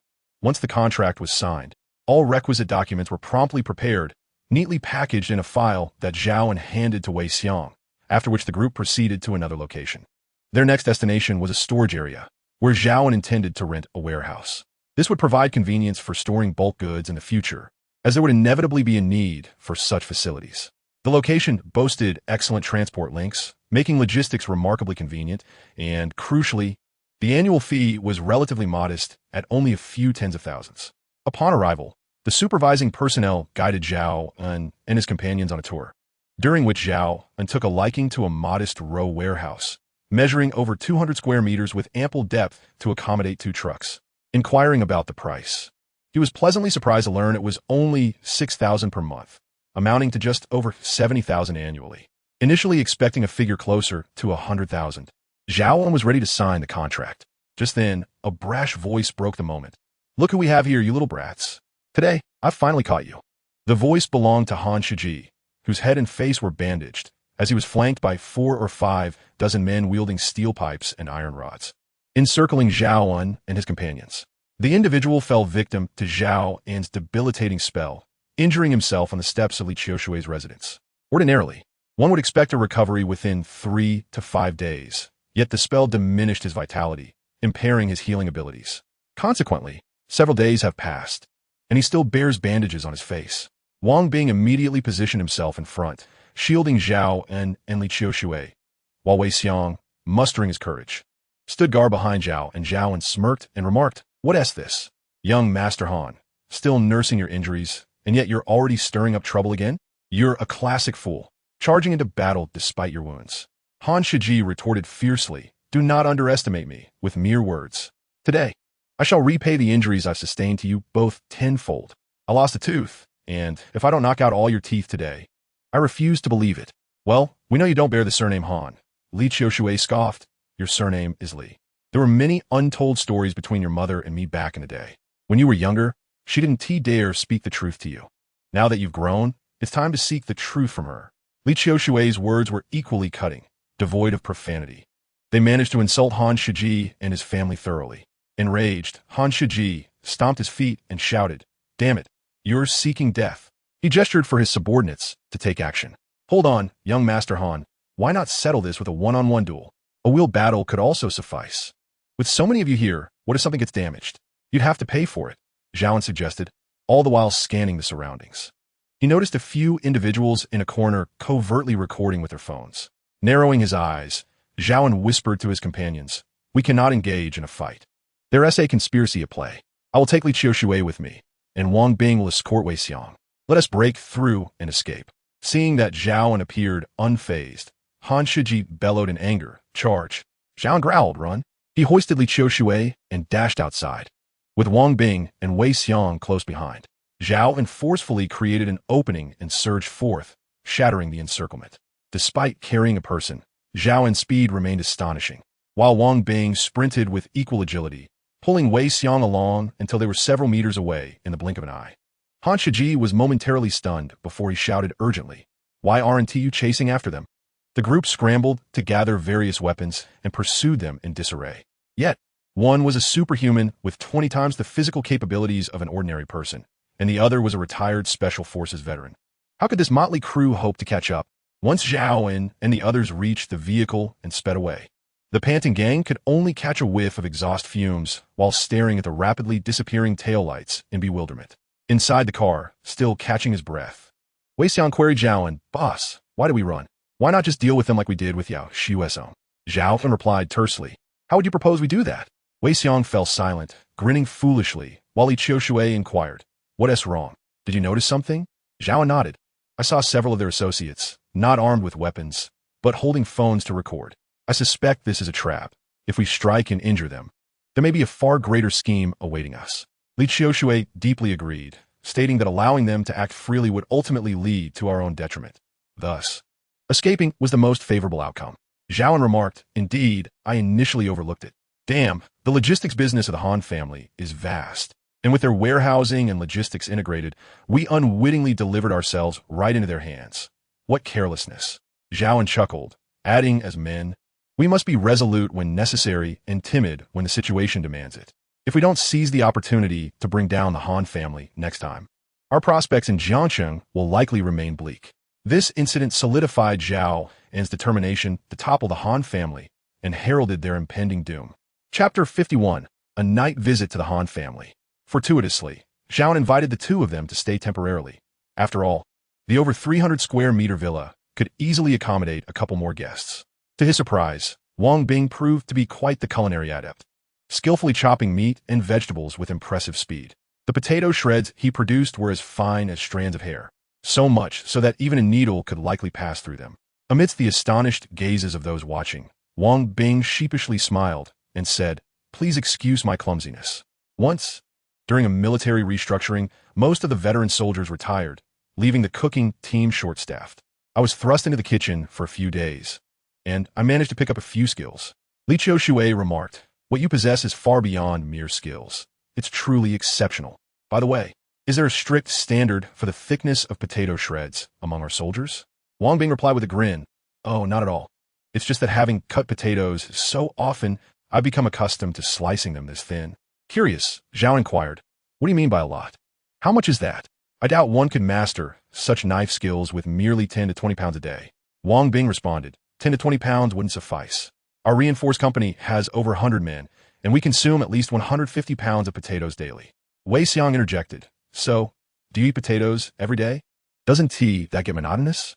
Wang Bing laughed, not at all. We don't exclusively eat potatoes. It's simply that it can be challenging to cater to everyone's tastes. Potatoes are quite versatile, and we also have plenty of other options like bean sprouts and tofu. As for the main dishes, we rotate them. Chicken on Mondays, Wednesdays, and Fridays. Fish on Tuesdays, Thursdays, and Saturdays. And on Sundays, we make buns, dumplings, and noodles. The logistical support indeed tests the capabilities of the cooking team. Having never served in the military, the others were quite curious about life in the army, eagerly bombarding Wang Bing with questions. He was forthcoming with information, but remained tight-lipped about matters that pertained to military secrets, and they did not press further. Thus, with their collective efforts, a sumptuous dinner was prepared under Wang Bing's guidance, featuring 4 meat dishes, 4 vegetable dishes, and 2 soups, all presented on the dining table. Zhao An and the others displayed delight, while only Wang Bing's expression dimmed slightly. Noticing this, Zhao An quickly called to Li Ziyuan, "Hurry and sit down to eat. A table full of delicious dishes won't silence you." With Li Qiushui and Zhao An, each a formidable conversationalist, the atmosphere at the table quickly warmed once again. After the meal, Wei Xiang took the initiative to clear the dishes, wipe the table, and clean up, while the remaining guests gathered around to strategize. Zhao An succinctly recounted the day's events to Li Ziyuan and inquired, "Could you please update me on your investigation? Are there any noteworthy areas in Han Jiaming's legitimate business that we could exploit?" Li Ziyuan organized her thoughts before responding. "What I shared today is confidential. I implore you all to keep it under wraps. Otherwise, managing this matter could become exceedingly complicated." Zhao An chuckled. "We are united in our cause now. After today, we are all allies determined to bring down the Han family. Please share whatever you have. Let us analyze it together, for we may uncover a breakthrough." Only then did Li Ziyuan divulge, "Today, I consulted my father regarding the Han family. They are entrenched in both the legitimate and the illicit realms in Jiangqing. On the surface, they appear to run a respectable business, but behind the scenes, they engage in numerous nefarious activities." Subsequently, Li Ziyuan shared the information she gathered from Li Jingwa that day. She expressed her frustration, saying, "There's little we can do without sufficient evidence. We cannot unjustly accuse someone, can we?" Zhao An responded with a smile. "So, your implication is that if we procure irrefutable evidence of the Han family's criminal activities, we can uproot them entirely, correct?" Li Ziyuan affirmed, "Precisely, but we must proceed without alerting them. Otherwise, they might destroy the evidence or resort to more violent measures, leading to greater chaos." Zhao An reassured her, "Rest assured, I will exercise discretion."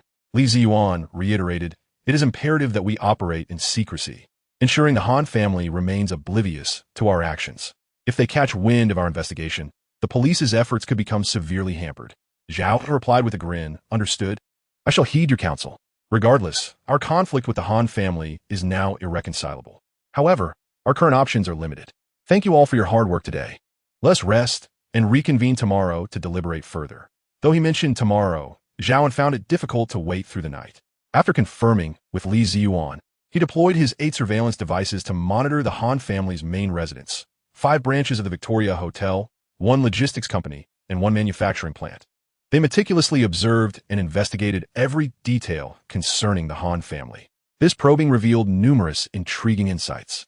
For instance, the logistics company housed several imposing figures, and the activities at the Han family's hotels significantly surged during the late hours. Meanwhile, within the Han family's main residence, a concealed safe yielded nothing but a solitary USB drive. This USB drive, hidden so discreetly, surely contained the information Zhao An sought. He shifted his focus to the surveillance device's description of the USB, a portable hard drive, measuring 35 centimeters in length and 15 centimeters in width. With a memory capacity of 256 gigabytes, containing the Han family's financial records, a list of Hanyang Society members, and videos implicating Liao Tenkai, linked to Handajo. This is it, he mused. Securing this USB will undoubtedly cement the Han family's culpability, and their network of connections may very well be dismantled. Hanyang Society and Liao Tenkai. It's evident they are not virtuous characters. Just wait. I will unmask each and every one of you. With unwavering determination, Zhao An seized a moment in the early hours of the morning. While the occupants of the villa lay in slumber, he set forth alone, driving stealthily to the vicinity of the Han family estate. This ancient-style residence, enclosed by walls, was equipped with infrared night vision cameras strategically positioned every 20 meters, ensuring that not a single corner was left unmonitored. Modern technology rendered escape from its gaze nearly impossible, save for the heavens above. Zhao An, possessing acute awareness of the surveillance angles, had meticulously devised an undetectable route, confident in his physical prowess. He leapt gracefully from a distance, landing silently atop the Han family's wall. With deft movements, he traversed along the wall and selected a vantage point close to the main building. With another powerful jump, he landed on the balcony of the second floor, which he had previously surveyed and found unlocked. Gently, he turned the doorknob and entered the Han residence with the lightest of steps. Throughout his endeavor, Zhao An's keen vision maintained vigilance over the occupants within the house, confirming their deep slumber before he descended the staircase to the ground floor. Remarkably, he required no illumination. His vision was clearer than daylight. Wearing gloves, he navigated expertly to Han Daizhong's study. Upon entering, he swiftly lifted the carpet before the desk, revealing a polished floor beneath. Reaching under the desk, he retrieved two handheld suction cups, which he used to secure the floor and, with a delicate lift, revealed an entrance to a hidden passageway. After setting the ceramic floor back into place, Zhao An descended further via a wooden ladder into a cellar-like chamber, where the safe he sought awaited him. Before the antiquated mechanical lock, secrets were laid bare. His keen sight allowed him to discern its inner workings. With a piece of wire, he deftly manipulated the lock, and with a simple tug on the handle, the safe opened effortlessly. As he departed, Zhao An meticulously restored all items he had disturbed to their original state. He leapt lightly from the second-floor balcony back onto the wall, and then with one final bound, he found himself on the street. Once outside, he sought refuge in an internet cafe, where he accessed a computer and duplicated all the data from his USB drive to his personal cloud. Afterward, he indulged himself in a quaint establishment, unsure whether it served breakfast or late-night snacks. Quietly, he entered, clutching a paper box containing the fruits of his labor, the USB drive obtained from the Han family's safe. The reason for the box was simple. Zhao An believed that theft, regardless of its justification, was an ignoble act. Even if cloaked in the guise of righteousness, stealing remained stealing. Thus, he resolutely refused to acknowledge his actions, leaving the origin of the items to speculation, for it was of no concern to him. Zhao An pondered deeply, ultimately feeling that his course of action was inappropriate. He retrieved the USB drive, meticulously wiping it down with a tissue, ensuring that even the box was cleansed in an effort to eradicate any trace of his fingerprints and absolve himself of suspicion. Subsequently, he opened the door, wrapped the box in a tissue, and gently placed it at his doorstep, keeping a vigilant watch to prevent it from being picked up by an unrelated passerby. His focus remained steadfast on the USB drive under his scrutiny, fearing the loss of crucial evidence acquired through considerable risk and tarnished reputation, which would leave him bereft of recourse. Wang Bing soon discovered the small box that Zhao An had left at the entrance. Exercising caution, he first nudged it with his toe to ascertain that it was not an explosive before bending down to retrieve it. His vigilance stemmed from professional habits, replete with the lessons learned from a myriad of trials during his military tenure, compounded by the recent conflict with the Han family, making his caution entirely warranted. The lightness of the box, upon being kicked, alleviated his concerns of it being a bomb. After a refreshing shower, Wang Bing warmly prepared breakfast for everyone, featuring boiled eggs, warm milk, and hand-pulled noodles with a Shaanxi flavor. During this time, Li Qiushui and others gradually awoke, greeting the industrious Wang Bing with enthusiasm. Zhao An, noticing the timing was right, feigned a sleepy appearance as he joined the group, addressing Wang Bing. "Are there any other exemplary veterans like you? I would like to recruit a few more. Not to mention, your initiative and work is something many young people today lack." Wang Bing chuckled. "There are plenty, but I am merely an inconspicuous one among them.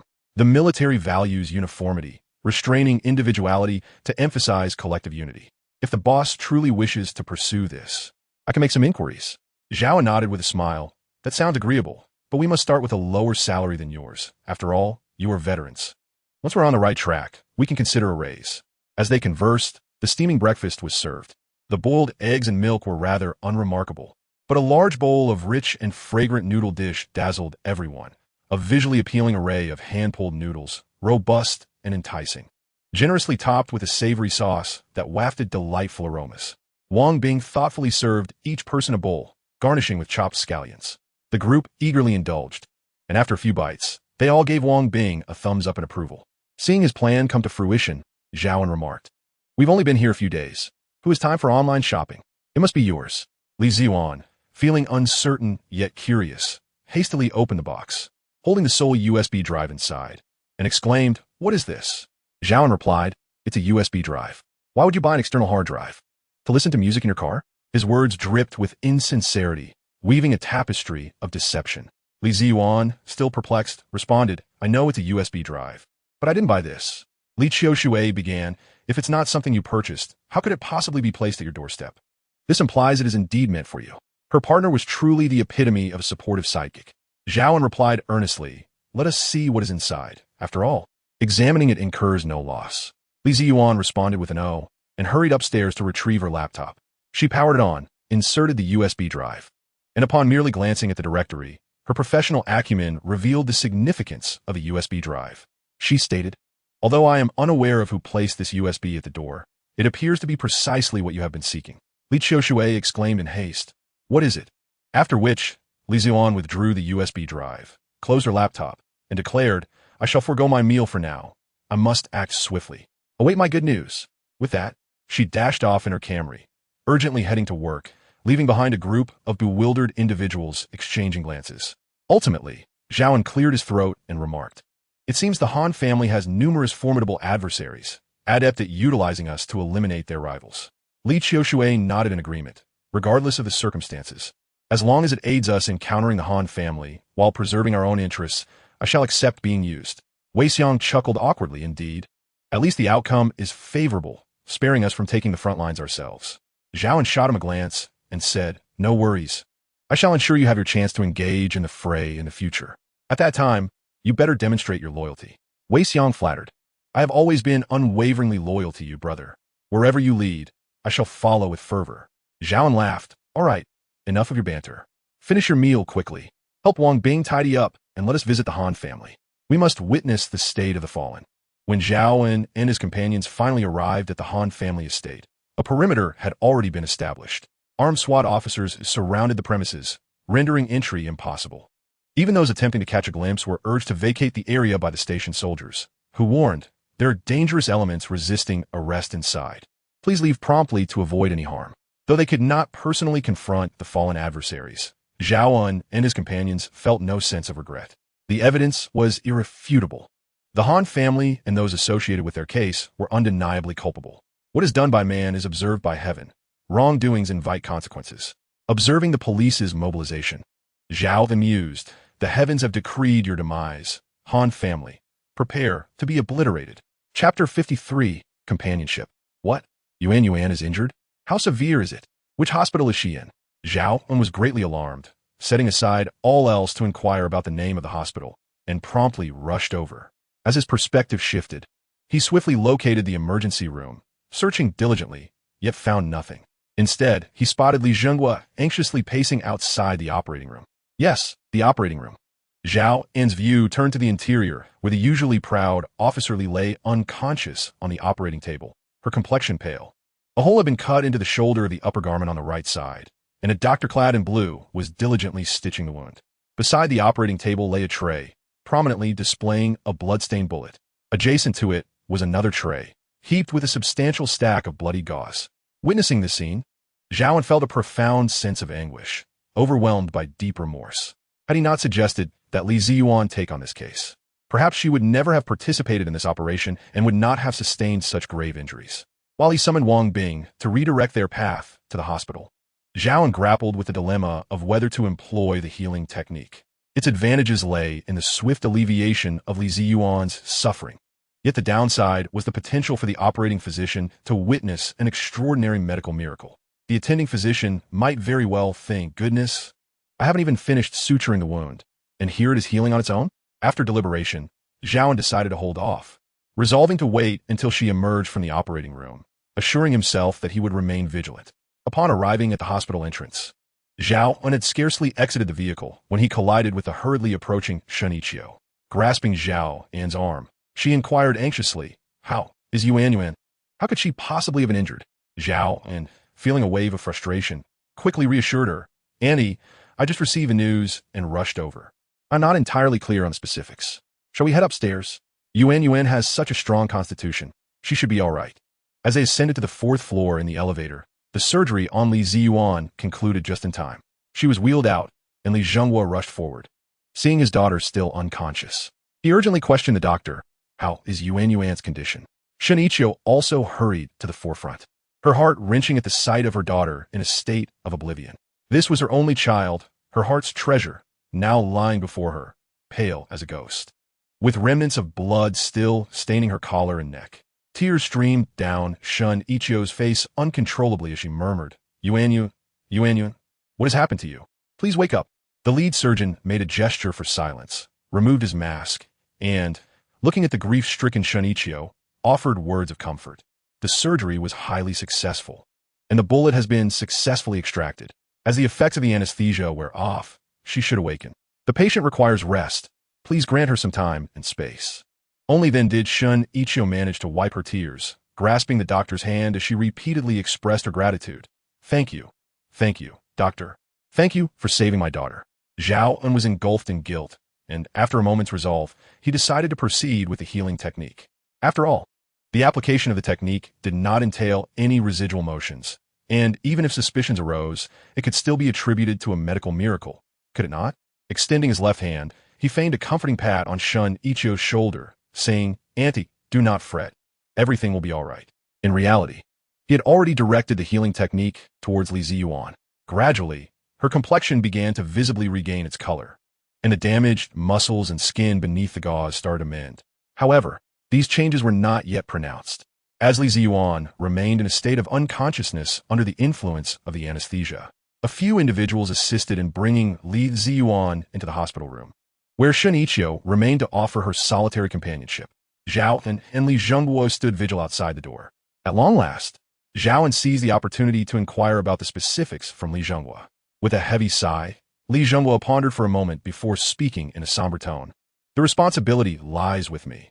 I was careless and did not consider the situation thoroughly, resulting in this unfortunate outcome. Alas, it is my fault. At that moment, Li Zhengguo was engulfed in profound remorse, merely providing Zhao An and the others with a general account of the events. After Li Ziyuan presented the evidence to Li Zhengguo that morning, the police department convened a meeting to plan an arrest operation, deploying special forces divided into 3 teams.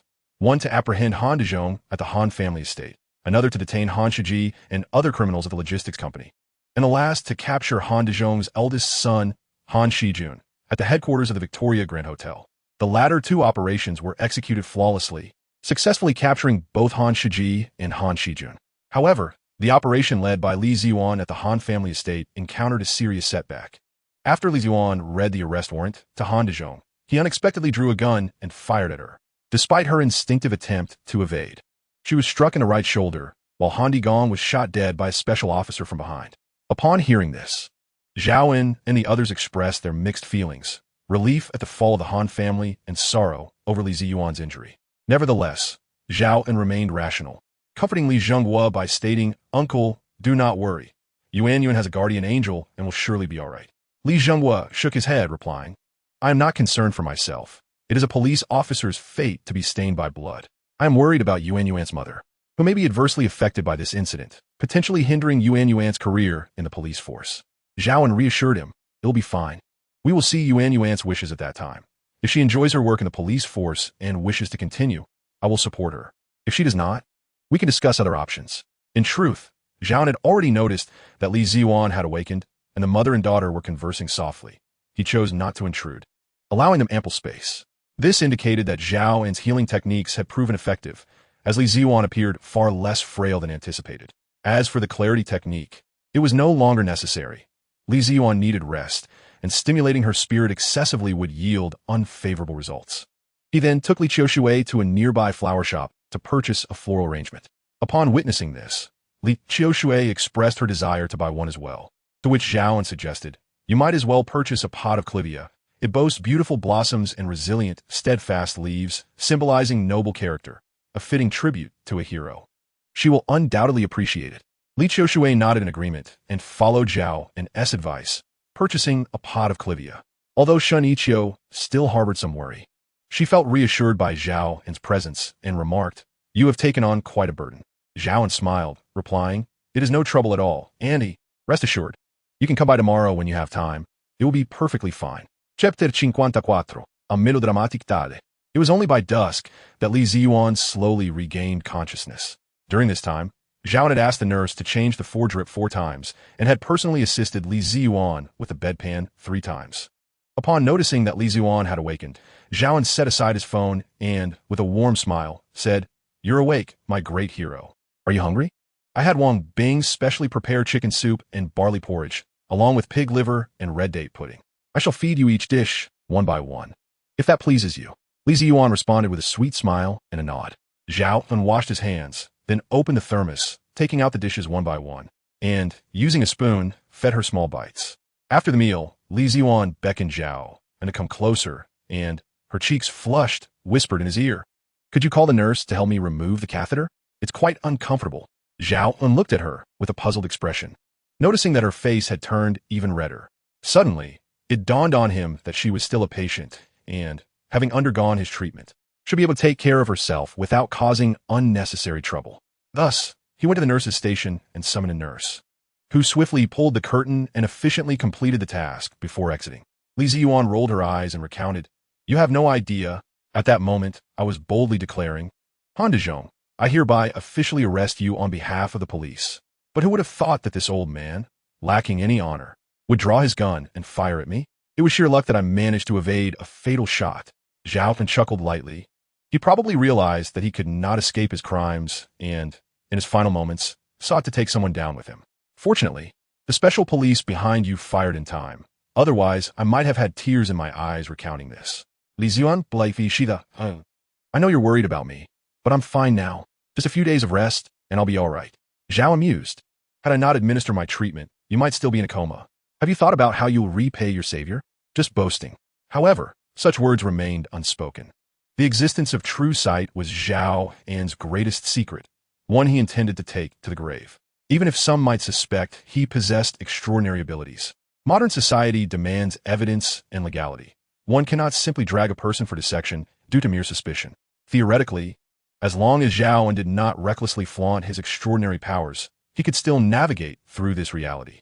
Some might argue that winning every gamble raises the attention of ill-intentioned individuals, which indeed happens, like AI Qingru, who proposed collaboration. But could one compel me to gamble against my will? Others may assert, defeating dozens isn't scientific, while one could easily point to Yuan, who could effortlessly take on 10 trained special forces soldiers. Thus, it is not surprising that I could handle a few ruffians. With this thought, Zhao An smiled and said to Li Ziyuan, "Shall I share a joke with you?" Li Ziyuan chuckled. "Perhaps it's best you refrain, for if I laugh too heartily, I might reopen my wound." Realizing her concern, Zhao An replied, "Then I shall forego the jokes and instead share stories from my childhood." Thus, for 3 consecutive days, Zhao An devotedly cared for Li Ziyuan in the hospital, discreetly administering healing spells during moments when no one was watching.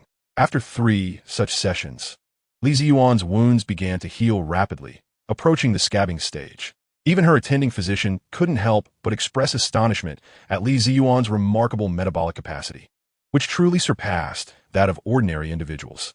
During this time, Shun Ichio and Li Zhonghua visited daily, witnessing their daughter's improving condition and attributing her recovery to the physician's exquisite medical skills and Zhao An's meticulous care. Li Qiushui also made an appearance, bringing an abundance of fruit, which incited Li Ziyuan's ire as she indignantly accused him. "Do you take me for a pig? With this much, I would be eating until the next lunar year." Zhao An interjected with a smile, "You must understand, having avenged his family's grievances and suffering due to the Li family's fraudulent case, it is only natural for young Master Li to indulge in his joy with such generosity." Li Ziyuan pouted, "But I can't possibly eat this much." Zhao An replied, "That's simple enough. You could share some with the dedicated doctors and nurses who are caring for you." Li Qiushui eagerly chimed in, "Indeed, they are diligently treating our great hero. It would be quite fitting to offer them some fruit." Li Ziyuan blushed and protested, "Please, stop calling me a great hero. It makes me feel embarrassed. Punishing the wicked is my duty. Being injured in the line of duty simply reflects my inadequacy. How can you all elevate me to such heights?" Li Qiushui raturta. "You are indeed a hero. The local news has placed your deeds on the front page, and voices of praise resonate throughout society, calling you the key contributor to toppling the Han family, ridding society of a malignant tumor." Covering her face with her left hand, Li Ziyuan laughed. "I merely picked up a USB drive. How have I become a key contributor? The newspapers are exaggerating." Zhao An chuckled. "Here they are, lauding your accomplishments. and you seem displeased. If you don't want the accolades, someone else might just snatch them away. Li Ziyuan playfully glared at him, saying, "Humph. If anyone dares to take it, I shall make them regret it once I am discharged." Li Qiushui then pulled up a chair and sat beside Zhao, remarking, "By the way, the newspapers also enumerated many of the Han family's misdeeds over the years. Would you both like to hear about them?" Zhao, and growing impatient, urged, "Stop the suspense. Just say it plainly." Li Qiushui began narrating the tale of the Han family's reign of terror in Jiangcheng. Han Dezhong was originally an ordinary truck driver who, during a delivery, faced a tragic accident that resulted in the death of the cargo owner and left him severely injured and unconscious. Unfortunately, the substantial cash the owner carried vanished without a trace. At that time, technology was not advanced, and transactions were predominantly conducted in cash. Han Dezhong had insurance for his hospitalization, but when the deceased's family sought compensation for the cargo, the police were involved but ultimately concluded the investigation with no resolution. From that point onward, Han Dezhong's fortunes began to soar. He first took out loans to purchase a large truck and, through methods such as underreporting tolls and overloading, amassed tremendous profits. Subsequently, a fleet was established, uniting a group of individuals to form the Hanyang Society, reminiscent of a triad organization. Through the tactics of pressuring competitors and even resorting to violence, they gradually monopolized the transportation of goods both within and beyond Jiangcheng. They then raised freight charges on both outbound and inbound shipments, effectively inflating costs for all goods entering and leaving the city. Later, they opened several modest inns to provide lodging for the drivers of their fleet and gradually began to organize women to offer sexual services. Eventually, this evolved into a chain of establishments akin to the Victoria Hotel. However, the essence remained unchanged as they continued to facilitate illicit activities involving women, even coercing them into prostitution. At the peak of their operations, the Han family managed over 1,000 courtesans. Li Qiushui reflected with a sigh. "Do you know why Huang Jie refused to divulge any information about the Han family, even under duress after her arrest?" Zhao An chuckled lightly. "I must admit, I am unaware. Logically, as a sex worker, she should be devoid of any loyalty or sentiment, concerned only for her own safety." Li Qiushui explained. It was because of her sister. The two sisters initially worked together at the Victoria Hotel, both possessing remarkable beauty. They were coerced by Han Dezhong's eldest son, Han Shijun, to enter the trade together. Although Huang Jie resisted, she still proposed a condition. Only one sister would enter the trade, so the other could be spared. Han Shijun agreed, allowing them to draw lots to decide. Zhao An understood, stating, "Thus, Huang Jie entered the trade, and Han Shijun used her sister as leverage to have her infiltrate your circle, leading to the subsequent fraud case?" Li Qiushui smiled wryly. "Indeed, that is precisely how it unfolded." Zhao An, perplexed, inquired, "But I find it curious how you know such intricate details." Li Qiushui replied, "After the entire Han family was apprehended, I visited the detention center to see Huang Jie." This revelation ignited Zhao An's ire, causing him to spring to his feet, glaring at Li Qiushui. "Li Qiushui, do you wish to be a sycophant? Hasn't she caused you enough misery?" Li Qiushui placed a hand on Zhao An's shoulder, chuckling awkwardly. No, it's not as you think. I merely wish to uncover the truth now that the Han family has fallen. I harbor no ulterior motives. I will have no further feelings for her and will not concern myself with her affairs in the future." Zhao An then tempered his anger. "That's more like it. Do not play the sycophant. You may end up with nothing." Li Qiushui affirmed. "Understood. I shall navigate the world of women without becoming entangled. No woman will ever again possess my heart." Li Ziyuan gazed at Li Qiushui for a while, then earnestly remarked, "Pa, you're a scoundrel. Li Qiushui, khlustrad, raturta, hey. Officer Li, we are at least from the same household. Can you not offer me a kind word?" Li Ziyuan laughed. "Do not bring that up. I am undeserving." Zhao An interjected, "You two, enough already." Chapter 55, A Change of Scene. After several days in the hospital, under Zhao An's meticulous care, Li Ziyuan's wounds had nearly healed. During this time, many visitors came to pay their respects, including municipal leaders, high-ranking officials from the police station, and even concerned citizens, which began to wear on Li Ziyuan's patience. As soon as the wound healed, she incessantly clamored to be discharged from the hospital.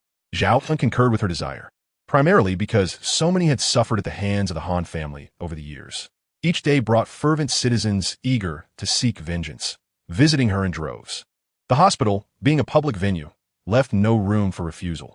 The ward overflowed with an array of flowers, while gifts piled high. Zhao An, having perused each present with genuine interest, noted that none were particularly extravagant, yet they represented heartfelt sentiments from others, which he graciously accepted. On the day of her discharge, Li Jinghua presented her with a set of Officer Li Ziyuan's uniform. Clad in her attire and embracing a bouquet of flowers, Officer Li stepped out amidst applause, with the police station assisting in the completion of all necessary formalities. Upon returning home, she took a refreshing shower and succumbed to a deep slumber. Devoid of the sterile scent of antiseptics, her rest was particularly sweet. Zhao An jested, "It will be delightful to go out. Do you have a destination in mind?" Li Ziyuan replied with a smile, "Anywhere is fine, as long as I am with you. I would venture to the ends of the earth." Zhao An suggested, "How about we visit Beihai in Guangxi Province or Sanya in Hainan Province? There, you can find the place you've mentioned and indulge in an endless feast of seafood."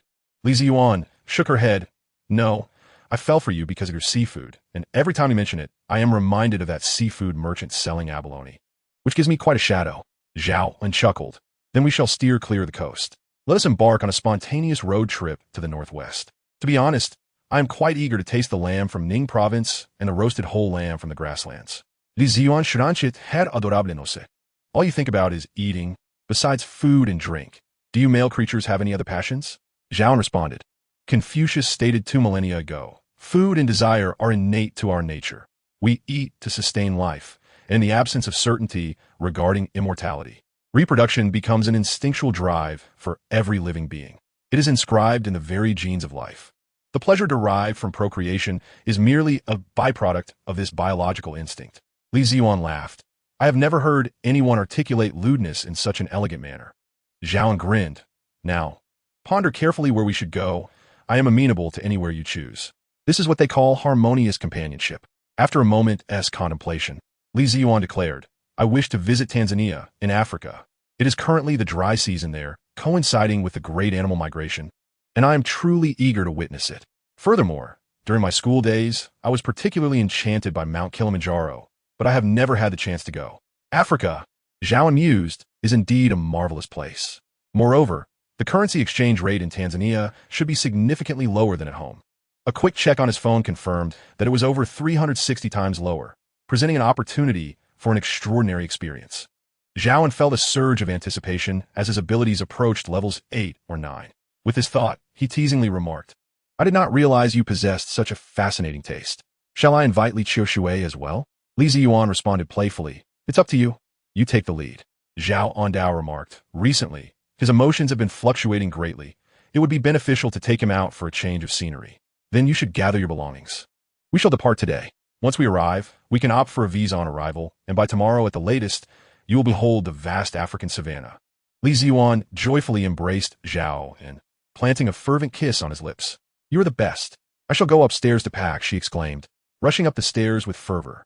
Zhao An proceeded to inform Wang Bing and Wei Xiang to prepare their things, and he also called Li Qiushui.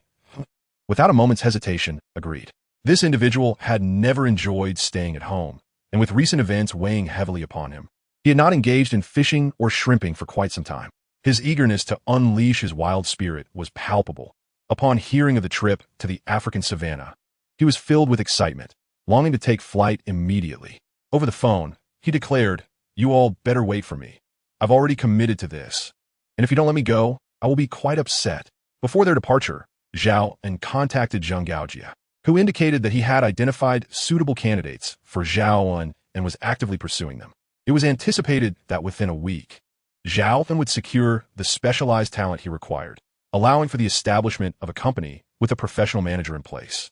Thus, the group ultimately convened at Zhao An's villa, traveling by car to the airport, where they flew from Jiangcheng to Huadu. After a 2-hour layover, they continued their journey by air to Dubai, enduring another 5-hour wait before embarking on a 7-hour flight. Eventually, the 5 travelers arrived at their destination, Dar es Salaam International Airport. After processing their visas and retrieving their luggage, they stepped outside to find it was around 4 to 5 o'clock p.m. local time. The sun shone fiercely yet comfortably. The raw and primal essence of the African savanna enveloped them, and an exuberant Li Ziyuan could not contain her delight, shouting joyfully. The gentlemen maintained a more composed demeanor, though they shared a sense of excitement at being amidst the stunning and expansive foreign landscape. Only Wei Xiang felt somewhat unwell. The frequent layovers had left him feeling nauseous, and he spent a considerable amount of time vomiting after disembarking, only finding relief after resting at the hotel. Despite their spirits being buoyed by excitement, the arduous journey of over 20 hours, coupled with the incessant transfers, left Zhao and his companions utterly fatigued. Furthermore, the need to adjust to the time difference contributed to their exhaustion. Upon arriving at the hotel and securing their rooms, they collapsed onto their beds, with the breathtaking vistas of the boundless African savanna awaiting their appreciation until the morrow. Chapter 56. The Journey. Tanzania, located in East Africa, south of the equator, boasts abundant domestic tourism resources. The three largest lakes in Africa, Lake Victoria, Lake Tanganyika, and Lake Malawi, border its territory, while Mount Kilimanjaro, Africa's highest peak at 895 meters, is renowned worldwide. Among its celebrated natural wonders are the Ngorongoro crater, the East African Rift Valley, and Lake Miniera. Additionally, historical and cultural landmarks, such as the Slave Island, the world's oldest hominid site, and remnants of Arab traders enrich its heritage. One-third of the country's land is designated as national parks, encompassing wildlife and forest reserves. There are a total of 12 national parks, including Mikumi, Serengeti, and Ngorongoro, along with 19 wildlife reserves and 50 wildlife management areas. In the early morning, Zhao An perused information regarding Tanzania on his phone while discussing the day's itinerary with Li Ziyuan and others, contemplating whether to visit Mikumi National Park first or Serengeti National Park. Mikumi was closer, merely over 300 kilometers away. Li Ziyuan remarked, "Let us go directly to Serengeti. What is there to see in Mikumi? It's akin to a domestic zoo, albeit slightly larger. In Serengeti, we can witness the grand migration of wildebeests, along with elephants, giraffes, and so much more." Zhao An glanced at Li Qiushui, who shrugged indifferently, stating, "I'm easygoing. It doesn't seem matter to me." Zhao An pointed out, "It is over 2,000 kilometers to Serengeti. Driving would take 2 to 3 days. Of course, we could fly there.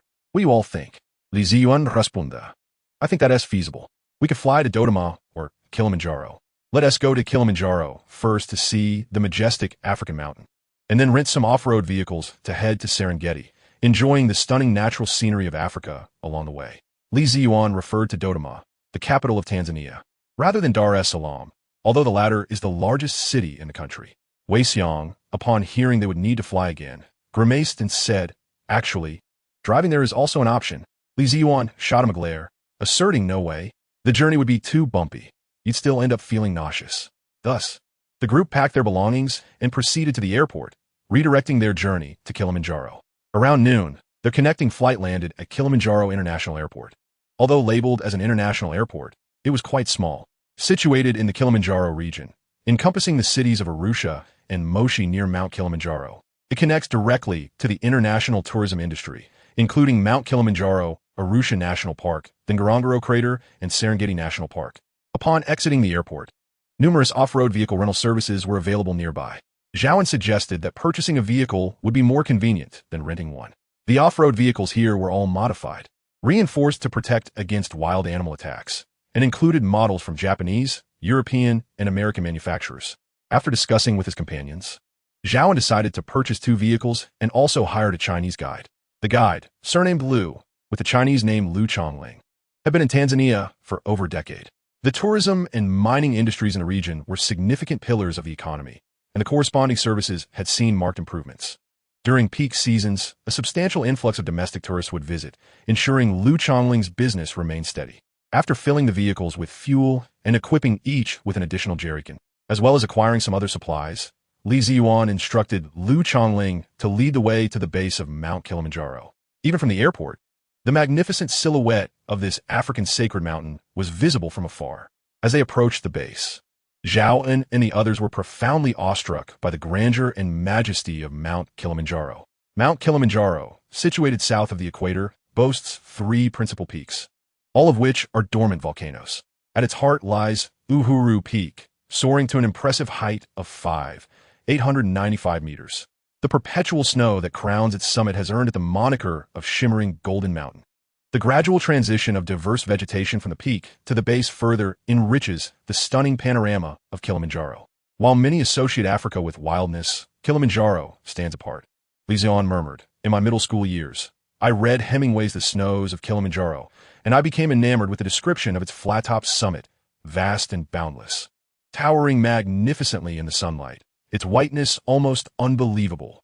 After visiting Kilimanjaro, we explored Arusha National Park briefly before heading directly to the Serengeti, finally arriving as dusk descended. Once we settled into our hotel, the presence of our guide, Lu Chongling, greatly facilitated our journey as he meticulously attended to every detail, particularly accommodating the preferences of fellow countrymen, ensuring an enriching and comfortable travel experience.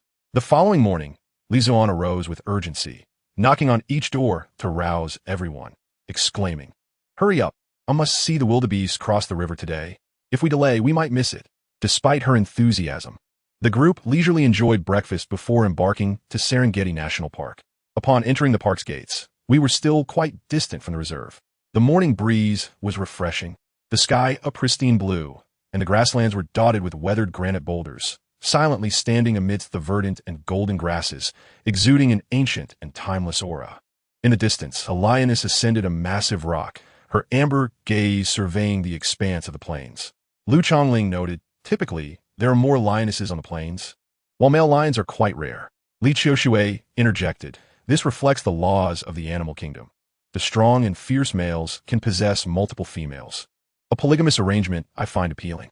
Zhao An shot him a sidelong glance, remarking, "It seems you are veering further into the realm of the cad." Li Qiushui shukulat. "How can this be considered cad-like? I prefer to think of myself as broad-minded, sacrificing a few small fish to embrace the vastness of the ocean." Li Ziwan scoffed. "Cad, I have yet to see you catch even a single small fish. All I've seen is you getting thrashed." Undeterred, Li Qiushui replied, grinning, "You shall witness it. From now on, I shall aim for 10, 100, even 1,000 conquests. Better to mistakenly slay 1,000 than to let one escape." Zhao An laughed. "I shall observe a moment of silence for the young ladies under 18 in Africa." Li Qiushui lamented, "I harbor no racial prejudice, yet my heart still favors Asia. Of course, I would not mind the allure of Europe and Russia either." Zhao An continued to jest, "Oh, in that case, let us borrow a film. If not, seeds will suffice." Li Qiushui exclaimed, "No, I'm not talking about action films. I wish to personally experience the charm of beauties from East Asia and various Western nations." Zhao An replied, "Oh, once you've filmed it, let me borrow a copy for my curiosity." Li Qiushui expressed her frustration, stating that she did not share Teacher Chen's passion for photography, but encouraged him to try it himself. Li Ziyuan tugged at his ear and inquired about their conversation, asking what they were trying. Chapter 57, Victor and Annie. The Serengeti boasts a quintessential savanna landscape, adorned with acacia trees and windmill vines, alongside the grand baobabs that punctuate the vast African plains.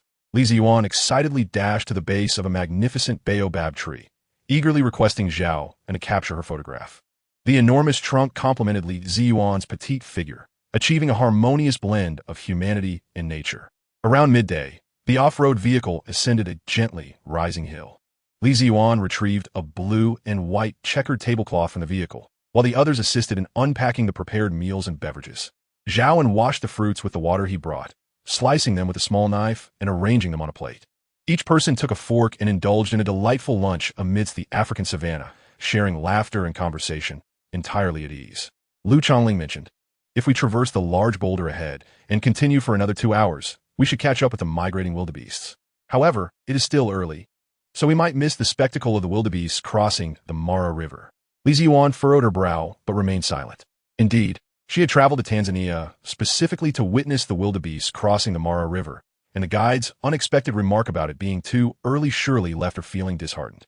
Zhao An noticed Li Ziyuan's disappointment and discreetly scanned the surroundings, successfully locating the migrating wildebeest herd. He ventured further north to scout ahead and discovered a river lying just beyond the herd, a crucial passage for the migration. Inquisitively, Zhao An asked Lu Chongling, "Guide Lu, the map indicates a river ahead. What is its name?" Lu Chongling replied with realization, "Ah, that is the Gramidi River, also a vital route for the wildebeest migration. However, this river is relatively shallow, hence it may not appear as spectacular. Moreover, it harbors groups of crocodiles that may attack the wildebeests as they cross."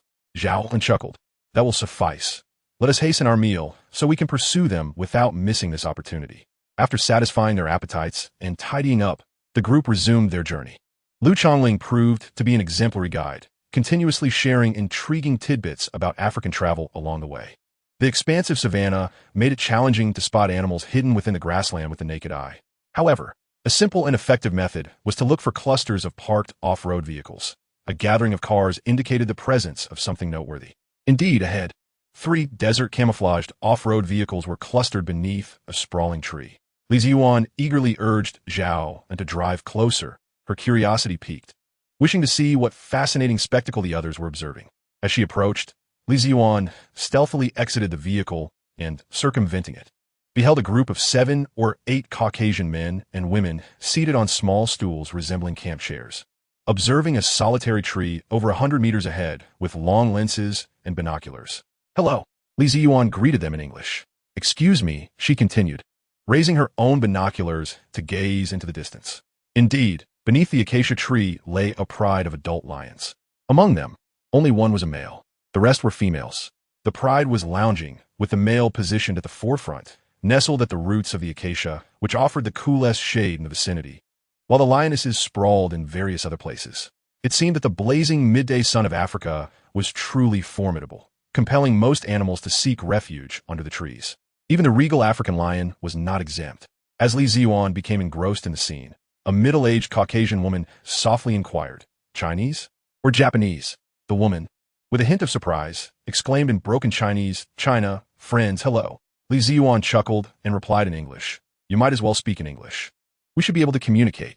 Thereafter, the affable Li Ziyuan engaged in conversation with the middle-aged woman while observing the lions.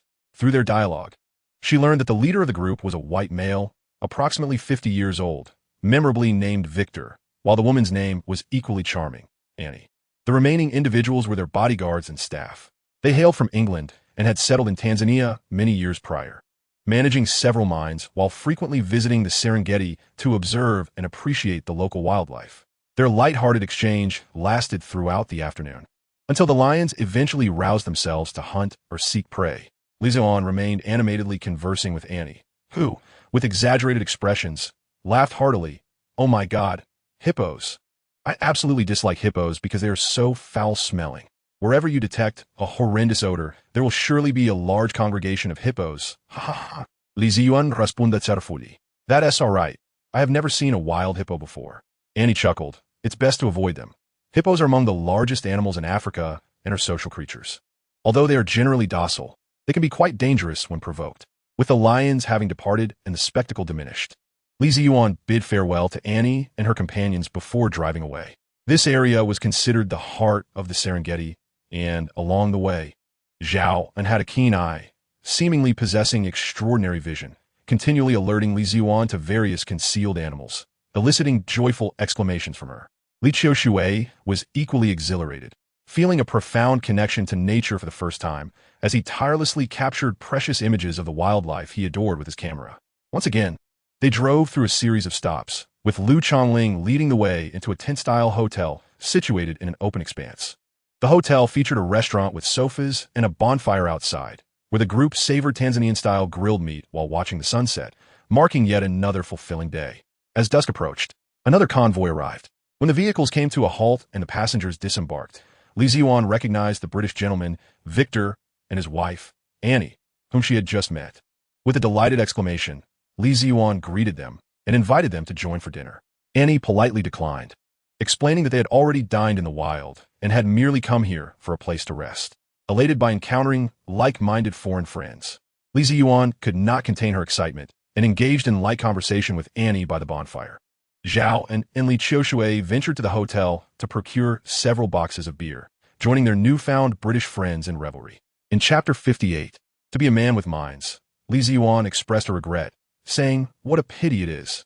I had hoped to enjoy the company of such delightful friends in a foreign land, only to find that you are about to part ways." Annie smiled reassuringly. "No need to worry. We still have a few days before we leave. During this time, we will chase after the great migration of wildlife and capture some cherished photographs. Perhaps we can embark on this adventure together." Upon hearing about the mining opportunity, Zhao An's interest was piqued, and he inquired of Uncle Victor, "I've heard that your mine is up for sale. I am quite intrigued. Could you provide me with more details?" Victor displayed a look of surprise and remarked, "A young man from China, you're interested in the mining industry as well?" Zhao An replied with a smile, "I am not particularly interested in the mining industry. Rather, I have a penchant for investment. Should Mr. Victor's mine prove worthy, I would not hesitate to acquire your enterprise." Victor took a hearty sip of beer and stated, "My mining company is called Mechanical Pioneer United Mining Group, headquartered in Dodoma.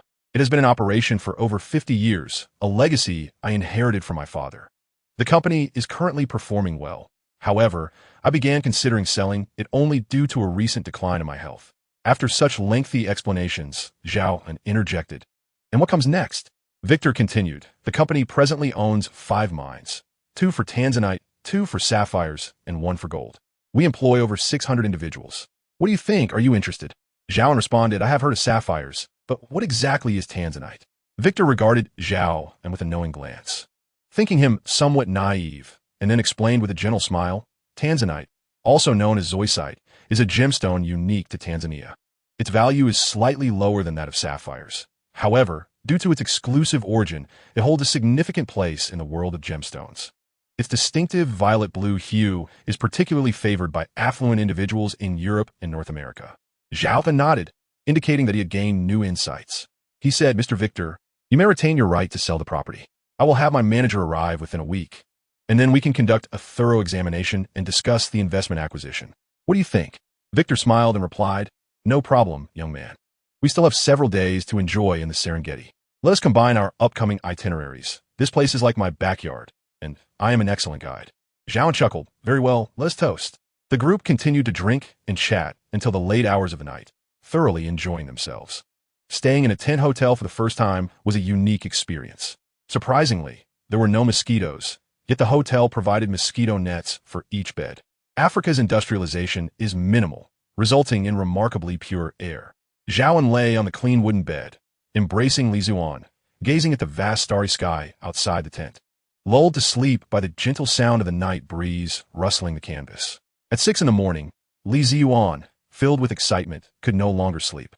She pointed at the horizon, where the sun was just peeking out from behind colorful clouds, urging Zhao An, "Hurry, get up, come watch the sunrise with me, the African sunrise." Reluctantly, Zhao An, still bleary-eyed, accompanied Li Zuan to witness the majestic African dawn for about 10 minutes. The rising sun, the fresh breeze, and the sight of young lovers in the forest tents created an idyllic scene. "Look at you two, so early in the morning. I haven't even had breakfast. And here I am, being fed a hefty serving of dog food," remarked Li Qiushui, who had also risen early. Observing Zhao An and Li Zuan's affectionate display, he exclaimed in frustration, "Haven't you heard? Torturing dogs is a shameful act." Slapping his forehead, he realized that he was at a distinct disadvantage against Li Zuan. In the past, he could hold his own and banter with Zhao An, but with Li Zuan in the mix, a girl and Zhao An's significant other, he found it difficult to retaliate. With a disdainful snort, Li Qiushui departed in search of food. A true gentleman does not suffer immediate losses. That is the essence of manhood. After breakfast, considering it was around 2 or 3 o'clock in the afternoon back home, Zhao An called Zheng Gaojia from the headhunting company to inquire whether the candidates he sought had arrived. Zheng Gaojia replied with a chuckle, Brother Zhao, the talents you need will all be in place this afternoon. I was just about to call you." "What a coincidence," Zhao An responded. "Please introduce them to me." Zheng Gaojia explained, "I have found 3 industry elites for you, all outstanding talents from major enterprises. I will send you the detailed information to your email. Please take a look when you have time and make specific arrangements." After hanging up, Zhao An opened his email and indeed found an unread message. Upon opening it, he discovered the resumes of 3 individuals. The first was a man in his 30s, surnamed Zhao, sharing the same family name as Zhao An. His name was Zhao Haidong, hailing from northeast China, and he had previously served as an overseas executive for the National Resource Agency, possessing extensive experience in mining and management. The second gentleman, in his 30s and named Deng Chong, previously served as the CFO of a small foreign enterprise, possessing an exceptional wealth of financial management experience. Upon encountering the third individual, Zhao An's attention was captivated. The photograph depicted a sophisticated beauty, also around 30, perhaps even younger. The allure of her mature professionalism led Zhao An to instinctively overlook her age. According to the information provided, this enchanting woman is Su Wenxian, an alumnus of Harvard Business School with a Master of Business Administration, commonly known as an MBA. Zhao An was inclined to recommend Su Wenxian without hesitation. After perusing the profiles of the 3 candidates in his inbox, it was unequivocal that all 3 were extraordinarily capable, with no alternative candidates at his disposal. Zhao An thought it prudent to assess their abilities in practice. He promptly contacted Zheng Gaojia, stating, I am currently in Tanzania, preparing to acquire a local mining group, and I have already engaged in preliminary discussions with them. Please arrange for Zhao Haidong to fly here and assist me in executing this significant acquisition." After a moment's contemplation, Zhao An continued, "Have Deng Chong prepare a dedicated bank account. I will transfer 5 million to him. I have rented a flat in the CBD of Jiangsheng, and I would like Su Wenxian to oversee the office's renovation. The design and requirements will be entirely at her discretion, with funds drawn from the designated account." Zheng Gaojia pondered silently, questioning the wisdom of entrusting 5 million to a stranger without any apprehension of financial misconduct. Truth be told, Zhao An was unfazed. He had previously located Huang Jia, who had been elusive, using his discerning vision. Furthermore, 5 million was not a significant sum for Zhao An at this juncture. And with Su Wenxian and Deng Chong set to assume the roles of CEO and CFO, mutual oversight would be assured. Chapter 59. Preparations for acquiring overseas mines. Subsequently, Zhao An was whisked away by Li Ziyuan, who hurriedly ushered him into a vehicle, racing towards the depths of the grassland. The off-road vehicle journeyed northward, traversing a landscape of undulating valleys and plains, until the vast expanse of golden grassland unfolded before their eyes. The visual impact evoked an uncontrollable surge of excitement and awe, as Li Ziyuan described it.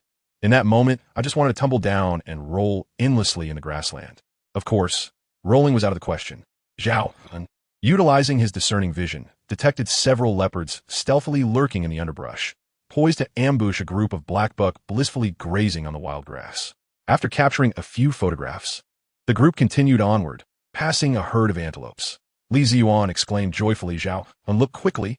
Zhao An responded with a chuckle. "What is there to see? It's merely a herd of antelopes." Li Ziyuan laughed. "These antelopes are undoubtedly the fashionistas of their kind. Just observe them, all adorned with eyeliner and smoky makeup." Lu Chongling burst into laughter. "Those are Grant's gazelles, renowned for their elegant facial contours." Li Qiushui teased, "Perhaps if you don smoky makeup, you would not look as stunning as these gazelles. Ha ha." Li Ziyuan let out a cold snort and remarked, "Why don't you try drawing one? Who knows? You might succeed in infiltrating the gazelle tribe. It is said that in their society, the antelopes practice polygamy. Perhaps they will arrange for you a harem of a dozen female gazelles, eagerly awaiting your affection." Li Qiushui chuckled, pointing towards a distant herd of zebras, exclaiming, "Look, zebras." Zhao, and ever the playful spirit, chimed in, "Zebra, zebra, don't fall asleep. Show me your injured tail once more." Li Qiushui pondered that perhaps in a past life he had wronged these two, as he had previously managed to cope with Zhao An alone. But with the addition of Li Ziyuan, he found himself utterly overwhelmed. As they traveled northward, the primary force of wildebeests became visible, initially appearing in small, scattered groups. Continuing onward, they soon found themselves amidst the vast migration, with herds covering the landscape. When herbivores sense danger, they often freeze momentarily, a reflex of vigilance, before responding. Should the vehicle speed be too rapid, an accident is inevitable. Upon reaching a more open area, Li Ziyuan could not resist the urge to leap from the vehicle and roll about. This time, Zhao did not restrain her, but instead joined her in descending from the car. Wang Bing and Wei Xiang also emerged from another vehicle. Observing as Zhao An embraced Li Ziyuan, while Li Qiushui joyfully rolled down the hillside, startling a group of wildebeests that had been lying in the grass, causing them to scatter in alarm. After frolicking for a while, the group of 6 continued their journey, eventually arriving at the banks of the Gramidi River. On the opposite shore, a small hill with a clear view was already occupied by Victor and Aunt Annie, who had set up camp to witness the spectacle of the wildebeests crossing the river. Li Ziyuan laughed heartily, waving to them from afar, and they reciprocated the gesture. Once Zhao An and the others ascended the hill, Li Ziyuan jumped out of the vehicle and eagerly pulled Aunt Annie aside, chattering incessantly, sharing the wonders of their journey. Aunt Annie was an excellent listener, nodding and smiling as she acknowledged Zhao An and the others while absorbing Li Ziyuan's animated account. As noon approached, a few wildebeests began to appear, soon gathering in increasing numbers to form a large-scale assembly. In response to Li Ziyuan's puzzled gaze, Aunt Annie explained, "Many behaviors of the wildebeests are perplexing. They are social animals but lack a leader. Their actions are often initiated by one or a few pioneers, prompting the rest of the herd to follow suit en masse." Just then, the wildebeest had evidently gathered at the riverbank, preparing to cross. Everyone quickly grabbed their cameras, awaiting the breathtaking moment in silence. Initially, 2 or 3 wildebeests waded into the river, followed by groups rushing forward, then a tumultuous surge as they pressed on. The wildebeest that successfully crossed congregated at the riverbank, fortunate to have avoided the predators. Zhao An, one hand clutching a long camera, called out to Zhao, and look, crocodiles are coming. A horde of crocodiles, their jaws agape, slowly advanced toward the herd of wildebeests, who remained oblivious as they continued their march toward the opposite shore. A crocodile lunged into a herd of wildebeest, seizing one by its thigh and violently twisting from side to side, a phenomenon famously known as the death roll. Nearby, another wildebeest was caught in the turmoil, sustaining injuries to its leg and trapped in the river, emitting desperate cries. At that moment, Zhao An and the other observers could only watch in silence, feeling a profound sense of reflection about the harshness of nature, which paradoxically is precisely what captivates one in the Serengeti. After 3 to 4 hours, the entire herd successfully crossed the river, resuming their migration northward towards the lush pastures while grazing on wild grasses. The astonishment and shock in Zhao An's eyes gradually faded, and she resumed conversation with Aunt Annie. That night, Zhao An and her companions heard the roars of lions outside their tents, even the sound of their footsteps as they passed, which persisted for half an hour. Although they were assured of their safety within the confines of their room, they felt a lingering unease that delayed their descent into a deep slumber. The following day dawned bright and sunny. Zhao An and his companions departed from the hotel, leisurely making their way towards the exit. On the southern route, they did not linger to search for animals, but gazed dreamily out the window at the vast savanna, hoping to capture more images and memories of the landscapes through their eyes. After exiting Serengeti National Park, Zhao An urged everyone to spend the day exploring Lake Minera. Later, after 4 transfers, Zhao Haidong, Zhao An's newly appointed overseas manager, arrived in Dodoma from Jiangsheng and called Zhao An's mobile phone to inform him that he was in position and ready to commence work. Zhao An generously doubled Lu Chongling's salary and tips, expressing his gratitude for his care and companionship throughout the journey, before the group reluctantly proceeded to Tanzania's capital, Dodoma. Chapter 60. There are minerals below. Dodoma, situated in the central plateau of Tanzania, is close to the geometric center of the nation. Compared to the economic hub of Dar es Salaam, Dodoma is relatively small and less developed. The Mechanical Pioneer United Mining Group, led by Victor, is located in the heart of Dodoma. After reuniting with Zhao Haidong, Zhao did not head straight to the meeting, but opted to stay at a hotel in Dodoma to first gather some information before proceeding to investigate and negotiate the acquisition. Zhao Haidong, tall and somewhat rugged in appearance, briefly introduced himself upon meeting Zhao and inquired about other matters and immediately hired him on the spot, offering a salary 3 times greater than what he had earned at his previous state-owned enterprise. Moreover, if Zhao Haidong were to remain stationed in Tanzania long-term, he would be entrusted with managing all local operations, receiving 5% of the annual profits as a dividend. In a small conference room at the hotel, Zhao Haidong presented the information he had gathered. He stated, "According to my preliminary investigation, the Mechanical Pioneer United Mining Group, as you mentioned, has been established for over 50 years and is one of the earliest companies to mine tanzanite in Tanzania." Zhao then inquired, "What is their current operational status?" Zhao Haidong remarked, "According to publicly available information, that the operational status of this company is relatively sound, though its performance has experienced a decline in recent months. Based on my professional experience, the reason for their decision to sell the company may not stem from the advanced stage of the owner, but rather from the prolonged mining duration and the near depletion of the ore veins. Only the gold or mine appears to be functioning adequately." The thought of the ore veins nearing exhaustion caused Zhao to furrow his brow, contemplating the cunning nature of Victor. It was rather perplexing that he would purchase a mine that was already nearly depleted. Suddenly, Zhao inquired, "Do you possess the precise locations of their mines?"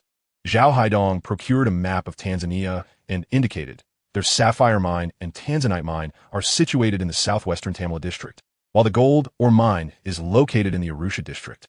Following Zhao Haidong's guidance, Zhao located Victor's mining sites, inserting 4 true eyes into the center of each mine. In an instant, his vision shifted, delving deep into the subterranean ore veins. Indeed, within Zhao An's true eye vision, the surface of the ore veins was riddled with cavities, and the gems contained therein were sparse. He focused on one of the shimmering points. In the true eye provided the following description: raw sapphire ore, weighing 23 kilograms, containing a medium blue sapphire with a clarity grade of VS, weighing 4 carats, with an uncut estimated value of 40,000 RMB. Zhao had previously learned that the price of sapphires varies significantly, influenced by their color, clarity, weight, and cut. The first three factors are easily understood, while the cut, though crucial, ranks just below color in its impact on value. The cutting of sapphires aims to preserve the majority of their color, which is the most critical factor affecting price, rather than achieving perfection in shape. Such sizes and qualities of sapphires are not abundant in the surface or veins. At least, that is how it appears through the lens of the true eye. The Tanzanite mine tells a similar tale. After over 50 years of unrestrained extraction by capitalists, the surface veins are nearly depleted. Yet, a look of astonishment crossed Zhao An's face, for beneath the surface, at depths exceeding 20 meters, there were dense clusters of luminous points symbolizing high-value gems. He focused on one of the brightest among them, and the true, I provided this description, raw sapphire or weighing 46 kilograms, containing a vivid blue sapphire with a clarity grade of if, weighing 10 carats, with an uncut estimated value of 180 million renminbi. This description, highlighting the term gem in relation to clarity, indicates that under the understanding of the true eye, only materials of such quality may be classified as gems. The uncut value of this specimen reaches an astonishing 180 million. If cut, its price could potentially double.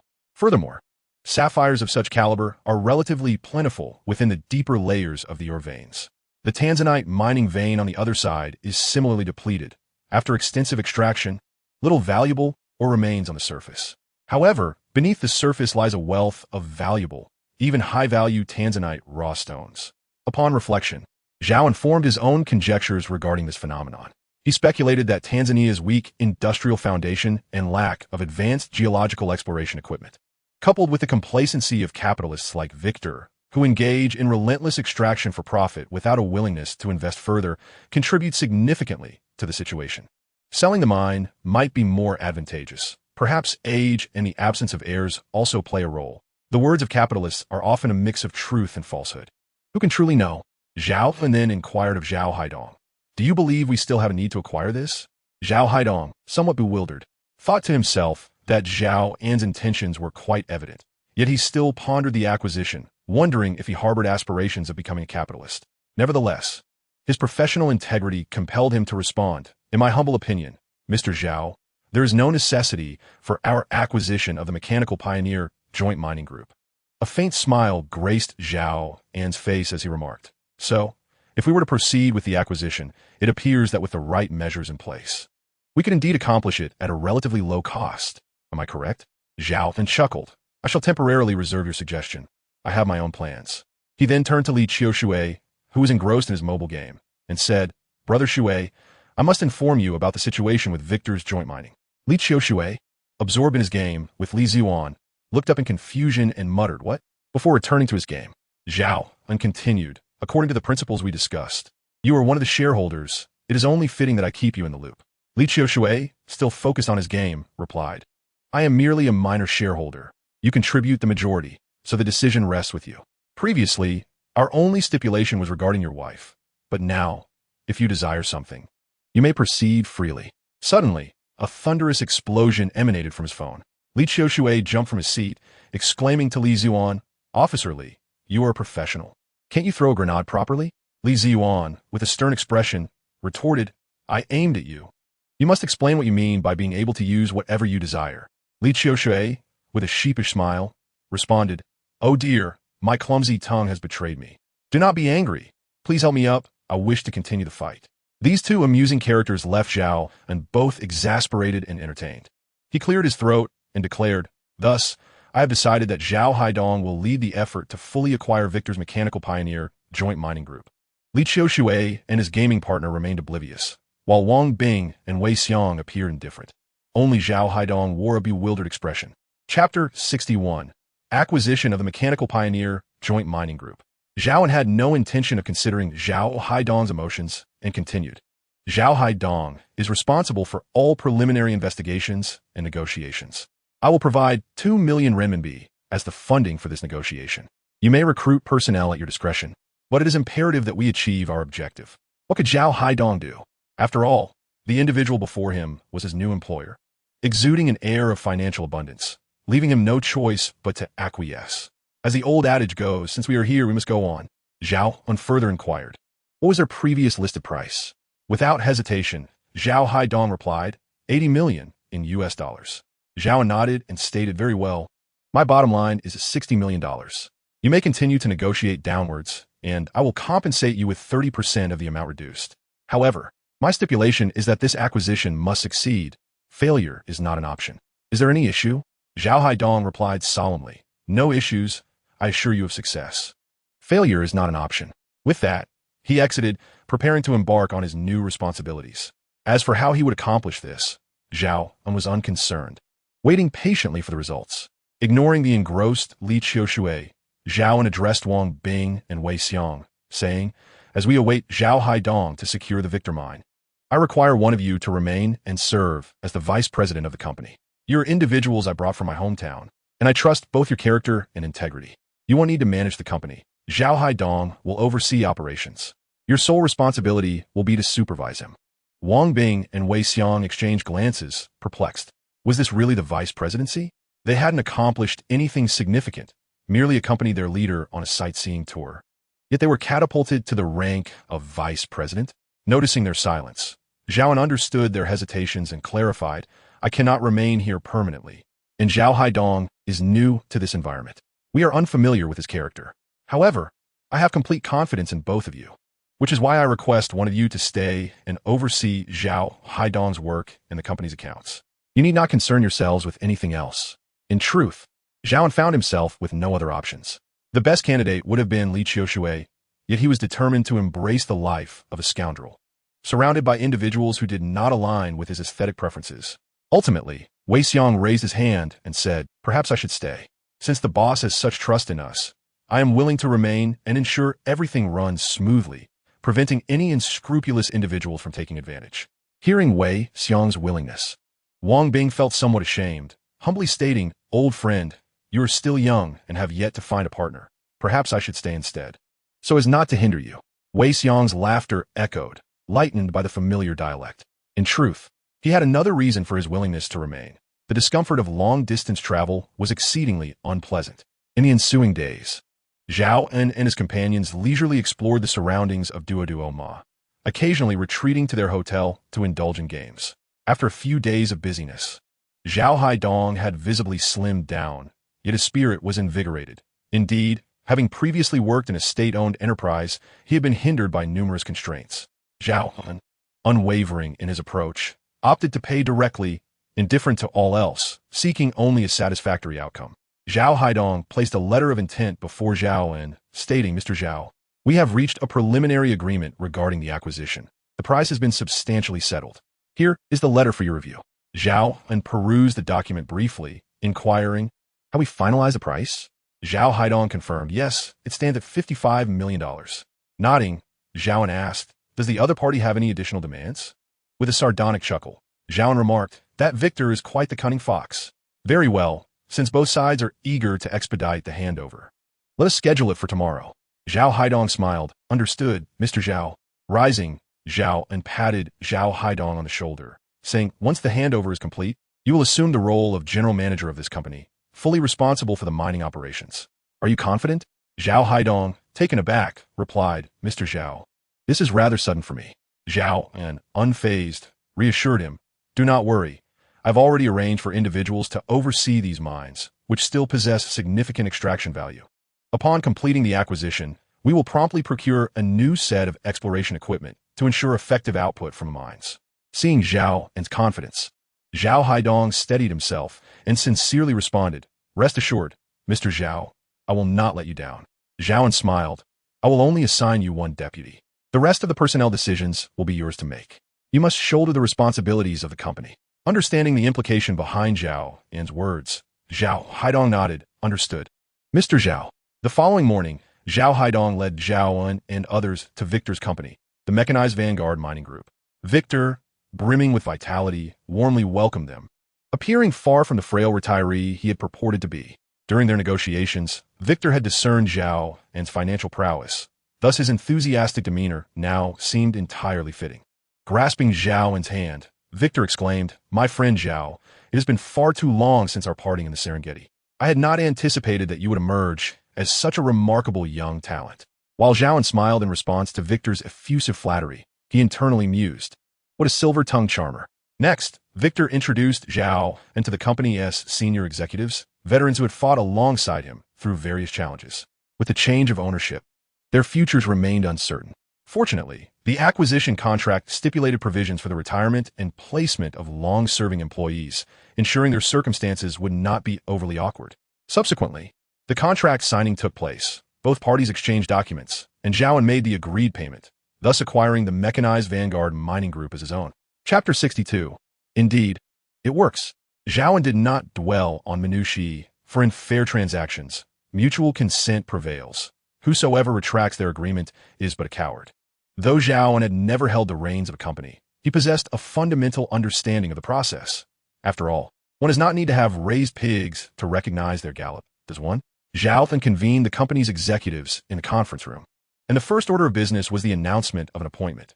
Zhao Haidong was designated as the new general manager of the Mechanical Pioneer Joint Mining Group, entrusted with the comprehensive oversight of all company affairs, both large and small. As for the previous general manager's future, Zhao An remained silent, indifferent to the matter as he was unfamiliar with him and deemed it inconsequential. Zhao Haidong then stood up to introduce himself, offering words of encouragement to his colleagues. Following this, Zhao An appointed Wei Xiong as the company's vice president. Although the scope of responsibilities was not explicitly stated, those in the know recognized that this vice president was truly Zhao An's confidant, primarily tasked with restraining and supervising general manager Zhao Haidong. Subsequently, the existing executives took turns presenting various aspects of the company, with those overseeing finance, administration, and mining providing lengthy accounts filled with accents that left Zhao An, who had barely passed level 4 English, struggling to comprehend. The gist was that the accounts were empty, wages were overdue, equipment was outdated, and workers were lethargic. Furthermore, considering the cunning nature of the old fox, Victor, it was unlikely that Zhao An would inherit anything of value. Nevertheless, Zhao An was confident that since he had acquired the company, it would yield returns. The extent of those returns, however, depended on Zhao Haidong's management. Observing the former executives, Zhao An smirked inwardly, noting their various agendas. He planned to address them once the company was running smoothly. When the reports concluded, Zhao An smiled and addressed the assembly. You are the veterans of this company, having toiled diligently to generate profits. And I assure you that your efforts will not go unrewarded. Within 3 days, I will inject an additional $10 million into the company, primarily for equipment upgrades and employee incentives. Zhao Haidong will oversee the specific planning, and I expect a detailed list and proposal. Is that clear? The last remark was directed at Zhao Haidong, who nodded in understanding and replied, No problem, boss. After the meeting, the logical next step was to inspect the various mines, as the company's true value lay in these 5 mining sites, which Zhao An had acquired for over $50 million without having yet visited. Thus, several executives responsible for external affairs accompanied Zhao An as they drove to the mining site located in the Tarima district. One of the closer sites was a tanzanite mine. Zhao An later learned that tanzanite is a novel gemstone, valued slightly less than sapphire, yet still holds a prestigious position in the gemstone market. Upon arrival at the mine, donning safety helmets, Zhao An led the way into the mining area. Once inside, he was met with a scene of dilapidation, with numerous workers laboring with pickaxes and shovels amidst a landscape of gaping pits. Modern mining equipment was virtually non-existent, and the few electric drills in use malfunctioned intermittently. Zhao An instructed Zhao Haidong, do not hesitate to procure the necessary equipment. The jade mines in Myanmar have adopted excavators. We should not lag behind. Additionally, exploration equipment must be upgraded. If funds are lacking, we can secure loans from local banks. Zhao Haidong responded, Understood, Zhao General. I grasp your intentions. Zhao An looked at him with profound significance and said, No, you fail to comprehend. Appropriate investment is essential for optimal returns. Upon entering the mining area, Zhao An had already activated the true eye, meticulously searching until he discovered a tanzanite of exceptional brilliance and value within the depths of a crevice. The true eye described it as follows. Raw tanzanite, weighing 47 kilograms, contains gem-grade VB tanzanite crystals with a clarity rating of VVS and a crystal weight of 0. 45 kilograms, estimated unprocessed value of 6 million renminbi. Here, VB signifies a predominance of blue hues, while VVS denotes the second highest clarity grade, with type 1 being the pinnacle. Leading the way into the pit, Zhao An pondered how to discreetly extract the tanzanite, all the while continuing his discourse with Zhao Haidong. In old mining areas such as this, The surface ores have long been depleted. However, I am certain that more profound resources remain undiscovered. Thus, we require more advanced geological exploration equipment to ensure our production. He then addressed the current overseer of the mine, instructing, please summon a few workers. Shortly thereafter, several workers equipped with tools arrived. Zhao An directed, excavate that wall. This location was arbitrarily chosen, intended to mislead the observers. As anticipated, after hours of digging, nothing was unearthed. Zhao An then commanded excavation in another area. Yet again, no results. Finally, he pointed to the location where the true I had revealed the tanzanite and said, let us dig here as well. The workers were bewildered, and the executives appeared equally perplexed, with Zhao Haidong suspecting that Zhao An was mocking them. With a serious expression, Zhao An clarified, I instruct them to dig in these spots to illustrate that these surface pits hold no further value for excavation. I am not attempting to mock you. Suddenly, shouts of astonishment arose from several workers engaged in digging, in a local dialect that Zhao An could not comprehend. The mining overseer seemed to understand and hurried to investigate. Remarkably, they had struck something. The overseer approached Zhao An, cradling the newly unearthed tanzanite, exclaiming, Boss, we've found it. This is our mine's primary product, superior tanzanite. Zhao An accepted the stone, scrutinizing it closely. The rough tanzanite was irregularly shaped, exhibiting a hint of depth, with one edge revealing a striking blue hue, as if embedded within. The overseer pointed to the blue section, stating, Boss, this is tanzanite. Given the gemstone's color and clarity, it is worth at least 2 billion. 2 billion? Zhao An replied, somewhat astonished. The overseer nodded vigorously, asserting, Trust me, boss, it's 2 billion, if not more. Suddenly, Zhao An realized that the overseer was referring to Tanzanian currency, specifically the Tanzanian shilling, with an exchange rate of approximately 360 to 1 against the RMB. In essence, 2 billion Tanzanian shillings equated to less than 1 million renminbi. Yet, this was precisely Zhao An's ultimate objective, to exploit the currency exchange rate to exploit the glitch in the true eye. Otherwise, relying solely on the eye of truth to earn legitimate renminbi. One might wonder in which distant future one could amass hundreds of billions to elevate the fortune value of the eye to levels 8 or 9. Contemplating this, Zhao An addressed Zhao Haidong. Immediately open an account in my name at the Tanzanian bank and sell this tanzanite. Deposit the proceeds in shillings into this account. Zhao An had successfully exploited a bug in the eye in Mandalay, Myanmar, and while he was unsure if the Tanzanian shilling would yield similar results, he believed it was worth a try. Zhao Haidong took the necessary documents to execute the task, while Zhao An patiently awaited his return, engaging in light-hearted banter with Li Ziyuan and Li Qiushui. Approximately an hour later, a mechanical female voice echoed in Zhao An's mind. Congratulations, you have gained 1 billion fortune points. Success. It truly worked. Zhao An felt an inexplicable surge of excitement. The upgrade of the Eye of Truth was finally on the path to prosperity. Chapter 63. Encountering Lin Wanxiao again. Zhao An pondered silently. The increase in fortune points was calculated based on legitimate income. Yet it seemed that the factor of exchange rates had never been considered, perhaps due to disdain or the complexity of such calculations. For instance, the currency of Myanmar, which is lower than the renminbi, would always result in a decimal when converted. Would the fortune points be rounded or disregarded altogether? And there was the variable of exchange rate fluctuations to consider. In summary, it was all quite convoluted. Since the Eye of Truth computed fortune points, why not capitalize on this loophole? He handed Zhao Haidong the bank card and other documents, stating, Mr. Zhao, the tasks you assigned have been completed. Here are the bank card and the other documents. Please keep them safe. Zhao An smiled as he accepted them. From now on, please deposit the company's earnings into this card and use Tanzanian shillings. I will handle any conversions I require. Zhao Haidong nodded, acknowledging, understood, Mr. Zhao. Subsequently, Zhao An, accompanied by others, toured the remaining mining sites. Observing the multitude of gemstones and gold, or glimmering under the Eye of Truth, he felt a deep sense of satisfaction. These were not merely monetary assets. They represented his fortune points. As the fortune points surged, the speed of the Eye's upgrades skyrocketed, filling him with joy. Zhao An had also considered venturing into regions with even lower exchange rates, where one could enjoy a swift ascension to maximum levels. However, on the other hand, he felt no urgent need for such measures. With assistance in mining to gain experience, he could simply remain idle while his fortune points increased effortlessly. Was that not enticing? The promised investment and the agreed-upon commission from the acquisition price would be settled before their departure tomorrow. Zhao Haidong assured, I will do my utmost to establish the company's operations and will not disappoint your expectations. Zhao An responded affirmatively. I have confidence in your abilities. There is one more matter. Zhao Haidong replied, Mr. Zhao, just say the word, and I will comply. He added with a smile, rest assured, Mr. Zhao. I have handled such matters before, and there will be no mistakes. The following morning, Zhao An, adhering to his predetermined plan, transferred funds to the account of the mining company and duly paid Zhao Haidong the commission on the price difference. This acquisition resulted in a near depletion of Zhao An's cash reserves by nearly 500 million yuan. However, he gained a venerable mining company along with 5 well-established mines, which could certainly be deemed a worthy investment.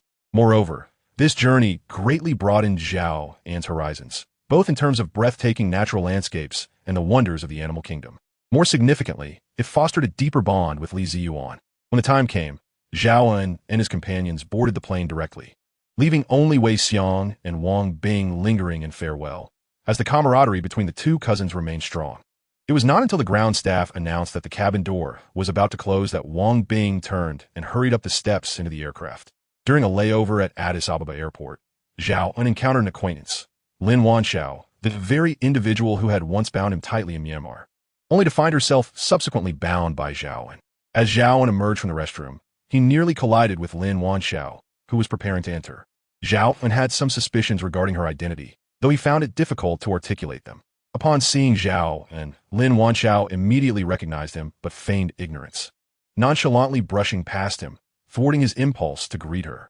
Returning to his seat in the waiting area, Zhao An caught the attention of Li Qiushui, who subtly leaned closer. Casting a discreet glance at Li Ziwen, who was engrossed in her phone, with a mischievous tone, she whispered to Zhao An, Li Ziwen is right beside you, and yet you seem so eager to flirt, disregarding all caution? Zhao An disdainfully replied, Please, spare me.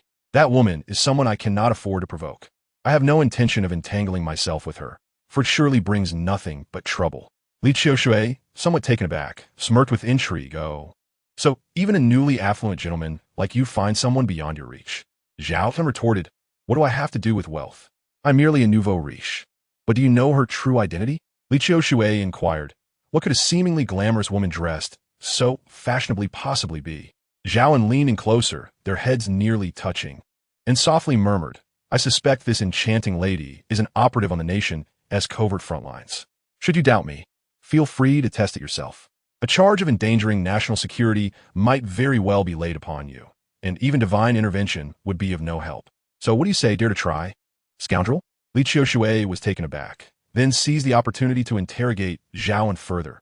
But I'm curious, how on earth do you know this? Zhao An's expression brightened as he pondered his words. During my last visit to Myanmar, I had dealings with her, through which I learned of imminent unrest within the Myanmar military. Li Qiushui, surprised by Zhao An's extraordinary experiences, began to find his claims somewhat credible. Yet, she continued to question, so, her appearance in Ethiopia, could it signify that something dreadful is about to transpire? Your words are instilling a sense of dread in me. Zhao An felt a sense of uncertainty within himself. Although Ethiopia's political landscape has traditionally been stable, rendering it one of the more tranquil nations in Africa, a faction of its populace adheres to Islam, often igniting global disputes. Fortunately, it wasn't long before the airport announcement beckoned them to board, and after an extensive 20-hour flight, the aircraft descended smoothly upon the capital's Yanqing International Airport, allowing Zhao An and Li Qiushui to finally ease their anxious hearts. Zhao An's spirits remained relatively high. Yet Li Ziyuan, citing jet lag, insisted on having Zhao An accompany her to rest. Chapter 64. Visiting the future in-laws for a meal. As dawn broke, within the villa at Water's Edge Flower City, Li Ziyuan playfully smacked Zhao An's chest, exclaiming, It's all your fault, you wicked scoundrel. Zhao An, managing a wry smile, retorted, How can you blame me? You were the one who seduced me first. A virtuous young man like myself can hardly withstand your charms so early in the day. Li Ziyuan pulled the blanket over her exposed form, raising an eyebrow. I don't care. It's your fault. I had planned to visit my mother soon. But now look at me, feeling weak and fatigued. Who else can I blame? In truth, Li Ziyuan had risen early and, after freshening up, had called her mother, Shinichio, to arrange a visit with Zhao An. The young couple dawdled for an additional hour before finally rising to prepare themselves, shaving, combing their hair, and selecting outfits. Another hour slipped away before they both stepped out to head to Li Ziyuan's home. Wang Bing, who had already dispatched his luggage to Wei Xiong, was waiting downstairs in his Cullinan. On the way, Zhao An pondered whether he should purchase a gift for his future in-laws, but Li Ziyuan dismissed the idea, saying, "Oh, what for? My mother is quite unpretentious about such things. Besides, your intended gifts are rather extravagant. As a public servant, she would find it inappropriate to accept them. The tea you brought from Luan is more than sufficient." Li Ziyuan, somewhat exasperated, added, "And about the alcohol, I'll never drink in front of you again. If it weren't for alcohol, I wouldn't have fallen into your trap. In hindsight, I've really lost out."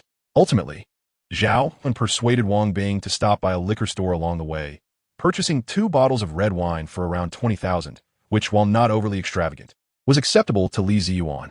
Li Ziyuan's residence was situated in a community known as Maple Tree Bay. The residential buildings were primarily small high-rises, devoid of the oppressive feel of high-rise elevators. The community exuded tranquility and elegance, with lush greenery indicating excellent property management. According to Li Ziyuan, most of the residents were civil servants, as the development had involved collaboration with relevant departments, allowing active public employees to purchase homes at reasonable prices as a form of welfare. As the Cullinan entered the community, it drew numerous curious glances, with some unable to contain their excitement, exclaiming, "Wow, a Cullinan! When did someone in our community acquire such a luxury?" This remark subtly reflected the integrity and self-discipline exhibited by the civil servants residing in the area. According to Zhao An, as long as one acts justly and reasonably, it is permissible to be somewhat ostentatious.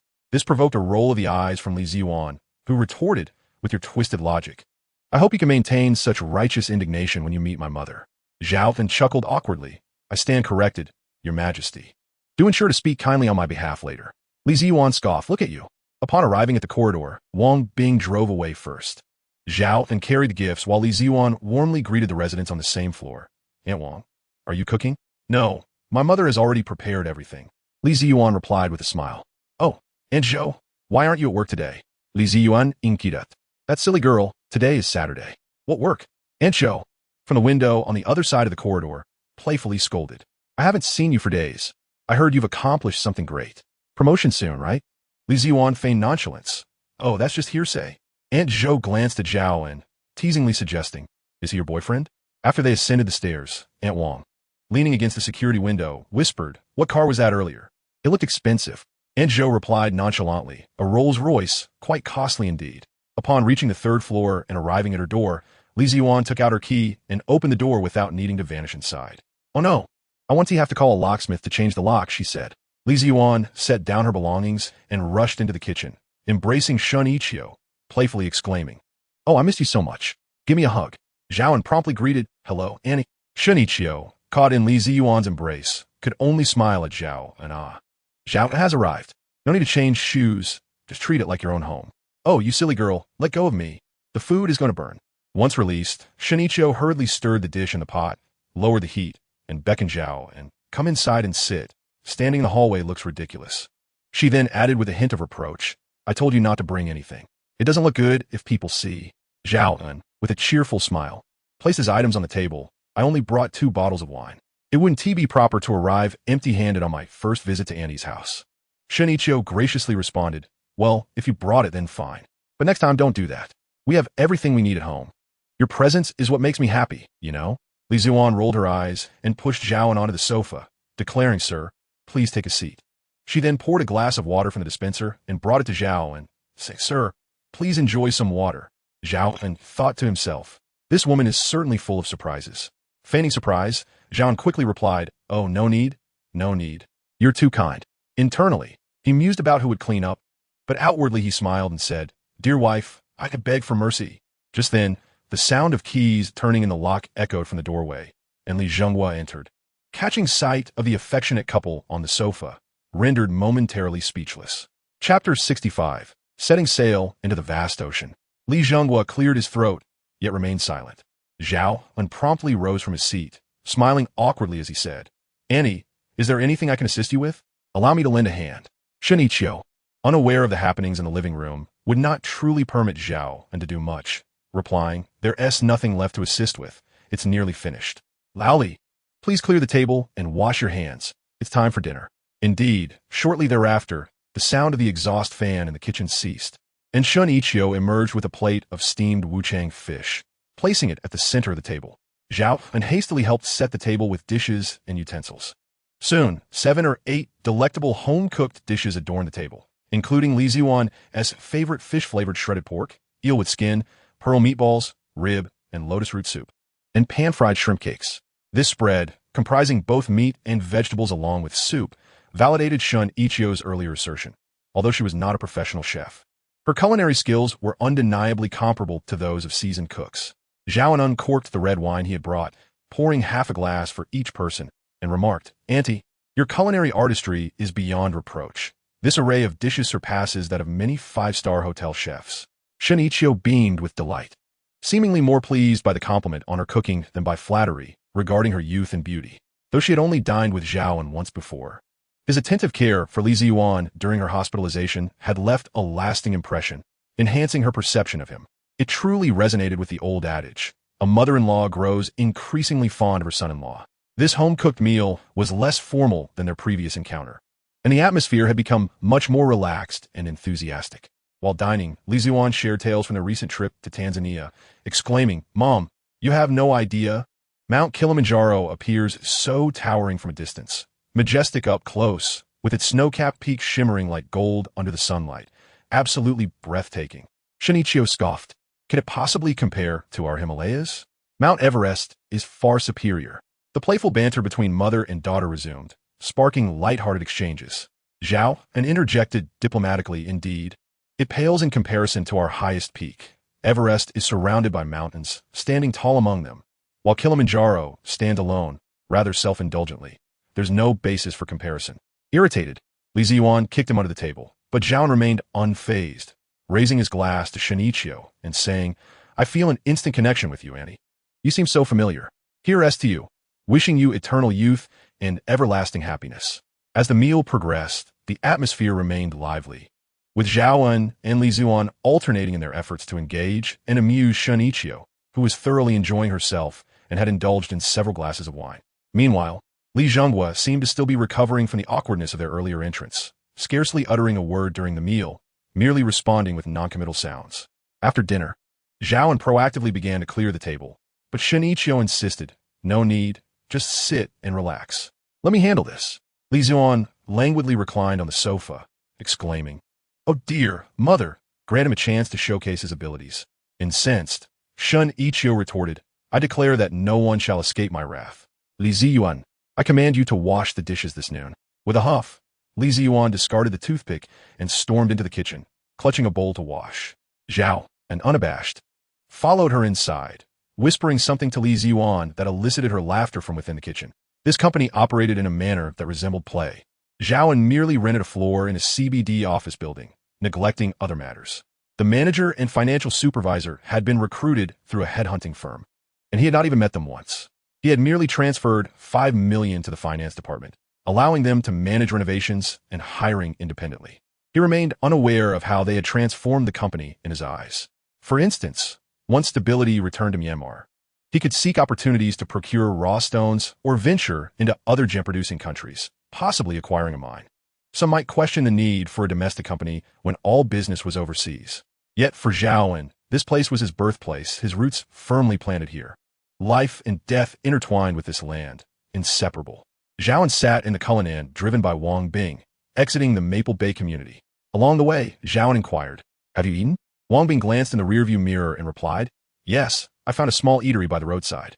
Nodding, Zhao An continued, "Is there any of the living allowance I provided last time left? If not, I can give you more." "There's still some," Wang Bing quickly asserted, steering with purpose. "Last time, you gave me 100,000. After paying over 40,000 for rent and deposit, and with my trip to Tanzania, I haven't spent much. I still have over 50,000. With Wei Xiang absent, I can't eat much alone." Zhao An chuckled, "I understand you are alone. What I meant was, have you considered finding someone? It's not ideal to remain single. Life must continue, and one should move beyond past grievances. Moreover, having someone to share your life with provides mutual support. My current salary surpasses that of most first-tier white-collar workers, so finding someone shouldn't be difficult." Wang Bing shook his head. "I haven't thought about that for now. Perhaps it's best not to. A woman would only hinder my driving speed." Zhao nearly choked. Realizing the conversation was going nowhere, it had turned rather pretentious. The Cullinan drove directly into the company's underground parking garage. Zhao An exited the vehicle and, accompanied by Wang Bing, ascended to the 10th floor, the level Zhao An had rented for his office.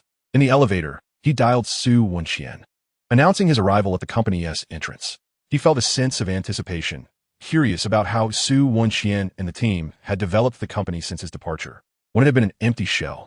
Upon exiting the elevator, he noticed a young lady at the reception, idly engrossed in her phone.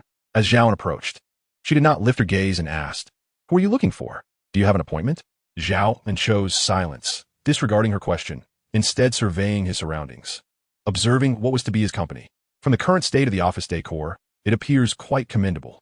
Upon exiting the elevator, one encounters the reception area, which is accentuated by a backdrop wall, presumably intended for the company's name to be displayed in due course. The receptionist, observing Zhao An's peculiar demeanor, pondered silently, before inquiring, "Sir, may I assist you with something?" At that moment, a strikingly attractive woman dressed in professional attire approached, accompanied by a group from the office area. This was Su Wenxian, whom Zhao An had previously seen in photographs. Su Wenxian exuded a stronger presence than in her pictures, walking with an air of confidence. Although her expression was somewhat frosty, a smile would have certainly enhanced her allure. She halted a few paces before Zhao An, gazing at him in silence, leaving her companions unsure of how to proceed, creating an atmosphere of awkwardness. Clearing his throat, Zhao An smiled and introduced himself, saying, "I am Zhao An, and I shall be your boss from now on. I look forward to our collaboration." Su Wenxian led the others in a slight bow, responding in unison greetings. "General Manager Zhao." This warm acknowledgement filled Zhao An with a sense of elation, as he felt a profound satisfaction. These individuals were the foundation of his entrepreneurial journey, and together they would set sail towards great horizons. Chapter 66. Zhao's Mining Company. Observing his employees for the first time ignited within Zhao An a passionate ambition to navigate uncharted waters. Turning to Su Wenxian, he asked, "Has the office renovation been completed?" Su Wenxian nodded affirmatively. "It is all finished, General Manager Zhao. Please, this way." Upon entering the office area, Zhao An surveyed his surroundings, nodding in approval. "Yes, it looks quite professional." In the conference room, he took his seat at the head of the table, while Su Wenxian dismissed the others, leaving only herself and Deng Chong. Zhao An remarked, "I am pleased. I find both of your work efficiencies commendable. Please provide me with a brief report on your progress." Su Wenxian, maintaining a composed expression, responded, "Certainly, General Manager Zhao. Since my appointment, I have primarily overseen the renovation, and in accordance with the company's requirements, I have recruited a total of 15 personnel, including finance, administration, reception, and cleaning staff. As for other business matters, I await your specific directives." Zhao An, smiling, inquired, "I have always been curious. Why would someone of your caliber choose to work for a nascent company like mine, rather than well-established enterprises both domestically and internationally?" Without hesitation, Su Wenxian replied, "I have my professional aspirations." That reasoning was impeccable. Without dreams, what distinguishes a person from a mere fish out of water? Zhao An responded with a smile. "Well, now your task begins. Firstly, I need you to assist me in completing the official procedures for company registration." Su Wenxian replied in a formal tone, "Understood, General Manager Zhao. I will require some identification documents from you, and you will need to finalize the company name."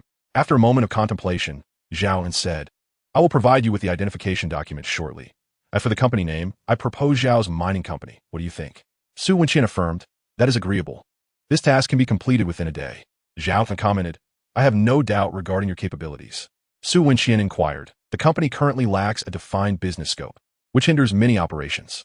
I would like to request General Manager Zhao to establish the business scope. Surely, you do not wish for your employees to be idle, merely preoccupied with their phones." Zhao An chuckled. "For the time being, let it be as it is. Do not worry. There will be tasks for you to undertake. You have met Zhao Haidong, I presume? We encountered each other once at the headhunting agency." Zhao An then proceeded to briefly outline the situation of the company in Tanzania. A flicker of surprise crossed Su Wenxian's face as she realized that Zhao An had silently ventured to Africa and acquired a mining company. "Very well, General Zhao. I shall make the necessary arrangements." Subsequently, Deng Chong reported on the financial status, noting that after deducting renovation and office equipment expenses, over 2 million remained in the account, with no other expenditures at present. The company, after all, was still in disarray, and Zhao An was reluctant to force actions that felt unnatural. Next, Zhao An called Li Qiushui, informing him that the renovations were complete and inviting him to take a look. Li Qiushui agreed, promising to arrive shortly. Before long, Li Qiushui called to announce his arrival downstairs. Zhao An went to the elevator to greet him, hoping to avoid the awkwardness he had previously experienced when ignored. The receptionist hastily stowed away her phone upon seeing the boss emerge. Zhao An smiled, but said nothing, deciding to wait until the company's registration was finalized before making further adjustments. Ding! The elevator doors opened, revealing Li Qiushui accompanied by a stunning young woman with long legs, a slender waist, and cascading waves of hair. Taken aback, Zhao An was met with a knowing glance from Li Qiushui, who smiled at the woman and said, "See, I told you I have a company in the CBD. Why didn't you believe me?" Zhao An felt powerless to comment, but played along. "Mr. Li, the senior executives are awaiting your presence for the meeting." The woman's eyes sparkled with excitement as she exclaimed, "Wow, Mr. Li, you are truly impressive." Li Qiushui basked in her admiration, replying, "Let us go." He then directed the woman to the reception room while he wrapped an arm around Zhao An's neck, who escorted him into Su Wenqian's office. Zhao An introduced, "This is the company's second natural person shareholder, Li Qiushui. He typically does not engage in company management. This introduction is merely for your acquaintance. You may exchange contact information, but there is no need to reach out unless it pertains to financial matters."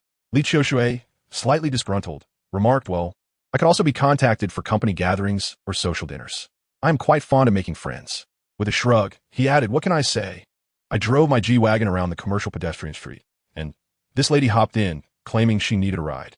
Zhao An jested. When she got in, did she complain about the air conditioning and express a desire to remove her clothing? Li Qiushui leered. She didn't go that far, but given her revealing attire, wouldn't that just leave her in the Emperor's new clothes?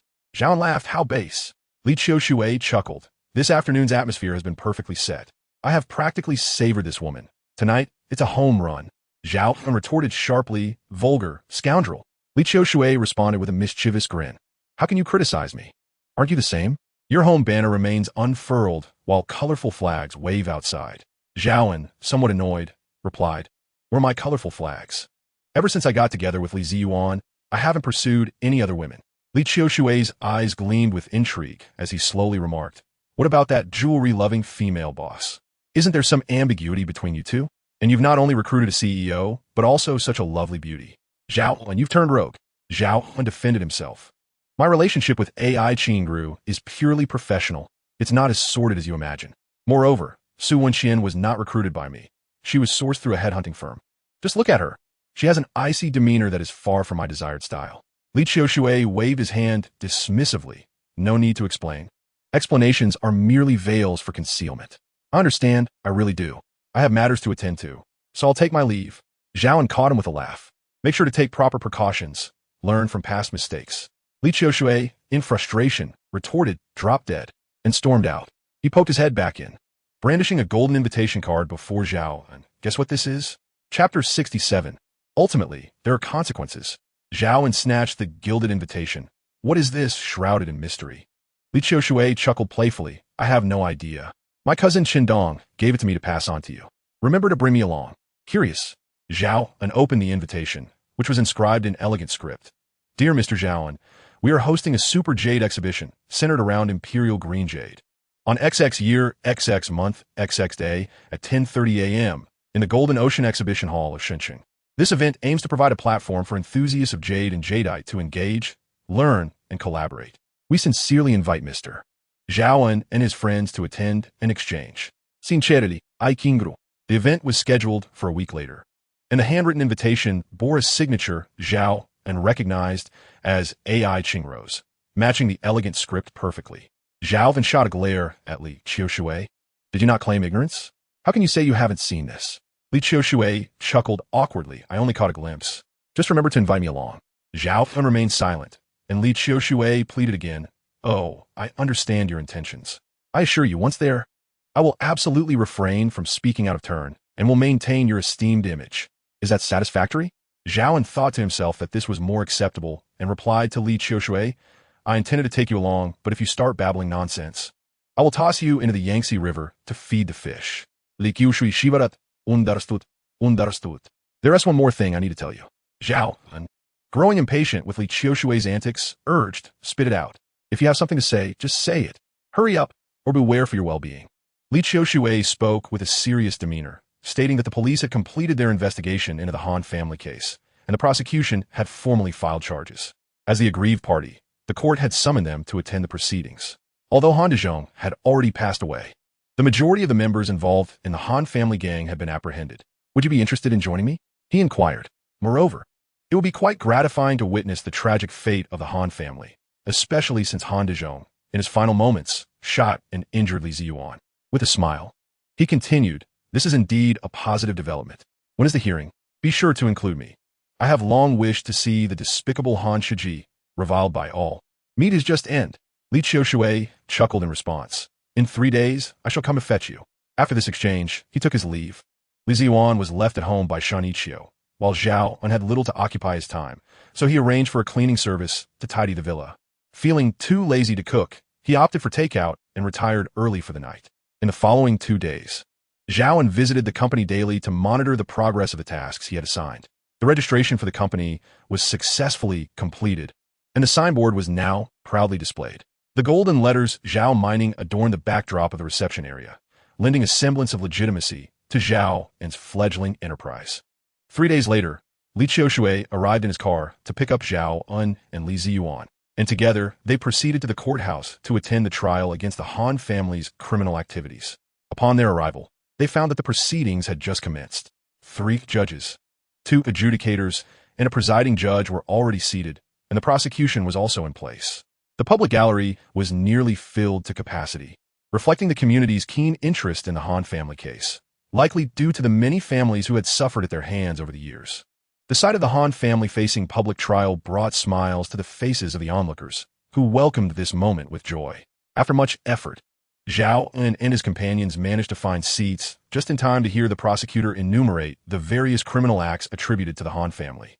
During the earlier court investigation, the prosecutor had legally interrogated the defendant Han Shijun, presenting evidence that clearly demonstrated his culpability in crimes such as the coercion of women into prostitution and the harboring and trafficking of women.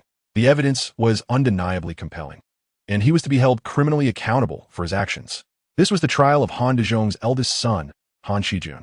Zhao An glanced toward the defendant's stand, where a man resembling Han Shiji sat, his head bowed in despair as he awaited the verdict.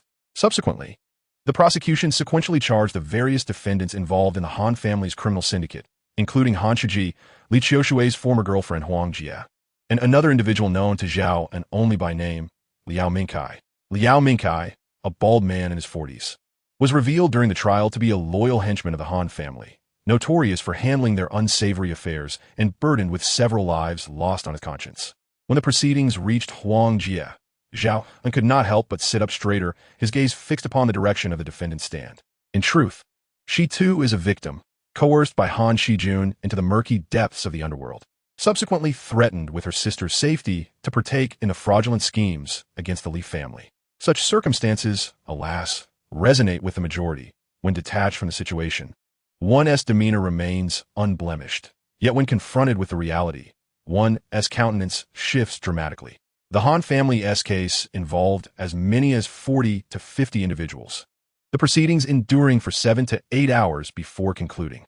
Ultimately, the court rendered its verdict, with each individual receiving distinct outcomes. Han Shiji was sentenced to 20 years and fined 1 billion, primarily for his role as the mastermind behind various fraudulent activities. Han Shiyun, the eldest son of Han Dezhong, also received a 20-year sentence, while Huang Jie was sentenced to a mere 5 years due to her proactive restitution efforts and her status as a victim. As for Liao Mingkai, his fate was sealed with the death penalty. Witnessing the malevolent ultimately face justice, Zhao An felt a pang of bittersweet relief and softly advised Li Qiushui, "You must remember this, harbor no ill intent towards others, yet remain vigilant against them." He acknowledged the profound impact these events had on her, acknowledging the distortions it wrought upon her character, rendering her somewhat reckless. "I am uncertain how to guide you," he continued, "but do bear in mind to leave a margin for safety and remain cautious." Li Qiushui responded with a carefree smile, "It's all right, I'm merely indulging. It's a mutual agreement. Rest assured, I am well aware of my limits and shall not overstep." With the matter concluded, the group exited the courtroom, mingling with the bustling crowd still buzzing with discussion.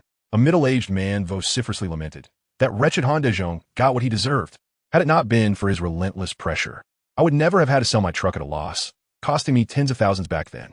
I say good riddance. Another middle-aged woman wept. My poor daughter, once a waitress at Victoria, was forced by that Han Shijun to engage in unspeakable acts.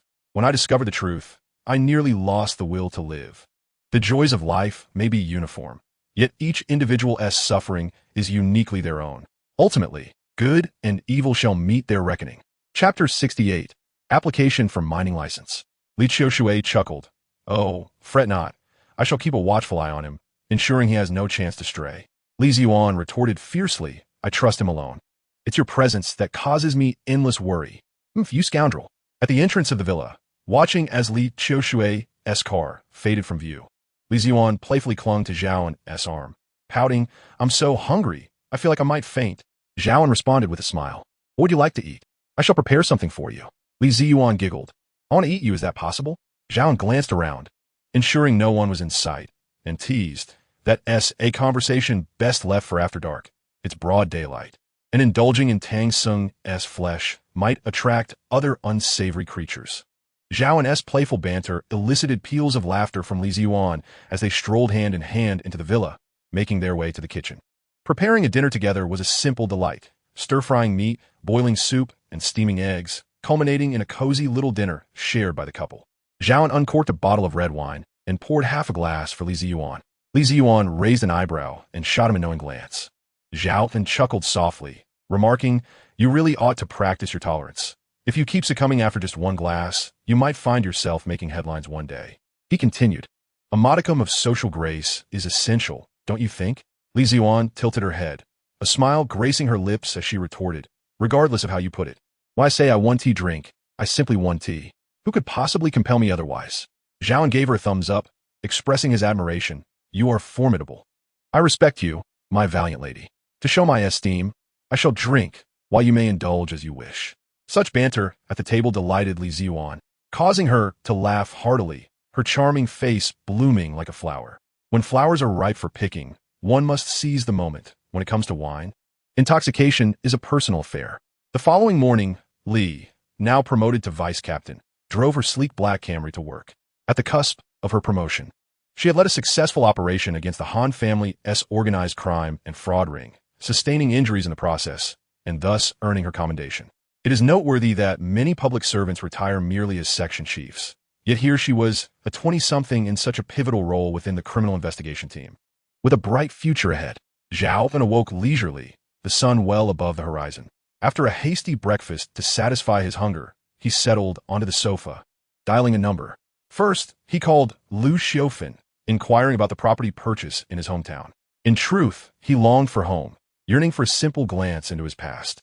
However, this call served a dual purpose, allowing him to connect with his distant parents, engaging in light conversation to alleviate the regret of not being able to honor them in person. After that, he called Wang Bing, requesting him to drive over, as he needed to visit the company to finalize some matters. Upon arriving at Zhao Mining, the receptionist was no longer distracted by her phone. Upon seeing Zhao An, she promptly rose to greet him. Good day, Mr. Zhao. He waved grandly, heading straight to the office area. Finding Su Wenxian's office, he instructed her to convene a meeting with the executives. In the conference room, after listening to Su Wenxian's report on the work progress, Zhao An expressed his appreciation for both her and the team's efforts before assigning new tasks. Once we complete the comprehensive integration with a mining group in Tanzania, I will assign you another mission, he stated. Su Wenxian, composed, inquired what task might that be. Zhao An replied with a smile. It involves applying for mining rights for domestic gemstone mines. Since our company is named Zhao Mining, we ought to engage in corresponding mining operations domestically. Given that iron and coal are resource-intensive, they are ill-suited for our small yet proficient team. Thus, gemstone mining is currently the most fitting endeavor. Su Wenxian, with a neutral expression, responded, Mr. Zhao, as far as I am aware, the application procedures for mining resources domestically are exceedingly complex, and we currently lack the specialized personnel in this area. Su Wenxian remarked, As for General Zhao, there remains the application for the gemstone mining qualifications, which requires specific information about the mining site. Zhao An, rubbing his forehead, pondered seriously before responding. Very well, you shall take the lead and form a procurement team. I will designate a location for you to acquire a mine. What about the funding? Zhao An smiled reassuringly. Rest assured, with me overseeing the finances, you need not worry at all. Moreover, this area is an undeveloped wasteland. When you communicate with the relevant local authorities, you may even secure some favorable policies. Zhao An had long set his sights on this location. Previously, while using the true eye to search the nation for Huangjia, he had scoured the entirety of southern Huaxia. Even though the primary task was not to find a gemstone mine, the moment he activated the true eye, he noted the glimmering golden lights underground indicative of gemstone deposits. This particular mountain range lay deep within a virtually untouched forest. Had it not been for Zhao An's extraordinary ability granted by the true eye, it might have taken much longer for anyone to discover it. Thus, he was confident of acquiring the mining rights to this region at a relatively reasonable price. Furthermore, he had learned that genuine Gillen bloodstone held market value comparable to jade, and the glassy, fresh red bloodstone was nearly as valuable as imperial green jade. After all, the employees of the company were idling. It would be a waste of resources not to assign them some work. Once he had organized the tasks, Zhao An prepared to leave, but was halted by Su Wenxian. She said, General Zhao, since the company has not yet stabilized, many procedures remain unprocessed. Perhaps you could take this opportunity to address them? Zhao An inquired, puzzled. What procedures require my personal attention? With a sigh, Su Wenxian explained, the appointment of company leaders can be omitted. I can handle that for you. However, the labor contracts for the employees must be signed by you personally or require your designated authorization. Is that so? Zhao An sighed, thinking to himself that there's indeed a first time for everything. In chapter 69, the shade of trees reflects on the water, love in its gentle embrace. Zhao An complied with Su Wenxian's request and signed labor contracts for each employee, simply inscribing his name on numerous blank contracts. To prevent future complications, he also signed an authorization permit, allowing Su Wenxian to sign labor contracts for new hires henceforth. 3 days later, just 2 days before the Jade exhibition, Zhao An boarded a plane to Shunxiang with Li Qiushui and Wang Bing. Initially, Li Qiushui had intended to drive there, enjoying a leisurely journey, which would have been timely. However, Zhao An laughed. After all, this is the magic city. What exactly do you hope to flaunt by driving around? Or are you merely trying to attract some companionship? Li Qiushui scoffed. We have the 4 prominent families of Jiangcheng, the Su, Qin, Yi, and Shao. Which of them would not disdain the existence of the magic city? Zhao An, perplexed, replied, having spent so many years in Jiangcheng, I have never heard of such formidable families. Li Qiushui chuckled, remarking, in the realm of tomato novels, many stories commence in a similar fashion. Thus, I firmly believe that our Jiangcheng is unparalleled. Though the metropolis is vast, it lacks the profound heritage of my beloved Jiangcheng, which reveals its true insignificance. Zhao An, tormented by Li Qiushui's absurd reasoning, chose to ignore him, leaning back in his seat and feigning slumber. After disembarking from the plane, the trio exited the airport via the VIP channel, where they were met by a driver, one of the bodyguards who had accompanied AI Qingru to Myanmar. As a VVIP guest and a creditor of AI Qingru, it was only fitting that arrangements were made for his reception, given that Zhao An had previously notified them of his flight details. The driver promptly pulled up to the entrance of a hotel adorned with opulent decor, where he was greeted by AI Qingru's chief secretary, the financial overseer, Amy. This petite girl, with her exquisite features, flashed a sweet smile as she welcomed the newly arrived Zhao An, saying, Welcome to Shunxiang, Mr. Zhao. President AI has prepared a banquet inside to honor your arrival. Zhao An replied, You flatter me. How could a pampered voyeur such as myself dare to impose upon the esteemed Secretary AI for such a personal reception?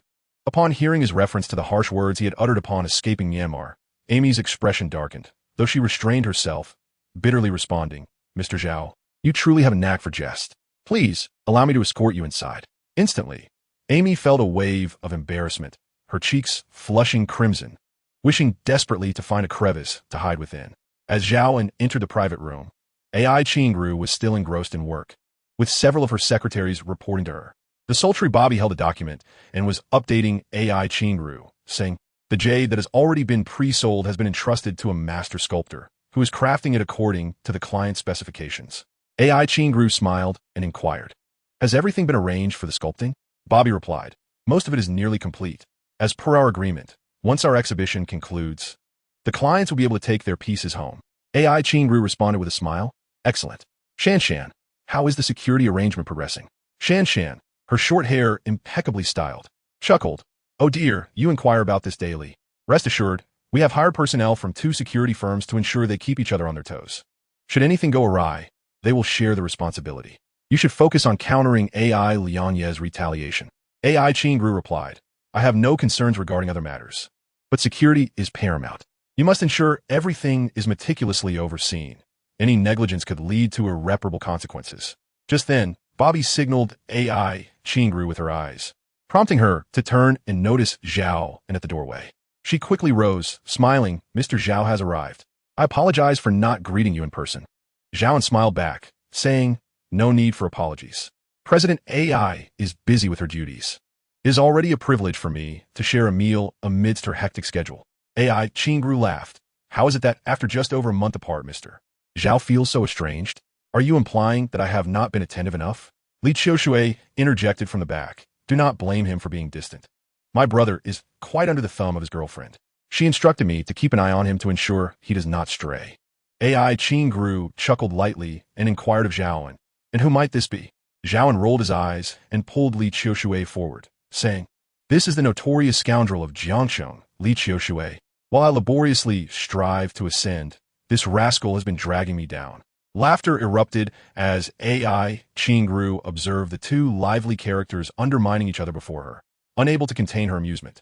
Eventually, she extended her hand to Li Qiushui with a smile, saying, "A pleasure to meet you, Li, the Sea King." Li Qiushui Faza gave a gentle squeeze of AI Qingru's hand and remarked, "AI, we have met once before. I have heard of your wealth and prominence at a young age. May I inquire if you require any leg ornaments? The kind that can be directed at will." A faint blush graced AI Qingru's cheeks as she replied with a smile. "Li, Imyest, I am merely a fragile woman, navigating the tumultuous business environment of Shunxing. Were it not for Mr. Zhao's assistance, I might have been reduced to mere bones. Please have a seat." AI Me then took her secretaries out to attend to their respective duties, leaving only Zhao and Li Qiushui and AI Qingru in the private room. Zhao An took a sip of his tea and said with a smile, "I have come to Shunxiang for leisure, not to collect debts. Just be a good guide for me." AI Qingru replied with a slight smile, "Mr. Zhao, your generosity is noted. However, I must clarify my position as it forms the foundation of our collaboration." Zhao An grinned and said, "Speaking of collaboration, I wonder if AI is interested in Bloodstone?" "Bloodstone?" AI Qingru was somewhat taken aback. She had not anticipated Zhao An's interest in Bloodstone. Suddenly, she smiled brightly. "Bloodstone constitutes a significant portion of our products, but what?" Zhao then probed. AI Qingru shook her head. "But the yield of Bloodstone is lower than that of jade, and it is primarily sourced from Jiangsu and Zhejiang, as well as bailing in the grasslands. I wonder which origin Mr. Zhao refers to." After a moment of contemplation, Zhao An replied, "I am referring to the Bloodstone sourced from Guizhou province." "Indeed, Guizhou province does produce Bloodstone," AI Qingru said with a smile, "but the quality is often debatable, and many vendors pass off inferior products. Therefore, Guizhou's Bloodstone has yet to gain recognition in the market." Leaning back comfortably in his chair, Zhao An stated with a smile, "I recently established a company focused on the development of gemstone resources. Additionally, last week, I acquired 5 mines in Tanzania, yielding gold or tanzanite and sapphires. Naturally, Guizhou's Bloodstone is our next target for development." A rare look of astonishment crossed AI Qingru's face. As the saying goes, a scholar should be viewed with new eyes after 3 days apart. It had only been a little over a month since she last saw Zhao, and yet he had achieved such remarkable feats. She was aware of Zhao An's capabilities. He would never undertake ventures he was uncertain of, and if he did, he would pursue only the most elite endeavors. Thus, Zhao An declared that he had acquired 5 mines, and she sincerely believed that they would undoubtedly yield high-quality produce. Observing AI Qingru's astonished expression, Zhao An felt a swell of pride and continued to elaborate. "Moreover, the newly opened Bloodstone mine will produce quantities and quality comparable to that of Zhonghua's mines. I can assure you that every month, we will extract a piece of glassy Bloodstone." Finally recovering from her shock, AI Qingru clapped her hands and laughed heartily. "Huh. It seems I have chosen the right partner in you, Zhao An. You are indeed the window that opened when the heavens shut a door. Together. Li Qiushui chimed in eagerly, clapping and encouraging them. However, his exuberance was rather disruptive, and Zhao An felt an overwhelming urge to drag him aside and deliver a sound thrashing. perhaps even toss him into the Yangtze River to feed the crocodiles. Ai Qingru, slightly bashful, lowered her gaze but soon donned a confident smile, stating, "Yes, Mr. Zhao's assistance to me, both now and in the future, is immensely significant." Upon hearing Ai Qingru's earnest words, Li Qiushui ceased his jesting, his mind racing with 1,000 thoughts, leaving him with only a couplet echoing in his mind. "At dawn I bid farewell to the White Emperor amidst the colorful clouds. The clown beside me is none other than myself." The meal had lost its flavor for Li Qiushui, who sat poking at his French wine-braised goose liver with caviar, sighing with discontent. Meanwhile, Zhao An and Ai Qingru were engaged in light-hearted conversation about their experiences apart. "Did you know that in Africa, the water is generally undrinkable? If one wishes to drink, it is best to have mineral or bottled water. However, my girlfriend showers every day, leaving me no choice but to haul buckets of water for her to fill the outdoor tank. One evening, while we were staying at a tent lodge on the prairie, I had to fetch water from the wilderness, and I encountered a male lion. Its head was as large as a watermelon, and its teeth gleamed with a menacing shine. Yet I was not afraid at all, after all, like repels like." Finally, Li Qiushui seized the opportunity to retort, mockingly asking, "Do you know why that lion didn't attack you? Because it follows Islam and doesn't consume pork." Haha. Ai Qingru remained serious, turning to Zhao An and stating, "Your relationship with your girlfriend must be exceptionally strong. If given the chance, I would love to meet such a beautiful lady." Li Qiushui interjected, "Ugly indeed." After the meal, Ai Qingru expressed her apologies, indicating that she had work to attend to. Zhao An smiled and reassured her, "No worries, work is important. Though I have not encountered many grand occasions, I can generally manage." With that, Ai Qingru excused herself to attend to her tasks. Once she had distanced herself, Li Qiushui threw an arm around Zhao and shoulder, gritting his teeth, and demanded, "Come clean, is there something going on between you two?" Li Qiushui, with her neck caught, stammered, "I was right. You two really do." Earlier that afternoon, the trio had secured a room at this hotel and taken a moment to rest. After a brief nap, Zhao An was roused by Li Qiushui, who insisted on a shopping excursion. Zhao An, somewhat irked, retorted, "Why would a grown man like me accompany another grown man on a shopping spree? Am I out of my mind?" Consequently, Zhao An called upon Wang Bing to join him downstairs, intending to request luxury car services from the hotel front desk. He candidly remarked that his motivation was not to ogle beautiful women, but to ensure that Li Qiushui was not whisked away by one. To his surprise, Ai Qingru had already made arrangements, providing Zhao An with a Bentley and 2 dedicated drivers to alternate in offering him transportation. The drivers dropped Zhao An and his companions off at Zujiawi before finding a place to park, leaving behind a contact number for Zhao and a call at any time. Upon disembarking, Zhao An and the others were greeted by an abundance of attractive women. So much so that even if one focused intently on a singular spot, lovely figures would continuously pass through their line of sight. However, there was an unfortunate downside. Most of the beautifully adorned young women were accompanied by male counterparts, while the groups of women walking together appeared considerably less appealing. "At last, I've caught you today. Let us see if you can escape." Zhao An mused inwardly, recognizing a familiar face. Chapter 71. Capturing the Thief by Seizing the King. Zhao An cast a cold glance at Luo Juanhao, who was flanked by 2 stunning women and surrounded by a gaggle of similarly flamboyant youths. Among them, a boy adorned with ear studs and smoky eye makeup turned to Luo Juanhao, inquiring, "Is this the toad you mentioned?" Luo Juanhao sneered at the boy, "Indeed, Ai Liangye. This is the toad who covets your sister's beauty." Ai Liangye, approximately 20 years old with bright yellow hair, displayed an exceptionally arrogant demeanor. With a haughty tilt of his head and a condescending gaze, he addressed Zhao An. "So your surname is Zhao? Do you truly think someone like you could ever aspire to my sister? I suggest you abandon this foolish notion before you unwittingly provoke someone beyond your means, and you won't even comprehend how your end will come." Turning back, he smirked at Luo Juanhao. "So Luo, now that we've finally cornered this brat, shall we teach him a lesson together and collect some interest?" Recalling Zhao An's previously displayed formidable strength, Luo Juanhao shuddered and gestured. "This guy is not to be underestimated. Let us call for reinforcements." Listening to their exchange, Zhao An's disdain only grew. What began as an enjoyable outing to admire beauty had turned into an encounter with these self-satisfied imbeciles. Regrettably, amidst the throngs of people on the street, no one could take definitive action against anyone else. With a scoff, Zhao An turned to leave, prompting Li Qiushui and Wang Bing to follow suit. Seeing this, AI Lianya rushed ahead to block their path, declaring, "You think you can just walk away? Not so easily." Annoyed by the interruption, Zhao An turned to Luo Juanhao and remarked, "It seems you've forgotten the lessons of your past. Very well, since you are so intent on provoking me, I shall indulge you. Pick a place." Zhao An responded fearlessly, prompting Luo Juanhao to grit his teeth and declare, "Excellent, you possess courage. There is an underground garage behind. It belongs to the Luo family. If you dare, follow me." Zhao An scoffed, "Lead the way, you cur. I hope your posture, while begging for mercy this time, is more graceful than it was in Myanmar." With a darkened countenance, Luo Juanhao pulled out his phone and called, "Second uncle, clear out all the cars from the basement of Houting. I have someone to deal with. Also, summon all the security personnel from Houting. Yes, all of them.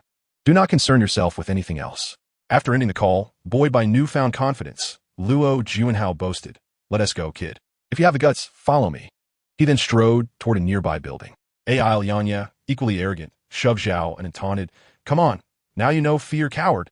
In response, Zhao An swiftly slapped AI Lianya across the face.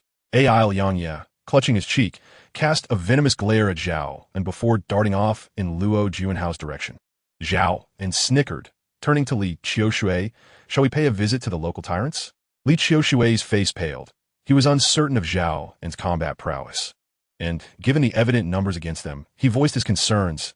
"Zhao, and perhaps we should reconsider. A wise man does not court danger. Here on the street, they dare not harm us, but once we step onto their territory, the situation could turn dire." Zhao An chuckled, "No worries. Just observe. Wang Bing will ensure your protection. This fellow has held a grudge against me since Myanmar, and unless I compel him to submit, I doubt there will be a peaceful resolution." Calmly, he followed Luo Juanhao. And Li Qiushui, bound by their friendship, resigned himself to accompany him into the fray. Upon entering the underground garage, Zhao An surveyed the scene. After discreetly employing his keen senses to ascertain the surroundings, he felt reassured and approached confidently. There, Luo Juanhao was surrounded by dozens of followers. One unscrupulous individual had even provided him with a reclining chair. He lounged with a flamboyant woman draped over his lap, her arm wrapped around his neck.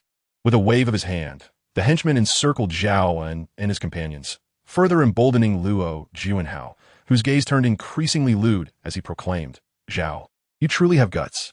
Soon, I shall savor your downfall. Even if today you kneel and sing your surrender, I shall not let you off lightly." Zhao An shook his head and chuckled. "Is this the best you can muster? Shall we commence? Spare me the theatrics." Luo Juanhao, taken aback by Zhao An's unwavering demeanor, trembled with rage, pointing at him and stammering, "All right, you're quite something." Rising to his feet, he bellowed, "Attack. Eliminate him." As soon as the words left his mouth, the thugs surged forward, rushing towards Zhao An and his companions. However, Zhao An's speed was unparalleled. He swiftly sidestepped and executed a shoulder charge, toppling the two thugs who stood in his way. In the blink of an eye, he was before Luo Juanhao, delivering a powerful kick that sent him crashing to the ground. As Luo attempted to struggle back to his feet, Zhao placed his foot firmly on his hand, causing him to unleash a heart-wrenching scream of agony. The alluring woman he had previously embraced also let out a shriek and fled. Zhao, indifferent to her plight, leaned down and softly commanded Luo Juanhao, "Tell them to cease. Cease. Cease. Please ease up. It hurts." Luo cried out in despair.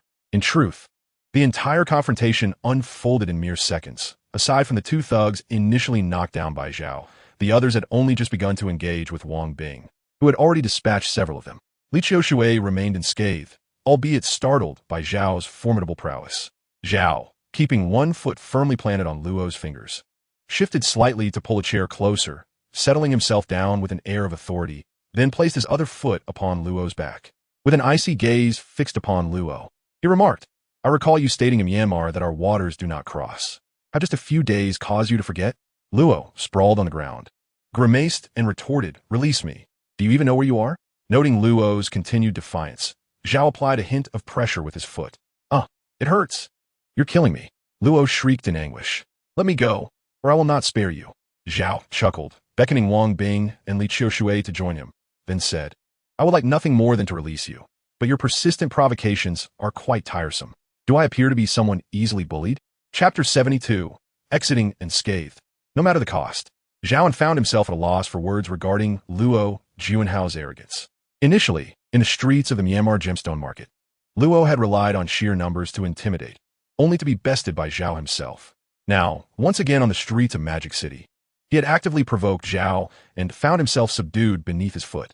Yet, even in this humiliating position, Luo threatened him with unwavering confidence. Zhao had no intention of making enemies. He merely sought to live a tranquil life, earning a living without disturbance. Yet, certain individuals persisted in their attempts to undermine him, and Luo Juanhao was undeniably one of them. It was time for serious discussion. Zhao leaned in closer to Luo and asked, "Now tell me, if I refuse to release you, what will you do?" Grinding his teeth, Luo spat defiantly, "If you do not let me go, I will kill you." Zhao responded with a nonchalant "oh," and pressed down harder with his foot, casually declaring, "Then I cannot allow you to leave today. Release him. Young Master Luo's family is the foremost in Shunsheng. If you do not release him now, you may well crush his fingers." Fearing Zhao's strength might inadvertently harm Luo Juanhao. Initially, Zhao had no intention of acknowledging Liangyi, but upon hearing his words, his anger surged. "You of all people should be ashamed. Just because Luo's family boasts a little more wealth, you choose to grovel at his feet?" Zhao tilted his head to look at Liangyi and said, "Oh, the foremost family in Shunsheng, is it truly that impressive? Does it grant one the liberty to act without restraint? Come here, tell me, just how formidable is the Luo family that permits Luo Juanhao to be so audacious?" Liangyi, trembling with trepidation, hesitantly moved closer and replied softly, "It is indeed quite powerful." Zhao, disillusioned by his shallow perspective, swiftly rose and seized Liangyi's garment, pulling him down to the ground, where he landed alongside Luo Juanhao. Zhao then placed his foot on one of Liangyi's hands. Instantly, the garage echoed with Liangyi's lamentations, reminiscent of a slaughtered pig. "Ah, it hurts terribly." Perhaps overwhelmed by the agony, Liangyi quickly begged for mercy. "I was wrong. Let me go. I implore you. Zhao, don't you have feelings for my sister? I could arrange for her to be with you. Just please let me go." In response, Zhao delivered a sharp slap across his face, chuckling, "You pitiful creature, do you think your pleas will sway me? Very well, Liangyi. I present you with a choice. Deliver 10 slaps to Luo Juanhao, and I shall allow you to leave. Otherwise, you shall remain here tonight. Believe me, I will continue until you yield." Liangyi was torn between excruciating pain and loyalty to his childhood accomplice. At last, he lifted his other hand and struck Luo Juanhao's face with a resounding slap, all the while lamenting, "My apologies, young Master Luo." Luo Juanhao was momentarily dazed, for in his memory, Liangyi had always been his obedient servant, never daring to defy him. Today, however, he had dared to strike back, and even more audaciously, to slap his own face. Enraged, Luo Juanhao retaliated, rising in fury and delivering a slap to Liangyi's face as well. The two were embroiled in their own conflict, and Zhao merely urged Liangyi, "You still have 9 more to go. Complete them, and you shall be free." Fueled by anger from Luo Juanhao's attack, Liangyi struck back with renewed vigor, leaving 5 distinct marks on Luo Juanhao's face. Zhao encouraged him further, "Hurry, he doesn't regard you as a person. Do not hold back, hit him with all your might." As he spoke, he discreetly lifted his foot from Liangyi. Seizing the opportunity, Liangyi swung his arm in a wide arc, delivering a powerful blow to Luo Juanhao's face, causing his head to sway unsteadily. A wave of dizziness washed over Luo Juanhao, igniting a furious rage within him. He lunged at Liangyi, now free from Zhao and restraint. Riding atop Liangyi, he unleashed a flurry of slaps, but Liangyi swiftly turned the tables, pinning Luo Juanhao beneath him, and they began to brawl recklessly. As the two fought until they were bloodied and exhausted, one of the onlookers murmured, "Young Master Luo, that person has already left." "Nanny? Alas! Today I had every intention of putting Zhao in his grave, yet amidst their fierce struggle, he managed to slip away unnoticed." Enraged, Luo Juanhao lamented loudly, "Zhao An, mark my words, one day I shall be the one to bring you down." Suddenly, however, he lost all vigor, as if a multitude of stars danced before his eyes, accompanied by a deafening hum that echoed in his ears, his breath waning rapidly, as though he were on the brink of collapse. This was the effect of the debilitating spell Zhao An had cast upon him from a distance after witnessing their confrontation. Severely injured and driven by fury, the weakened Luo Juanhao could no longer endure and succumbed to unconsciousness. The thugs rushed forward, exclaiming, "Young Master Luo has fainted. Quick, call for an ambulance." Yet what concern did this bear for Zhao An? The altercation had been instigated by AI Liangya, and he had merely grazed Luo Juanhao's finger by accident. How could he be held accountable? Once in the vehicle, Li Qiushui finally caught his breath, thumping his chest and exclaiming, "You nearly gave me a heart attack. I thought today would be my last." I must say, Zhao An, you truly have a knack for strategy, knowing to capture the ringleader first, and to incite infighting, leaving unscathed. What a thrill. Zhao An replied with a triumphant smile. Indeed, the last one to dare challenge me was Han Shiji, and now he finds himself behind bars. As for Luo Juanhao, I shall not let him exit the hospital so easily. Following this incident, Zhao An sensed Luo Juanhao's vengeful nature. It was clear he would not let this matter rest. In response, Zhao An resolved to deliver daily doses of weakness upon him. For even if Luo Juanhao were to meet a tragic end in the hospital due to his diminished vitality, it would be a worthwhile sacrifice. Such a man, with deep connections and substantial wealth, posed a persistent threat. If he could not be eliminated entirely, he would undoubtedly become a source of annoyance for Zhao, and ultimately, it was better for one to perish than the other, and a swift demise was preferable to a prolonged existence. Chapter 73. Let us dine together. Zhao An decided to call AI Qingru, informing her of Luo Juanhao's predicament and the events that transpired in the underground parking garage. Upon hearing this, AI Qingru was consumed with worry and urgently inquired, "Are you all right? Are you injured? Where are you? I will come to find you immediately." Zhao An chuckled. "What could possibly happen to me? Are you concerned for your brother, fearing I might have harmed him?" Hearing his lightheartedness eased AI Qingru's anxiety, and she retorted, "Whether he lives or dies is of no consequence to me, as long as you are not the one to take his life. That scoundrel is not worth your sacrifice." Zhao An responded, "Exactly. We are like porcelain, and he is but a crumbling shard of tile, truly unworthy. So, after a long day, might I extend an invitation for dinner?" AI Qingru smiled. "I will be delighted to accompany you." Li Qiushui shot Zhao An a knowing glance, but Zhao An had no intention of acknowledging it, unaware that Li Qiushui was determined to seize such an opportunity. Jokingly, Zhao An, "Though I aim to be a king of the sea, it appears that I should set my sights on you instead." Li Qiushui pondered this, and, feeling somewhat dejected, replied, "You are right. Just look at the characters I attract. What a motley crew. Why can't I encounter women of higher caliber?" In a rather crude manner, Zhao An retorted, "A fine horse deserves a fine saddle. You are, after all, a scion of wealth. Why have you adopted the ways of the downtrodden? The art of packaging and persona is essential for Playboy." Suddenly, Li Qiushui exclaimed, "You mentioning the wealthy almost made me forget." Zhao An chuckled, "What now?" Li Qiushui scratched his head and grinned. "Well, the court ruled recently, didn't it? The funds that Huang Jie and the Han family swindled were previously frozen. And once the trial concluded, the court transferred the money to our family's account.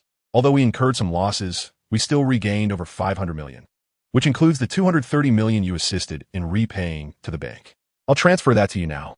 With debts repaid, further lending is not difficult." Zhao An thought, opting not to engage in any pretense, as there was no need for such between brothers. Li Qiushui took out his phone and called the finance department of his family's company, instructing them to transfer the funds to Zhao An. Once that was done, he spoke to Zhao An. "Not at all. Previously, our company lost 60% of its market share, but with the downfall of the Han family, our current market presence is actually 2% greater than before." Li Qiushui chuckled. "You've said everything I intended to say. What more can I add?" The driver pulled up to a private dining establishment near Hongqiao, where AI Qingru was already waiting. Zhao An alighted from the vehicle and surveyed the restaurant. AI Qingru smiled. "Don't be deceived. This is the finest private dining venue in the city, and I booked it 6 months in advance. It just so happens that today, someone is treating, so I'm in for a feast." Zhao An laughed. "As long as you're not the one treating in advance." Upon entering, the restaurant featured only 2 tables, already adorned with 4 or 5 cold dishes. A transparent glass wall on the side revealed a kitchen shrouded in mist. Inside, a stylish middle-aged woman was deftly adding soy sauce and sugar to a pot, her hair neatly styled, exuding a refined ambience, though her cooking style was rather vigorous. AI Qingru, accompanied by her 5 close friends and secretaries, took their seats alongside Zhao An, Li Qiushui, and Wang Bing. AI Qingru pointed to a plate of drunken crab. "We can start eating. The dishes are served as we go." Zhao An picked up a male crab, cracked open its shell, and took a hearty bite of the crab roe, instantly savoring its sweet and fragrant flavor. The roe was silky smooth, and the crab meat was tender and rich, imbued with a robust taste of rice wine. He nodded in approval. Indeed, this is exceptional. Just for this drunken crab. This meal is worth every penny. As they relished the delicacies, they engaged in lively conversation. Aimi scrunched her adorable nose and remarked, "You three managed to handle 50 or 60 of them and came out unscathed. Surely you must be boasting." Li Qiushui scoffed. "Bragging, you say? That place is called Howding. Is it not? It is the territory of Luo Juanhao." At that time, he summoned 50 or 60 security guards surrounding the three of us in the underground parking lot. That fellow, the spectacle was quite something. Fortunately, the three of us are seasoned veterans. We had previously faced 50 or 60 ruffians in Jiangcheng and sent them scattering in disarray. This time was no different. Do you know? In the end, Luo Juanhao and Ai Lianya were compelled to slap each other and bow in supplication before we reluctantly spared them. If you don't believe me, you can check the hospital to see if they are indeed lying there. I fear they shan't rise from their beds for half a month. Oomph. The group of beauties appeared skeptical, for the Luo family held immense power in Shunsheng, and Luo Juanhao was known for being the bully. Rarely seen on the receiving end of such treatment. Amy remarked, "I still find it hard to believe, Zhao An. You claim you sent Luo Juanhao to the hospital. Is that truly the case?" Li Qiushui felt ignored. It seemed Zhao An's words were credible, while hers were dismissed as mere nonsense. Zhao An chuckled. That is essentially the situation. Ai Lianya might be out in half a month, but as for Luo Juanhao, give him a month, and he shan't even think of getting out of bed. The ladies' faces brightened at this news, and Bobby exaggeratedly patted her impressive chest, exclaiming, "Wonderful! This is what we call retribution for evildoers. Here as to the unfortunate fate of those two scoundrels. May they find peace soon. Cheers!" As the glasses clinked, an array of delectable dishes was served, 8 cold dishes and 8 hot dishes, exemplifying the culinary artistry of Shunqing. The local cuisine is characterized by its rich flavors, and this restaurant had mastered the essence of it, utilizing generous portions while maintaining exquisite balance. The dining experience culminated in a delightful chaos of plates, with everyone thoroughly satiated, both in savoring the delightful flavors and in the satisfaction of Luo Juanhao's misfortune. Chapter 74. Science Cannot Save Luo Juanhao. At Huashan Hospital in Shunsheng, one of Shanghai's finest medical establishments, in a luxurious ward, Luo Juanhao had been stabilized and moved from the emergency room, yet remained in a state of unconsciousness.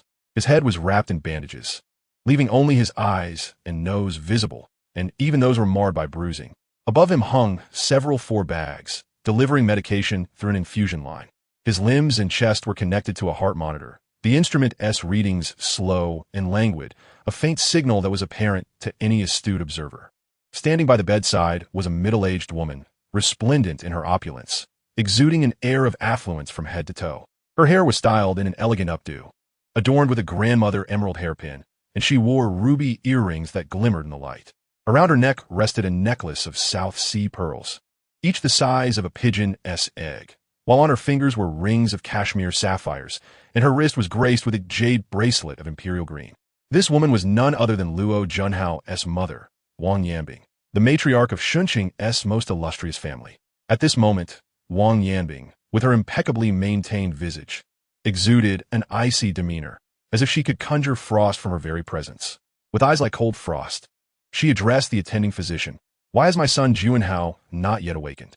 The attending physician, caught in a somewhat awkward position, understood that logically, the most esteemed young master of Shunqing should receive the utmost care under his supervision, utilizing the finest medical facilities, the best medications, and exemplary skills. Yet, he remained in a state of unconsciousness, with his vital signs far from reassuring. Though masked, the physician's face must have flushed slightly as he replied to Wang Yanbing. "Young Master Luo has merely sustained superficial injuries, accompanied by a mild concussion. We have administered the best medications available. He should awaken shortly." Perplexed, the physician continued, "Perhaps there are other underlying conditions that we have yet to identify." Wang Yanbing's voice took on a sharp edge. "Are you implying that my son was already ill?" "That is not my intention." The physician hastily clarified. "What I mean is that we should continue to observe. And shortly we will convene a panel of specialists from various departments to conduct a comprehensive consultation regarding young Master Luo's condition." synthesizing their insights alongside his pathological data to formulate a reasonable treatment plan. Wang Yanbing coldly retorted, "You had best expedite your efforts. If Juanhao does not awaken by tomorrow, I will contact a hospital in California, and we shall take our private jet for treatment in the United States." The physician nodded fervently. "Yes, yes, we will act swiftly. We will do everything within our power to ensure young Master Luo's recovery." Alas, this attending physician was likely destined for disappointment, as Zhao An's daily weakening technique, designed to sap Luo Juanhao's vitality, continued its insidious work. With Luo Juanhao already injured, the technique would only exacerbate his condition. Even if he were to be transferred to California, Zhao An would find a way to maintain his control, ensuring the continuation of the weakening technique. Science alone would not save him. Perhaps metaphysics might hold the key, but beyond Zhao An, no one truly possessed such knowledge. Wang Yanbing then inquired of her attendant, "Where is AI Liangye currently hospitalized?" The attendant responded, "I have just learned that he is at Ruijin Hospital." After gathering his thoughts, he added, "It seems that young Master Luo and AI Liangye were preparing to confront a country bumpkin, employing all the security personnel from Howding. However, the adversary broke through and captured young Master Luo. The security team, hesitant to act, refrained from intervening, resulting in AI Liangye being seized as well. Forced to slap young Master Luo. Who could have anticipated that young Master Luo would?" Wang Yanbing's expression darkened further as she commanded, "Dismiss all security personnel from Howding immediately. Not a single cent of their wages shall be paid. These incompetent fools, over 50 of them, couldn't even apprehend a mere country bumpkin, leading to Juanhao suffering such grave injuries. I will ensure none of them escape unscathed." She then inquired, "Have we investigated the origins of that country bumpkin?" The attendant awkwardly replied, "We only know he hails from Jiangshan. Further details are still under investigation." Wang Yanbing scolded, "You are also useless. Hurry and find out. Once you do, I will devise a way to eliminate him." The attendant cautiously asked, "What about the AI family?" Wang Yanbing replied, "The matters concerning the AI family are of no concern to you. They will not be able to remain a threat for much longer. As the plans of Juanhao's father draw closer to fruition, the AI family finds themselves akin to meat on a chopping block, vulnerable to the whims of those in power. When the time comes, they shall face the consequences. Furthermore, it is imperative to keep a watchful eye on Juanhao. He has sustained grave injuries and remains unconscious. He is my only son, and should any misfortune befall him, your own life would be in jeopardy. Do you understand?" The attendant bowed his head and replied, "Yes, madam. Rest assured, I shall make the necessary arrangements." Wang Yanbing lifted her proud head once more, declaring with arrogance, "Those who dare provoke our Luo family will not escape unscathed." She concluded, "Immediately book a SBA service at the Xiangdi Club. I require some self-care. Each day brings me nothing but distress, and I can already see the fine lines around my eyes becoming more pronounced." The attendant nodded in agreement. "Yes, I will arrange it at once." AI Qingru alighted from the vehicle and observed Zhao An, who seemed hesitant to speak. Zhao An, noticing her demeanor, smiled and said, "Tomorrow marks the commencement of the exhibition you have prepared for so long. Why do you still appear troubled?" AI Qingru sighed softly. "I have never worried about the expo, especially with the jadeite you procured as a foundation. My concern lies with the Luo family." Zhao An furrowed his brow. "What about the Luo family?" AI Qingru explained. "The Luo family is deeply entrenched in Shuncheng, with their enterprises sprawling across the city. They may very well set their sights on you, particularly Wang Yanbing, who is notoriously domineering in Shuncheng. Even my stepmother must concede to her." AI Qingru then smiled brightly. "I truly wonder where your confidence stems from. Yet I still hope you exercise caution and avoid falling into any traps. Should anything arise, please call me, all right?" Zhao nodded and smiled. "Rest assured, tomorrow will be your moment of glory. Just ensure you do not falter at a critical juncture, for that would be unfortunate." AI Qingru replied, "I will not. I have rehearsed for this minor event countless times in my mind. Tomorrow, the meticulously prepared Super Jade Appreciation Conference shall commence." Chapter 75, The Opening of the Exhibition. Today marks the day of the Super Jade Expo hosted by AI Qingru. Early in the morning, the entrance of the Golden Ocean Exhibition Hall was thronged with a crowd. Jade merchants from all corners of the country gathered in small groups, engaging in lively discussions about the exhibition. Zhao An encountered Han Qingdong, an elder he had met in Jiangcheng, who boasted to his peers, "This exhibition is extraordinary. For what I gather, there are several pieces of imperial green jade on display." An elder of similar age expressed disbelief. "Is that true?" Since when has imperial green jade become so commonplace? In previous years, encountering even a single piece was a rare occasion. Han Qingdong chuckled. Old Liu, you needn't doubt me. To be candid, I've already previewed this batch of jade and even reserved one piece. I have specifically invited a master carver from Shuncheng to craft it with care. The very first item upon entry will be the piece I have secured. It is a treasure meant to be passed down through generations. Old Liu inquired with curiosity. Old Han, do not keep me in suspense. Please tell me about the batch of jade from the AI family. I wish to have a clear understanding, to see if I might procure a piece or two to craft into ornaments, to be passed down through generations. What a splendid reputation that would bestow, wouldn't you agree? Han Qingdong replied with pride. I must say, gentlemen, prepare your wallets, for the jade on display today is undoubtedly worth far more than its price. Old Liu nodded. Indeed, that is the rationale. Hearing you say this, I am reassured. After all, what is money? One cannot take it with them in life or in death. It is better to seize this opportunity to acquire treasures that please the heart than to let money languish. Han Qingdong laughed. You, Old Liu, have a refreshing perspective. By the way, is that not old Jiang over there? Has he caught wind of this event? With that, Han Qingdong strode a few steps forward and playfully tapped old Jiang on the back, saying, Jiang Shilin, old Jiang. Han Qingdong chuckled. Since our last party in Jiangsheng, I have always said that we old folks should stay active. Every encounter is precious. Today, you have graced my territory, and I insist on extending my hospitality. Jiang Shilin responded, Old Han, you're not being fair. This is clearly the AI family stage today. Why must you attempt to steal the spotlight? Is it because AI Zhao An has been absent from the scene for years that you believe you can take advantage of the AI family's absence? Han Qingdong's face flushed slightly. That is not at all what I meant. AI Zhao An was once renowned in the jade and jadeite world, and now his eldest daughter is equally formidable, possessing both wit and skill.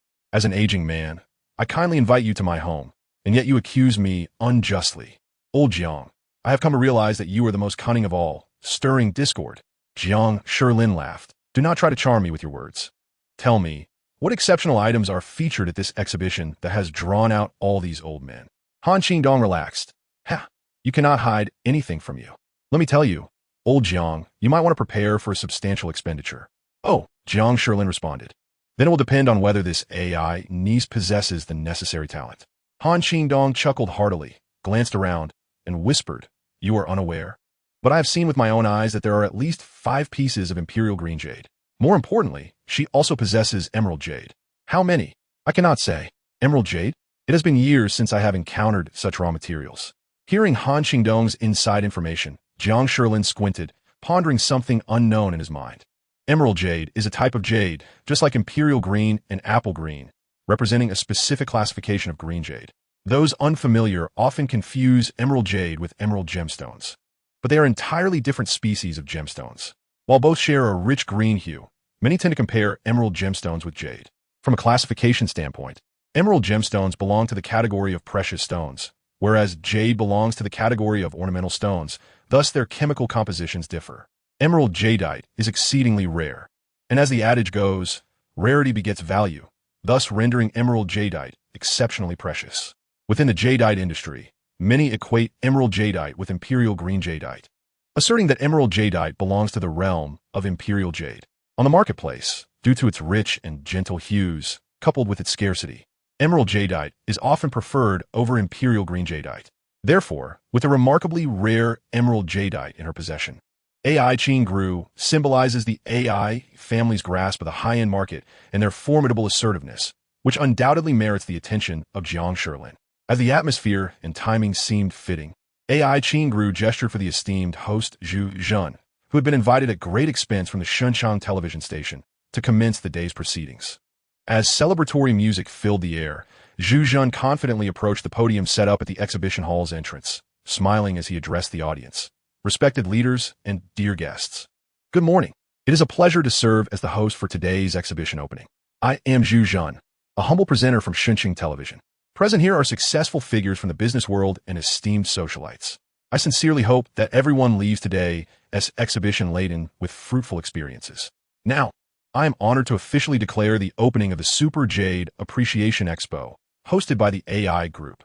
First, let's welcome Ms. AI Qingru, Executive Director of the AI Group, to deliver her address. In the audience, Zhao An and others, tasked with enriching the event's ambience, led a resounding round of applause. In the next moment, AI Qingru, dressed modestly yet elegantly, gracefully made her way to the center of the stage. With a warm smile, she surveyed her surroundings and began. First, I wish to express my gratitude to all the esteemed guests present. Among us are friends of my father and partners in business. But ultimately, all are guests enjoying our hospitality. The purpose of today's expo, organized by the AI Group, is to provide a platform for friends from across the land to communicate and collaborate, propelling our jewelry and jade industry towards a new horizon. I hope everyone finds today to be a rewarding experience. Thank you all. The long-anticipated Super Jade Appreciation Expo finally commenced. Chapter 76, The Return of the Jade Show. Just as AI Qingru's Expo was on the verge of beginning, at Huashan Hospital, in the intensive care unit, the gravely injured Luo Juanhao stirred from his slumber. After a night of consultations by a multitude of specialists and urgent adjustments to his medication, the initially superficial injuries Luo sustained had been robustly endured, allowing him to awaken. The crucial factor here was that Zhao An was preoccupied with attending the expo, neglecting to provide him warmth. Ironically, it was precisely at this moment of awakening that his fate was sealed. Imagine, had he not regained consciousness, his mother, Wang Yanbing, would have decisively arranged for his transfer, utilizing a private aircraft to transport him to a hospital in California. The distance from Shenzhen to California exceeds 10,000 kilometers, surpassing the deployment range of Zhao An's vision. To administer the weakening spell to Luo Juanhao may require considerable effort. At this moment, although Luo Juanhao had regained consciousness, he still felt a heavy fog clouding his mind, accompanied by a persistent ringing in his ears and an overwhelming sense of breathlessness. One of the attendants, upon noticing Luo Juanhao's awakening, excitedly roused their companion, exclaiming, "Young Master Luo is awake. Quickly, summon the doctor." Another attendant sprang up from their chair, momentarily disregarding their drowsiness, and hurried to fetch the physician after casting a glance at the awakened Luo Juanhao. The first attendant gently inquired, "Young Master Luo, how do you feel? Are you hungry? Would you like something to eat?" They spoke softly, fearing that even a slight increase in volume might startle Luo Juanhao back into unconsciousness. Yet, Luo Juanhao's head buzzed, and he could barely comprehend their words. In a hoarse voice, he managed to ask, "Where am I? What has happened to me? Why do I feel so heavy-headed and light-footed? My vision is blurred, and the buzzing in my ears makes me feel as if I am on the brink of death." Just then, the doctor entered the ward, relieved to see Luo Juanhao awake. The physician thought to themselves that if anything were to go awry with the esteemed young master of the Luo family, it would severely tarnish the reputation of Huashan Hospital. There was also the looming fear of potential retribution from the Luo family, which would certainly be counterproductive. The doctor used a stethoscope to listen to Luo Juanhao's chest and abdomen, examined his eyelids, then reviewed the data from the heart monitor. Addressing the attendants, the doctor stated, "The patient has just regained consciousness and requires ample rest. Please refrain from excessive disturbances. If he needs nourishment, only liquid food is permissible. I must convene a consultation immediately to determine the next steps in his treatment. I leave the situation in your capable hands. Inform me of any developments." With that, the attending physician hurriedly exited. One of the attendants pulled out their phone to contact their superior, Wang Yanbing's aide, reporting on Luo Juanhao's condition and the doctor's instructions. Upon receiving this information, the aide promptly relayed it to Wang Yanbing, who was currently undergoing steam treatment. With her eyes closed, she remarked, "It's good he has awakened. If he hadn't, I would have dismantled Huashan Hospital. They're a bunch of incompetents." The aide concurred indeed. It is the failure of our subordinates that has caused young Master Luo to suffer such hardships. Wang Yanbing then inquired, "Is today the opening day of that exposition hosted by AI Qingru?" The aide confirmed, "Yes, the Super Jade Appreciation Exposition organized by Miss AI is indeed taking place today. I have heard the atmosphere is exceptionally vibrant, with a very positive response from attendees." Wang Yanbing scoffed, "Let her revel for a few more days. I shall deal with her in due time."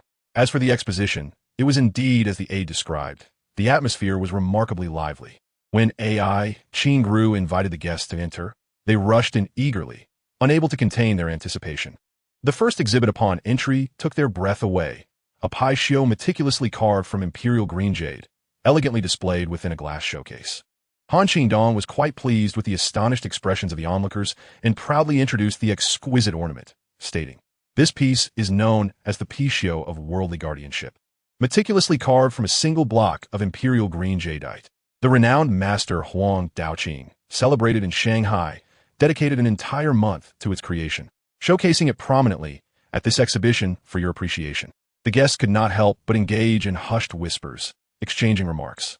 Indeed, it is imperial green jadeite. Just look at that hue, that transparency, there's no fooling me.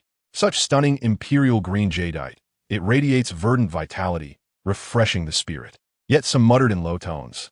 What a sheer waste of nature's bounty. To craft such a substantial piece of jadeite, how many bracelets could it yield?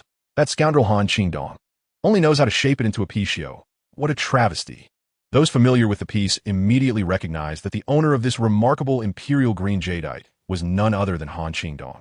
Only his profound adoration for the picio could inspire him to transform such a rare gem into a mythical creature. Jiang Shilin sighed, softly inquiring old Han, "How much did you pay for this jadeite when you pre-ordered it?" Han Qingdong's face beamed with delight as he replied, "Ah, that's a secret, a secret." Jiang Shilin shot him a glance, thinking, what a despicable creature. You've secured such a treasure while we are left empty-handed. How cruel. Under the guidance of AI Qingru, her 5 friends and secretaries transformed into narrators, meticulously explaining the details of each jadeite piece to the exhibition's guests. Tall and graceful, Anchi sweetly addressed several northern visitors, saying, "This piece is jadeite of the glass variety, sourced from old mines in Myanmar, weighing an impressive 25 kilograms. Such high-quality jadeite is exceedingly rare. Thus its applications will be far-reaching, extending beyond mere jewelry." Upon hearing Anchi's introduction, the guests inquired with interest, "Will this jadeite be featured in the afternoon auction?" Anchi replied with a smile, "Indeed, sir. Each jadeite on display has a clear label. Yellow indicates items for this afternoon's auction. Blue signifies those retained for our use. And red denotes pre-sold pieces. As soon as the exhibition concludes, clients will come to collect them. This jadeite is labeled yellow.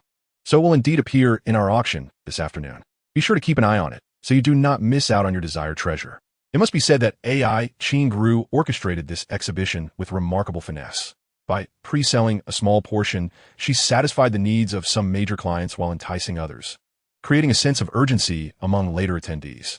She released another small portion, further attracting affluent clients while retaining a significant amount for herself, thereby intimidating competitors and steadily consuming the market. Suddenly, a gasp echoed. "What is that? Is it emerald jadeite?" Indeed, it was emerald jadeite, and the crowd rushed to witness the marvel. In the heart of the exhibition hall, beneath the gentle illumination of soft spotlighting, 3 exquisitely polished emerald jade pieces of varying sizes were elegantly displayed within a glass showcase. The breathtaking hue of green stirred the emotions of every guest present. Chapter 77. The exhibition concludes. All attendees were utterly captivated by the allure of these 3 emerald jades. Jiang Shilin sighed, reflecting, "Ah, one cannot resist the passage of time.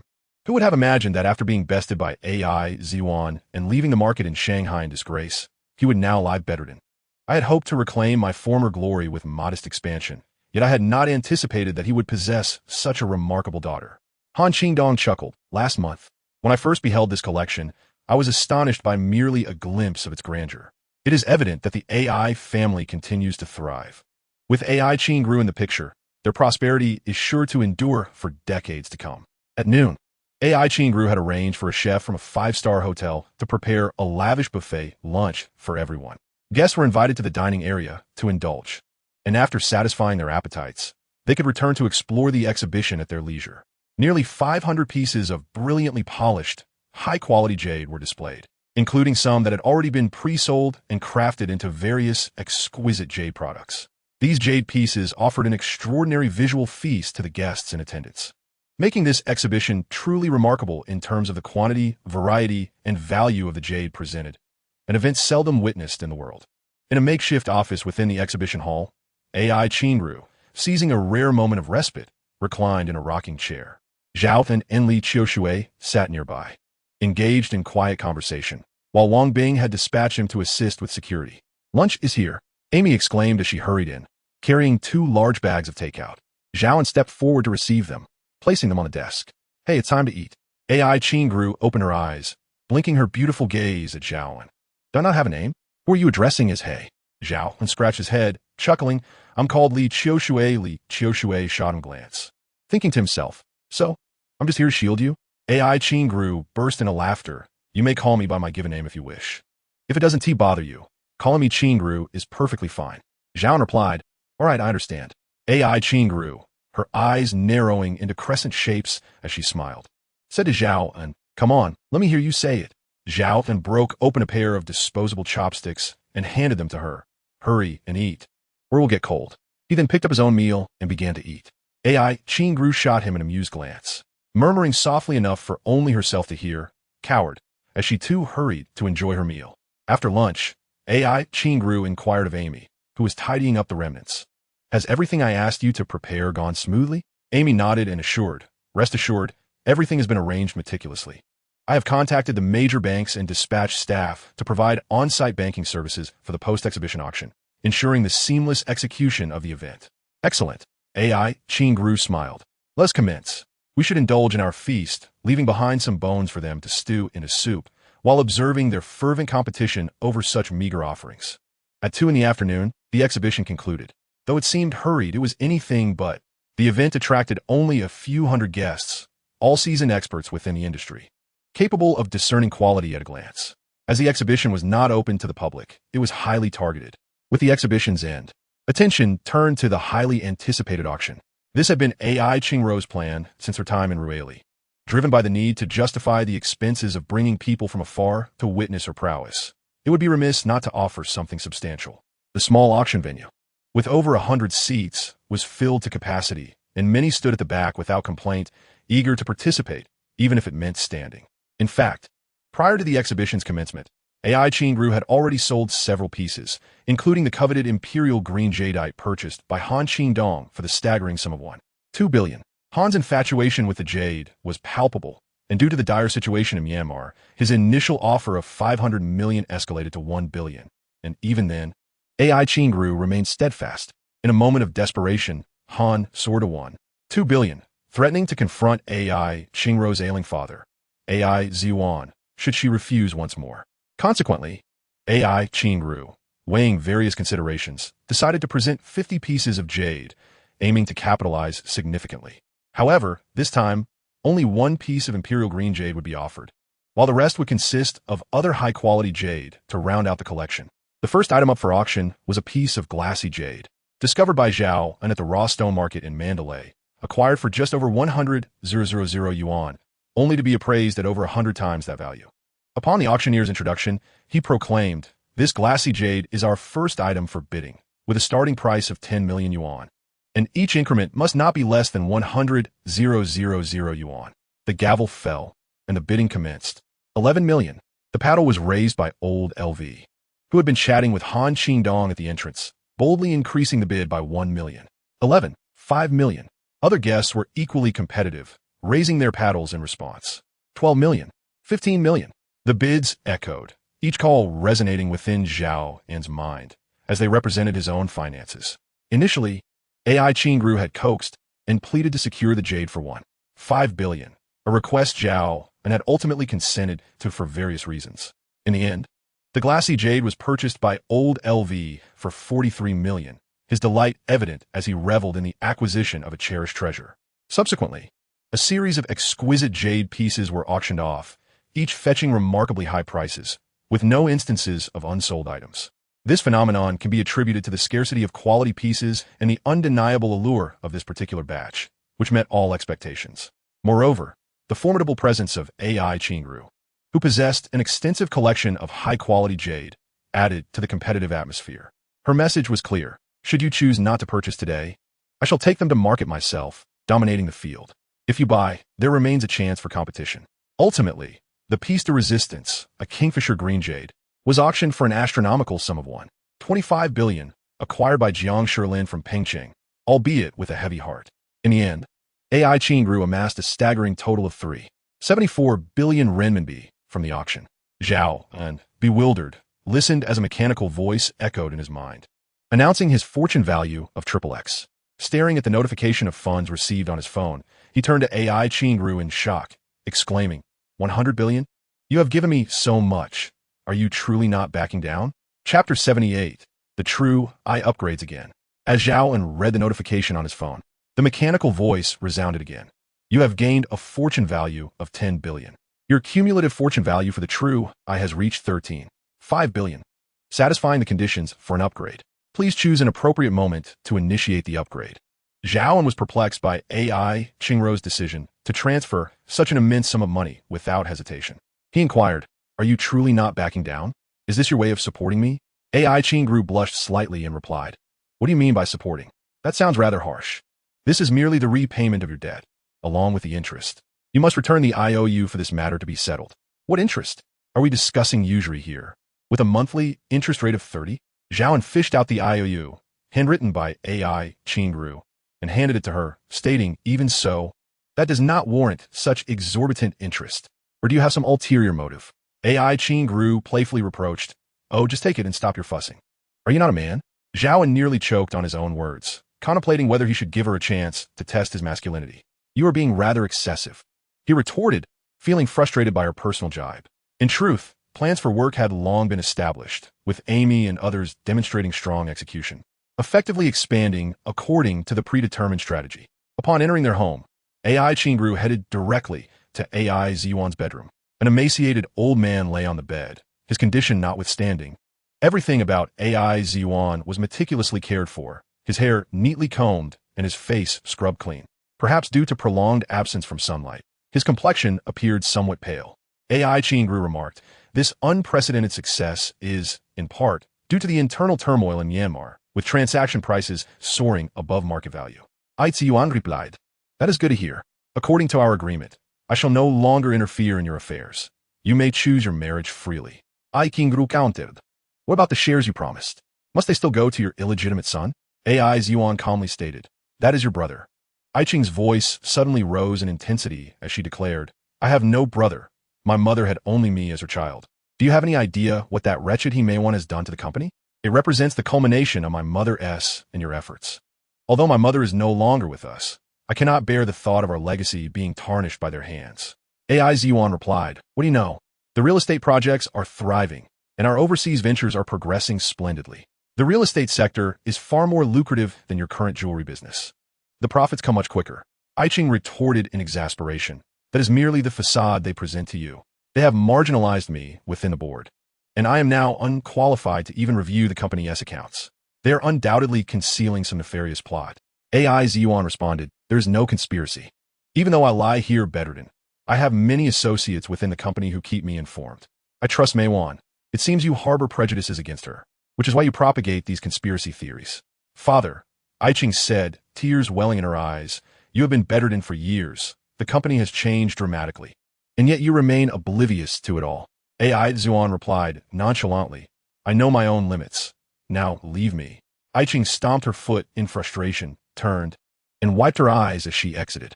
Upon leaving, she encountered a man resembling a steward and said, "He Guanjia, take good care of my father. If anything goes awry, I will not spare you." He Guanjia smiled gently and responded, "Do not worry, Mississippi. With me here, the chairman will be safe." It was evident that he Guanjia had been with AI Ziyuan from the beginning, continuing to address him with the same respect as before. Zhao An closed the door to the room behind him, opening his left palm to reveal the ethereal, radiant true I embedded within. The true I, now akin to its previous form, had an upgrade option available. The description for this upgrade indicated, upon upgrading, the true I would double the host's overall physical attributes, enhance the active skills, healing art, clarity art, and weakening art. The daily usage limit would increase by 1, and new active skills, ignition art, and purification art would be added. Undoubtedly, this upgrade would strengthen the true I's capabilities significantly.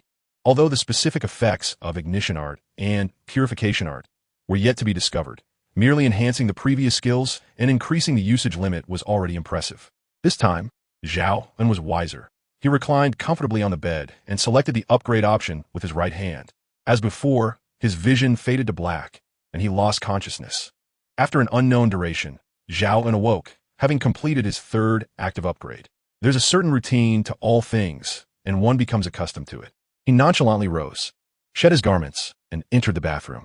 While showering, he examined the changes in the true I. The true I cannot be perceived or examined by any external entities.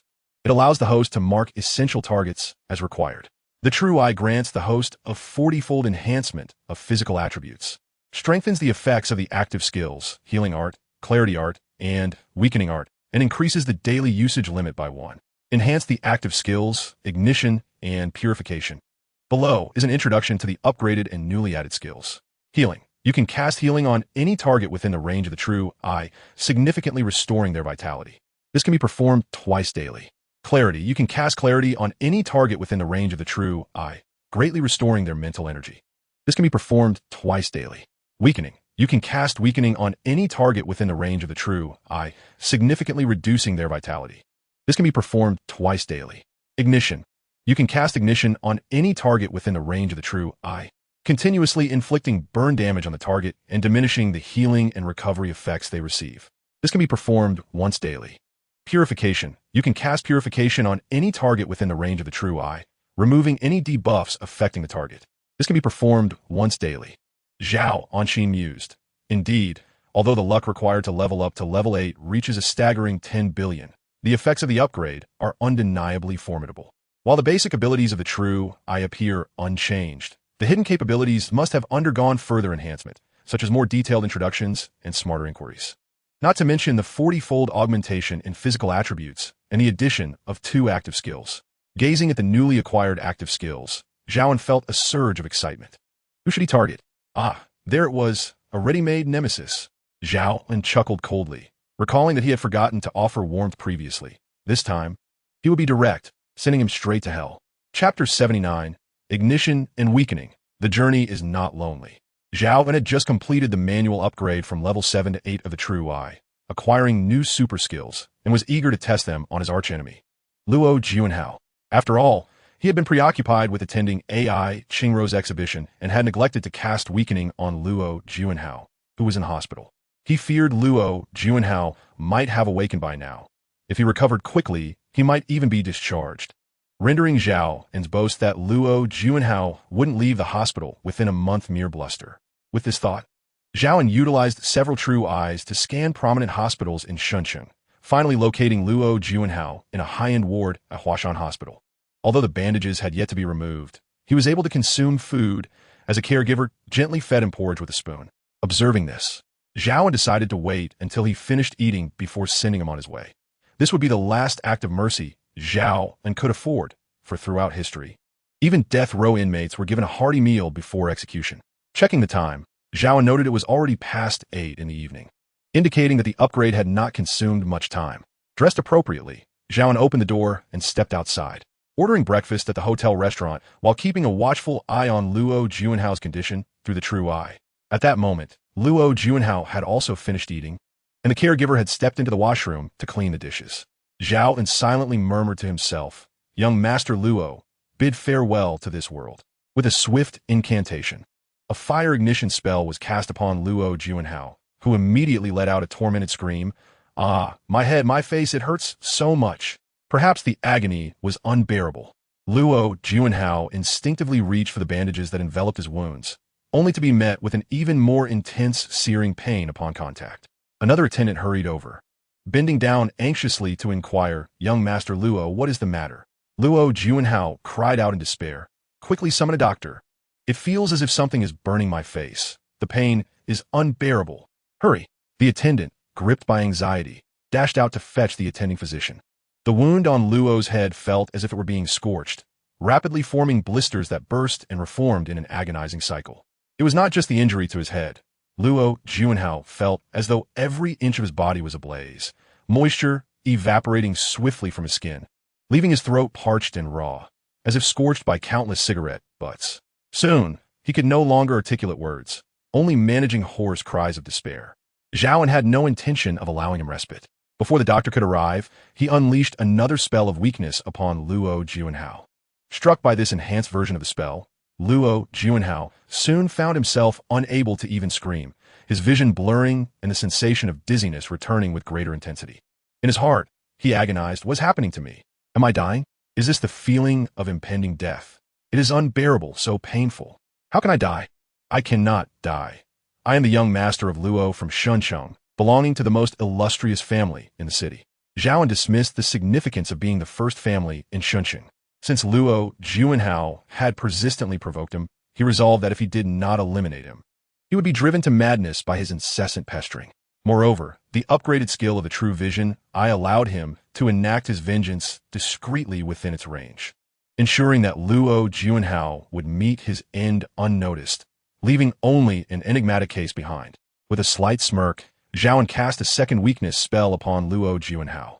Instantly, Luo Juanhao found himself immobilized, his thoughts sluggish, enduring the scorching pain in silence, unable even to muster a struggle. Just then, his attending physician arrived, only to discover that Luo Juanhao was on the brink of death. The doctor hastily examined his eyelids, revealing bloodshot eyes, with the sclera appearing dry and scorched, as if burned by some unseen force.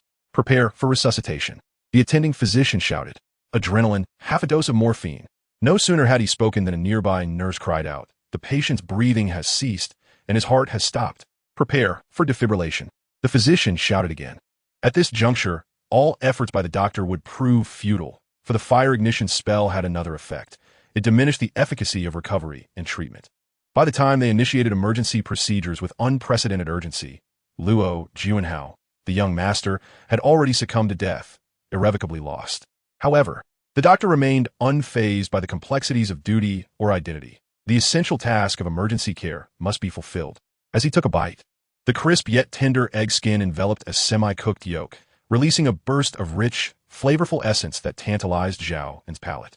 Nodding in approval, he acknowledged the dish's excellence.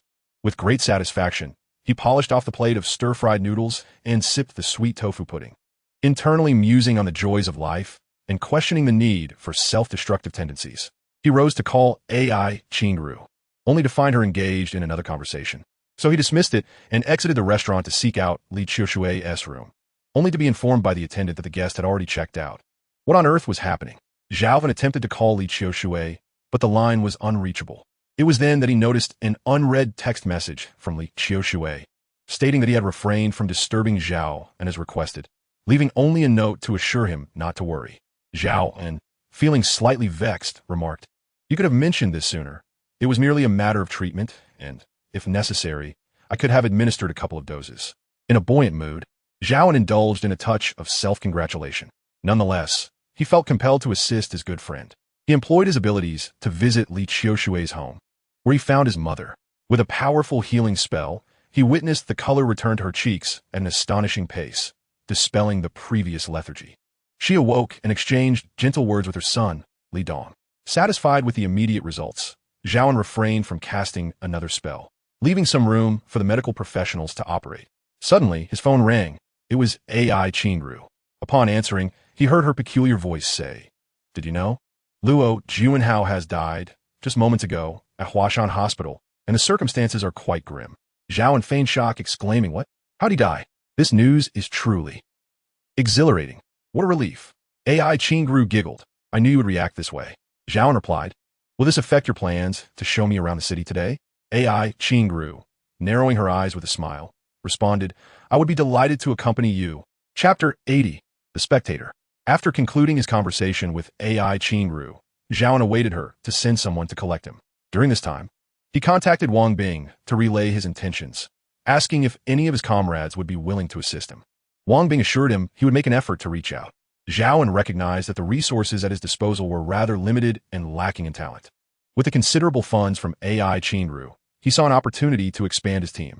After making a call to his family, Zhao An learned that Zhao Desheng had purchased a house in the county town and was in the midst of renovations. Zhao An chuckled, "Father, had I known earlier, I wouldn't have worried so much. A house is a necessity. When one has the means, why not invest? If we toil for wealth yet refrain from spending it, what meaning does our hard work hold, right?" Zhao Desheng, in good spirits, replied, "I understand you have money now, but remember, wealth should not lead one to forget their roots. It is vital to engage in charitable deeds and accumulate virtue. That is the true legacy." Zhao An smiled and asked, "By the way, have you managed to obtain your driver's licenses?" Zhao Desheng retorted, "I don't need your reminders. I'm in the process of getting them." "That's reassuring. Make sure to visit Jiangcheng soon. Your future mother-in-law is eager to meet you." Zhao Desheng inquired, "Did you mention you were dating?" Zhao An was taken aback and responded, "Did I not mention it? Ah, that's not of utmost importance. Just focus on your work. Enjoy your life as a wealthy man." With that, he concluded the call, reminding them to reach out when they could. Once the call ended, Zhao An wiped the sweat from his brow, thinking how close he came to exposing an oversight, forgetting the delicate situation. Fortunately, it was nothing grave. His relationship with Li Ziyuan was not something to hide, having already met her parents, who were quite open-minded.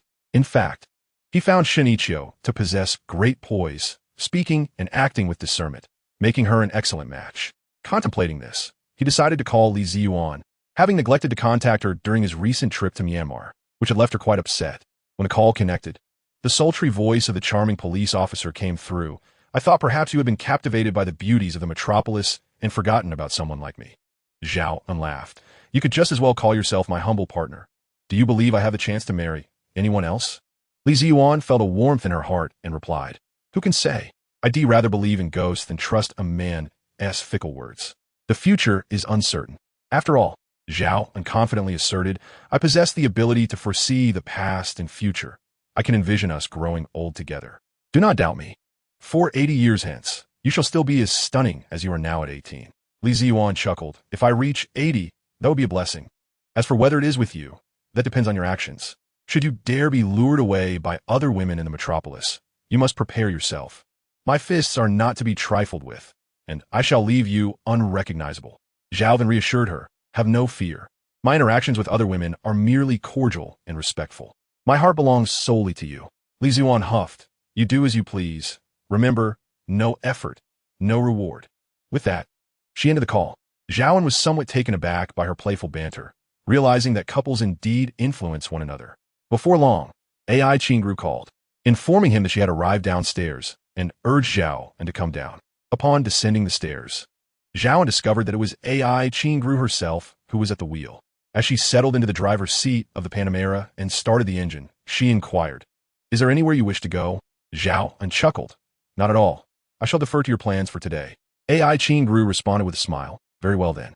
The Panamera meandered through the city until AI Qingru directed the car to a marina where several yachts of various designs were moored. Upon exiting the vehicle, an attendant approached AI Qingru and presented her with a key, saying, Miss AI, the yacht you reserved is ready for departure at your convenience. Observing her take the yacht key, Zhao An expressed his surprise. You can operate a boat as well? I assumed you were solely adept at driving cars. AI Qingru shot him a sidelong glance and replied, They provide comprehensive training, and I obtained my yacht license as a side endeavor. It's not particularly challenging, though I rarely have the opportunity to navigate. I did take Amy and others out once when I first acquired my license. Following AI Qingru to the dock, they boarded the vessel, where staff assisted in untying the ropes. AI Qingru inserted the key into the ignition, powered up the yacht, and set sail with Zhao An. What impression did the sea leave upon him? The azure sky, the fluffy clouds, the cerulean waters? Zhao An mused that the scene would be even more delightful with a bikini-clad beauty present. AI Qingru navigated at a leisurely pace, and Zhao An, seated beside her, watched as the gentle breeze tousled her hair and caressed her face, utterly captivated. AI Qingru glanced at him and asked, Is it beautiful? Zhao An replied with a grin. Indeed, can I not look? AI Qingru smiled softly and said, Even the most exquisite exterior is but a facade. May I discuss something with you? Zhao An encouraged her. Feel free to speak. There's no need for such formality. AI Qingru continued, If one day I resign from my position at the AI Corporation, I would like to come to you with Amy and the others. Would that be acceptable? Zhao An laughed. What? Abandoning your role as the heiress of a billion-dollar conglomerate to seek refuge with me? Surely you jest. AI Qingru sighed. The billion-dollar corporation? It's merely a facade. I had hoped that the jade you could help me find would demonstrate my capabilities and grant me the opportunity to lead the AI Corporation, but now. Zhao An shifted to a more comfortable position, adopting an amused expression. Do elaborate. I am quite keen to hear. AI Qingru rolled her eyes at him. I would rather not divulge. The AI Corporation embodies a part of my mother's legacy, and I never intended to witness its downfall. Yet now, I feel utterly powerless, painfully aware of its burgeoning issues while being unable to rectify them. Zhao An chuckled. I'm still puzzled. Are you not an executive director? I Qingru clarified. I am merely the executive director of AI Shang Jewelry, responsible solely for the jewelry and jade business. The affairs of the AI Corporation remain under the control of AI Lianya's mother. However, I sense that even she has lost her grip on the corporation, which is why I am concerned. Zhao An pondered, now understanding the intricacies of the power struggles within the affluent families, realizing it was indeed a substantial drama. Chapter 81. The tiger harbors malicious intent. Observing the helpless demeanor of the beautiful woman before him, Zhao An felt utterly powerless. Each family tended to its own affairs, and he had no interest in meddling in the disputes of the affluent. With a smile, Zhao An remarked, "I believe that with your capabilities, even outside the employ of the AI family, you would thrive splendidly. Why not liberate yourself and embrace your authentic self? Perhaps your future accomplishments will surpass the 10 AI enterprises combined."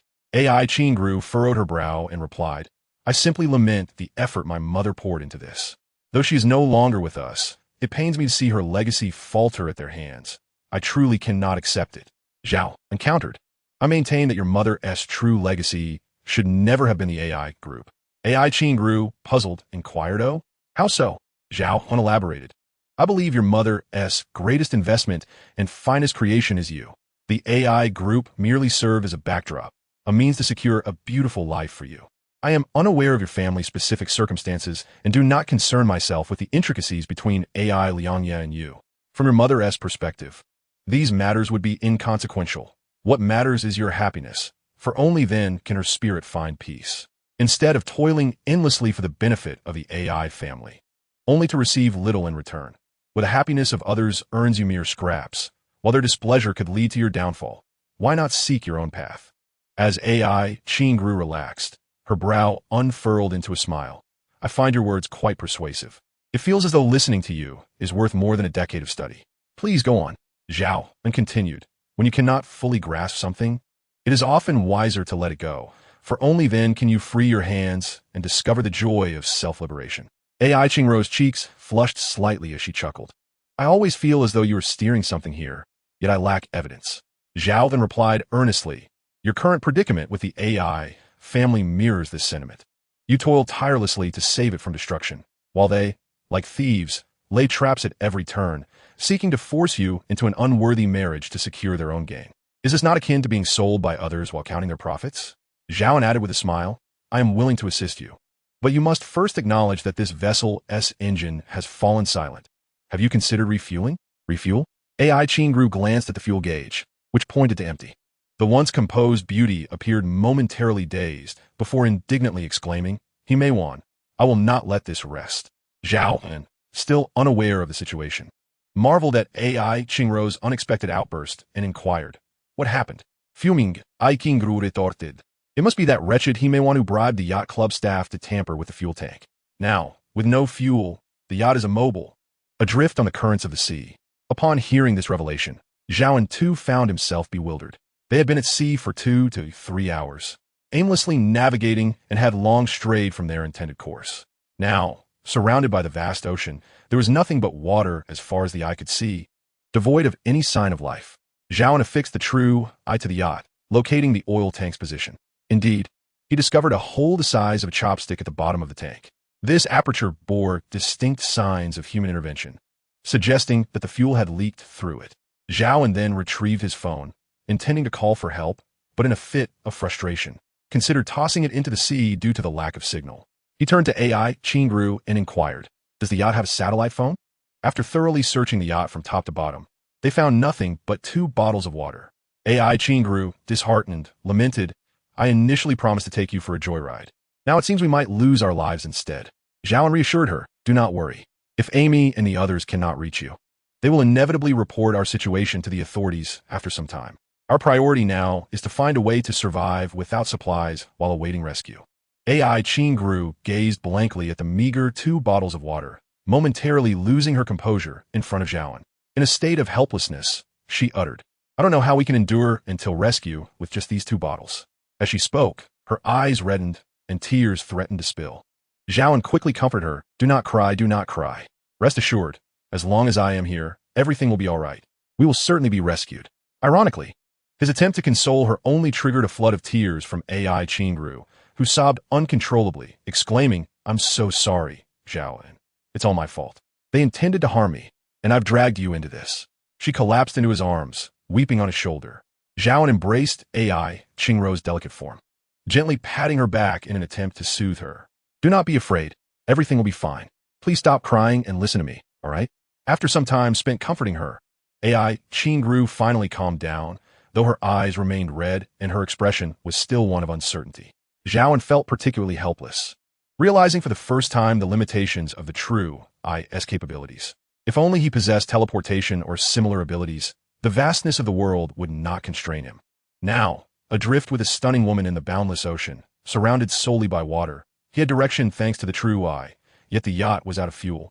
Rendering navigation impossible. Suddenly, Zhao An spotted a small island in the true eye's field of vision and turned to AI Qingru, asking, "Can you swim?" She hesitated before responding. "I can swim a little. Why do you ask?" Zhao An smiled. "That's good to hear." After approximately half an hour, the island fully emerged into view. Zhao An presented their options. "Now we have another choice. We can remain on the yacht and await rescue, which has the advantage of GPS, increasing the likelihood that the rescue team will find us. However, the yacht lacks supplies, making survival difficult.